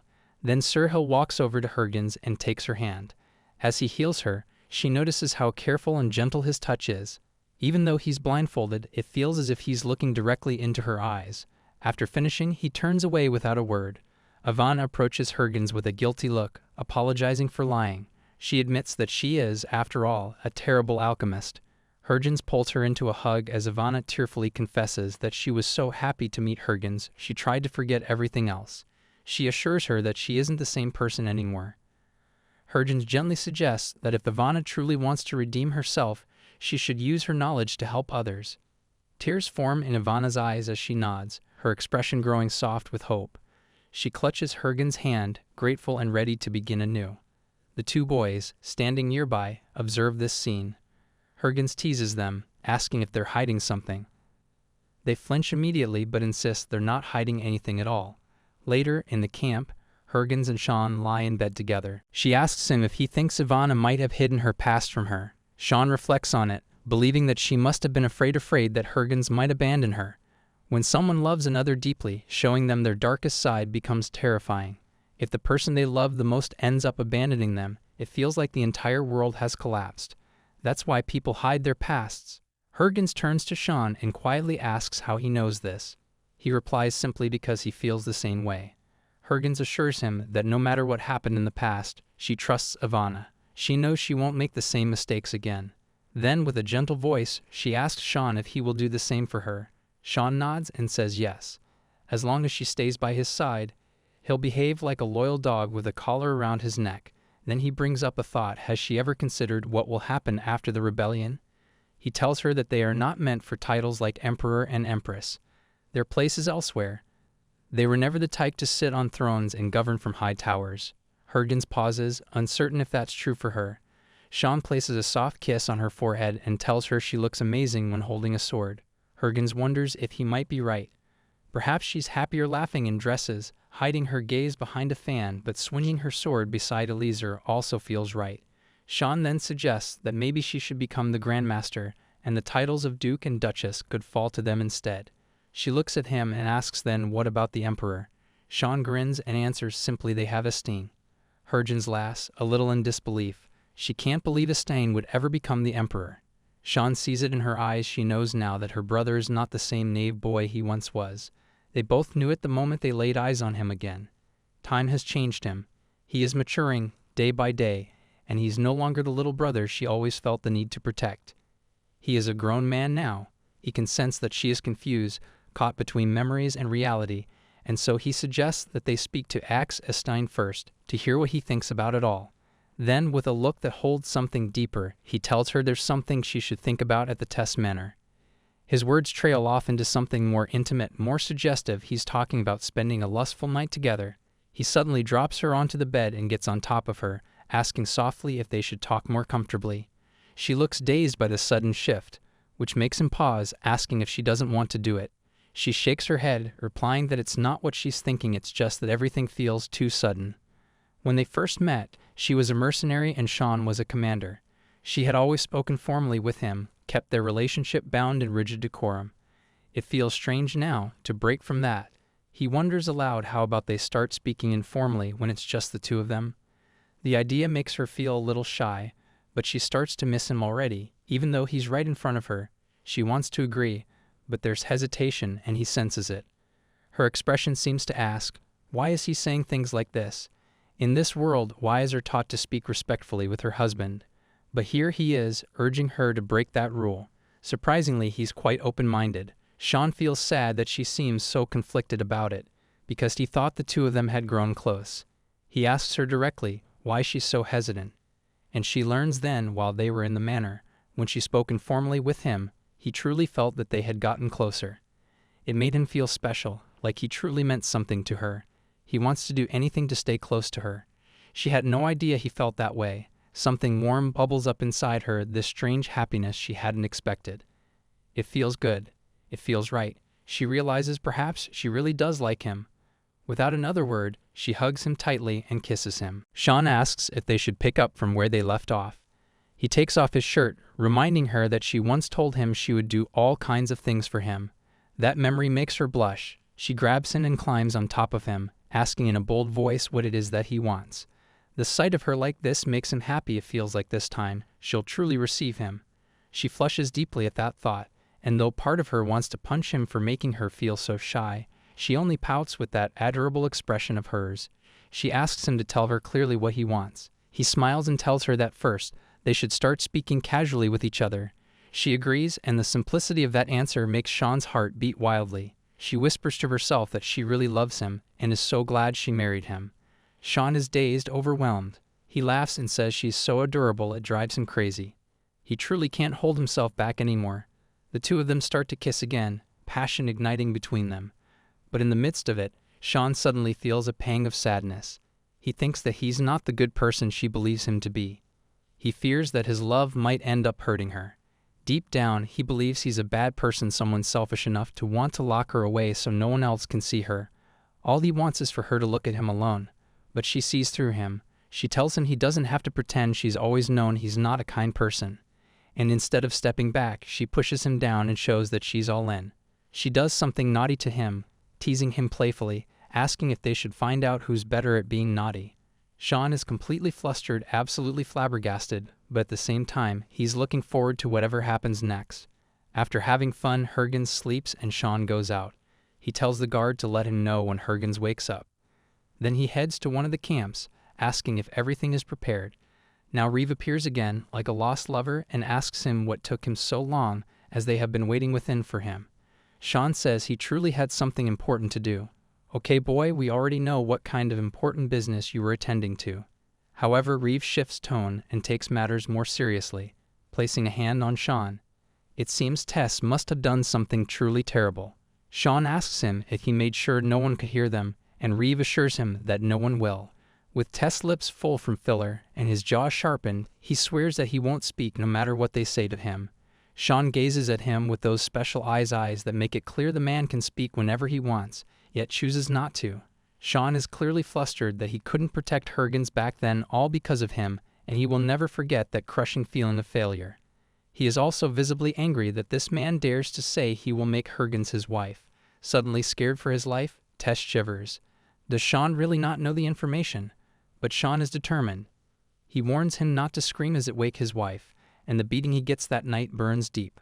The next morning, the guard greets Harvin. She thanks him for his effort throughout the night. She then walks away, prompting the guard to ask where she is going. She replies that she is simply taking a walk, but the fairies whispered to her that she shouldn't go to their domain alone. She assures them that she has her sword with her. The guard nearly squeals, clearly fangirling, admitting that he learned a lot just by watching her skills. She turns, not understanding what he means, but then notices all the soldiers beginning to gather. They too express that they have learned much from her and that they truly look up to her. She thinks to herself that this is how it should be regardless of her gender. The soldiers say they will continue to respect her based on her strength, her discipline, and her skill. She thanks them, but the guards believe it is they who should be thanking her. She takes her leave, but the guards exchange glances. They know Shaun will kill them if he finds out she went out alone while still recovering. As she walks, Harvin notices Sir Hill standing all alone. We see Sir Hill offering healing to Harvin when Shaun arrives at the scene. His presence is sharp and sudden, and his voice cuts through the air as he demands to know just what the hell Sir Hill is doing. Sir Hill replies without flinching, saying he did something terrible on his way here, something so awful that Shaun better stay far away from them. This makes Shaun furious. He storms forward and demands Sir Hill take his hands off his wife. Sir Hill, ever unbothered, mocks him. Instead of shouting about others, maybe Shaun should be more concerned about his own appearance right now. Finally, Harvin rolls her eyes and calls Shaun directly, making him flinch. Noticing blood on his clothes, she runs to him, asking what has happened. Shaun shakes it off, claiming it's nothing, which makes her feel slightly relieved. Sir Hill remains quiet, and Shaun smiles darkly, mocking that he didn't expect a holy pope to try and seduce another man's wife. But then again, Sir Hill never was one to be cautious. Shaun tells him plainly to stay away from her, as his presence makes her anxious. The tension grows so thick it feels like a prelude to a world war, an emotional war zone hanging in the air. Sir Hill calmly taunts Shaun, saying that even if he has feelings for Harvin, he will never express them through vulgar desires like Shaun does. Harvin watches, realizing how opposite the two men are. Shaun, now burning with rage, shouts whether Annex never taught Sir Hill not to covet his neighbor's wife. In response, Sir Hill removes his blindfold and scoffs that he won't be able to kill him, but not to push further or he won't be able to stop himself to restrain him. Shaun smirks coldly, declaring that Sir Hill is the one breaking a commandment, now committing blasphemy against God. Harvin is torn, unsure whose side to take. She tries to stop them before it goes any further. But then Sir Hill clenches his hand and confesses he has waited for thousands of years, and it would be a lie to say he doesn't have feelings for her. This makes Shaun absolutely livid. Even Harvin is taken aback by Sir Hill's words. But then Sir Hill adds that what he feels for the Savior is not something earthly like theirs, it's something closer to revenge. Shaun's fury blazes. Harvin, now overwhelmed by the rising emotions and tension, yells for them to stop this madness. Yet the two men are still intent on proving themselves right and the other wrong. She yells again, louder this time, begging them to stop. She reminds Shaun of her promise to Sir Hill that she would hold Shaun back if needed. And if he keeps acting like a wild beast, she will follow through. Then she turns to Sir Hill, questioning his real reason for being here. If he was meant to keep watch over them, why is he provoking Shaun like this? If he's really here to protect her, then why stir up chaos? She sighs, exasperated. She won't force either of them to apologize, but she asks them to promise that they won't fight in front of her again. The two men, like scolded children, mutter that they promise. This makes her giggle softly. They are polar opposites, but alike in some strange way. Later we see the village people weeping. They confess they had always harbored suspicions about Tess, but they were blinded by fake gold and ended up handing their children over.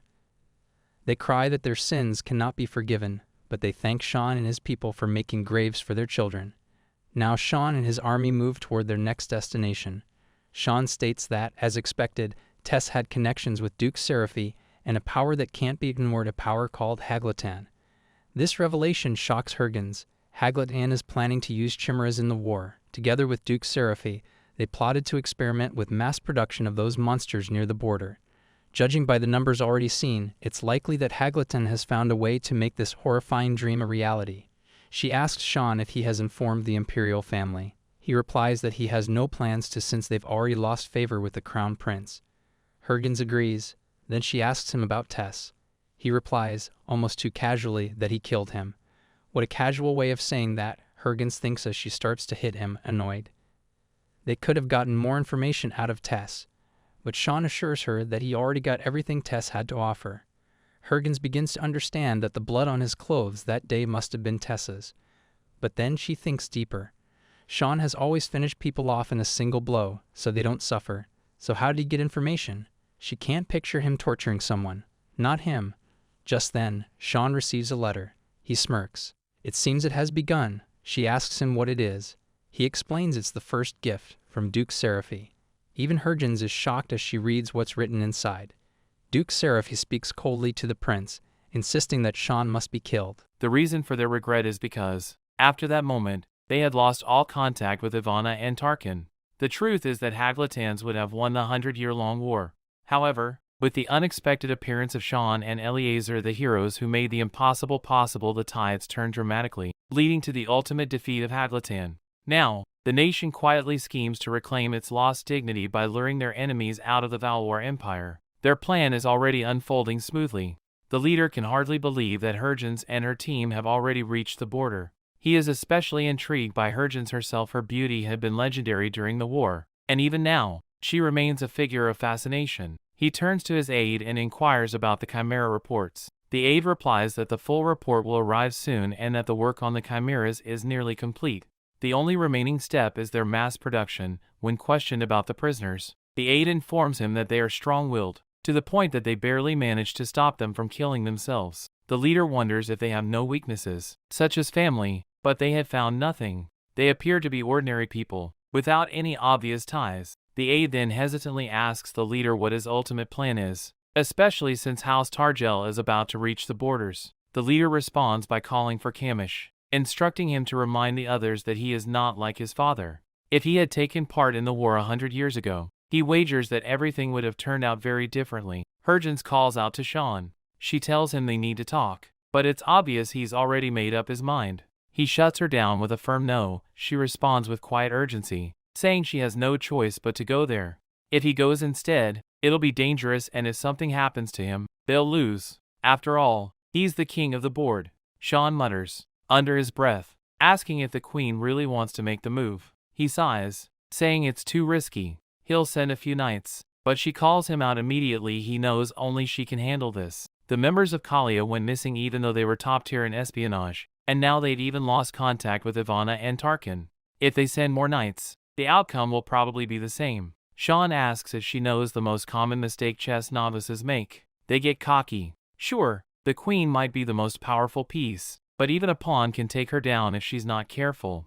And the bigger problem? Once the queen moves recklessly, the entire board ends up in an irreversible disadvantage. He tells her the war can't be won without her.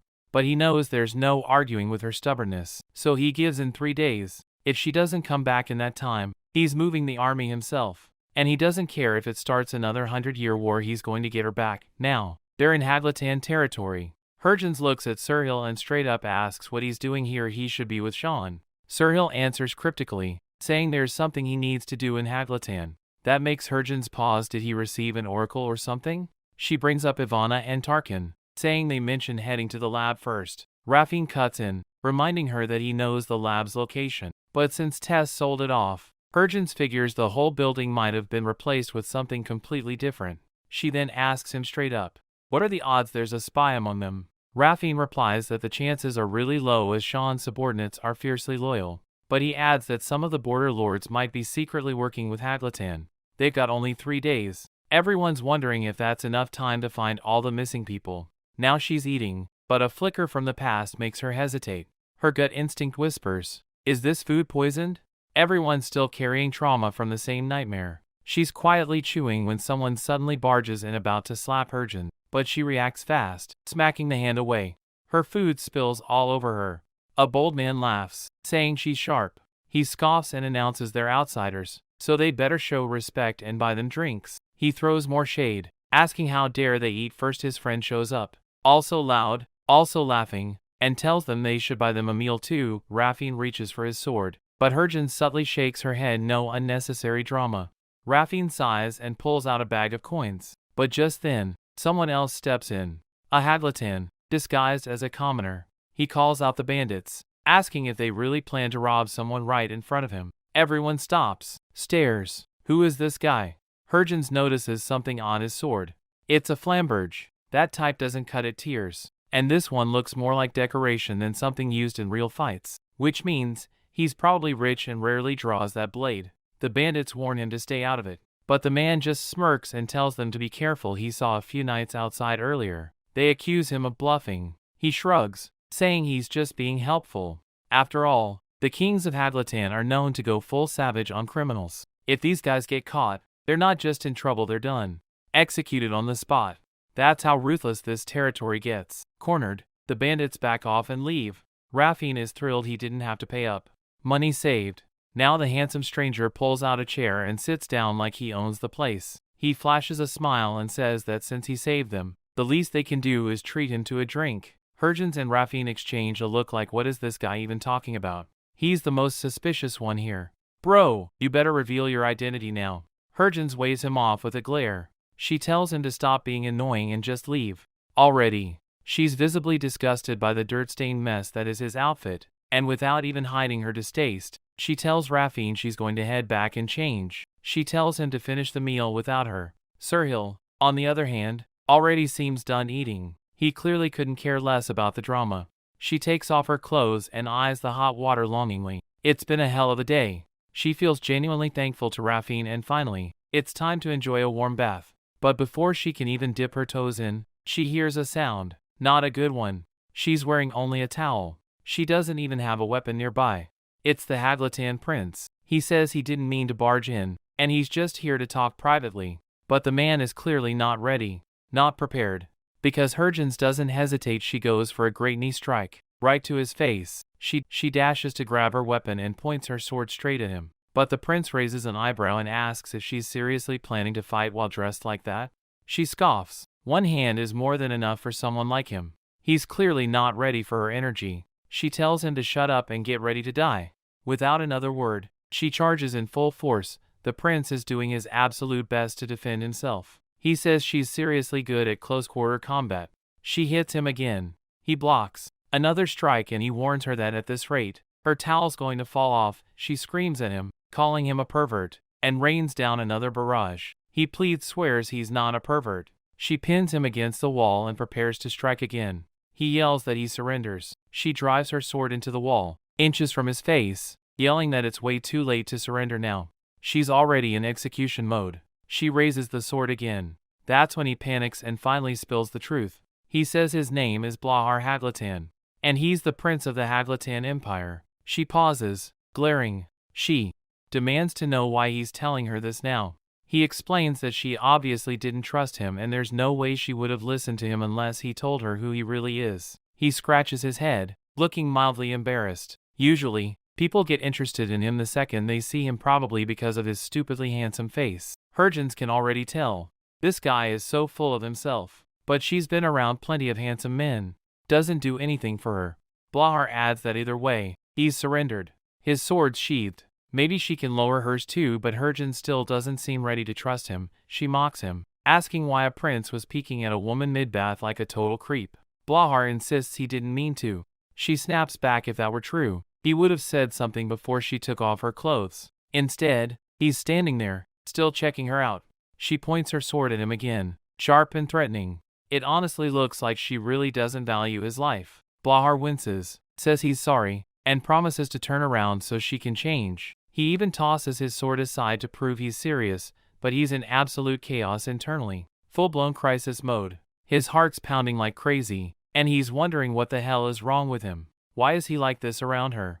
Once she's done changing, she glares at him and says it doesn't seem like she's cut out to behead a prince today, so she'll let him off. But then he calls her name, loud and clear. That makes her freeze. She whirls around, cold fury in her eyes, and places the blade against his neck. She demands he explain himself. How the hell does he know her name? She warns him she doesn't care if he's got Imperial blood. If he doesn't give her an honest answer right now, she will take his head off. Finally, he gives in. He tells her he knows where the people she's been searching for are. Hergens grows even more furious. She presses the sword harder against his neck. Blahar, panicking, begs her, insisting that it wasn't him who kidnapped them. He just knows who did it. Hergens asks him what he wants in exchange for that information. Blahar says he doesn't want anything like that, but Hergens scoffs. Does he really think she's naive enough to not understand his intentions? Blahar, still deep in his delusion, tries to convince her that she didn't feel anything even after seeing his drop-dead gorgeous face. She snaps, telling him to stop spitting nonsense. He raises his hands and says okay, and finally agrees to tell her everything. He reveals that he wants to recruit Elizer to Haglathan along with Shaun if they're willing. He asks her to consider it. After all, even the empire they serve chased them all the way to the border. He assures her that he would never treat national heroes like that. He invites her to come to Haglathan. She silently thinks to herself, if only Prince Raymond were half the man this guy is. But outwardly, she turns away and refuses. Her rejection causes Blahar to panic. Is that real? Is he actually sad? Normally, people are brought to tears when he says something like this. She wonders to herself there's a fact she can't deny. She really can't decide this on her own. What truly tenses her, though, is the knowledge that Blahar's life will be in danger if Shaun finds out under what circumstances their first meeting happened. Still, she says firmly that this is her final answer.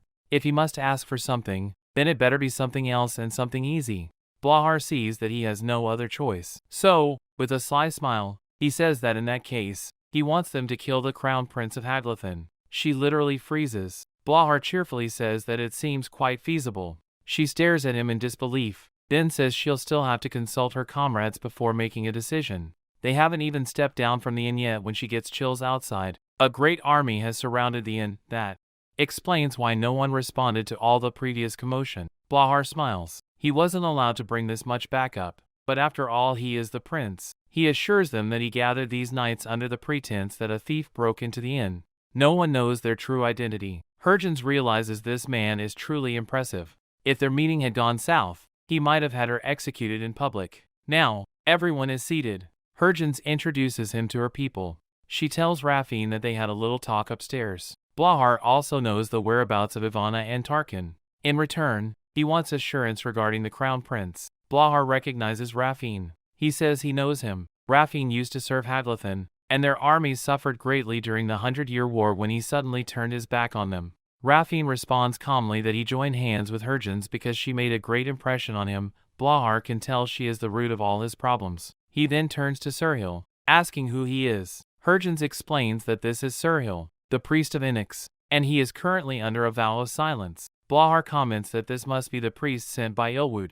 Hergens is glad she told him the truth. Blahar seems well informed regardless. He mocks the idea of a vow of silence, calling it quite impractical. Hergens knows that if they try to lie now, it'll only come back to hurt them later. Now that everyone has introduced themselves, Blahar says he'll tell them about the current situation. As they all know, the Emperor is Blahar's father. He made his legitimate son the Crown Prince. Blahar is not the son of the Empress, he is a son born out of wedlock, which means he isn't eligible to become crown prince. Hergens feels uneasy as he brings up such a sensitive topic. Blahar admits that it's a complicated matter. For generations, Haglathan's imperial family has engaged in incestuous marriages. The result of that is a genetic disease called jutting chin. Blahar explains that he isn't infected because he was born without incest. He adds that this is a top-secret fact and urges them not to tell anyone. Hergens scoffs. Then don't tell her either. Besides the jutting chin, both the emperor and the crown prince are suffering from many diseases. In other words, the entire imperial family is gravely ill. That's why he wants to drive them out and become the healthy emperor. He adds that even Ivana and Tarkin are with the crown prince now. Hergens feels relieved at least they're alive. She asks him if he has any information about the others. Blahar replies no.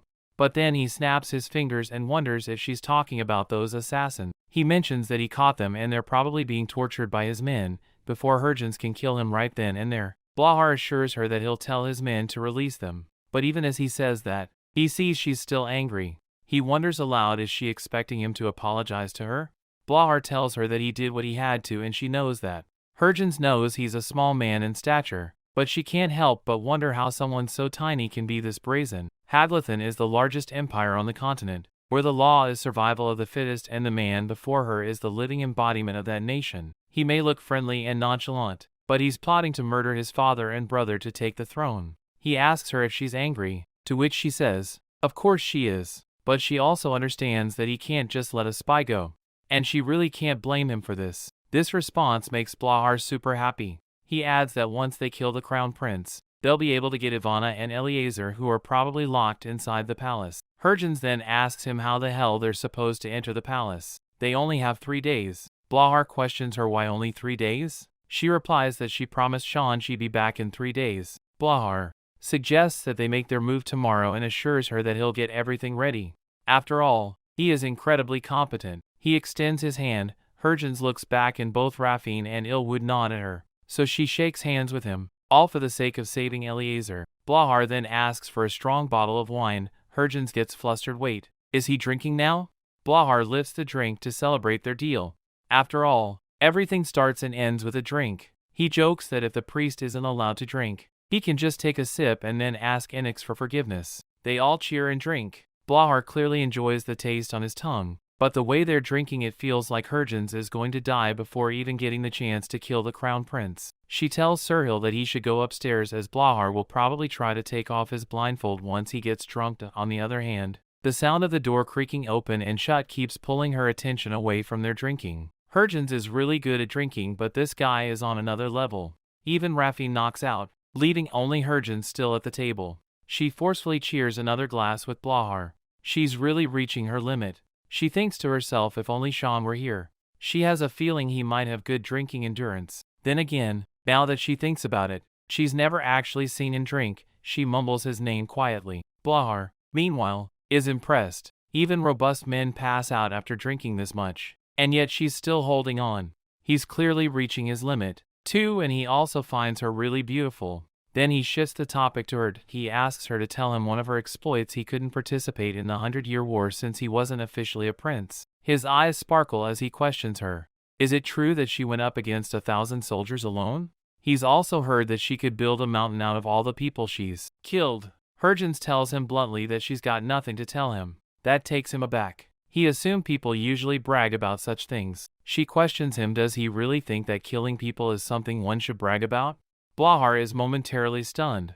Hergens tells him that she only killed to survive. She can take pride in protecting her country, but she's never once rejoiced in taking a life. Sure, the excitement of battle and victory is powerful, but it only lasts a moment. After that, all that remains is the cruel sound of bones snapping, the stench of rotting blood, and the empty gazes of corpses. She finishes her drink and comments, "This is all." That line makes this lover boy's heart beat even faster. Now, back at the inn's lower level, Camish approaches Blahar, asking if he achieved what he wanted. Blahar confirms that Hergens has agreed to kill the crown prince. He also found out where those assassins are from. They're from House Targel. Until now, they hadn't opened their mouths. Blahar orders Camish to call the doctor, get them treated, and release them. But then he pauses. Something feels strange. He says he doesn't feel guilty. Camish raises a brow. Is he high or something? Blahar shrugs and explains that this is just how he was raised. Killing is a necessary evil. That's what he was taught as a child. And that's how he's lived his life. No fear, no hesitation, just advancement. If there are obstacles, he removes them, even if those obstacles are his own family. Camish asks him if something happened. Blahar brings up Duke Seraphi. He says that Seraphi had asked them to hand Hurgens over to him. And now that he's seen her in real life, he understands why she's not only beautiful, but also kind-hearted. She feels guilty about killing people. Camish can already sense what he's thinking. Blahar is spiraling. He scoffs that Hurgens is the greatest war hero of all time, yet she's innocent.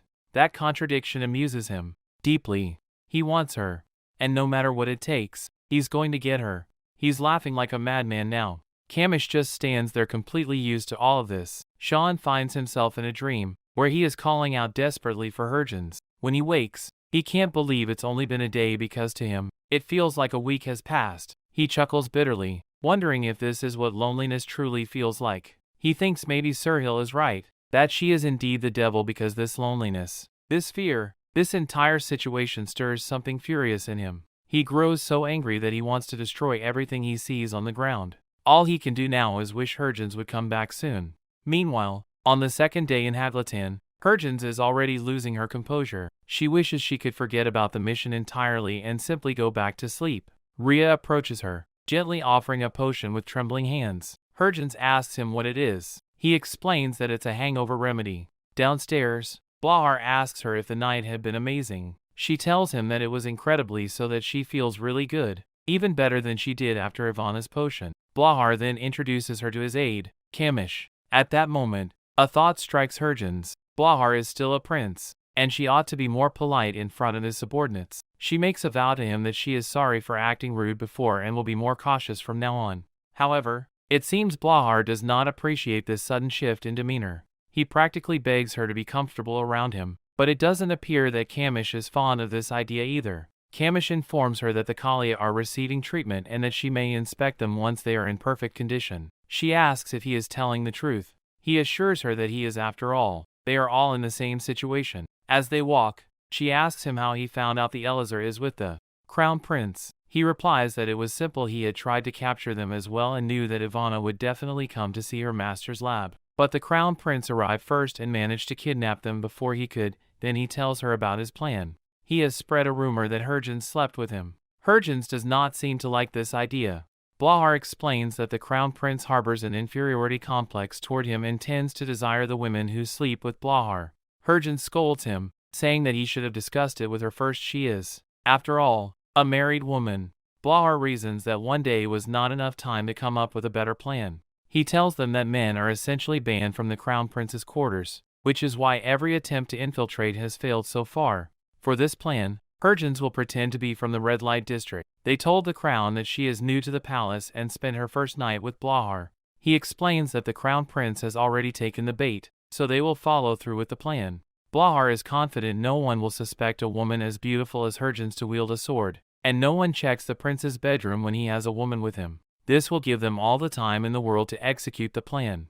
After killing the prince, she will just have to complete her task: find Ivana, Tarkin, and the knights. Blahar will wait for her in the forest, but if she does not return by dawn, he will assume she failed the mission. Hurgens scoffs, asking if that means he will abandon them if they fail. But Blahar insists he will definitely save her no matter what. Hurgens then wonders if only women can enter. Does that mean only she can go? Raphine steps in, saying that there is one way they can all go. Hurgens and Blahar glance at him. The scene shifts to the carriage bound for the Crown Prince's palace. Out of that carriage step Sirhill and Raphine, both disguised as women. Hurgens feels a quiet satisfaction. Perhaps she has chosen the right companions. She even jokes that Sayan should dress as a woman more often. She tells Raphine that he looks much better than Tarkin. As they walk, Hurgens apologizes to Sirhill, but he assures her that there is no issue. Still, Hurgens suspects something is troubling him. He has been distracted ever since they arrived at this place. The three of them arrive before the head maid. The woman scans them carefully, impressed by their beauty, but there's a problem. Sirhill is blind, and Tarkin is too tall, so the two are rejected. Hurgens tries to stop them, but the head maid cuts her off, saying she is the only one going outside. With no other choice, Hurgens claims that the two men are excellent in bed and that the three of them have served Blahar. She pleads for them to be allowed in as well. Both Serhill and Raffine blush furiously, but the maid relents and lets them enter. Now in the room, Hurgens is practically begging for their forgiveness. Raffine tells her that it's alright after all. They succeeded in getting in. Even Serhill is laughing at what she said. Maids arrive, instructing them to change. One of the maids discreetly whispers to Hurgens not to worry, they work for Blahar. The weapons and clothes she requested are under the table, and she can retrieve them once the mission is complete. Hurgens is relieved at least Blahar has prepared this much. Now, they are forced to remove their clothes and dress properly for the prince. Hurgens changes, thinking that this outfit makes her feel almost naked. Right then, the gate opens and the two men are ready too. Hurgens can't wait to see what comes next. The two of them step out and, honestly, they kinda look hot. Serhill and Raffine are both frozen in surprise, eyes going wide as they take in Hurgens' choice of clothes. It's revealing, way more than usual. They immediately ask her, half in shock, where the hell she even managed to hide her dagger. Hurgens lifts her clothes slightly to show them. Raffine throws up his hands like, "Ma'am, it's okay. You really don't have to show us that." Finally, the maids arrive and ask the group if they're all ready. If so, they should head into the room now. The room itself? Luxurious. Like, way too luxurious. Raffine calls out to Hurgens in disbelief, asking if she's actually going to assassinate the crown prince like this. Even Serhill is staring at her like, "Bro, for real?" Hurgens just smirks. Of course she's not going to. That answer is enough to make both of them breathe again. Then they hear the crown prince enter, his voice echoing down the hallway, followed by a maid's formal introduction. Everything's ready for the celebration. The prince himself steps into view and wow, he's basically an ugly duckling with a very unfortunate pervert rep. Suddenly, everything makes sense. They all finally understand where Blahar's confidence comes from. The crown prince turns to Serhill and Raffine, smiling a little too creepily, and says he's heard that the two of them are really good in bed. Hurgens reaches out to him and says, "What's the point in asking, when he is going to know soon?" They assure him that they're going to show him an even better night than Blahar. The crown prince then plops her on the bed, but she gets on top of him to take control and drive him crazy. The crown prince says to her that she is indeed a sight for sore eyes. Hurgens starts her act. She says to him that she hopes he becomes the emperor of the nation and defeats Blahar, as she'll feel more at ease with him on the throne. She then starts to choke him. Both Raffine and Serhill are enjoying the show. Hurgens turns to them, saying she's knocked him down for a bit, so they should get back to their work. Their top priority is to find Tarkin and Ivana, and as soon as they do that, they'll head back to Blahar's palace. But Raffine says to her that Blahar said he'll be waiting for her in the forest. She gazes at Raffine, asking if he really trusts him, to which Raffine is like, no. They dash out as she states that, given Blahar's personality, there's a high chance he has set a trap. After all, he's after Elizer, and he might not let them go even if they follow his plan, which is why they're not going to do what he told them to do. While Blahar waits for them near the crown prince's palace, they will go to this palace and rescue the Kalia. As they're running, the maids see them but knocking them down as a piece of cake. Raffine says that it was easier as there are only women here. Hurgens says to him that they will have to look for them in all the rooms, but they check all the rooms, and none of them have Ivana and Tarkin. Raffine thinks that at this rate, they will never be able to find them. Suddenly, Serhill stands still and calls out to Hurgens. He says that he is able to sense the view of death pleading to Annex for salvation, and it is more jarring than the one he felt at Tess Manor. He takes off his eye mask, certain that Ivana and Tarkin must be here. He uses his power to make a passage in the wall, and then they enter through that into a room. In that room, Ivana is sitting. She calls out to Hurgens. Hurgens rushes to her, asking what this is all about. She tells him that they threatened to make Tarkin into a chimera, so she had no choice but to make more chimeras for them. Hurgens asks her to get a hold of herself as they need to find Tarkin and get out of here. Then Serhill reaches for her shackle and releases Ivana from it. Hurgens thanks him for this and then takes all the things that she needs and asks them to help her assemble the things. She tells them that Tarkin is next door. Hurgens says that they should hurry up and go there, but Serhill calls out to her, saying that they can't go like this, to which Hurgens asks what that is now supposed to mean. He says there's no way they can keep this creature that eats nature itself. The least he can do is send them back. After all, using animals to create them was already horrible, but now, to think that they would also use human skin? It's beyond disgusting. She wonders just how long Seraphi has been doing this. She wonders what if their trip to Haglathan and everything was a trap. As if that's the case, she clenches her hand. She's going to destroy it. She asks Ivana to use one of her war-grade explosives if they have any. Ivana tells her that they do have some. Herjeans grits her teeth. They are going to expose this manor, just like they did the test one. Outside the forest, Kamish says to Balahar that it's already around the time of sunrise. He then wonders if Balahar is really going to save those people, to which Balahar replies he definitely will. After all, he handed over Ivana and Tarkin to the Crown Prince with that very plan in mind. It's a good thing they took the bait. Now, all the members of Elizer are gathered here to save those two. But Balahar knows they won't be able to do so, because they are hidden in the secret forum. There lies a loose doorway, a special ability that makes them unable to fuse her comrades. She will come back empty-handed. His plan is flawless, and in that way, Elizer will fall into his trap. Kamish, however, thinks that Balahar is certain about handing over her genes to Duke Seraphi as part of the contract, and that they will also take Ivana. He can already feel Seraphi's death glare on them. But again, Balahar is not the type to give up on things he wants either. He's really confused what the hell is he supposed to do now. Then, suddenly, they see a great explosion. There is fire at the Crown Prince's palace. Balahar glares, thinking this isn't like her genes. She's making things a little too fun for herself. He then orders Shoes and Ferdy to start their hunt now and to wipe them all out, except for Ivana and her genes. Those two must be kept alive. In the innermost areas of the Crown Prince's palace, they finally find Trakuin. He was so drugged it will take days for him to return to normal. Herjeans asks Ivana how long it will take her to make and detonate the explosion. She replies it will take around 20 minutes. Then Herjeans asks Sirhil if he can use his power in the menagerie to evacuate everyone from the palace. He says he can. She tells them that the plan is, once Ivana has set the explosives, she will wait with Sirhil at the stables, and from there, they will scale the walls. She and Rafine have already saved Kalia, and the others are all prepared. Then, they both rush toward their goals. Now they are outside, all set to run. She tells them that they will take care of the injured and break through quickly. They are all riding on their horses. Herjeans thinks that they are trying to ride as fast and hard as they can, but still, Haglathan's forces are behind them. After all, they are the elite forces for a reason. She tells Ivana and Rafine that she will hold them back, so they better keep running. But they insist that they can't leave her like this. Herjeans reasons that they are after Ivana, so they can't risk having her. They agree, but they're worried. They have too many wounded people, and they are up against the notorious forces of Haglathan. At this rate, they'll be wiped out. But she knows that Balahar is interested in her, so he won't kill her. Still, Rafine is concerned. Does she really plan to fight all these men? But again, it's their best choice right now. She tells him to call for Shaun's help after reaching the border. And if they confront them near the border, it won't cause many problems later. Sirhil doubts that he should go with her, but Herjeans says to him that he can't. It's not possible. After all, she is the one leading them all.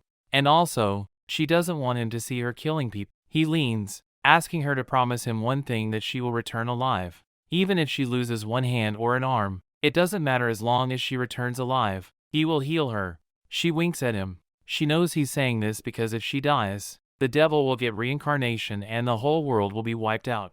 Then they take the oaths. Rafine says to her that they will come back for her as soon as possible. Herjeans looks back at the army of soldiers coming toward her. It is the third day in Haglathan. She knows she will have to stop them if she wants to save her people. But she wonders if she will be able to do it by herself. The soldiers are now face to face with her. They ask her to surrender right now. But she takes out her sword, saying that she is the Herge of Elizer and whoever wants to die first can come at her. Now, Balahar stands among the fallen soldiers of his army. He looks at them, each one of them dead. Kamish notes that every single body bears sword wounds. If he recalls correctly, there's only one person in Elizer who wields a sword.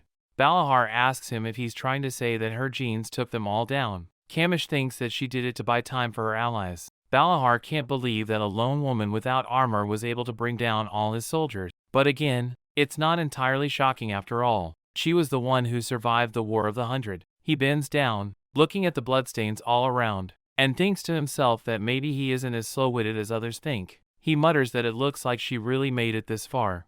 They should find her now. Meanwhile, Herjeans rides her horse, one hand pressed against her side. She's glad that at least she managed to buy some time.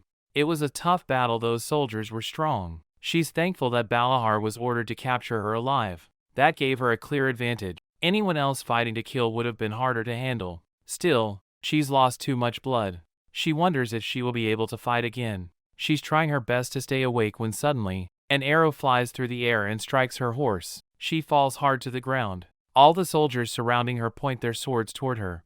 Then she sees Balahar. Harvin shouts at him. He grabs her hand and says coldly that she came all the way here, so he had no choice but to come get her himself. He starts to squeeze her hand and mocks her, saying he didn't mean for her to get hurt. Harvin calls him a bastard for pretending to care, for hiding his true nature all this time. But Balahar simply says that the nature he showed back then and the one he shows now are the same person. He reaches for her and taunts that he saw how she killed all his soldiers. Honestly, they were amazing. He was truly impressed. But he adds that she said she didn't like to kill, though it didn't look like that to him. Not when he saw their bodies. Harvin scoffs. Did he really expect her to do nothing while being attacked? This makes Balahar laugh. He says it's always fun when he's with her. She annoys him so much. He doesn't want to let her go. He reaches for her waist, then picks her up. Harvin can't do anything, she's too wounded. He thinks to himself that they've already lost Ivana. Then he orders his army to head back to the estate.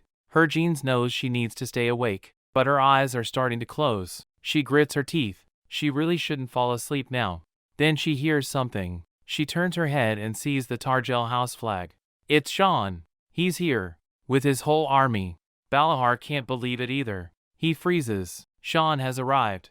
Harvin sees Shaun and mumbles his name. Now, the two sides are fully aware of each other. Balahar introduces himself. He says, "So that must be Shaun." Shaun asks what it is that Balahar wants. But this little prince dares to say that what he wants is already in his hands. That alone is enough to make Shaun's fury rise. He scoffs, saying that it seems this won't end peacefully on his side either. He draws his sword and points it directly at Balahar. Then he orders his army to attack. Both sides charge. Swords clash. Chaos erupts. Balahar stands in disbelief. Is this really how it starts? Even after knowing Shaun is a prince, he didn't expect it to go this far. He underestimates how mad Shaun really is. Shaun tells Raffine not to kill the prince. With a full swing, he slashes through the enemies. Balahar tosses Harvin to Camish, telling him to take care of her. He tells Shaun to get down there so they can see just how strong the so-called hero of the 100 War really is. Shaun steps forward, sword in hand, standing tall and mighty. He declares that he'll try his best not to kill Balahar, but he won't be holding back. The two of them are in a full-blown fight. Shaun strikes with his area of effect ability, but just in time, Balahar dodges it. He wonders what the hell is going on, as no one in Haglatan has ever been able to defeat him, yet Shaun's skills are overpowering him. He again strikes at Shaun, which makes him think, not only are my attacks fast, but each of his strikes is strong and deadly. The two of them are engaged in a grueling fight while Camish is tending to Harvin's wounds. She thanks him for doing so even though she is in this situation. She feels happy.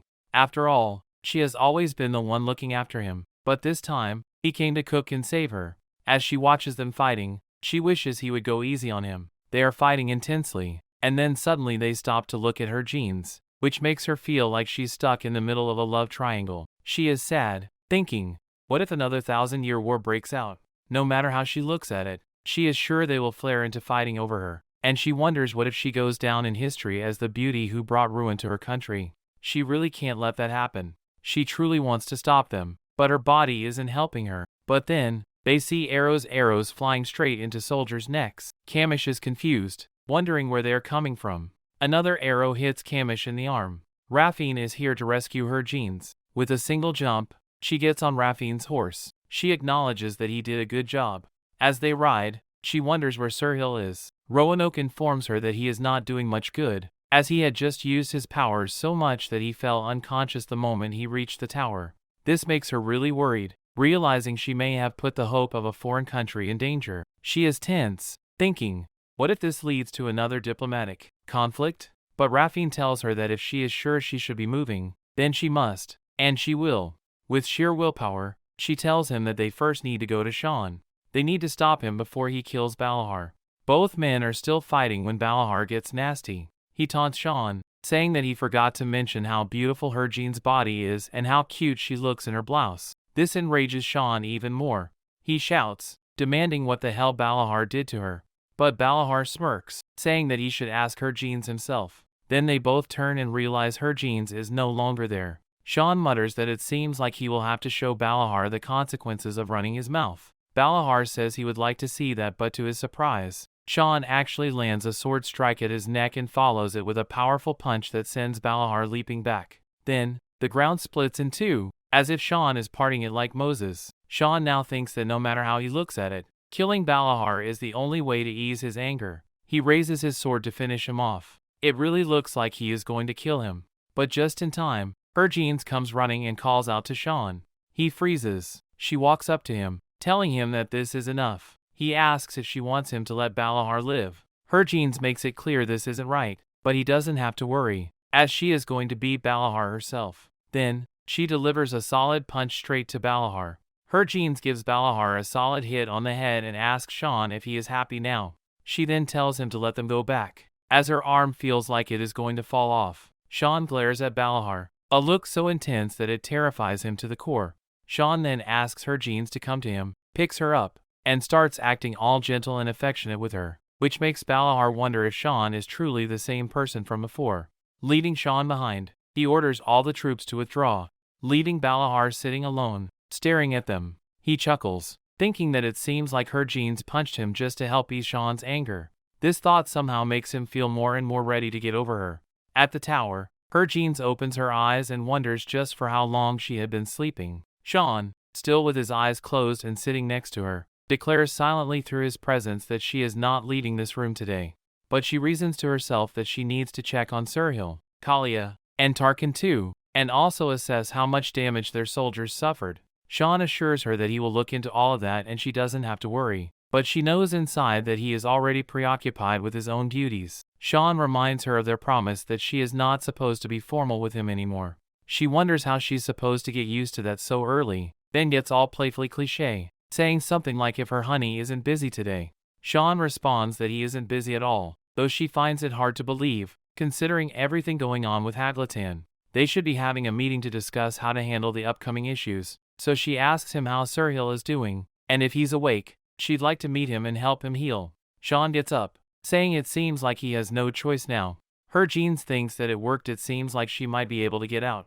But to her surprise, Shaun suddenly puts shackles on her wrists. She is completely confused and asks him to take them off. But Shaun calmly tells her that since she is trying so hard to get out, he has no choice but to do this, and it seems he just needs to lock her up.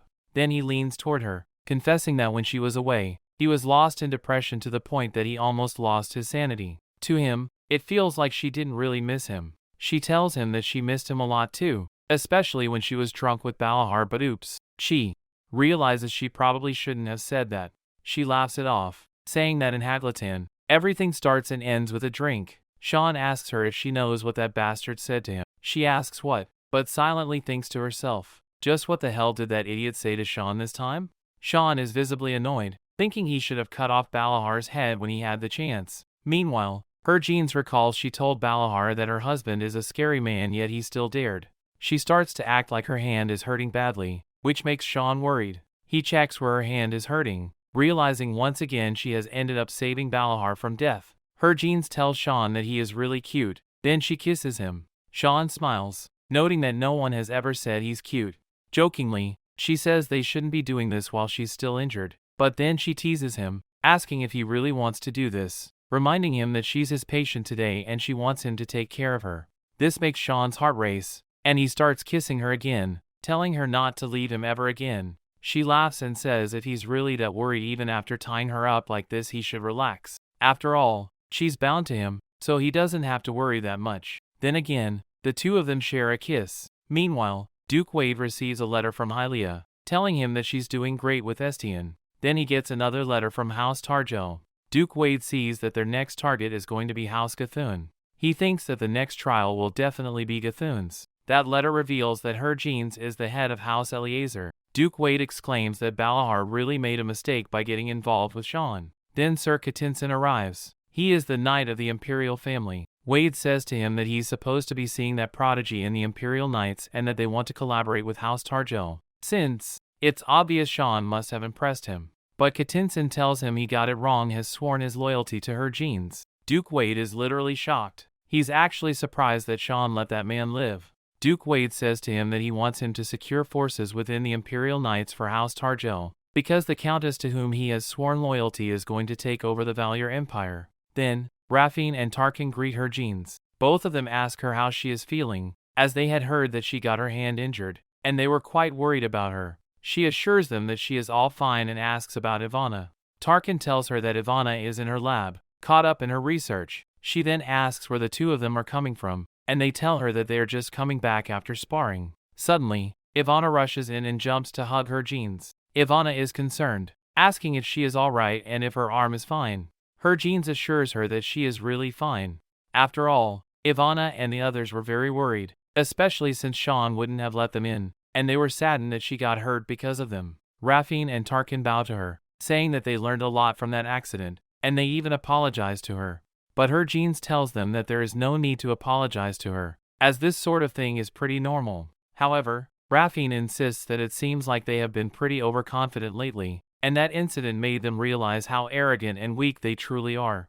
It really hit them hard, and that is why they want to become stronger. Her jeans tells them that she doesn't understand what they are talking about, as they are already strong enough, but Raphine still insists that they are not. Tarkin adds that they want to protect her just like she always protects them, and they never want to leave her again. He knows that what happened back then must have been a great shock to them. So, she tells them that they should all be strong together, and if they are, they will never leave each other again. Then, they all put their hands together as if forming a pact, one team now, all united. Seated, Ivana then says to them that it seems like they already knew they were headed to the master lab and were being used more than they expected. She gets sad about it. Tarkin tries to protect her, but it was of no use. Then he adds that there is one thing they are certain about, and that is that Hagalathan is trying to start a war.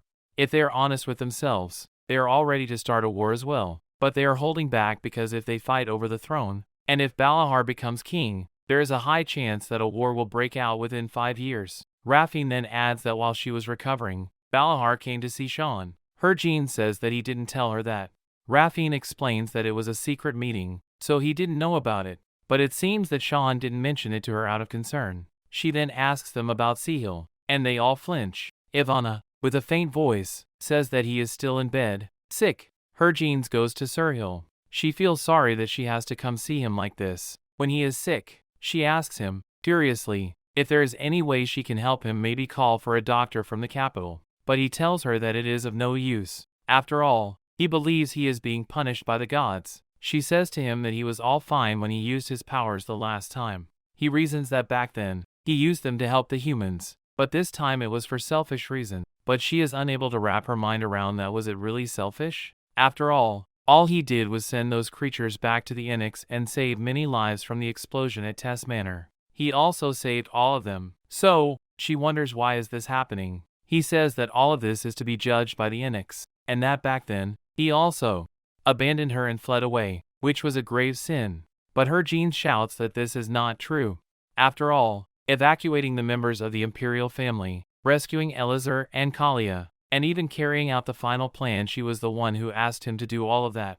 And he shouldn't be punished for it. He grabs her hand, noticing that she got hurt. Then he adds to her that she is not the savior he had imagined her to be. But after spending some time with her, he thinks he understands now why it is her. After all, she is an admirable savior, one who is worth waiting a millennium for. He also assures her that he is going to get better, so she really doesn't need to worry about him. Now, Balahar is seen having a drink with the Crown Prince. The Crown Prince accuses him, saying that it seems like he was involved with the people who were responsible for the explosion in the Crown Prince's palace. But Balahar scoffs, thinking that this seems to be the only excuse the Crown Prince can come up with. He thinks the prince lacks the skills and strength to become a king. But the Crown Prince says that the Timora claimed it was him. Balahar replies that he really doesn't have to believe such rumors. He then takes his leave, while the Crown Prince asks him to wait. This Crown Prince is not Balahar's true enemy. It is a figure much stronger and more formidable than a metal wall. That is how he describes his opponents. Just thinking about Shaun makes him think of her jeans. He says to Kamish that he intends to resolve matters with the Imperial family and that he needs to bring her jeans to see Kamish. However, Kamish reminds him that he needs to be careful about Shaun, as he saw what happened at the negotiation. Hearing that word, Balahar smiles because that negotiation day was quite fun. As Shaun and her jeans ride together, he glances at her and suddenly asks whether she wants him to tell her about the negotiation day. His tone is casual, but his eyes search hers. Her mind shifts to the day of the negotiations with Balahar. Shaun had told her then that there was no real back and forth during that meeting. They both knew exactly what they wanted. Balahar had only insisted that no one learn about the explosion incident or the involvement in the Crown Prince's assassination attempt. They didn't want to get entangled in the Haglathan war either, so reaching a conclusion was easy for them. Still, Shaun didn't enjoy how smoothly it had gone. It felt unnatural, and that left him uneasy. Now, his thoughts drift back to that day. The first thing Balahar had asked was how her jeans was doing. Shaun had taken that as a veiled jab and answered with a neutral expression. It had seemed like Balahar wasn't particularly interested in negotiating seriously, and when Shaun observed this, Balahar taunted him, saying there was no reason for him to be so hostile. But Shaun is like that by nature. When he threatens people, they usually tremble before him. Balahar, however, didn't seem to care, and that made him dangerous in Shaun's eyes. The negotiation had finally concluded, but Shaun had muttered aloud that the border seemed too quiet now. Balahar had snapped at that, saying it was a good thing and that Shaun should be glad for the silence. But Shaun had sensed something else, an undertone of complicity. Some of their lords might have already joined hands with Balahar. When Shaun pressed the matter, asking what Balahar thought about this situation, he'd called him royal, causing Balahar to flinch. It had enraged him. How dare Shaun call them royal instead of imperial? Even though Haglathan had been reduced to a kingdom, Balahar still acted as if that title had meaning. But Shaun had kept his calm and said he didn't know the details, so why didn't Balahar just take a guess? In response, Balahar had slammed his palm on the desk and said only one thing, that the war hadn't ended yet.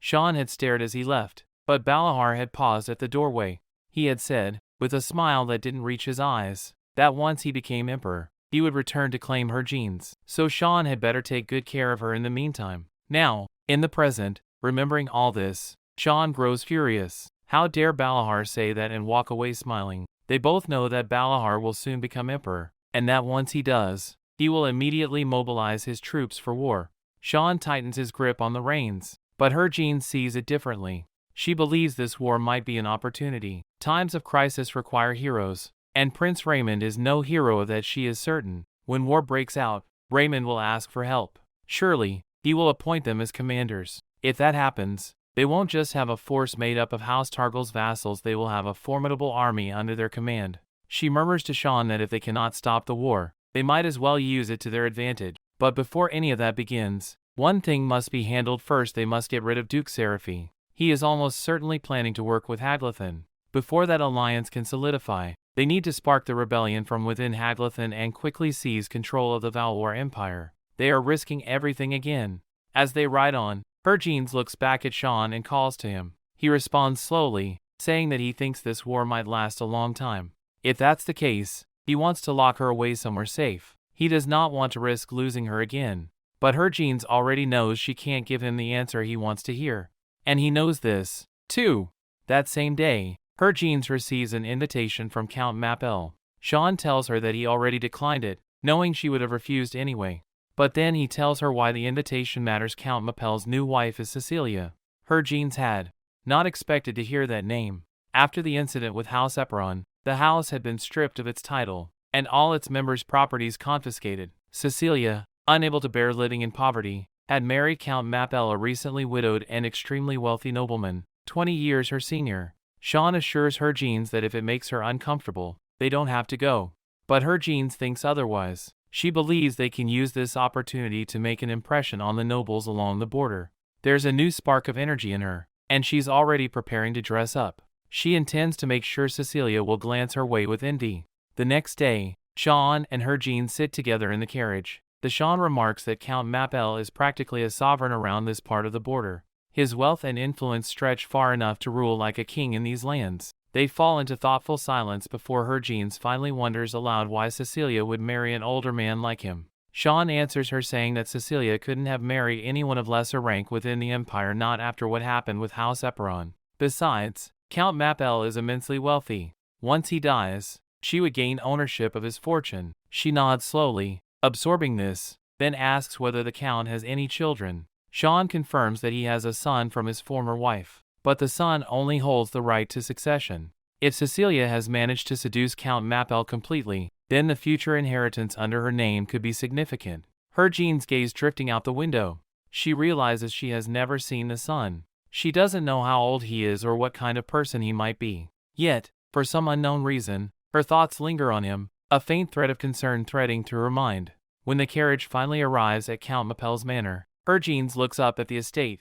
The building is flashy but it lacks elegance. Still, she reminds herself, if people call him the king of borders, then he must be charismatic in his own way.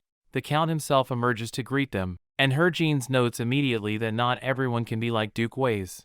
The Duke introduces them to his wife, Cecilia. She greets Shaun with a pleasant smile and all the proper noble grace. Wait a minute. What is she wearing? Herjeans tries to offer a greeting very polite, but before she can finish the first syllable, Cecilia turns away like a drama queen catching a whiff of garlic at a vampire convention. Herjeans is left hanging mid-bow, blinking in disbelief. Did she really just get ignored like a decorative plant? Dinner begins. Everyone is seated, everyone is chewing, and Herjeans looks about 3 yawns away from face-planting into her soup.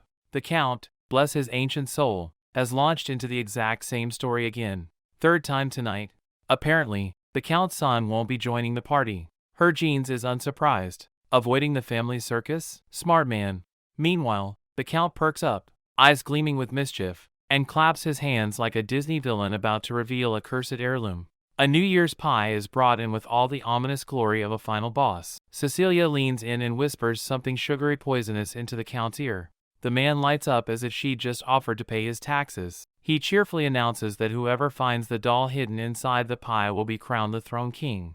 A made-up title clearly invented 5 seconds ago, and everyone must obey the king's commands. Herjeans can smell the setup from across the table. They all can.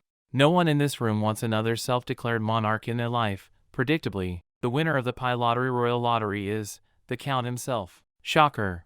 The Count, now basking in the glow of his fake monarchy, points his fork at Shaun like he's been waiting his whole life to play Dungeon Master. She's furious that how dare this old fossil try to humiliate Shaun like this. The Count, oblivious or just loving every second, casually mentions that they've heard Shaun's quite good with a sword. Would he be so kind as to demonstrate? Using, of course, this dessert knife. Because what better weapon for a beast fight than a butter knife with frosting still on it? The noble crowd bursts into laughter. This is obviously a joke, right? Who would accept such a stupid, degrading challenge? Herjeans points out that Shaun doesn't have to obey, it's just a silly game. But before she can blink, Shaun's already on his feet, the knife in hand, striking a pose that says, "Let's make this dramatic." He smiles. If that is his wish, then he will gladly do it. Oh, it's on now.as. Everyone waits for the heats, whatever beast the kitchen's about to drag out. Herjeans turns to Shaun asking if he is sure about this. Shaun shrugs like a man who's too tired to be wise. Not really, because what if he ruined his suit? This guy is actually funny. Herjeans starts to wonder, wait, is he angry? Shaun calmly assures her he isn't mad. After all, this whole place is a circus full of clowns who think they're kings just because they found a toy in their pie. And the others? Pathetic flatterers scrambling to please someone with a paper crown, but then he's not wrong, and yet, it's not too late to back off, right? His life is more important than whatever ego trip the Count is on. Cecilia, listening with mild interest and large amounts of judgment, mutters that she would agree if only Shaun could put aside his ego and pride. She has no idea why he insists on acting so stubborn. Shaun scoffs. Classic. He can take care of himself. Thank you very much. Maybe she should try worrying about her own business instead of his suit and his pride. Oh, that hits a nerve. Cecilia's entire posture goes stiff with rage. She grits her teeth, cheeks red with fury. Does he even know what she's had to go through because of him? Shaun raises an eyebrow. Dragged? What the hell does she mean? Dragged? Cecilia can't answer. Because technically, her father was the one who opposed the marriage, not Shaun. Cornered, she turns away and storms off like a soap opera heroine, swearing that she will not go down alone. If she's going down, she's taking people with her. Misery loves company, and she has a guest list. Meanwhile, Cecilia's is suddenly back to giggling and whispering sweet nothings to the Count like a fake house cat in heat. Herjeans watches this suspicious exchange and gets the distinct feeling that something is rotten. Cecilia hisses something at the Count again while he is at it. She purrs, make him lose an arm or a leg. Herjeans nearly flips the table. Excuse me? Did she actually just say that? Girl, do you have a death wish? Because Herjeans is right here, and she's ready to grant it. She is now flaring with enough anger to start a wildfire. She turns to Shaun, eyes burning, and asks if Cecilia really had the audacity to confess her love to him with the same mouth she's now using to smooch the Count like it's a public performance. Shaun says to her, well, more like announces with a dry chuckle that it's rather impressive how she showed up with her knights just to talk to him. Very dramatic. But then he adds, with that usual jab of sarcasm, that she should already know this whole stunt is going to be useless in front of him. Classic Shaun. Cecilia, unfazed and full of fire, snaps back that he might be strong, sure, muscles and all, but this place? This is her home turf, and she's not about to let him stomp around like a final boss. Shaun gives a lazy warning, telling her it won't be good for her to cause a mess here. Cecilia, never one to be outdone, suddenly whips out a knife and tears apart her dress, dramatically, like she's starring in a historical soap opera. Shaun raises an eyebrow and mocks, "What now?" If she is really trying to imply that he tried to force himself on her? Because wow, that's where we're going now. She smiles sweetly, as sweet as someone holding a knife can, and says yeah, she can go there. If it comes to that, she's ready. After all, she's pretty sure Shaun wouldn't want to make enemies with the Lord of the Borders. Big political flex. Shaun grits his teeth. Oh, he remembers back in the day. He couldn't wrap his head around why she acted like this. So damn intense. But now he thinks, wait, what if her genes had married someone else? Yeah, he gets it now. He'd have probably snapped too. Killed the guy, drenched in blood, and dragged her genes away like a scene out of a tragic romance novel. Not that it's a healthy reaction, but hey, he finally gets why Cecilia's a little unhinged. And honestly, he kinda pities her. Who would have thought? Him. Feeling pity. Wild. So, he says to her very solemnly that he's starting to understand her a little now. Just a little bit. And wow, that makes her so happy. Until he ruins it, of course, by adding that now that he loves her genes, he really gets it. And boom. Cecilia is trembling with rage. She shouts, "This isn't right. He has never had feelings for anybody, so how is this even possible now?" She's full on spiraling. And why the hell? Did he have to pick that loathsome her genes? She basically screams at him to go back to the way he was. Because if she can't have him, no one should.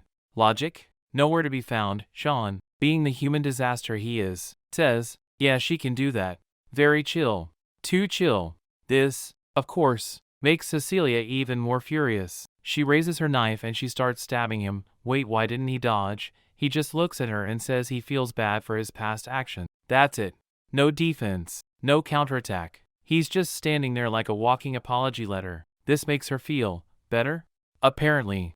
Because now she can stab him as much as she wants. And he won't stop her, but not her genes. Nope. He won't let her touch her genes. Cecilia, still in denial, refuses to believe this is the same Shaun she knew. No way is he the type to dedicate his life to someone. So then why wasn't it her? She met him first. Damn it! Why her genes of all people? Shaun grabs the knife, still very stabbed, and says with fire in his eyes that he doesn't care if she stabs him or kills him or anything in between. But if she dares lay a hand on her genes, just try it. She is literally shaking and drops to the ground as he walks away. Dramatic exit achieved. Cecilia? She's fuming. She can't believe she's the only one left in the dark. If she is going to be miserable, then she deserves to drag him to hell right along with her. Meanwhile, inside the room, her genes is stretching, probably doing some light yoga and wondering why Shaun hasn't come back yet.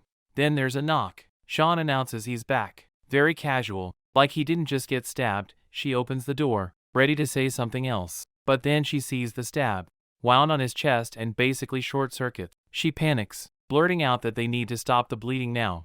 But Shaun, being the unbothered legend he is, says he brought her desserts. Desserts? Yes, right now.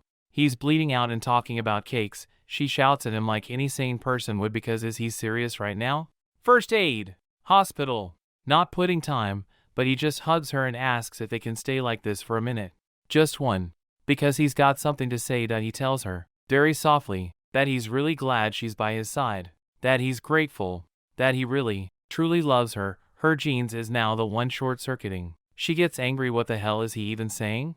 There's no time for cheesy confessions. They need a doctor, not a love letter. Shaun, still too chill for someone who's bleeding, tries to calm her down and admits yep, they won't need a doctor. Because surprise, his skin is already healing. Her genes blinks. Since when did he has self-healing? Shaun casually drops that. Yeah, he never mentioned it. But it's been happening ever since they returned from Annexion. Just forgot to bring it up. Apparently, her genes demands to know why he never told her. Shaun shrugs and says he thought she'd hate him for it. Because, you know, it's not normal. But honestly, he doesn't want to talk about it right now. He just wants to hold her close. She smiles softly. Of course it's not normal, but when is anything within normal? Sure, she's got a ton of questions, but she guesses they'll have to wait. Meanwhile, outside, the Count is rubbing his temples like he has a migraine and muttering to himself. He's convinced Seraphi gave him this opportunity. If he kills Shaun, he gets a one-way ticket into central politics. That's why he wanted to get it done quickly.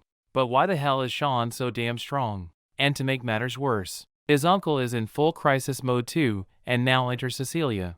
She's sobbing, crying like a woman in a drama finale. She wails to the Count that Shaun suddenly came to her, and that's enough to make the Count furious. He demands to know what did they do to her. She begs him, please, kill them all. Just wipe them out.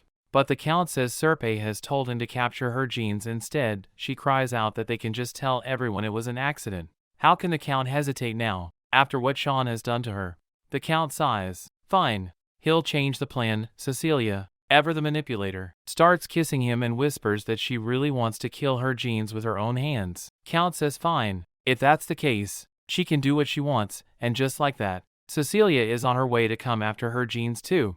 Now we see that her genes is giving into her fury. She is visibly angry and firmly declares that she must teach Cecilia a proper lesson. Shaun assures her that he has already given Cecilia a stern warning, yet her genes still feels that letting her go so easily after she literally stabbed her husband is unacceptable. She is fully prepared to give her a good beating the next time they meet. Suddenly, there's a knock at the door. Shaun opens it and asks who it is. It's Hayden, and upon seeing him, they recognize him as the Count's son. Hayden explains that the reason he is here is to confirm whether her genes is still the head of Elizer. When she affirms that she has always held that position, it pleases him greatly. He proceeds to make a formal request. He says he's certain they already know that the house is in danger. The new Countess, Cecilia, is indulging in luxury and squandering the family's fortune, while the Count himself is diverting public taxes to feed his own vanity, bringing suffering and even death to their territory's people. That is why Hayden urges them to chase out the Count and Cecilia. He admits that if her genes accepts his request,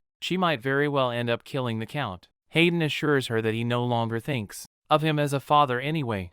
The man was a scumbag villain towards both him and his mother.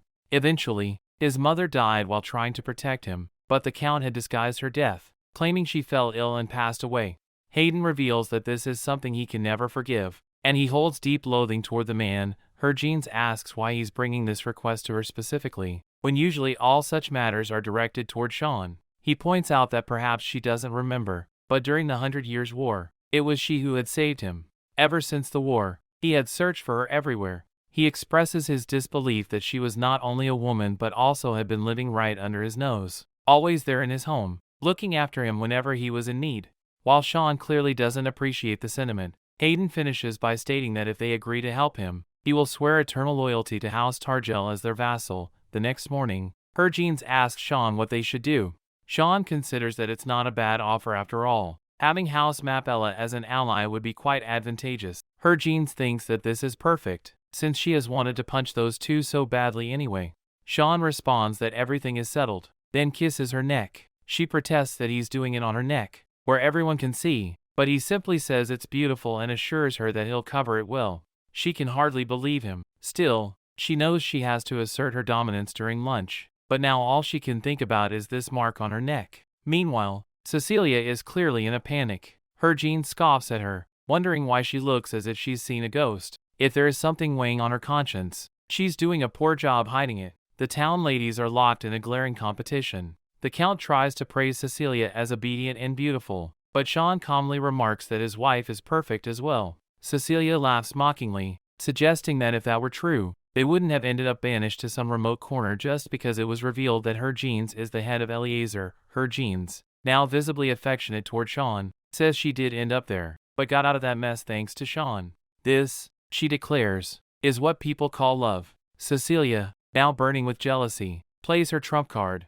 She mocks them, asking why if they are such a loving couple they still don't have a child, despite being together for so many years. She insinuates that it must be because her genes is inferior. That's enough for Shaun. He slams his fork into the table and raises his voice, warning Cecilia not to overstep. He tells her not to take out her frustrations just because the Count is no good in bed. He adds that he and her genes enjoy every night together and that yes, they do want a child but they're taking their time and enjoying their life as newlyweds. The Count, realizing the atmosphere has grown tense, apologizes for offending them and decides to end the meal. He tells Cecilia that they should have a private conversation later. Harvin suspects he's scheming something and wants to separate from her, and she knows he has long desired that outcome. When Harvin is alone with Cecilia, the latter suggests they send the maids away for more privacy. Cecilia insists it is fine and dismisses the maids herself. She seems hesitant to say something, but before she can, Harvin bursts out,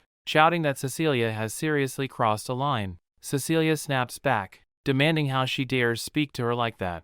Harvin answers that she can speak to her any way she wants, and before Cecilia can say another word, Harvin lands a solid punch to her stomach. Cecilia crumples to the ground, calling Harvin a crazy wench. But Harvin only scoffs. She demands to know who the real crazy one is. How dare Cecilia try to stab her husband and now expect to walk away from it unharmed?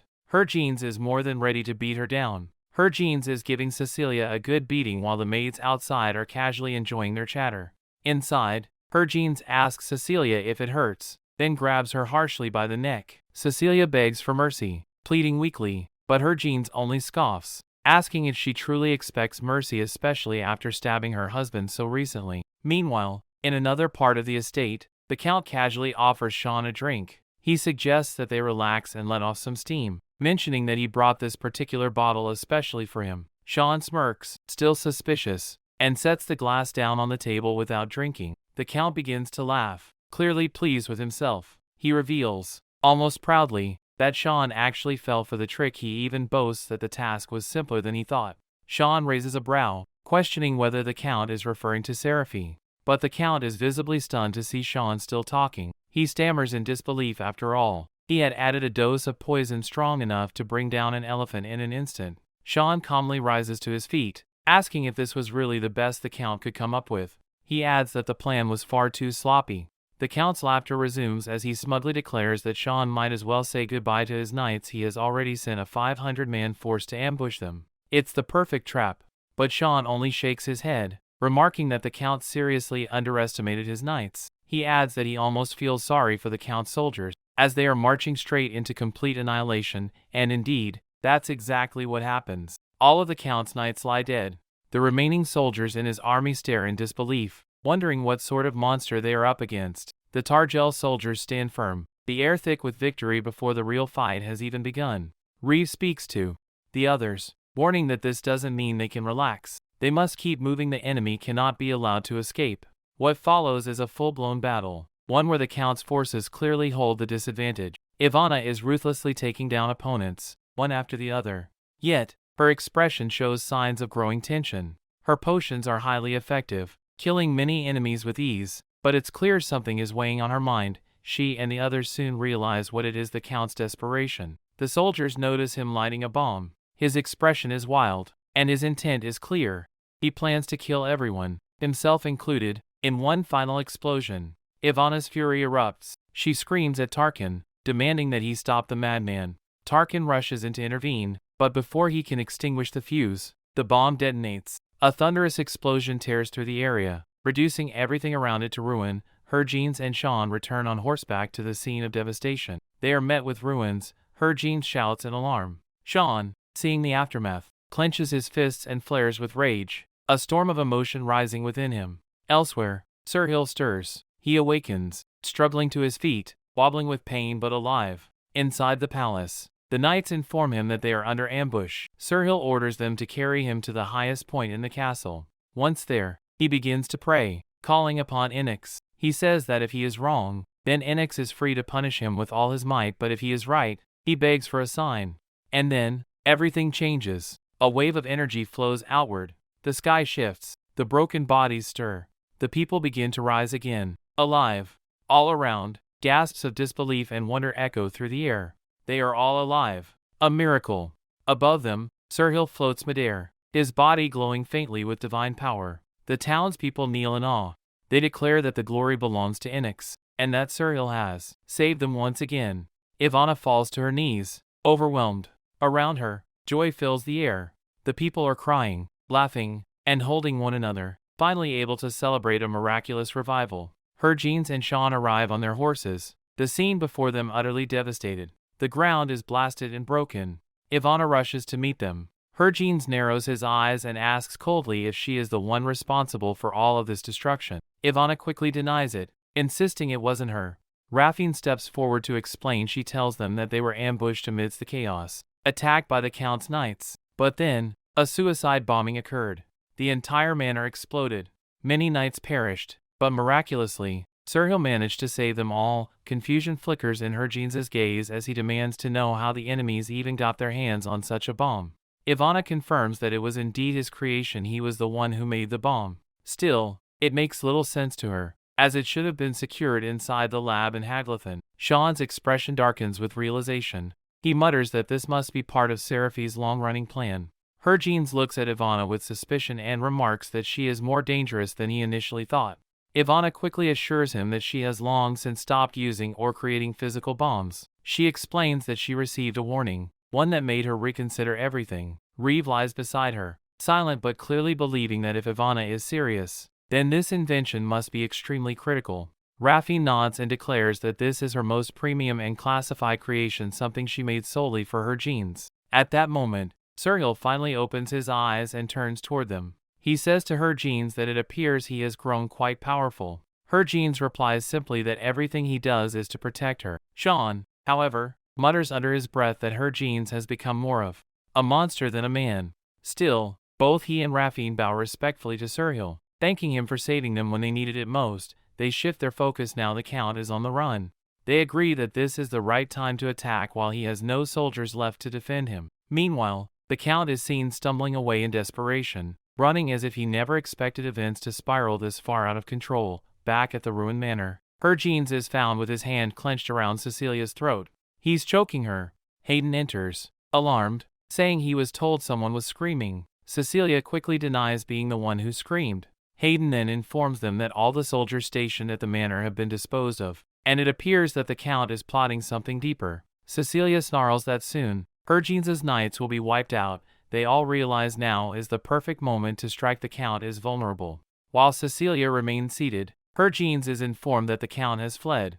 Still, they believe he couldn't have gone far. Cecilia scoffs at the idea, questioning whether he truly ran without leaving any trace. They cut to the Count, now standing in front of Hayden's estate. He shouts at the soldiers guarding it, claiming he is not their enemy. He offers them all the treasure he has, pleading that they just capture Hayden in his place. After all, the true target is the house Hayden serves, which should have been destroyed by the bomb by now. But then, a voice interrupts him. Herjeans. He steps forward and asks the Count who the hell is now reduced to a pile of ash. Both Herjeans and Shaun have arrived. The knight standing nearby is ordered to restrain both Cecilia and the Count. He nods and says he will fetch the ropes. Cecilia trembles and says she would like a moment to speak to Hayden before she goes. He crouches before her, curious, asking if there is something she wants to say. She replies softly that she wishes to apologize. He leans in closer, but in a flash, she grabs him, pulling out a hidden blade and pressing it against his neck. She shouts that if anyone thinks this is over, they're dead wrong.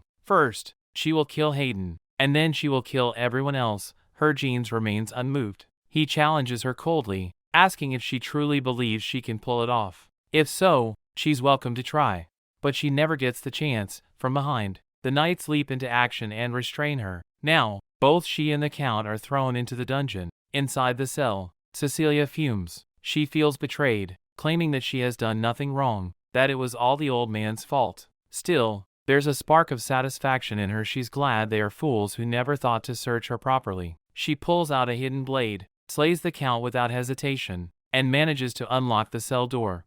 After all, she is a genius of petty tricks and manipulation. She believes now she can escape, and she will have her revenge later. But as soon as she steps out, she sees Raffine and Reeve waiting for her. Raffine tells her that while it's clever she ran this way, unfortunately, escaped prisoners are executed on sight. Cecilia clenches her jaw as Raffine raises a dagger. They justify it as self-defense and kill her. Later, Raffine and Reese explain the entire situation to Shaun. He listens quietly, then mutters that he never intended to let her live anyway.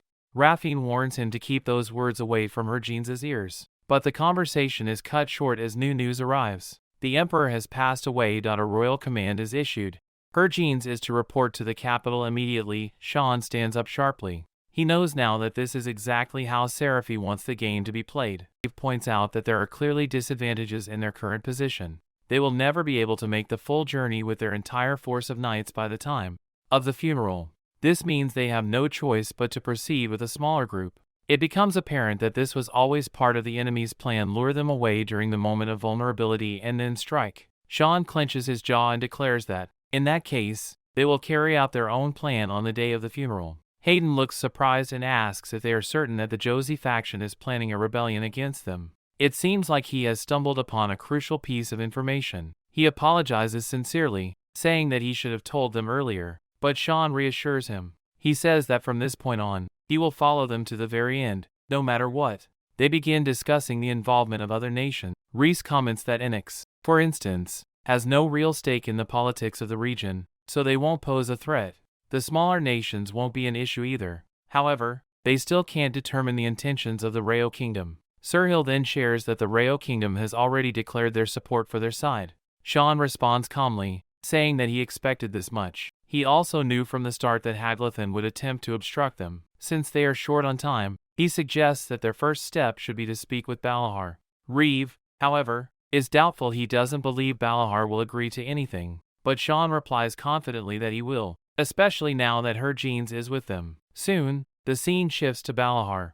As always, the man leaps dramatically toward Herjeans, but Herjeans sidesteps him effortlessly. Sahara, standing beside them, sighs and notes how it has indeed been quite some time. Herjeans raises an eyebrow and asks her why she's speaking so formally with him. She replies that this is, after all, a business discussion. Balahar pouts, sulking like a child, and mutters that in that case, he refuses to speak. He's a childish man, yet somehow charming in his own way. Shaun shakes his head and sighs. He says that in that case, he will be the one doing the talking now.